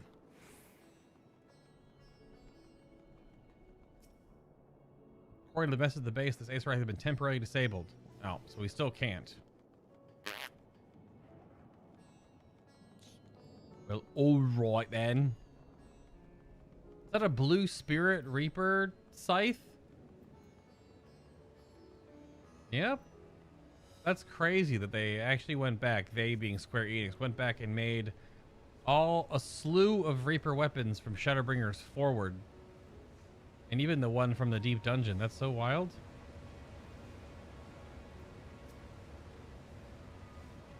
New Hadim. Oh, I remember those red eyes. You were with those scions who commissioned the scales from us, yes? I welcome you back to the High Crucible. What brings you here in these troubled times? I don't know. Sky is falling. We are assisting the Satrap in investigating the crisis that plagues the city. Do you happen to catch sight of any of the creatures? I did. As I was going about my work, I was disturbed by crashing footsteps so powerful that the very ground shook. I rushed outside and could not believe what I beheld. The night sky was burning. Suddenly, I heard panicked screams coming from the direction of... Is it Balshan Bazaar? In the next instant, a monstrous beast poked its head out from amidst the stalls. A handful of the Radiant rushed to the scene, only to be sent spiraling as the fiend and its minions propelled themselves skyward. So that was the boss then. So the blasphemy came from the vicinity of the markets. This knowledge may prove useful. I thank you for sharing your tale. Well, I do believe we now know where we should inquire next. To the bazaar then. After toiling days and nights to fashion our allies' warding scales, a great number of our alchemists were granted a respite. And because of this, the damage here at the Crucible was limited. On the other hand, we have not heard from many who were at home during the attack. We can only pray that they are safe.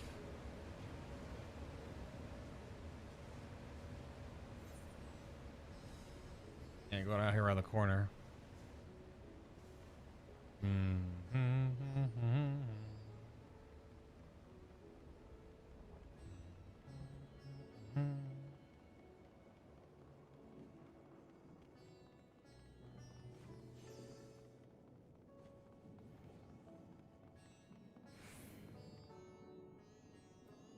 Extra dialogue. According to Nuhadin, the blasphemy came from the direction of the Baldshan Bazaar. Let us inquire there to see if any other vendors or customers can enlighten us further. So this is Thavnairian weave. I must say, it bears a resemblance to the traditional fabrics of Corvos. Small wonder, really, given that's just across the water. Not that I am much of an expert in Corvosi culture, of course. I have not had the occasion to visit my ancestral home since coming to Sharlayan. And like as not, I will never reside there again. That said, in recent days, I felt more acutely aware of my heritage and grateful for it. It is thanks to my forebears that I inherited the royal eye, and with it, the wisdom of ancient Alag. And so, well, I simply hope that my countrymen are safe, and one day where this calamity is but a memory, I would like to see Corvos again, if only once.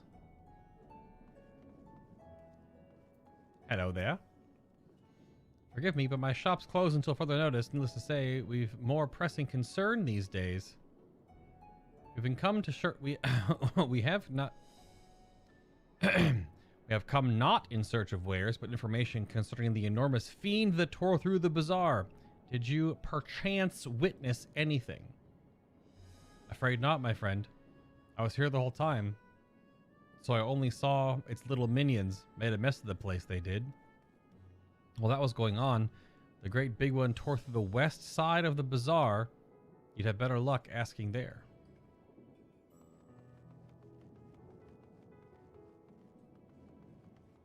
Okay.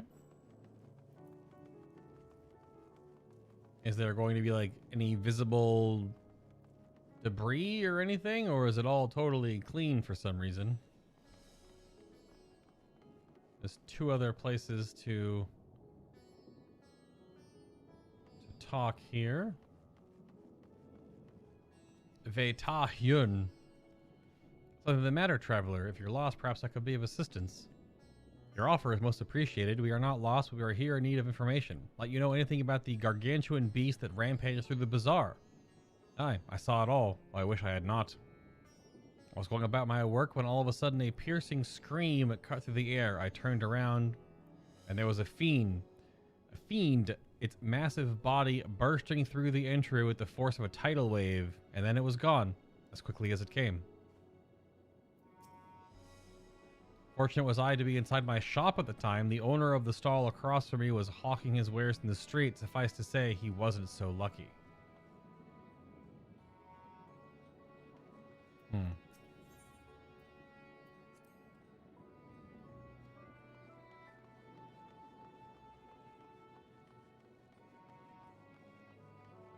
People just lying down in the middle of the street. Okay.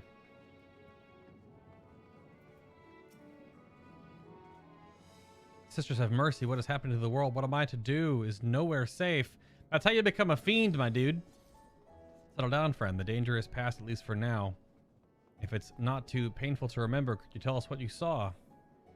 First, I heard the screams, then a horde of ravening beasts came charging toward us. One of them was huge. Bigger than a Merid. Following people around like rag dolls, and it was eating them. I hid under the counter, saw others do the same. But the shrieking and wailing kept getting louder, more voices in the throng, beasts or victims, I couldn't tell. I knew not what was happening, I still don't. That's enough, my good man. You are brave to share with us your tale. Many of your fellow merchants are safe. The High Crucible, too, has survived mostly unscathed. Pray stay close to your friends and loved ones. The rest... and rest your body and mind while you are able. I suspect that is the most we can expect. I suspect that is the most we can expect the people here to tell us.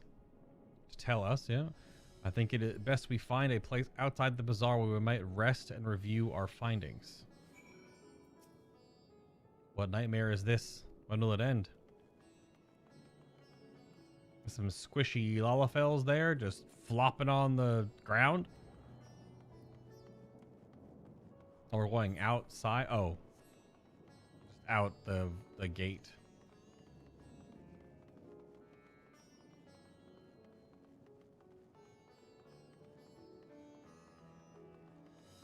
I see.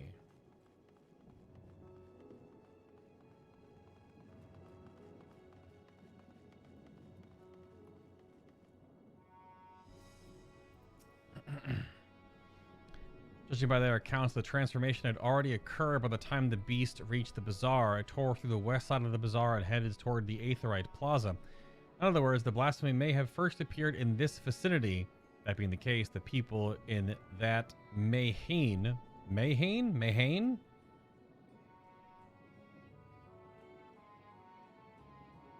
It's gotta be like a name of what this type of location is, like this transference between sections. The Mayhane can surely tell us more. Or Mehane? Like, it's here, this section, but like I don't know what that word means specifically. What a Mehane is. Let's look it up.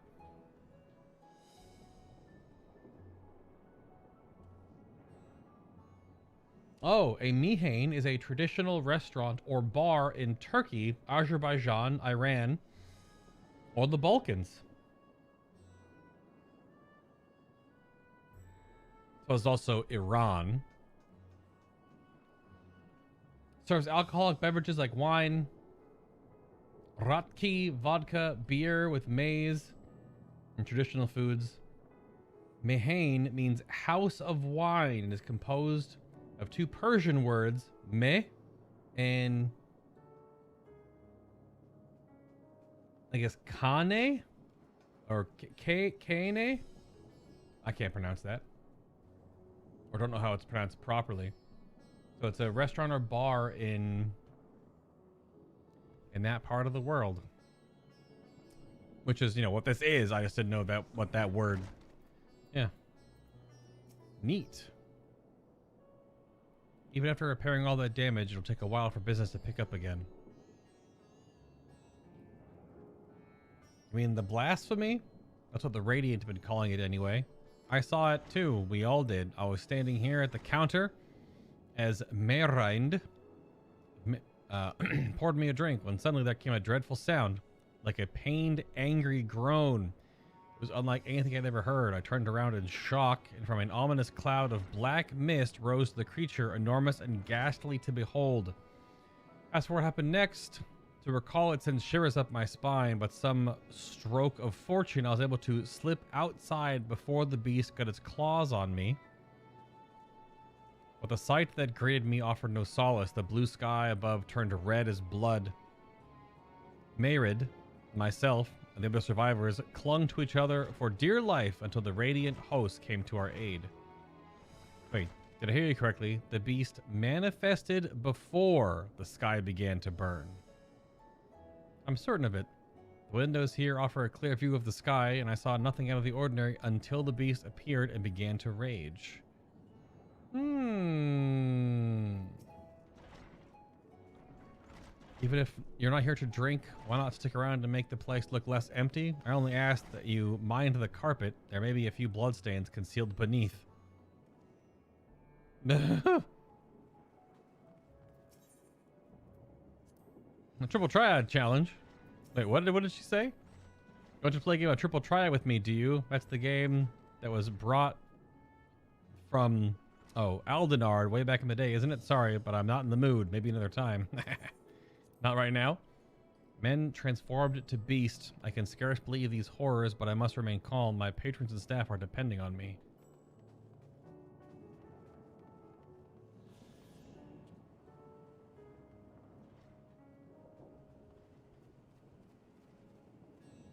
So I'm going to go talk to her next, I guess. Fearful Hayur.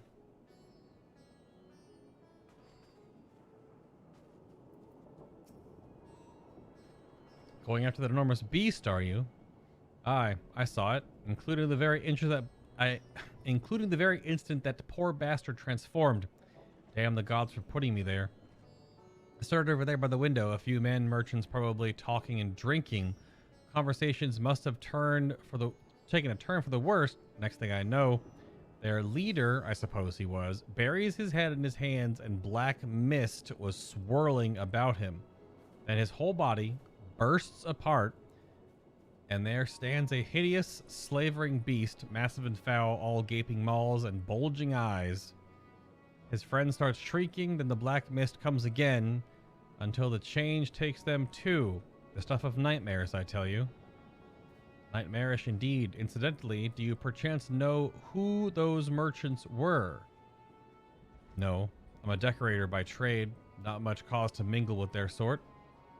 Saw Mileel? The barmaid chatting with them, though. She might know something.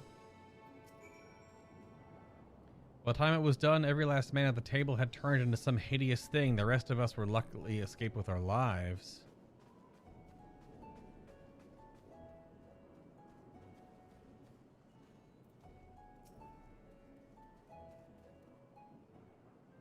Hi, Joseph. Yep. Oh, hello there. Welcome to Mairid's Mayhane. Mayhane. Mehane. Probably Mehane, actually. Mayhane? Different way to pronounce the words from that part of the world, so probably Mehane. Mairid's Mayhane. Yeah. What can I get you? I've come not for libations, but rather for information. You are Mihleel, yes? We are investigating the so-called blasphemy on the Satrap's behalf. We hear it was one of your customers, a merchant. The first underwent the transformation. What can you tell us about him? He was something of a regular here, especially of late. Kalzal was his name. Whoa. Okay.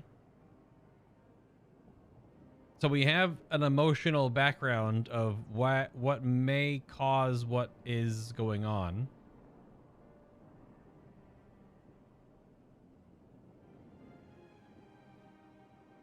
I actually don't know. I know you can change it somehow. I know you can change your sort of YouTube name. But I don't...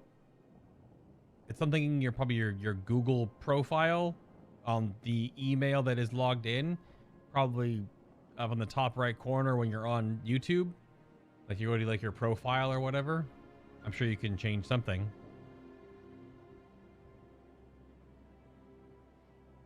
He ran his own consortium, dealing primarily in the exports of Thavnairian specialities.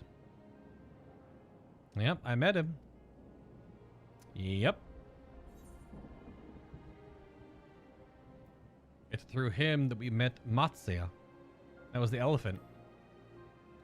The elephant boy, the trader. Yes, the name ring a bell. The names ring a bell.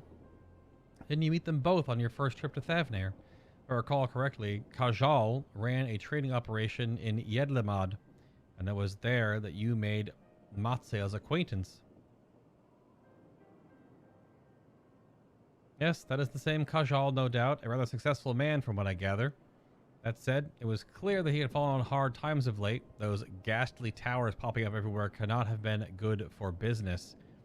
Even now with the towers gone, the collapse of the Empire has led to all sorts of problems elsewhere. The market for luxuries is surely not what it once was.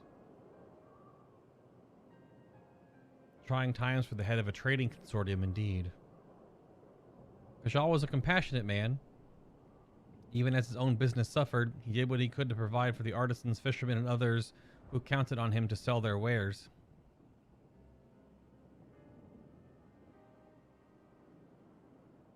Indeed, as the very topic of yesterday's meeting, as far as I could hear, yet as they discussed matters further, Kajal's tone grew grave and grim, and it was then that... Forgive me. I will not have you recall the memory if it brings you pain. If I could ask you one more thing. Did you notice anything unusual about Kajal in particular? Please, anything at all? Nope.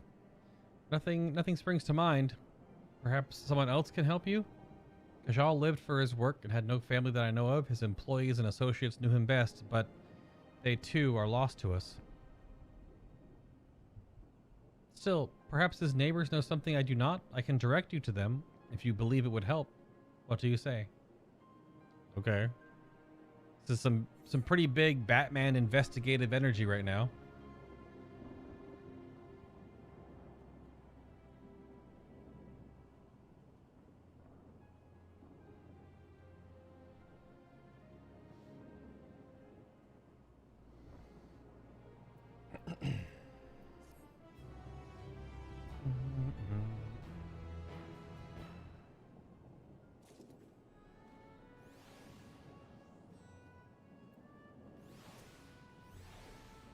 Thanks to Melil, it appears we have a new lead.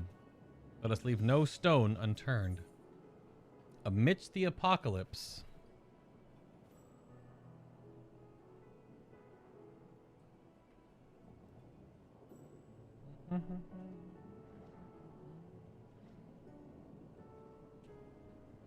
Could be Meliel if you break up every vowel. Instead of Melil, Meliel. Could be. That might be how it's pronounced. A lot of the words in this area are all pronounced very... Each vowel is one part of the word, and you just break that up. Nothing really flows together. But, in that case, Meliel has information that should serve you well.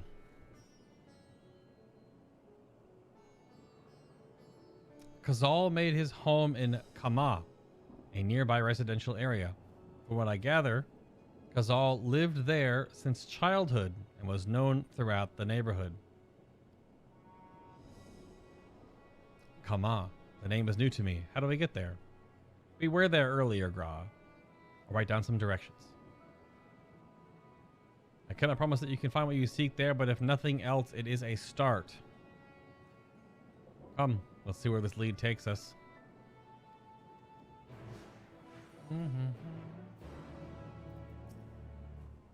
Forgive me, I know nothing of this blasphemy, nor what caused those poor men to take such hideous forms. That said, I could tell that Kazal cared deeply for his colleagues and clients. He did not seem the sort to willingly damage the trust they placed in him, or turn into a giant monster. Unless...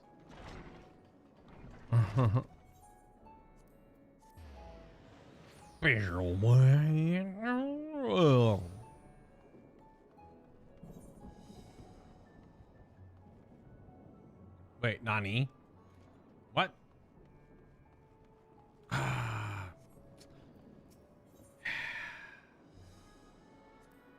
Can't Aetherite. For some reason. Very RP forward, I get it. You cannot Aetherite with a following companion. You have to just hoof it. Which is the point. They want you to get extra dialogue and stuff. Which is fine. Just trying to, make up some time here. Let's see. After leaving the Mehane, we're to retrace our steps and head back towards the Aetherite Plaza.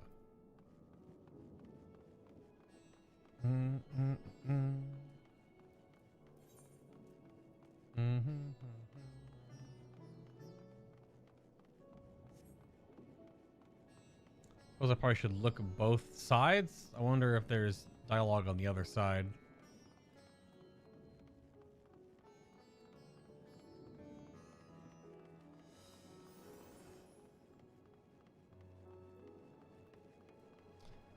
Let me just check over here real quick.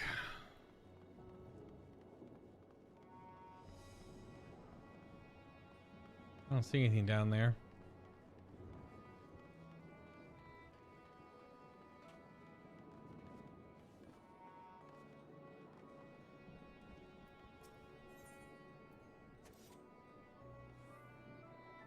From here, we ascend the stairs.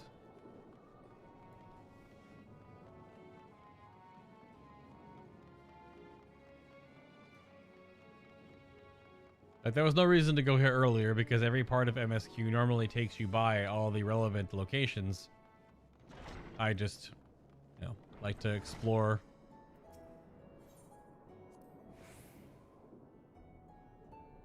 Ah, this must be huge. In which case, we should take the path leading southeast.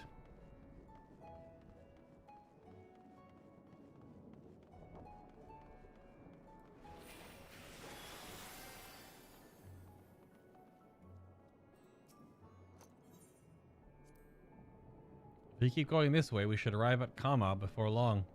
Walking these unfamiliar streets is quite an adventure, is it not? I can only hope we can explore Razat Han at our leisure once this crisis has passed. I do want to point out that this is a just me and Graha adventure right now, and that was what was asked of us in another world, another time, last expansion.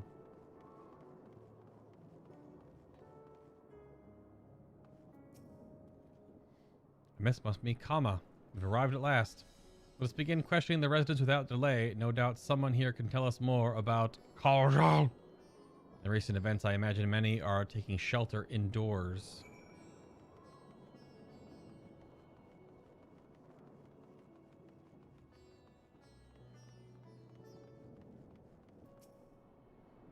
No sooner had the weather turned than those nasty beasts started running amok. We're safe here, though, surely.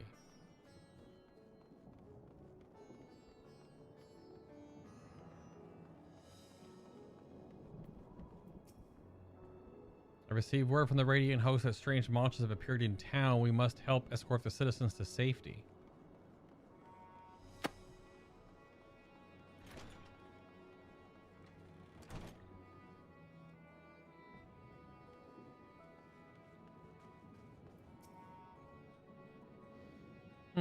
Could you come back another time? I just woke up and I'm not exactly in the mood for idle chit-chat. Well, that's one way to avoid the panic, I suppose. Pardon our intrusion. You may not have noticed, but a great danger has come to Thavnair. I encourage you to stay alert and prepare to flee the city should the situation turn dire. Before we leave you in peace, pray allow us to ask a question or two.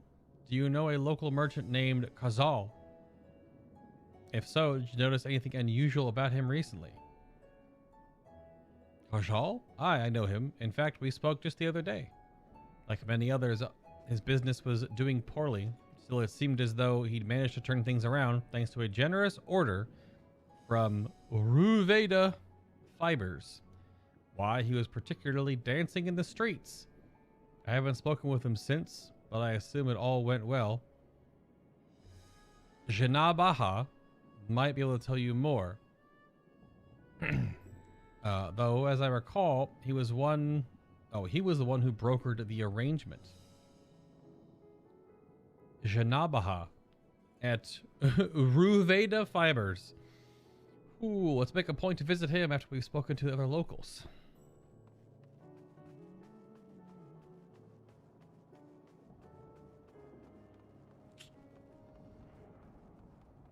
Probably in this over here.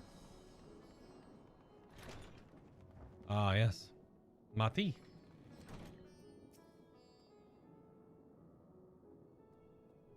Kajal, you say? Yes, I've known him since he was a boy. If there was ever a man who was born to be a merchant, it was him. Always early to depart and late to return. He'd spend his days procuring the finest wares and seeking out willing customers. You could say it came to him as easily as breathing. Sadly, his business was flagging of late. A surprise, really.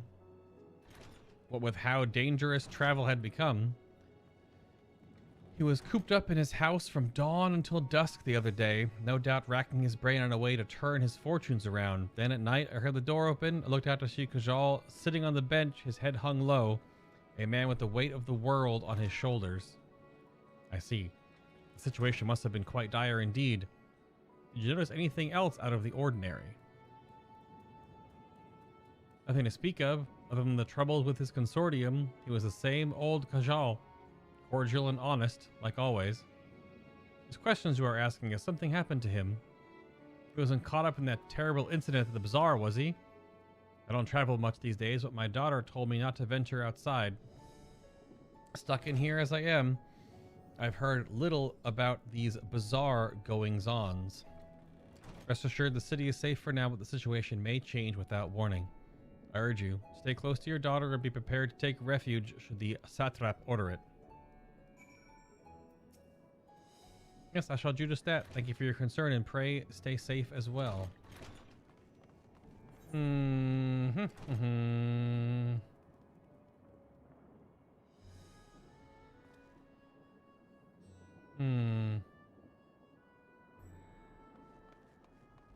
Gotta walk all the way around now.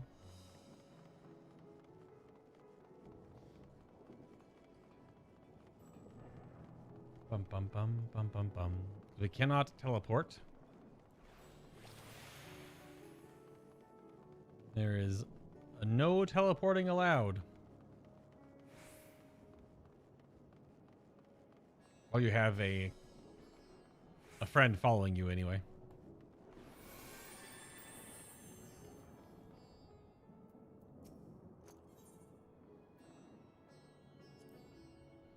If I'm not mistaken, these stairs lead to Dharma.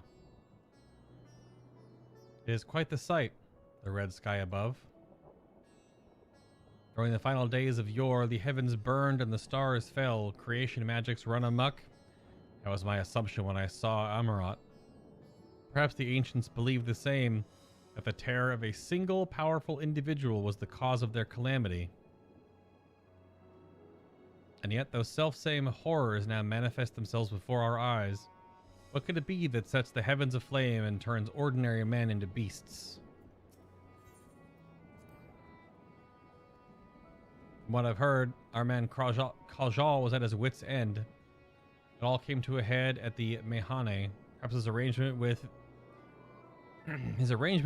Ruveda Fibers did not go according to plan. I expect this Jinabaha to tell us more.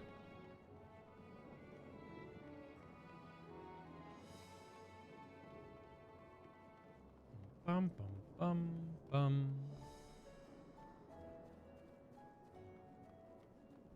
Jinabaha. What a name.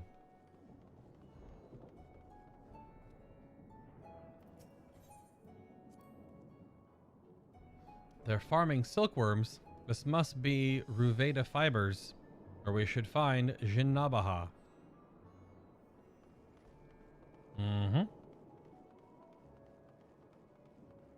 Gross. Kinda, but also ridiculous. Silkworms are wild. Yeah, let's call him Jim Bob.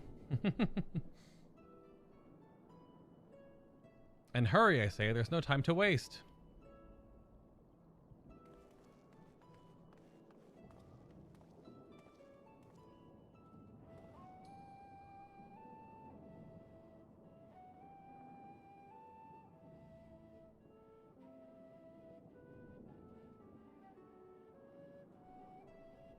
Pardon me, are you in charge of buying and selling here, yes? We have a few questions that we'd like to... I'm sorry, I said we don't have time to chat. If you haven't noticed, we have our hands full at the moment. We must carry all our wares and equipment to safety before those accursed beasts return. I mean, maybe, yeah. In that case, might we be of assistance? Perhaps we could speak when the job is done. Very well. You can start by helping us move our equipment. Ask the others what to put where.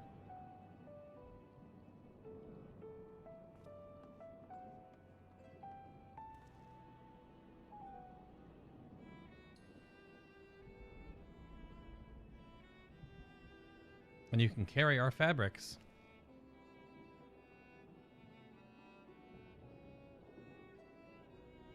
Go through that door and speak with Kamala. She'll tell you the rest. Remember, if these textiles are our livelihood, handle them with care. I mean, I'm a right click and then walk and then maybe hit number 1. Look at your answers after you've kept your side of the bargain. Now off with you. What's up, Steven? Yeah, we're in a free company. It's a community free company, so it's just people from this little corner of the internet. Been playing and learning Final Fantasy XIV since the end of May, so going on a little over 6 months now. Before the start of Endwalker, I had every healer to 80, every tank to 80, samurai, dancer, summoner also to 80. Blue mage doesn't really count, but it was 70 as well. And been learning the game, writing down notes, figuring stuff out. Also had all the crafters and the 2 primary gatherers, not fishing, also to max level as well. Did a lot. We did every extreme trial and farmed them quite, some of them quite vigorously in Shadowbringers.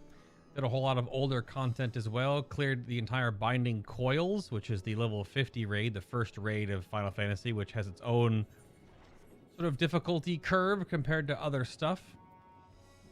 But definitely been pretty busy trying to learn and catch up. Even though I have a little bit more playtime now, considering Endwalker, I am almost at 70 days played.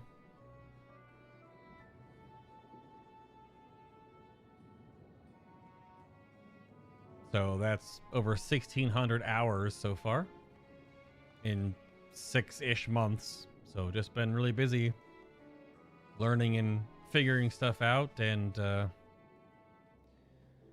yeah, I've got about a 3 to 4 page Google document with notes about video ideas and topics I'd like to cover. But I couldn't really get a lot of it done and sorted in time with art and assets and things before Endwalker came out. So once I get through the Endwalker MSQ and get the major story stuff out of the way, start looking at making more curated sort of short form content and not streaming for, 8 to 10 hours each day, which is what I'm more or less doing just now. Oh, thanks for the membership. Appreciate it.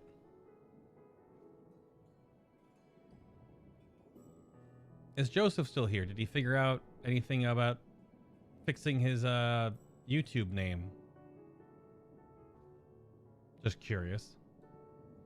But I'm actually hard recording all these MSQ chunks if I ever wanted to go back and re-edit a compilation. Or there's been a couple of awesome moments so far. So, React content, I guess. And I know the feels are coming. There's definitely some pretty heavy feels, both positive, like happy stuff, and some sad stuff, I'm sure. So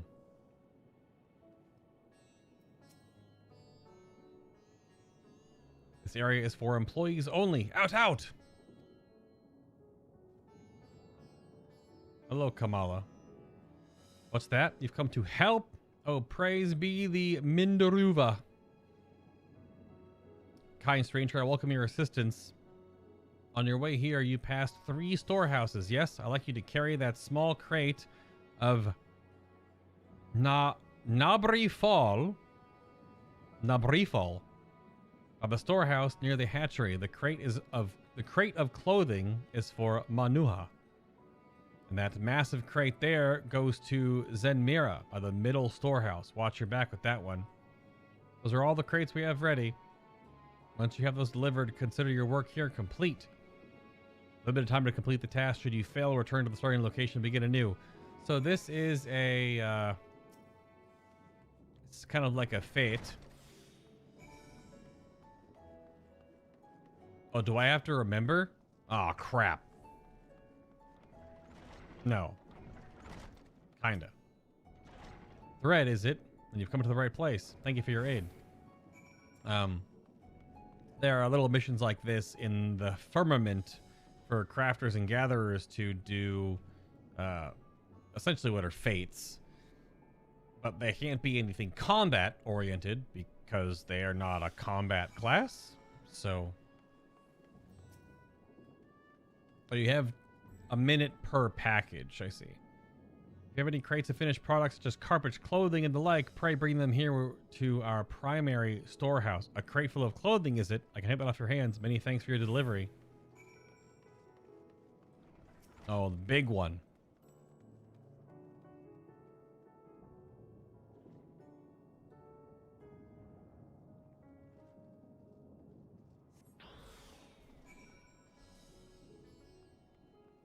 Ah. Oh, it's slowed. But I'm just going right here, though. I say you're quite the brawny one, aren't you? A good thing, that. You never know when you'll need to defend yourself in these unpredictable times. I'm a white mage. A crate full of fabrics, is it? Exactly what I was hoping to receive. Here, let me put that away for you. Well, I appreciate that. It's been a while. Definitely took like over a year off. A lot transpired. With my family in particular. My sister recently just gave birth to her first kid, so now my parents are grandparents, and I guess I'm an uncle.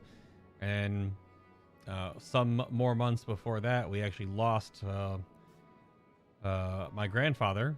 So I only have one grandparent left, myself. So that was right before Christmas last year. So it was a tough turn of the year, but such as it is.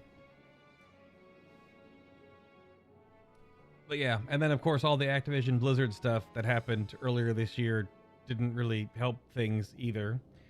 So I'm not doing any coverage on World of Warcraft stuff or any of those games for the foreseeable future.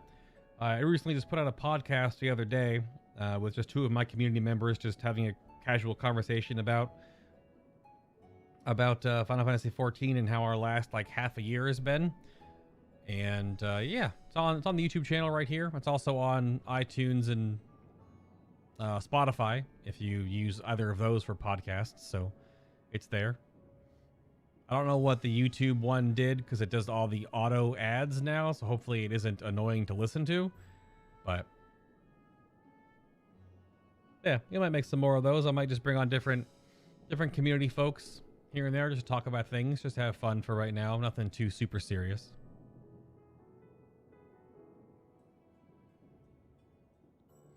You've carried all the crates to the storehouses, you say, and so quickly too. Why, I've never seen anyone so strong. I am level 85. This will ding me 86, actually. I and my associates will see to the rest, so please return to Janaba and assure him our work is proceeding apace. To tell the truth, we're grateful for this distraction. Sorry about that. I didn't mean to blow in the microphone, but I had a hair, like, in my glasses, like, tickling my eyelash. It was wild. So many terrible things happening of late, but generous souls like yourself give me hope that we may emerge from this trial even stronger. I pray we meet again in more peaceful times.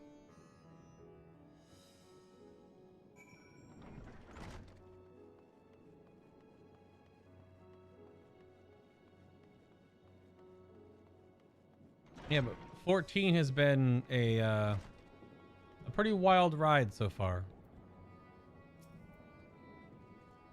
There are so many differences. There are definitely things that I miss about World of Warcraft stuff, but I think as a whole, there's way more positives. There's so many better things about the way this game's systems are structured. Because you can't compare the storytelling aspects, because World of Warcraft is not an MMO. Sorry, it is an MMO. It's not an RPG. Whereas Final Fantasy XIV has less MMO elements, depending on what you engage with, but way more RPG. And I haven't even engaged with all the different RPG parts. There's still so much I can still do. So, all in due time. Done as I asked, have you? If Kamala is satisfied with your work, then so am I. You have done us a great favor, traveler. Thanks. Now tell me about the angry guy.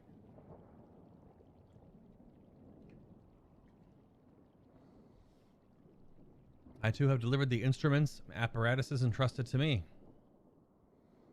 Both have my thanks. With our wares safely stored away, we'll not lose any more to those fiends. I take it that your establishment did not escape the attack unscathed. We did not. Thankfully, most of our workers have already left for the day, but those of us still here saw it all. We looked to the burning skies in confusion, and then before we could even begin to make sense of it, a hideous creature burst through the doors, shrieking. We ran for our lives, but one of my colleagues was not so fortunate. He cried out, a scream of such agony, such terror, and the next instant, he too sprouted fearsome claws. The sight of it caused another fellow to panic, and then he too transformed.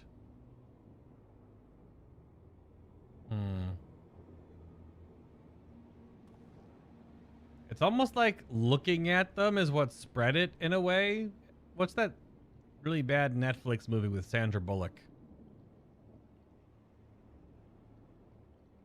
Something like that. I'm sorry. There was something you wanted to ask?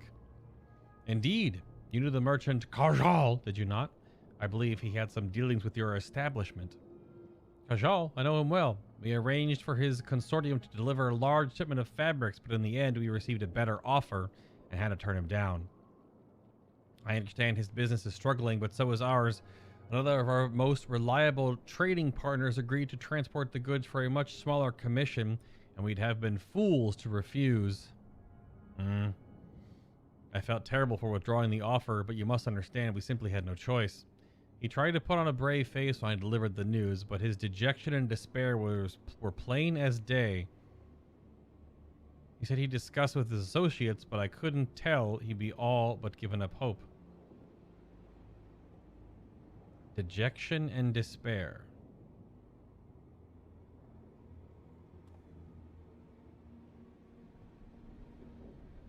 You remember what we saw in Vanaspati, yes? Soldiers and jungle dwellers pushed to the very brink, turning into beasts one after another. We've seen the same phenomenon occurred here, the poor craftsmen attacked by the fiends, as well as those that witnessed it, all undergoing the change. I suspect that everything began with Kajal, patient zero essentially. By all accounts, it was he who suffered the most profound and piercing despair. Wait, could that be it? That such intense emotions were what triggers his transformation?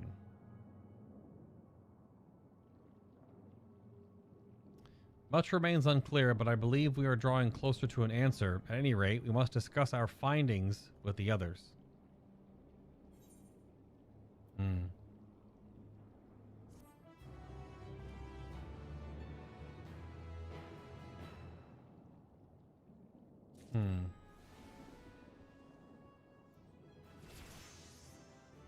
Boom! Aquavale! Splash! And Benison! Other splash! Like how they're pretty similar animations. Benison comes up from your feet and Aquavale hits you like a little wave. The despair in a man's own heart consign him to such a terrible fate.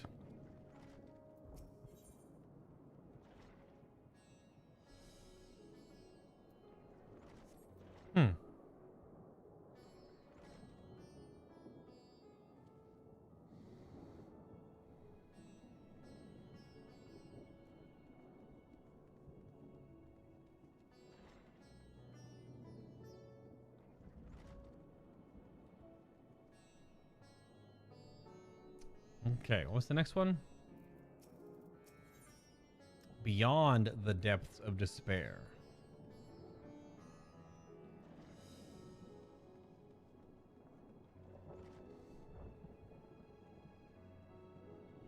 I move this footage over and archive it for later.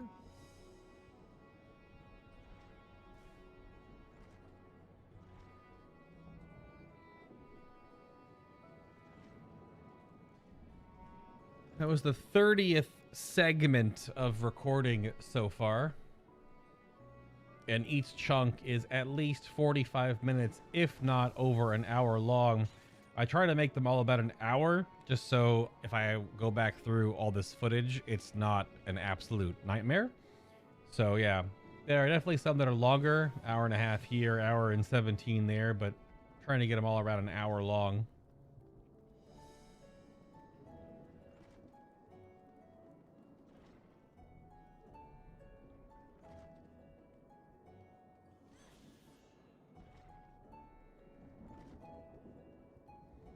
Yeah, it definitely has been. I mean, that the RPG MMO and the MMORPG thing is definitely that. Did you watch Jesse Cox? Jesse's video is where that sort of I don't know if he heard that somewhere else, but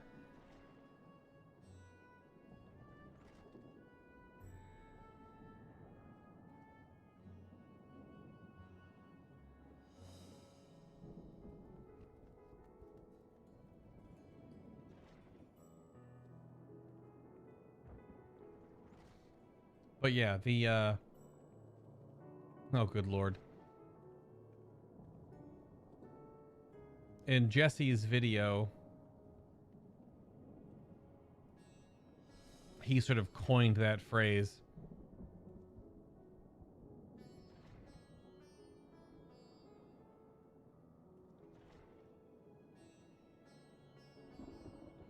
All right, let me...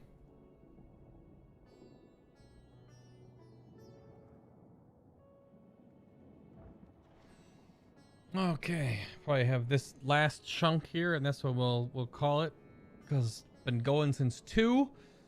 And if you missed any of the previous live stream chunks, of course they're all right here on the channel. I have to double check that they're all in the right playlist. They should be. Zepla, yeah, Zepla did talk about that. I don't know if she got that from Jesse's video, or if Jesse got that from her. One of the either option is somewhere in there. I guess somewhere in there is the origin of that terminology.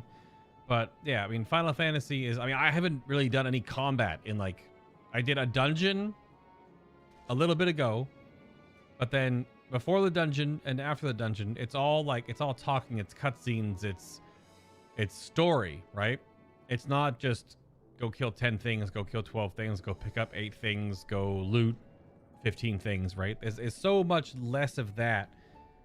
There's plenty of that in the side content, but not in the main story, which is what this game is really all about.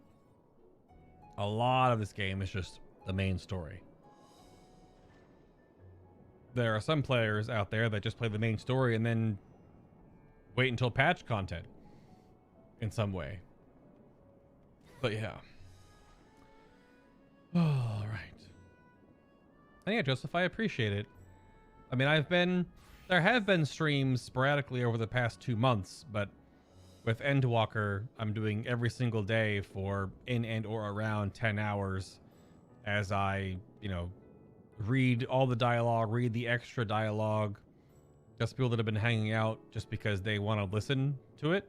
And I'm not the greatest, to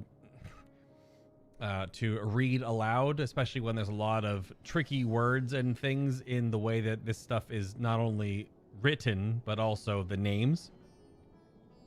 And that happens sometimes, but I am trying to keep it working, but sometimes I get tripped up a little bit.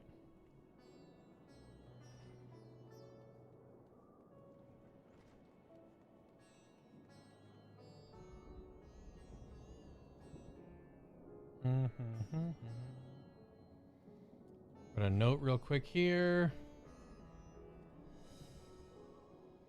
Because yeah, I'm jotting down a bunch of notes in a Google document so I know what all the footage is. And I think we just breached, or yeah, I'm on like 10 pages now, going on page 11. Just writing down notes and keeping track of every single individual quest that I do. Because you never know. I need this footage for later. Okay. Once more into the breach, shall we? Let's get a drink real quick.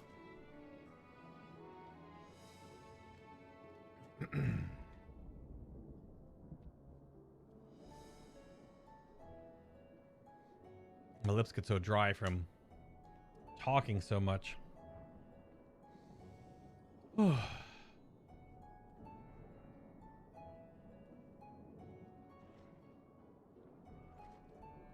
Beyond the depths of despair, Grahatia is eager to share all you have learned with your companions.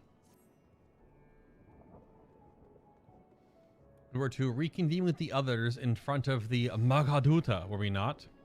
That should just be outside. With any luck, they'll have already returned from their own investigations. My friend, we must take our leave. I pray that your establishment is spared any further tragedy, but remember, your lives are far more precious than any wares. If you are ordered to flee, do so without hesitation. Indeed, thank you for your concern, and pray you too take care as well.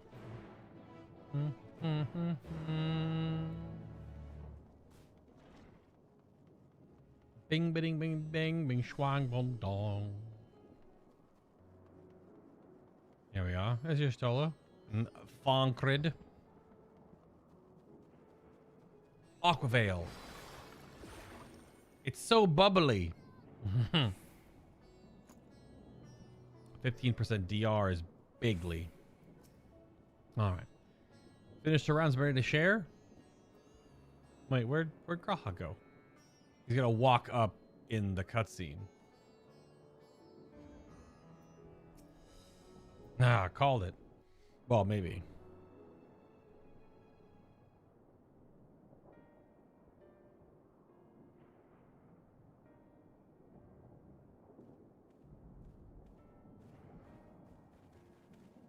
There you are. You've spoken with the survivors. Mm-hmm. Indeed. We thought to share what we have gleaned, that we might together gain a greater understanding of present circumstances. They're the twins. Fortuitous timing. Alize and I completed our own investigations not long ago. Then we should take a moment to compare notes. Shall we begin with the two of you?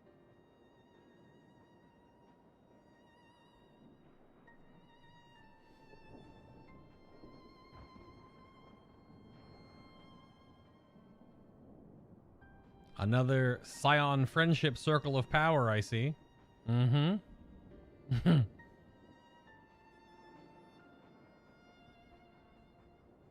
So the merchant Karzal was gravely concerned about his business in the days preceding his untimely end. Mm-hmm.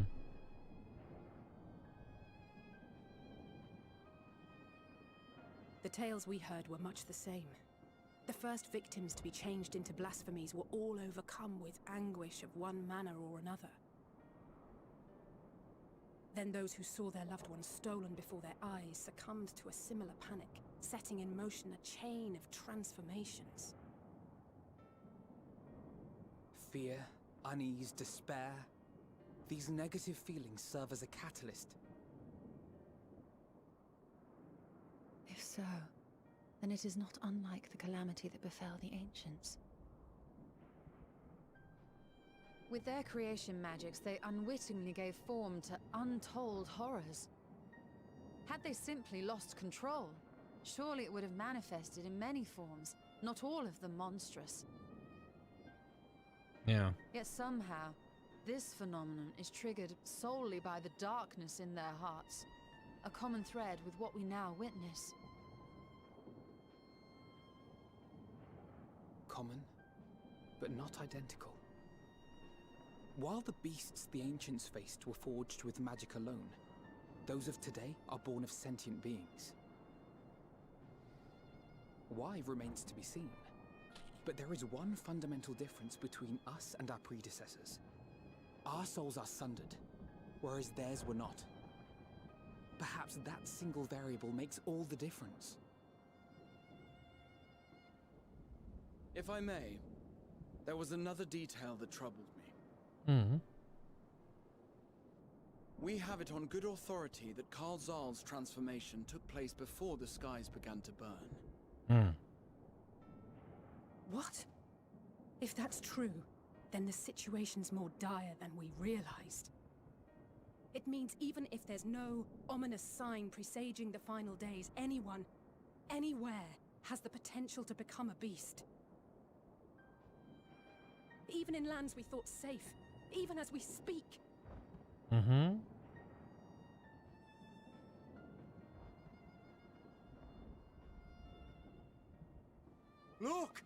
It's the Satrap! The Satrap! Thank the heavens.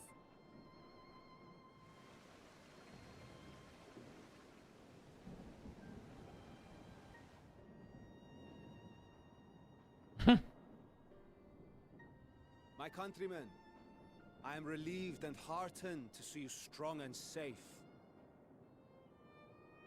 While the danger has not yet passed, far from it, allow me to assure you that the beasts that raged within the city walls have been exterminated to the last.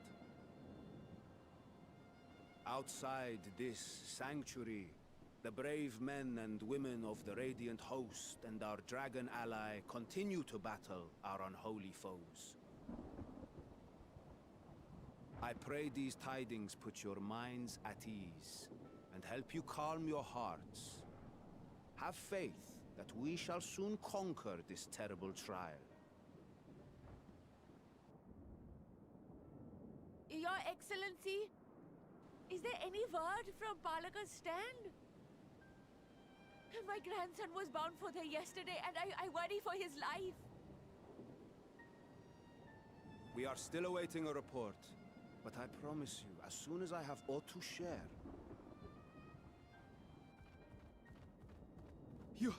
Your Excellency, I bring grave news.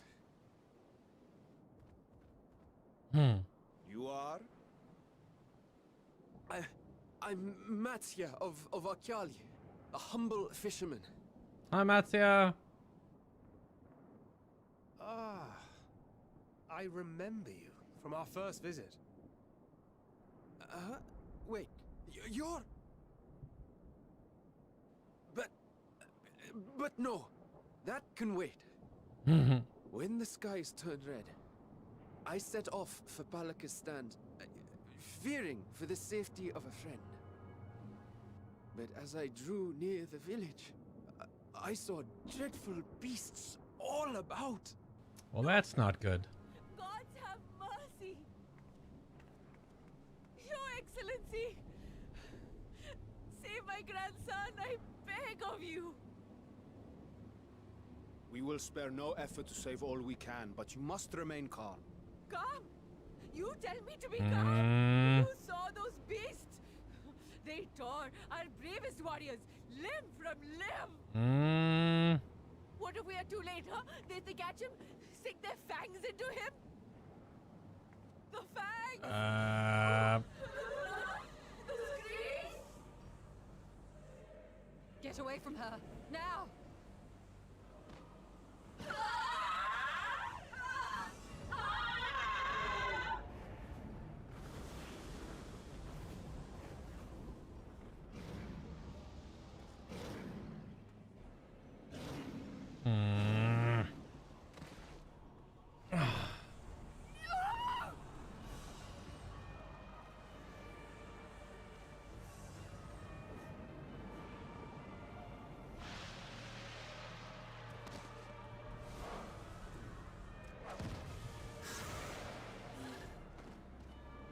Damn it!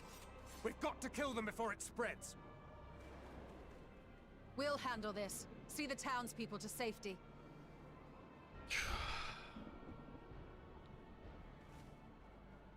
Run as fast as you can!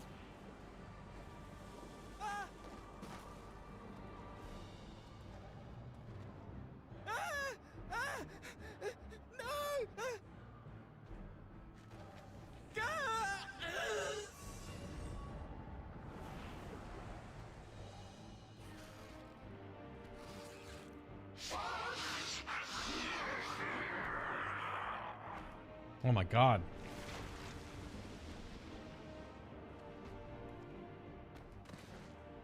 Ah, ugh, gross.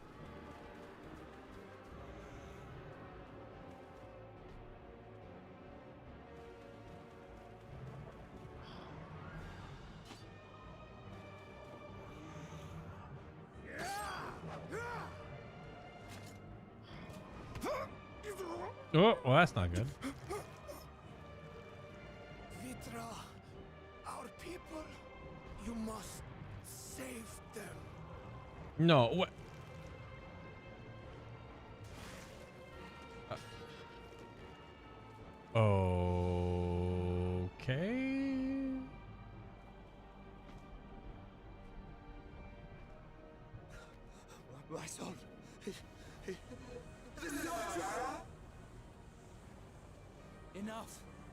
must run. For their sake and your own.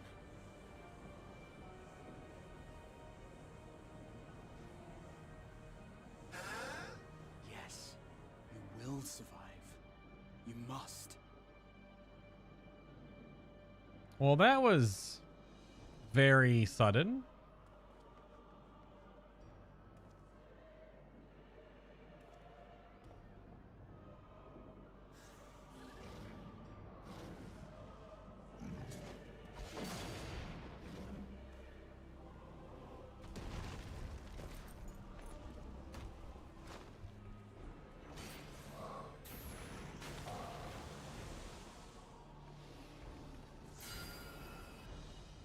What the heck? Y'shtola has Astro Bubble?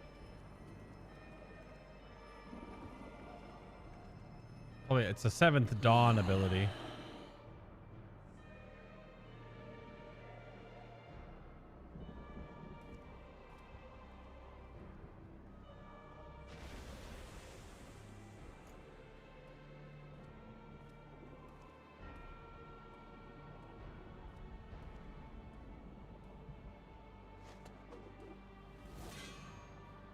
Scrawlhog gonna cast some big spell?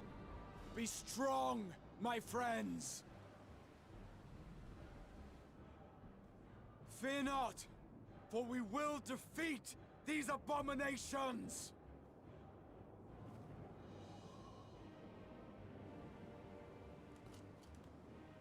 Brave men and women of the Radiant Host, lend your Stola and Thancred your aid. Let not a single beast escape. The rest of you, flee this place. Carry the wounded if you must. Head indoors or underground. Above all, stay calm. No beast will follow you. We will see to that.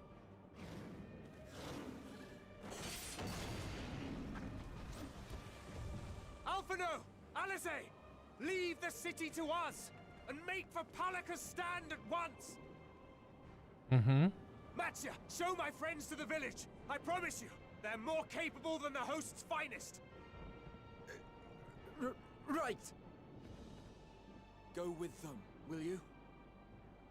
We will save these people. As many as we can.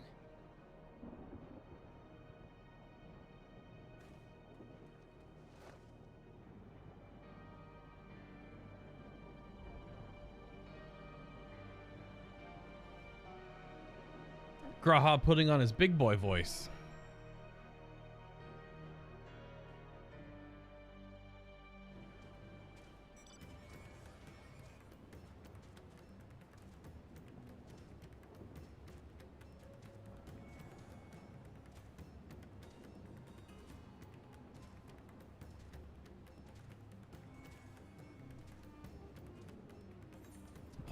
Yeah, it was third dungeon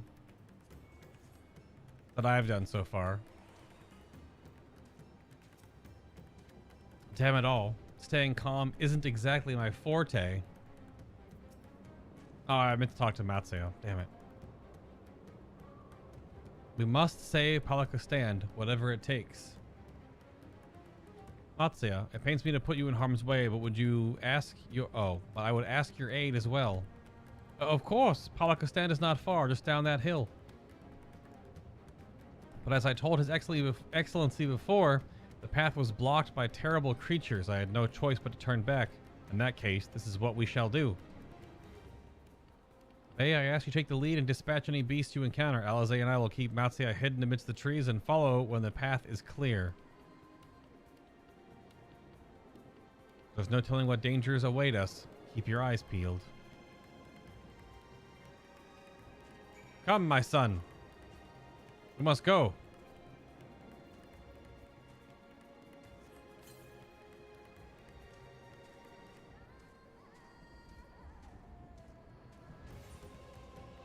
Oh yeah, we're on the other side. Cool.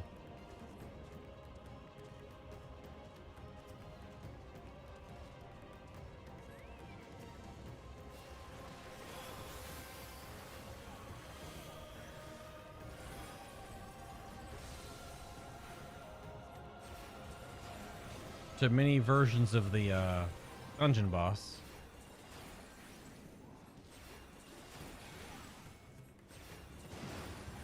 What is left is the attack.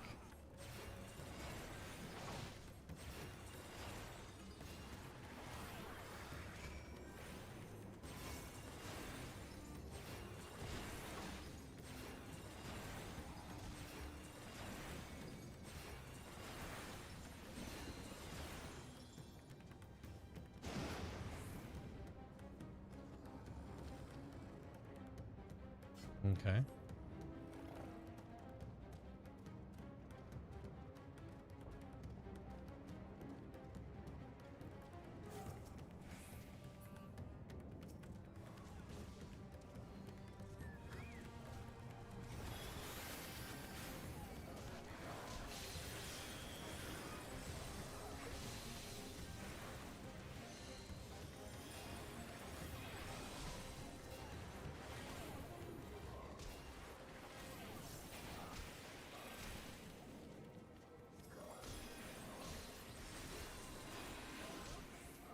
Is the weather still apocalypse? The weather is still apocalypse.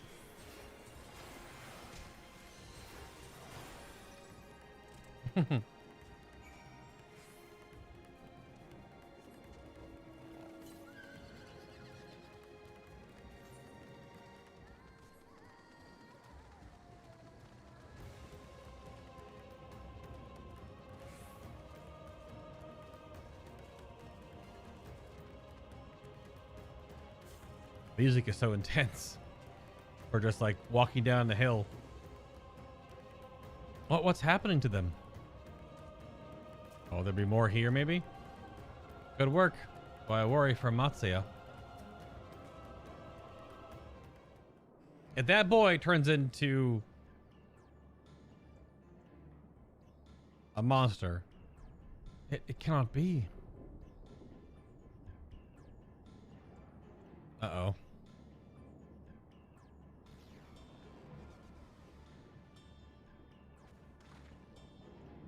Must heal those we can and quickly. I see no beasts, but stay on your guard. There are far fouler things than orcs in the deep places of the world.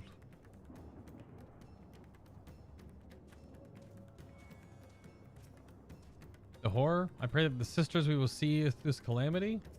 Yes. When I last came here to sell my fish, everyone was so bright and cheerful. This is a nightmare. Aquavale. Why? The horror. There, you'll be fine. The pain will soon pass. Bum bum bum bum bum bum bum bum bum bum bum bum bum bum bum bum. Ugh. His wounds are deep, but he may yet be saved. Go and help the others. Frightened Aura. Give him a pat on the back real quick. Yeah, come to help us.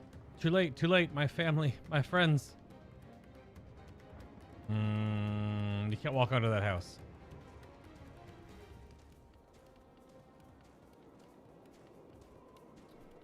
Yeah. While the villager's injuries do not appear to be life-threatening, he does not respond to your efforts. His breathing grows more ragged and shallow, and his vacant eyes are those of a man who has lost the will to live. Even if I wake, the nightmare goes on. No, leave me to sleep. You call out, but the man does not respond. Aquavale.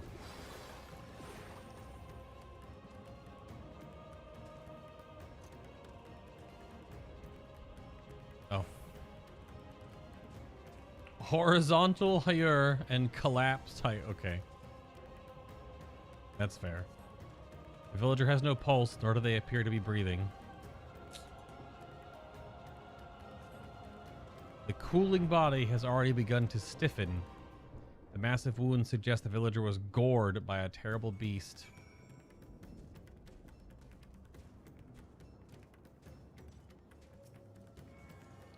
One moment while I attune to your aetherite.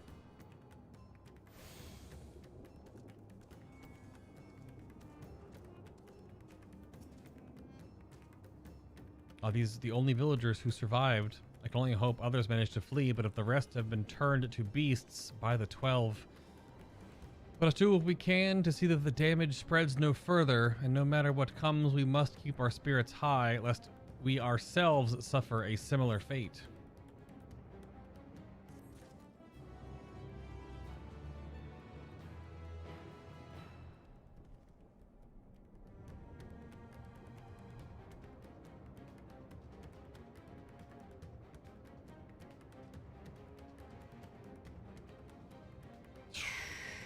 Okay.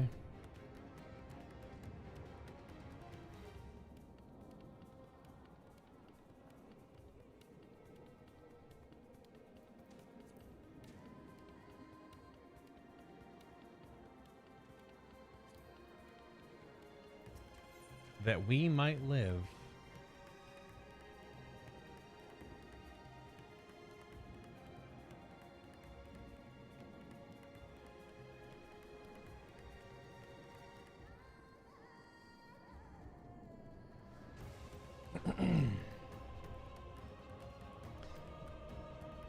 All right, that we might live.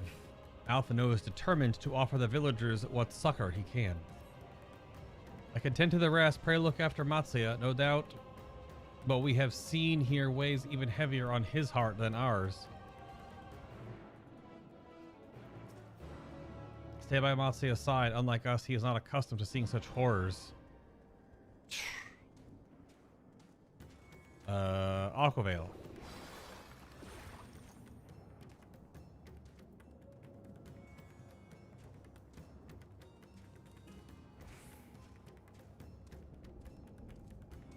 You'll be okay, elephant buddy. Maybe. I don't know. Maybe we all explode.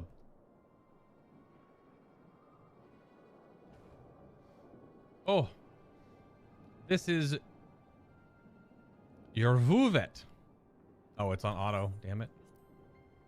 Young Matsuya here has told me everything. I have not the words to express my gratitude for your aid. When the heavens began to burn, we were afraid, but did our best to carry on as we always do, until today, when those unholy beasts came. Pouring into our village, a flood of midnight and death. There are no words to describe what followed. Men and women I have known since they were babies, struck down by the creatures, only to rise again to join the murderous horde. In the guise of those same hideous fiends, in the chaos, a handful of our villagers fled for their lives. I can only hope they have found their way to safety. Matsuya, do you perchance remember Kurasov and Mevan, the young couple who always bought your freshest catch? How could I forget, Elder? When I first came to peddle my wares, desperate to eke out a living, they showed me such kindness.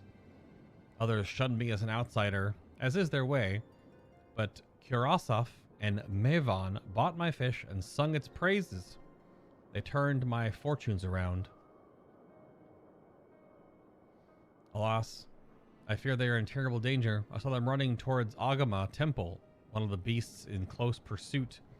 They had their child, still but a tiny babe. To elude these fiends while caring for one so young is an impossible task. Surely, I beg of you, go to their aid.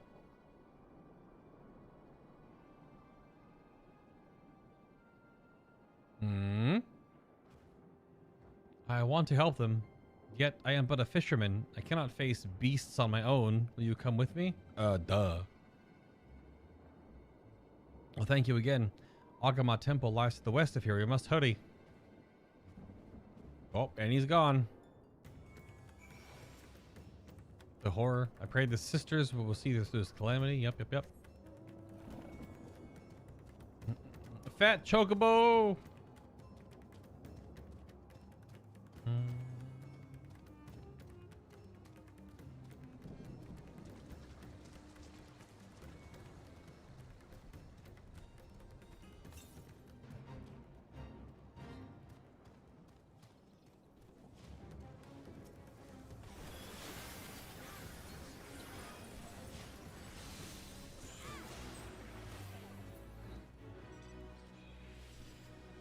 Didn't know how far along that fate was, but Need to buy colored gems, so. My son, please, my son.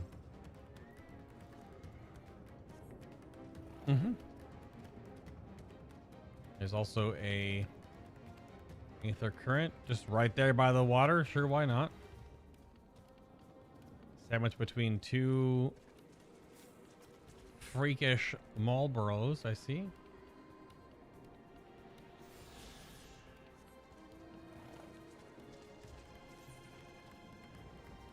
Got 4 more in this zone. The temple is just ahead. It's built by those who worship Saint Agama.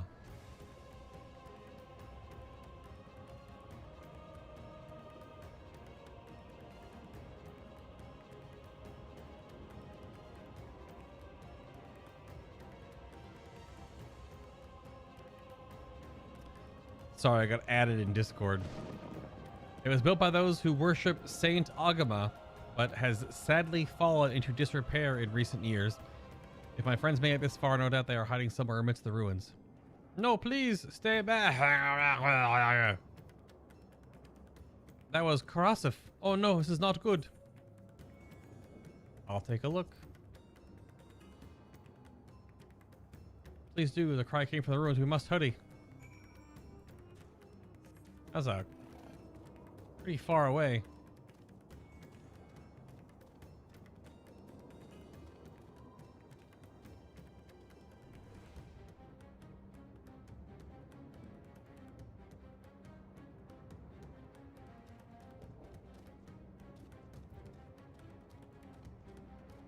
Oh, it's one of those weird elephant creatures. These are bosses from the dungeon. They're just small. Well, a boss and a mob.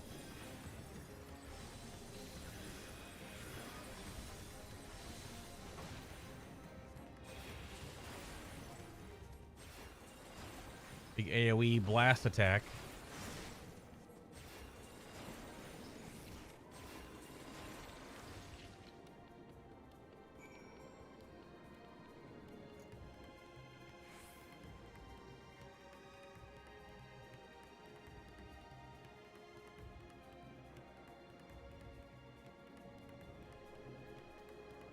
Oh, well, that doesn't look good.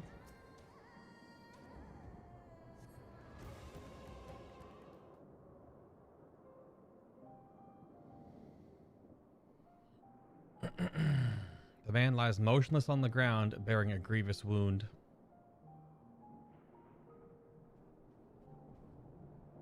I'm sorry, Bay. I tried to stay behind, but I couldn't.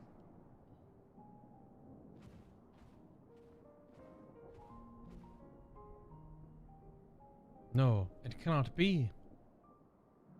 Is someone, anyone... my arm's so heavy and my legs. I cannot feel my legs. My wife fled with our daughter. I need to find them. I need to be with them. I need... Oh, frickin' heck. Karasif, no, Karasif, you must stay strong. More time. I thought I had. I don't want to die.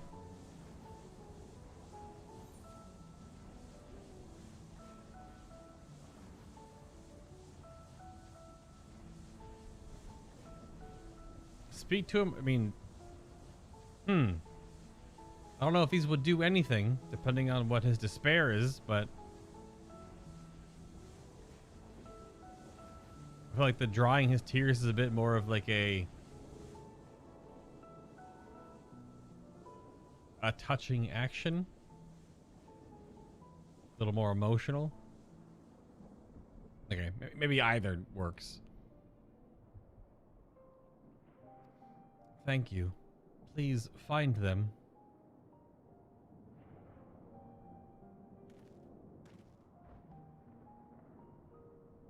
Mevon still lives, and she has their child.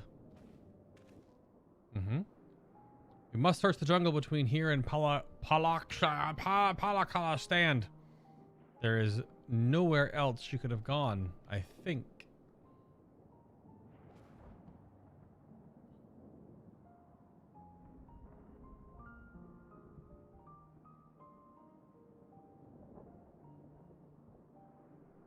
Forgive me,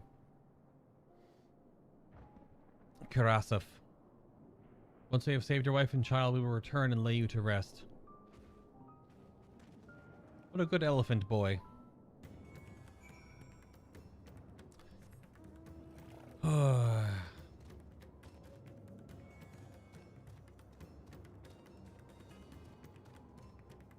There do be people be dying a whole lot right now.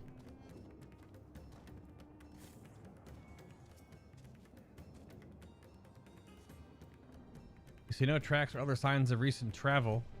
Mavan and the child must be elsewhere.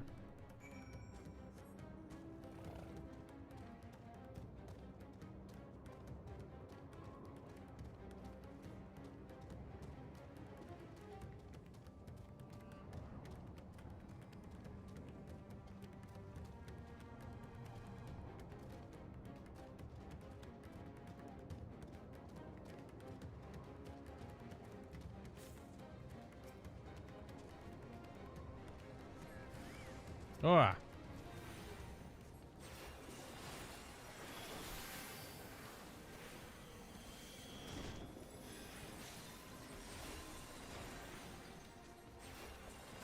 It's the furry garbage can guy.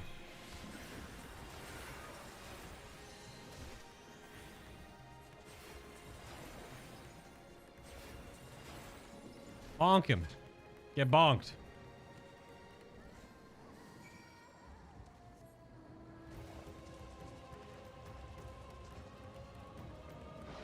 Holy crap, the lightning right now.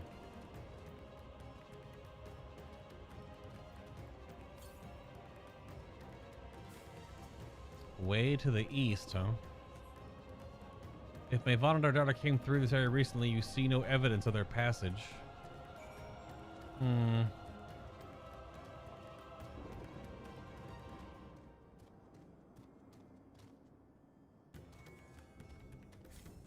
So we're back here. Did you see any sight of them? I found nothing. Did not. Perhaps the beasts have chased them further from the village. O gods above, I beseech you, pray deliver Mavan and her little one to safety. We gotta keep Matsaya together here.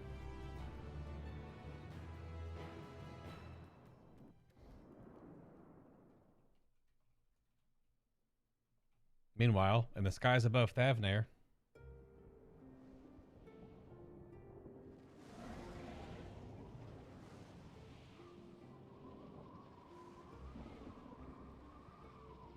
no more enemies to trouble us here.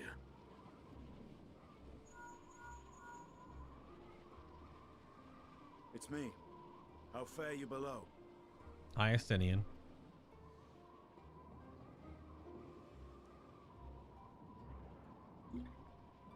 Understood. I will inform Vritra. Oh, are they gonna find them? Chaos and panic sweep Raz at Han, and many more have succumbed to the transformations. Amidst the fray, Ahawan fell, protecting a grief-stricken father. Oh.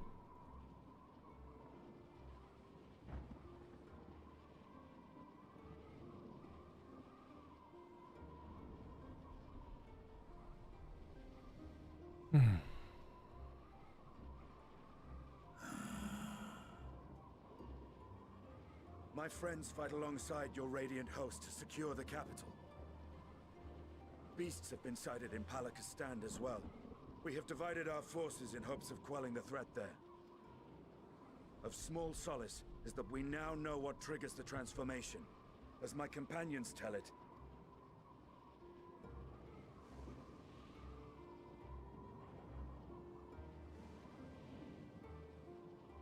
so it is the very fear and despair in their hearts which inflicts this abhorrent punishment upon them. A nightmare from which my children will never awake. For capricious and cruel fate, they are undeserving of such condemnation. If you wallow in sorrow or rise to the occasion, Razat Khan is leaderless. Before he passed, Ahawan sought to reveal the truth to his people. Honor his wishes. To what end? To breed a new conflict between dragon and man. These claws could reduce thee to shreds with a touch. These jaws crush thy bones to dust. I don't know if you would do that easily to a Stinian, but Only through my proxy could I walk with my children. Without him, I am a bringer of fear, no different from the beasts which beleaguer them. have you heard of Ishgard? Perhaps so. Only in death were Hraesvelgr and Shiva united. Indeed, whenever man and dragon have come together, death has ever been the inevitable result. It was our fear of your kind that sparked a nigh-endless war. Fear and hate of which Nidhogg drank deep as he laid waste to my homeland. And in turn, I took my revenge on his brood. Blood for blood, pain for pain. I thought nothing of theirs, only of mine. And yet, were the chasm between us too vast and too deep, Hraesvelgr would not have borne Emet-Selch to battle and our rescue. He would never have entrusted a mortal champion with one of his eyes, and the Dragonsong War would still rage on. And I would still wage a never-ending war of violence and vengeance. The future of our star be damned. I cannot speak for Ahawan's greater goals, yet I know that he served you, served your people, long and true. In this time of unprecedented crisis, he turned to you. You could do worse than to place your trust in him. It will not be easy, but the future of Razat Khan hangs in the balance.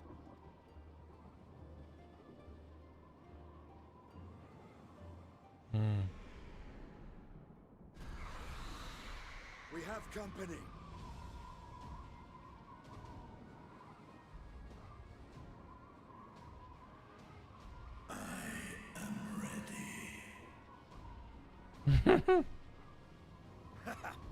The hour has come, Vritra. It's all or nothing. He said the thing.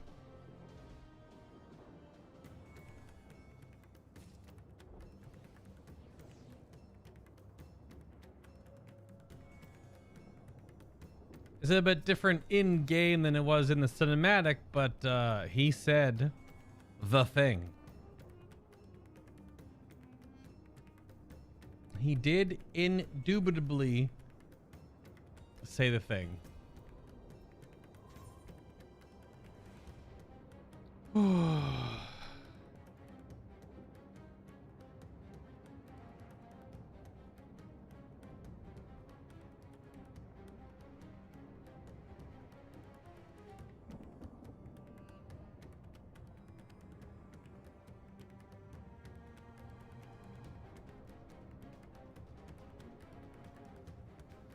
All right. When all hope seems lost, Matsaya cannot help but fear the worst. Gotta give our elephant buddy a hug or something. Gotta calm him down. As Maidavon fled deeper into the jungle, she and her child are in grave danger. Whatever are we to do? Gods have mercy. You must stay calm. You cannot let fear consume you. You want to turn into the beast like the others. That's a bit rough. Gotta call him by his name.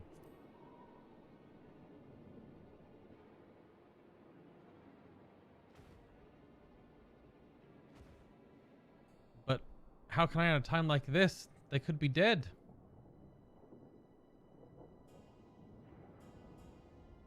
So if I allow myself to be overcome by this fear, I too might become a beast. I'm not sure I understand, but I will do my best. I've seen to the wounded. How did the two of you fare? Did you find your friends?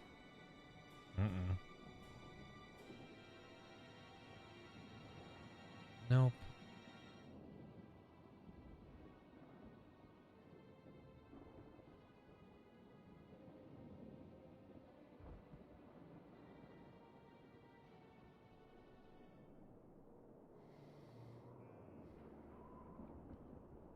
I see. In that case, let us help you find your mother and child.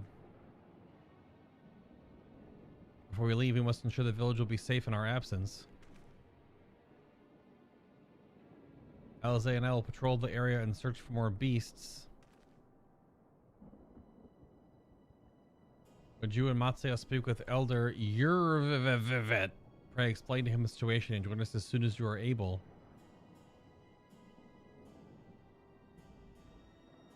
We'll save Maeva and her child.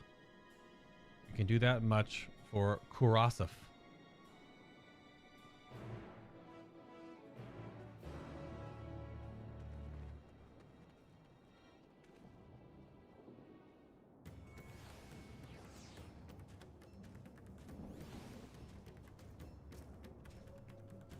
It will not be easy, but I will tell the elder about Kurasov. I'm heartened to see you both safe, but what of the family? We found Kurasov, but he... Say no more. I understand. We have lost another of our dear friends.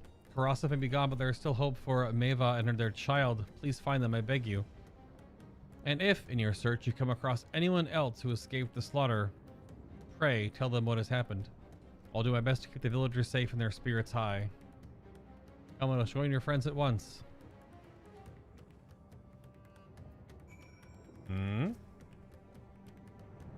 Kurasov and Maeva married only 3 summers ago.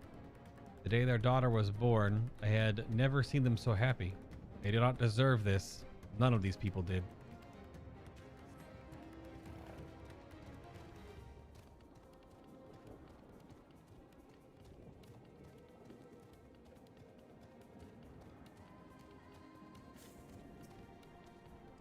Where might Maeva have run off to? Think, Matsuya, think. Maevon. We encountered no beast during our patrol, thankfully. I'm pleased to report that the vicinity appears to be beast-free, no doubt thanks to your earlier efforts. With that, let us resume our search for your friend and her child. Where should we begin, Matsuya? If we follow Chrysoda, Chrysoda? Probably, yeah. We will arrive at Purusa, a temple. It is a sacred place where people go to commune with the divinities. It's possible that Maevon sought shelter there and perhaps other villagers as well. Then it's settled, Matsuya. Stay close to me, alright? You should take the lead, keep an eye for beasts if anyone needs help. Very well. We make for Purusa as quickly as we are able. With me.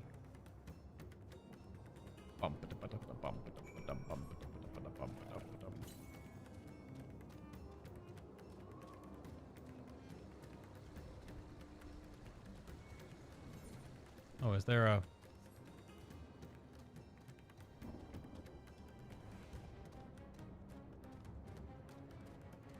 There seems to be a Aether Current back... Meow, there it is.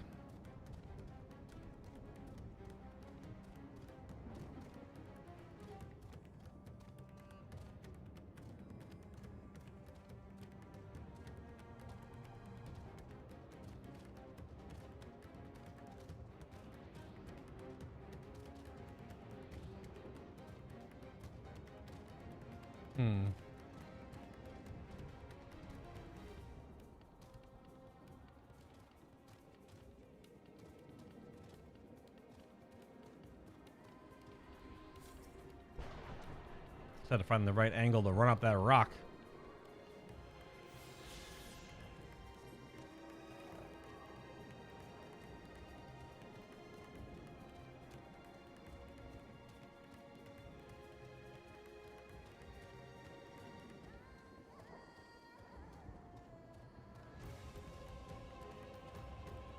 Villager woman. An angry purple dog thing.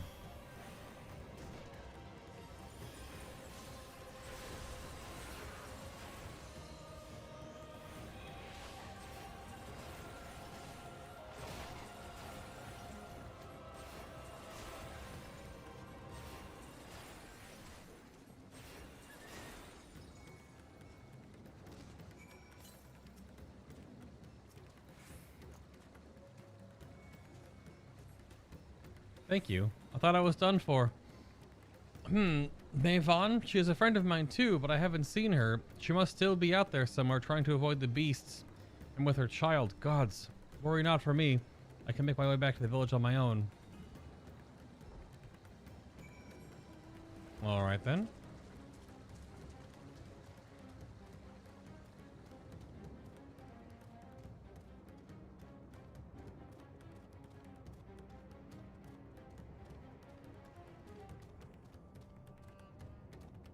Hello, elephant friend. They wait. Pursuer lies up ahead, but something terrible has happened. Something terrible has happened. The beasts have come and many have already been killed. Alphino and Alizé have gone to do what they can. But there are so many. More than I could count. You must be ready. Okay. Defeat the beasts.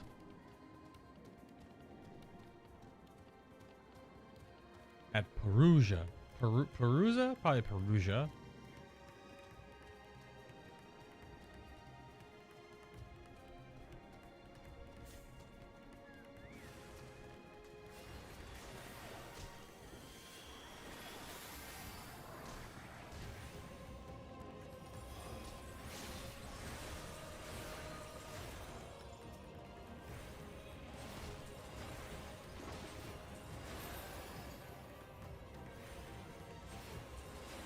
No, please, no.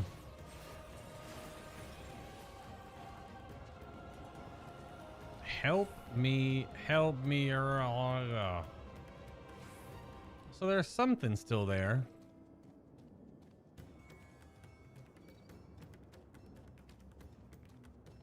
Angry monkeys, get out of here.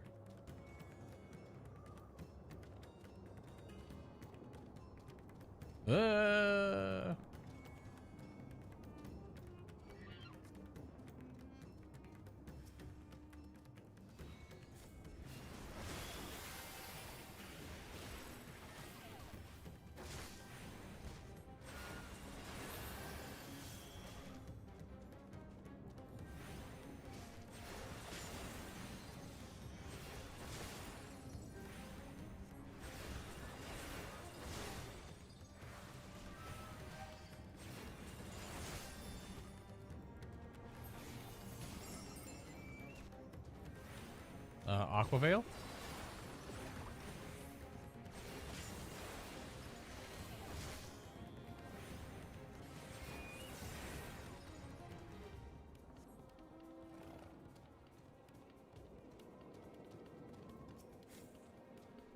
Stay strong. We'll keep you safe, I promise.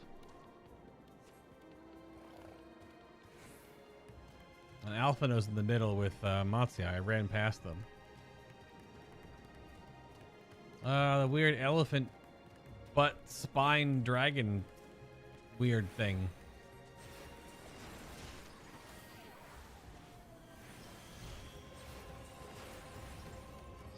What a crazy creature design.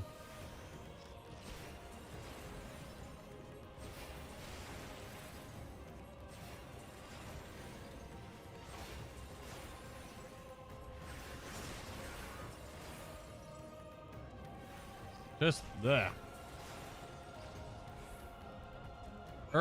Ugh.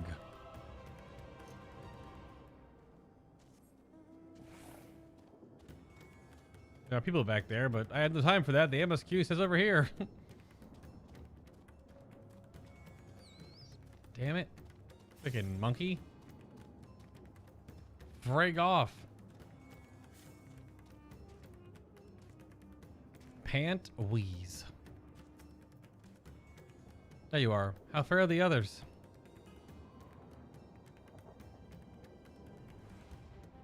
I see. You've seen to all the beasts in sight? In that case, let's have everyone gather in front of the temple. Okie dokie.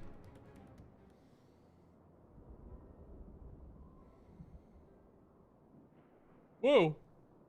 That was a whole lot of people. Courage, friend. The pain will pass. Has anyone seen Mevan? Mevan. So it's not Mevan, but Mevan. Damn it. No. Where could she be?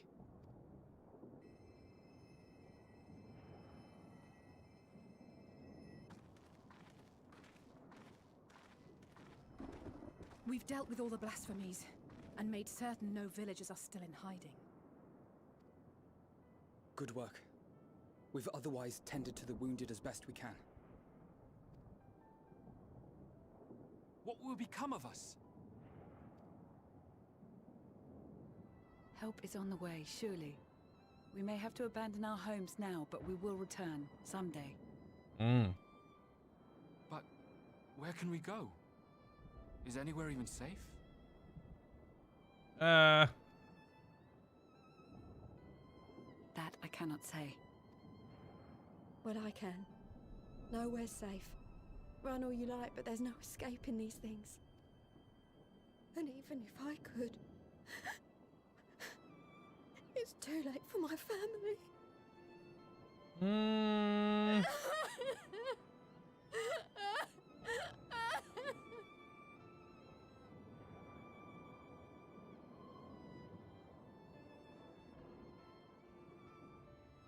This isn't good.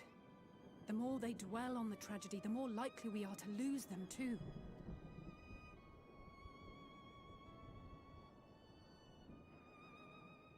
My friends, this is a place of worship. Should your heart quake with sadness, cast your mind to the heavens and remember the teachings of the old gods. Did they not implore us to stand fast when waves of sorrow break against our shores?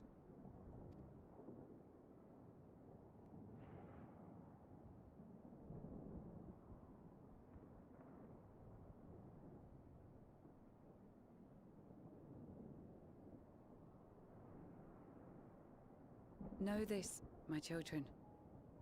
There is more ugliness than beauty in this world. To live is to suffer, to drink of calamity and drown in anguish, to toil and be tested, always and ever. 'Tis a perilous path you walk.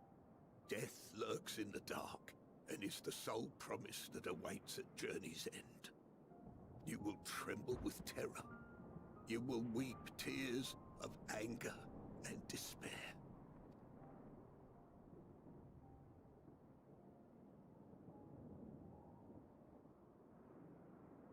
But do not avert your eyes. See your life for what it is. This is some big end of the game foreshadowing right here. Then will you see how the hardships make you strong.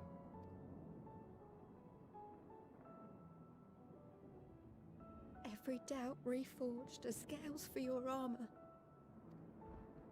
Every agony to temper your blade.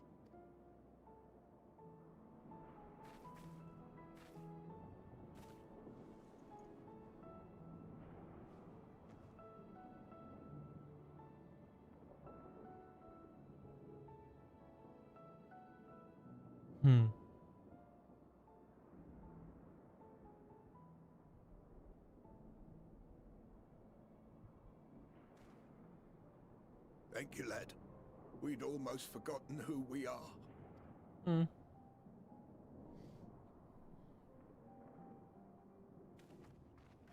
undying gratitude to you as well, my friends. You were searching for Mevan, no? We must return home. I pray you help the boy find his friend. Gladly. We dispatched what beasts we could, but the roads are still dangerous. Stay together and go in safety.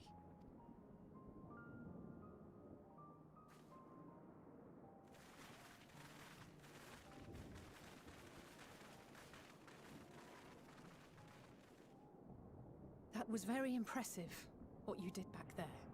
Those words seem to resonate with your people. They should.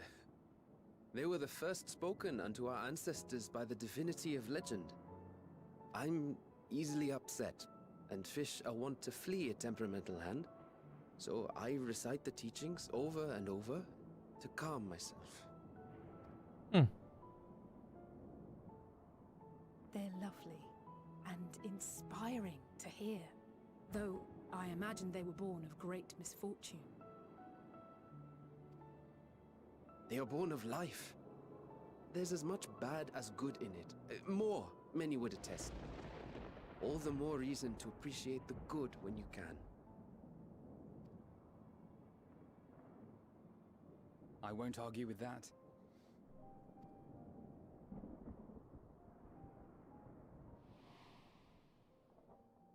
In darkness, seek joy. Surrender not to sadness, and see beyond despair. Walk free, and bear the light for others to follow.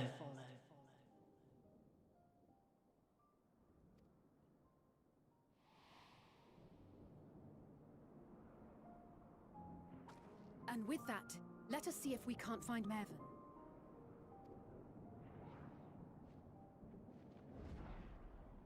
Oh, is big monster. That beast was chasing someone. Indeed.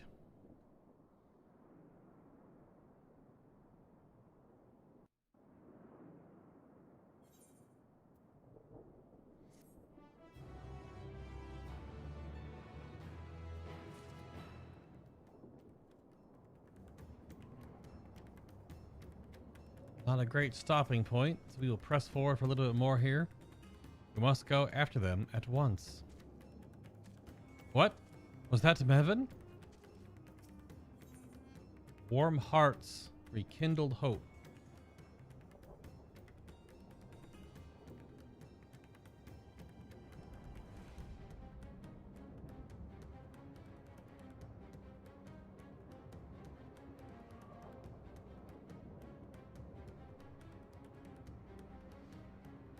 All right, yeah. Warm hearts, rekindled hopes. Alize is gazing out intently between the trees. Over there. My view was blocked by the trees, but I saw someone being chased by a beast. Okay, go with Matsuya and search along the river. Alphino and I will circle around from the south.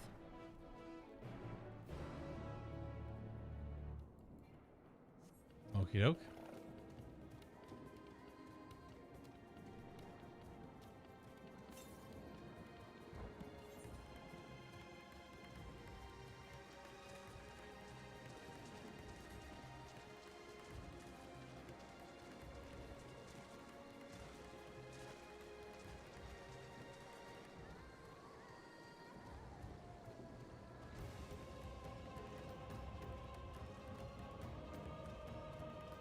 This is that big, crazy temple we saw earlier. Earlier by like a couple days ago.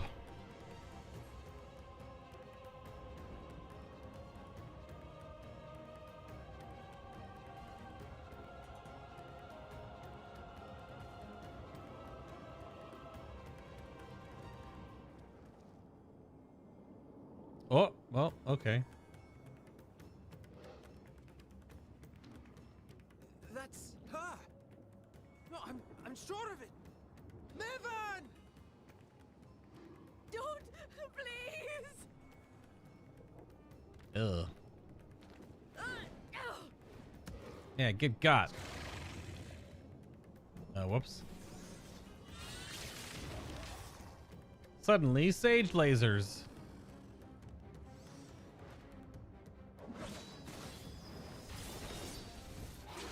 Alize always has her melee combo up.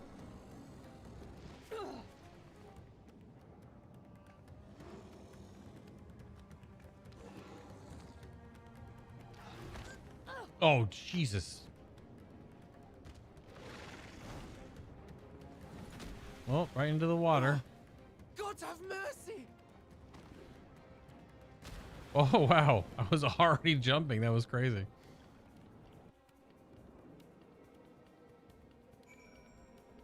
Am I in the water right now? Oh, yeah.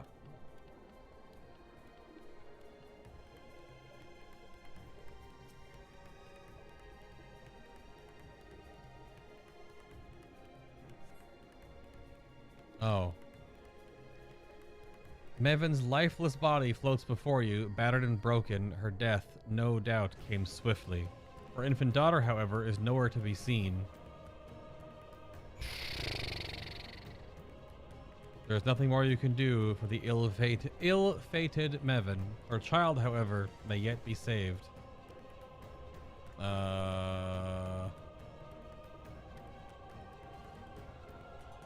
What the heck? Can't.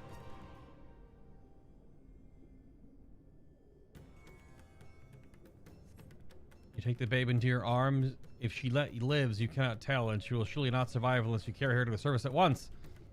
Well, how the heck?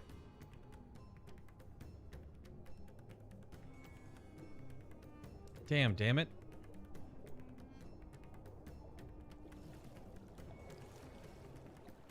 This baby is full of water.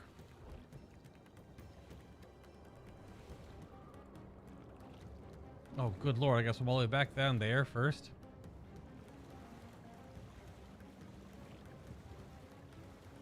There's no way out over that side.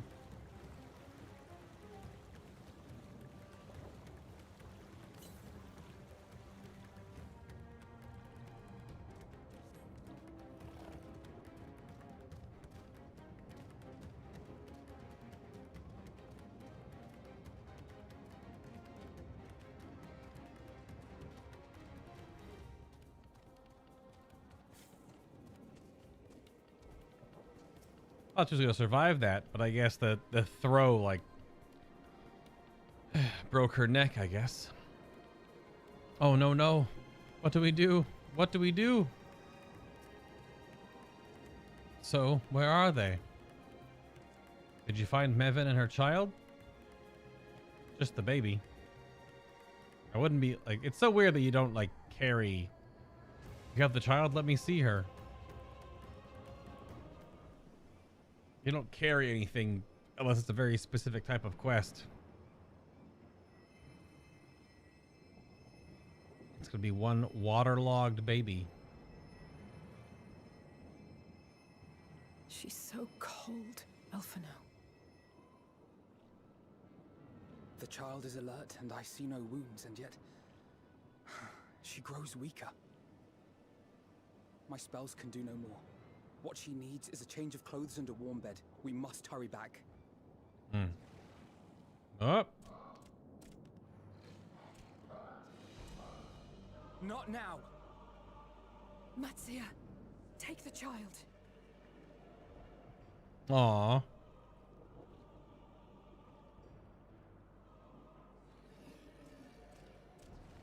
His big elephant hands. It appears we've made enough noise to be heard for miles around. More will be upon us ere long. We make our stand here. Mattia, can you take her back to the village? But the child, all by myself. You can't be serious. The beasts will follow you home unless we stop them here. And so we shall. Be strong, Matsia. Her life is in your hands. You can do it, elephant friend. I can do it. I know you can. We'll keep them busy, Matsia. Go! Quickly!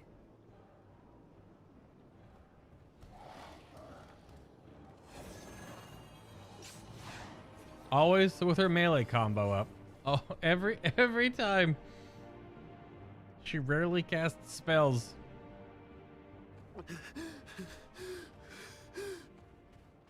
Steady. You know the way.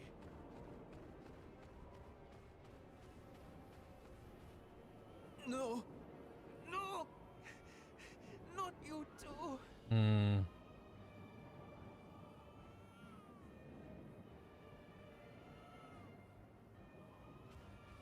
Don't be afraid. Don't be afraid! To live is to suffer, to drink of calamity. It is a perilous path. Death lurks in the dark.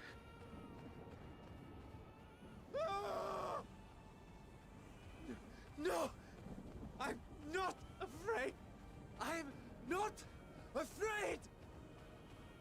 Ah!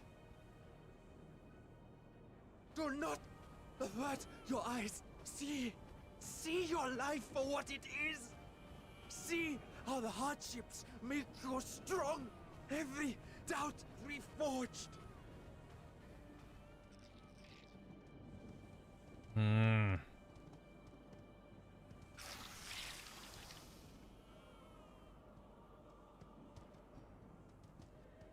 Every agony.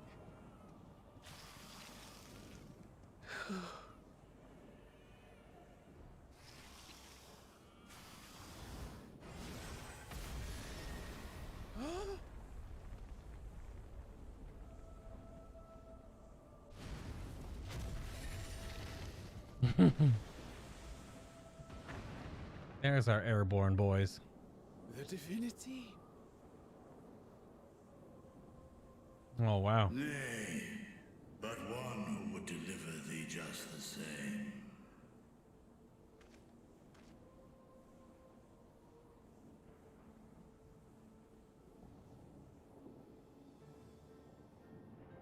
Please.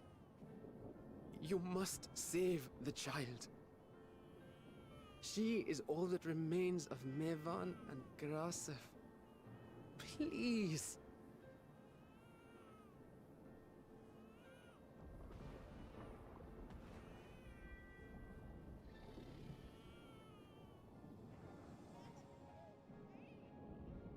Well, well. Seems the babe's taken a liking to you.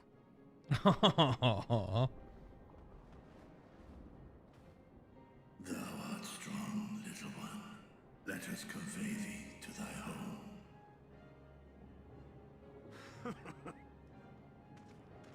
I spied our friends as we flew in. They appeared to be holding their own against the Horde. Hmm. I got a little dire there for a moment.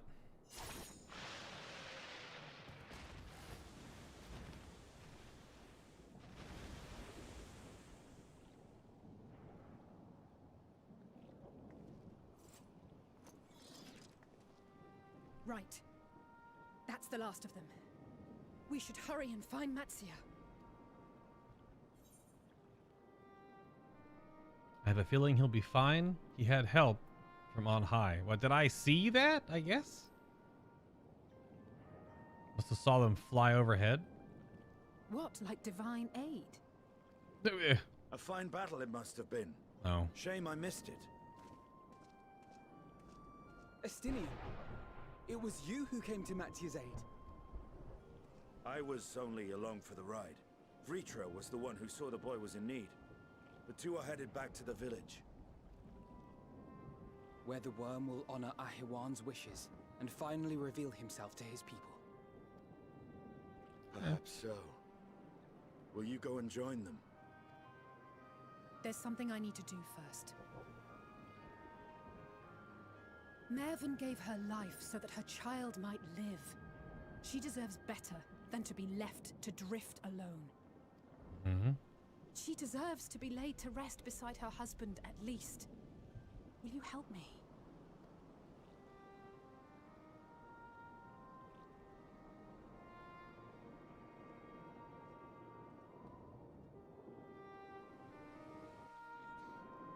Oh, man.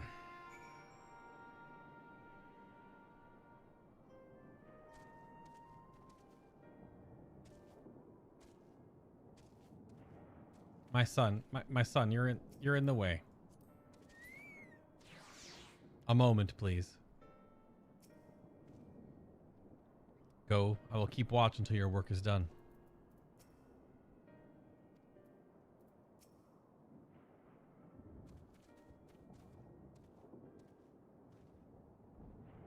We have done what we can. 'Tis the villagers of Palaka's stand to perform the funeral rites. Palaka's. Forgot how to say the damn name. If nothing else, Maven and Kurasif died as they lived, as themselves and not as beasts. Their souls will find peace. Peace in the ethereal sea. Get into that been talking and reading for 10 hours phase. Do you think the day would come when even the smallest of solace would be this comforting? Well.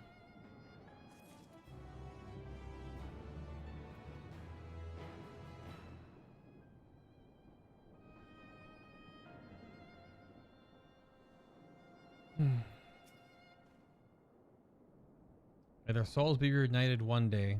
For that and so many other blessed possibilities, we must avert the final days.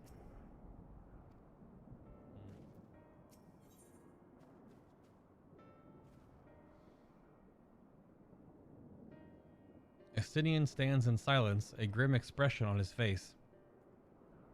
Simple pleasures.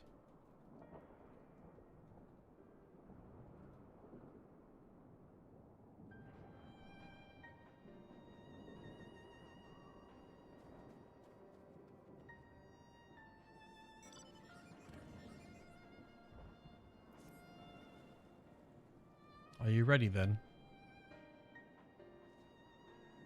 In that case, let's head back to Pakala's stand. I moved the K around, but it's actually Palaka's stand. No doubt Vritra is waiting for us.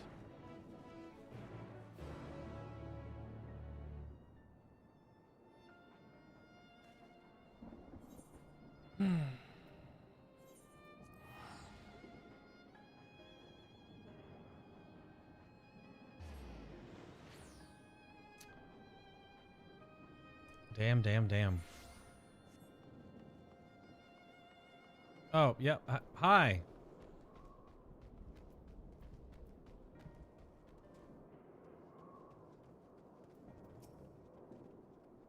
First hordes of beasts, now a mighty worm. Our world grows stranger by the day.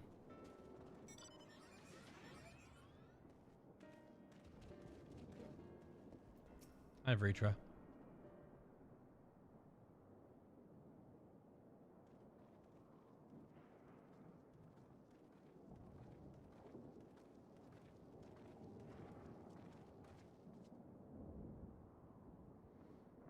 Rest easy, for all is well here.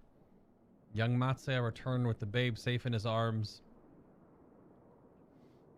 Owing to a warm bed, the girl hath already begun to regain her strength. Less joyously received was word of the mother and father's fate, as well as that of their transformed neighbors. How many children of Thavnair must we lose to this calamity?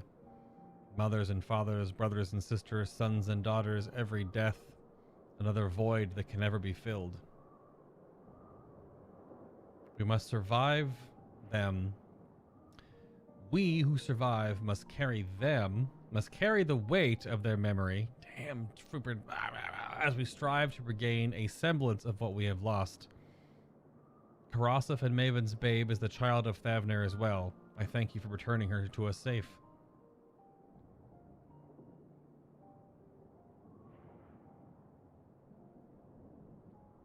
O most great and merciful worm, I have no words to express my gratitude. They say that were it not for you, brave Matsea and the child would have been lost to us forever. Long had I heard of rumors that a mighty dragon had forged a pact of friendship with the Satrap, but never would I have expected such a kind and gentle soul. Truth in part, but not in whole.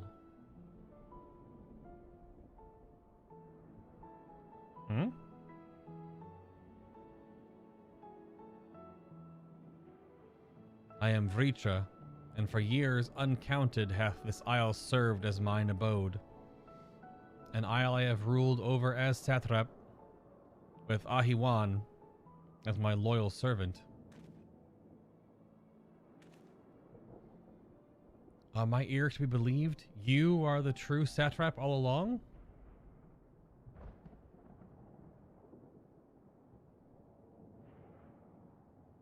Nidhana, what are you doing here? Oh. Yeah, what is she just suddenly here, besides to be a love interest for Matsuya? Maybe. I don't know. I heard from the Radiant that you had gone to help the people of Palaka's stand in their time of need. And so I and several of my colleagues from the Great Work came to offer our services. The alchemists have already brewed up some potions for Meiwa's daughter. There you go. They are like really far away on the map though, kinda. I don't know, you can't get here from the other side of that cliff? But enough about us. You and your role are far greater enigma. If you were the true Satrap all along, could it be that young Varshan was created to serve as your emissary? Thou didst suspect the boy was built a simulacrum. The rumor had circulated for many years around the High Crucible that our most skilled alchemists were once commissioned by the Satrap's family in secret to fashion a mammoth indistinguishable from a living boy. Looking at Varshan with that knowledge, I simply put two and two together. I was not alone in drawing this conclusion, but like me, they no doubt recognized that the Satrap was using the simulacrum to work more closely with his people and decided not to press the issue. I had always assumed one of Ahiwan's associates was manipulating it from afar, though the truth is indeed far more surprising. It is an honor to meet you in the flesh, Master Vritra. Pray allow me to express my gratitude. If you had not believed in and given unto us your scales, I do not know where we would be. Thank you from the bottom of my heart. 'Twas thou and thy fellow alchemist that fashioned the means to unmake the towers. You were the saviors, not only of Razat Han, but the star. You are far too kind, Master Vritra, but the star yet wants for salvation. Once more will my colleagues and I commit the knowledge and resources at our disposal to the mission of aiding the people in this their darkest hour. To seem this place is in good hands. I will return to see how Razat Han fares. What will you do, Scions? I worry for the survivors we met at Perusia. Shall we pay them a visit before making our way back? In that case, might I ask a favor? Nothing too burdensome, I promise. This way. Okay. Every time one of the alchemists asks us for a favor, it's to blast us with ether or to take our blood. So let's find out.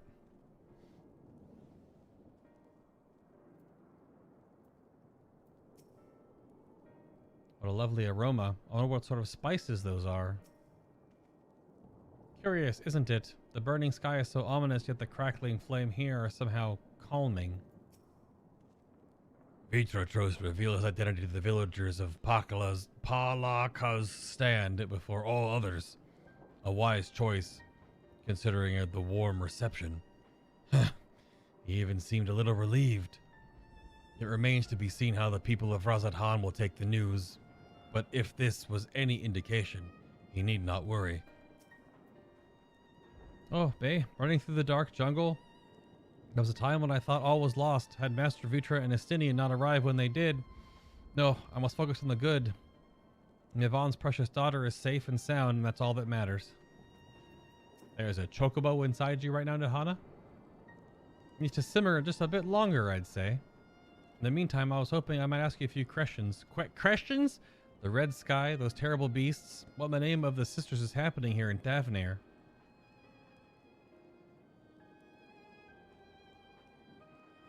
Oh my, that's rather a lot to take in. What do you want to know about space rabbits? It would seem the situation is even more grave than we suspected. Thank you, my friend. My colleagues and I will use your knowledge to see if it can further our own research. And with that, here we are, a pot of piping hot chai brewed from my own secret recipe of spices and tea leaves, together with hearty helpings of rich milk and purest sugar.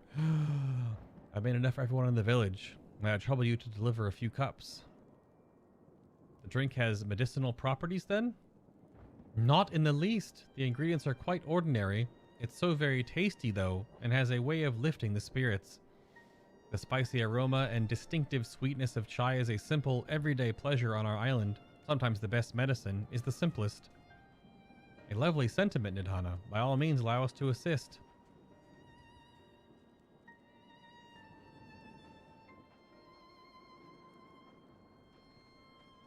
Yep. While you lot distribute hot beverages, I'll do a sweep of errant beasts to slay. A far less arduous task, no doubt. Is Acidian making a joke? When you finished, look for me at the wakeful Torana. Did he just make a joke? That passing out tea is more work than killing monsters?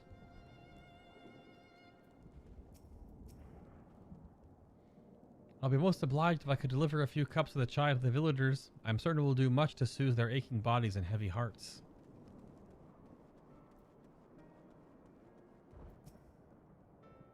Look at them all lazing about, knowing full well the beast might strike again at any moment. Do you not realize their lives are in danger? Well, I, for one, intend to survive. I'm too young to die. Yes, I'll leave this island behind if I must. But where would I go? Is anywhere safe these days? A mug of piping hot chai brewed from an aromatic tea leaves, flavored with Nidhana's secret blend of herbs and spices, then mixed with rich milk. Damn it. Cup of chai, can't you see I have more important things to worry about? No, you're right. It's precisely in times like these where we must strive to remain calm and steady. I do believe I'll revisit the Elder and see what needs to be done. If there is any way I can aid the village and my friends, I will do it.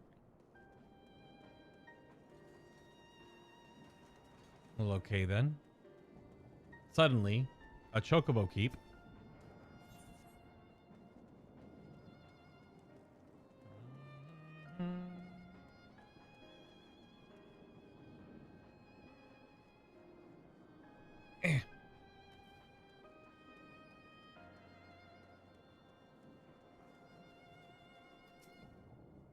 Wait, I know you.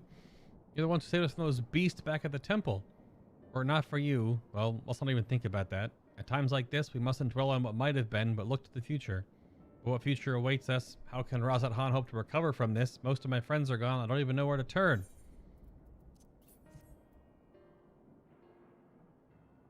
A cup of chai? Well, if you insist.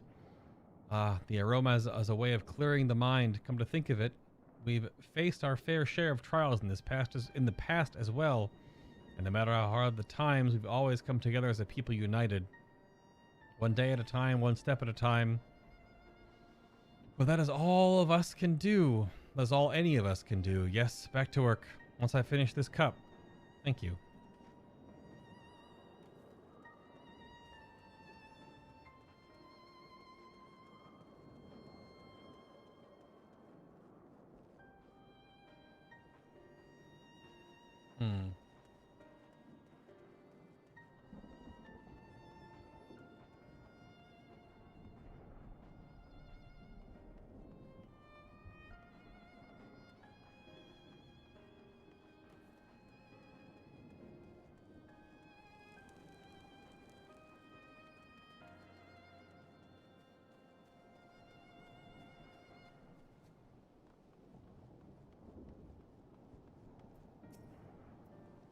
Must remain calm. I must find my inner peace. Breathe in, breathe out. Another elephant friend.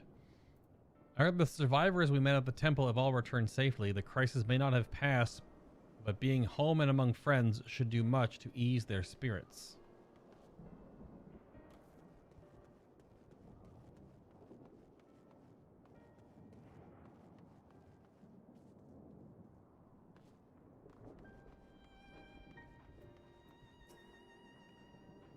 I'm sorry, I just want to be left alone. My best friend and I, we fled the village together. One of the beasts took him, and it was all I could do to run. It was all I could do to run. All the while, I could hear this monstrous voice screaming my name. Oh, because he transformed, I suppose? This is for me. We used to drink chai together often, shared stories over steaming cups after a hard day's work. Thank you, friend. The pain may never pass, but I must press on all the same, for his memory, and for who must remember. Suddenly, blue quests. Yep, blue quests. These are Aether Currents, no doubt. Thank you for delivering the chai. Did it help lift the villagers' spirits? This is heartening to hear. Heartening to hear indeed. The final days show no signs of abating, but that is all the more reason that we must try to keep our composure. Our lives have been forever changed. The people we have lost will never return to us. These tragedies will long weigh on our hearts. We have the capacity to live with our suffering, to carry the agony till we too join the fallen in death. It is not a surrender, but a recognition, for it is only in acceptance that we find the strength to move forward.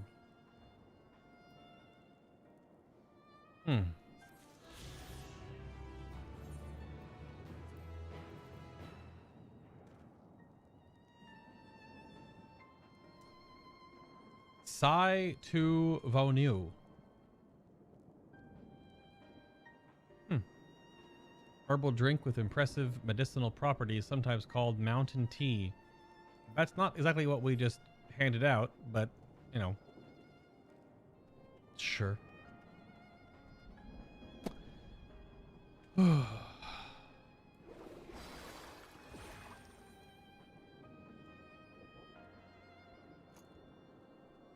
Alright, and with that, we will start with Under His Wings.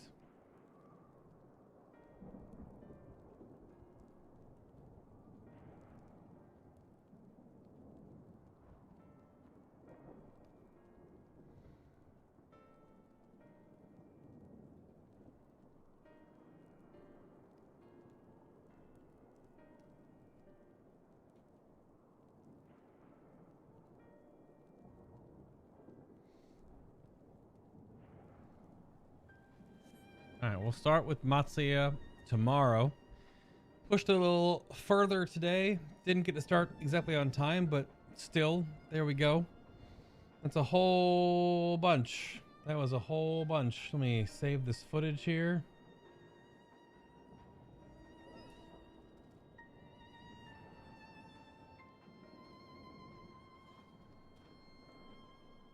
That's a whole lot of footage. That was a long chunk there, just because I never felt like there was like an end. There was a lot of close-knit quests, albeit sad ones there.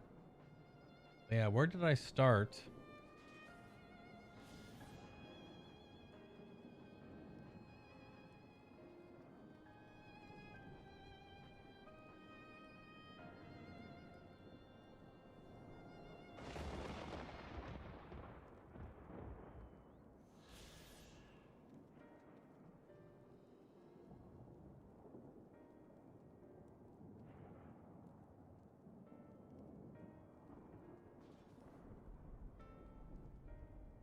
Oh, I didn't put, I didn't.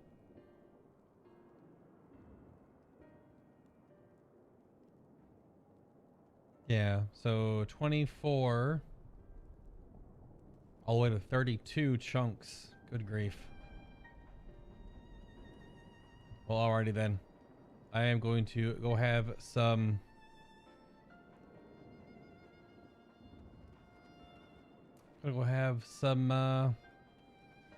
late dinner, I suppose, do some blue quests and head to bed.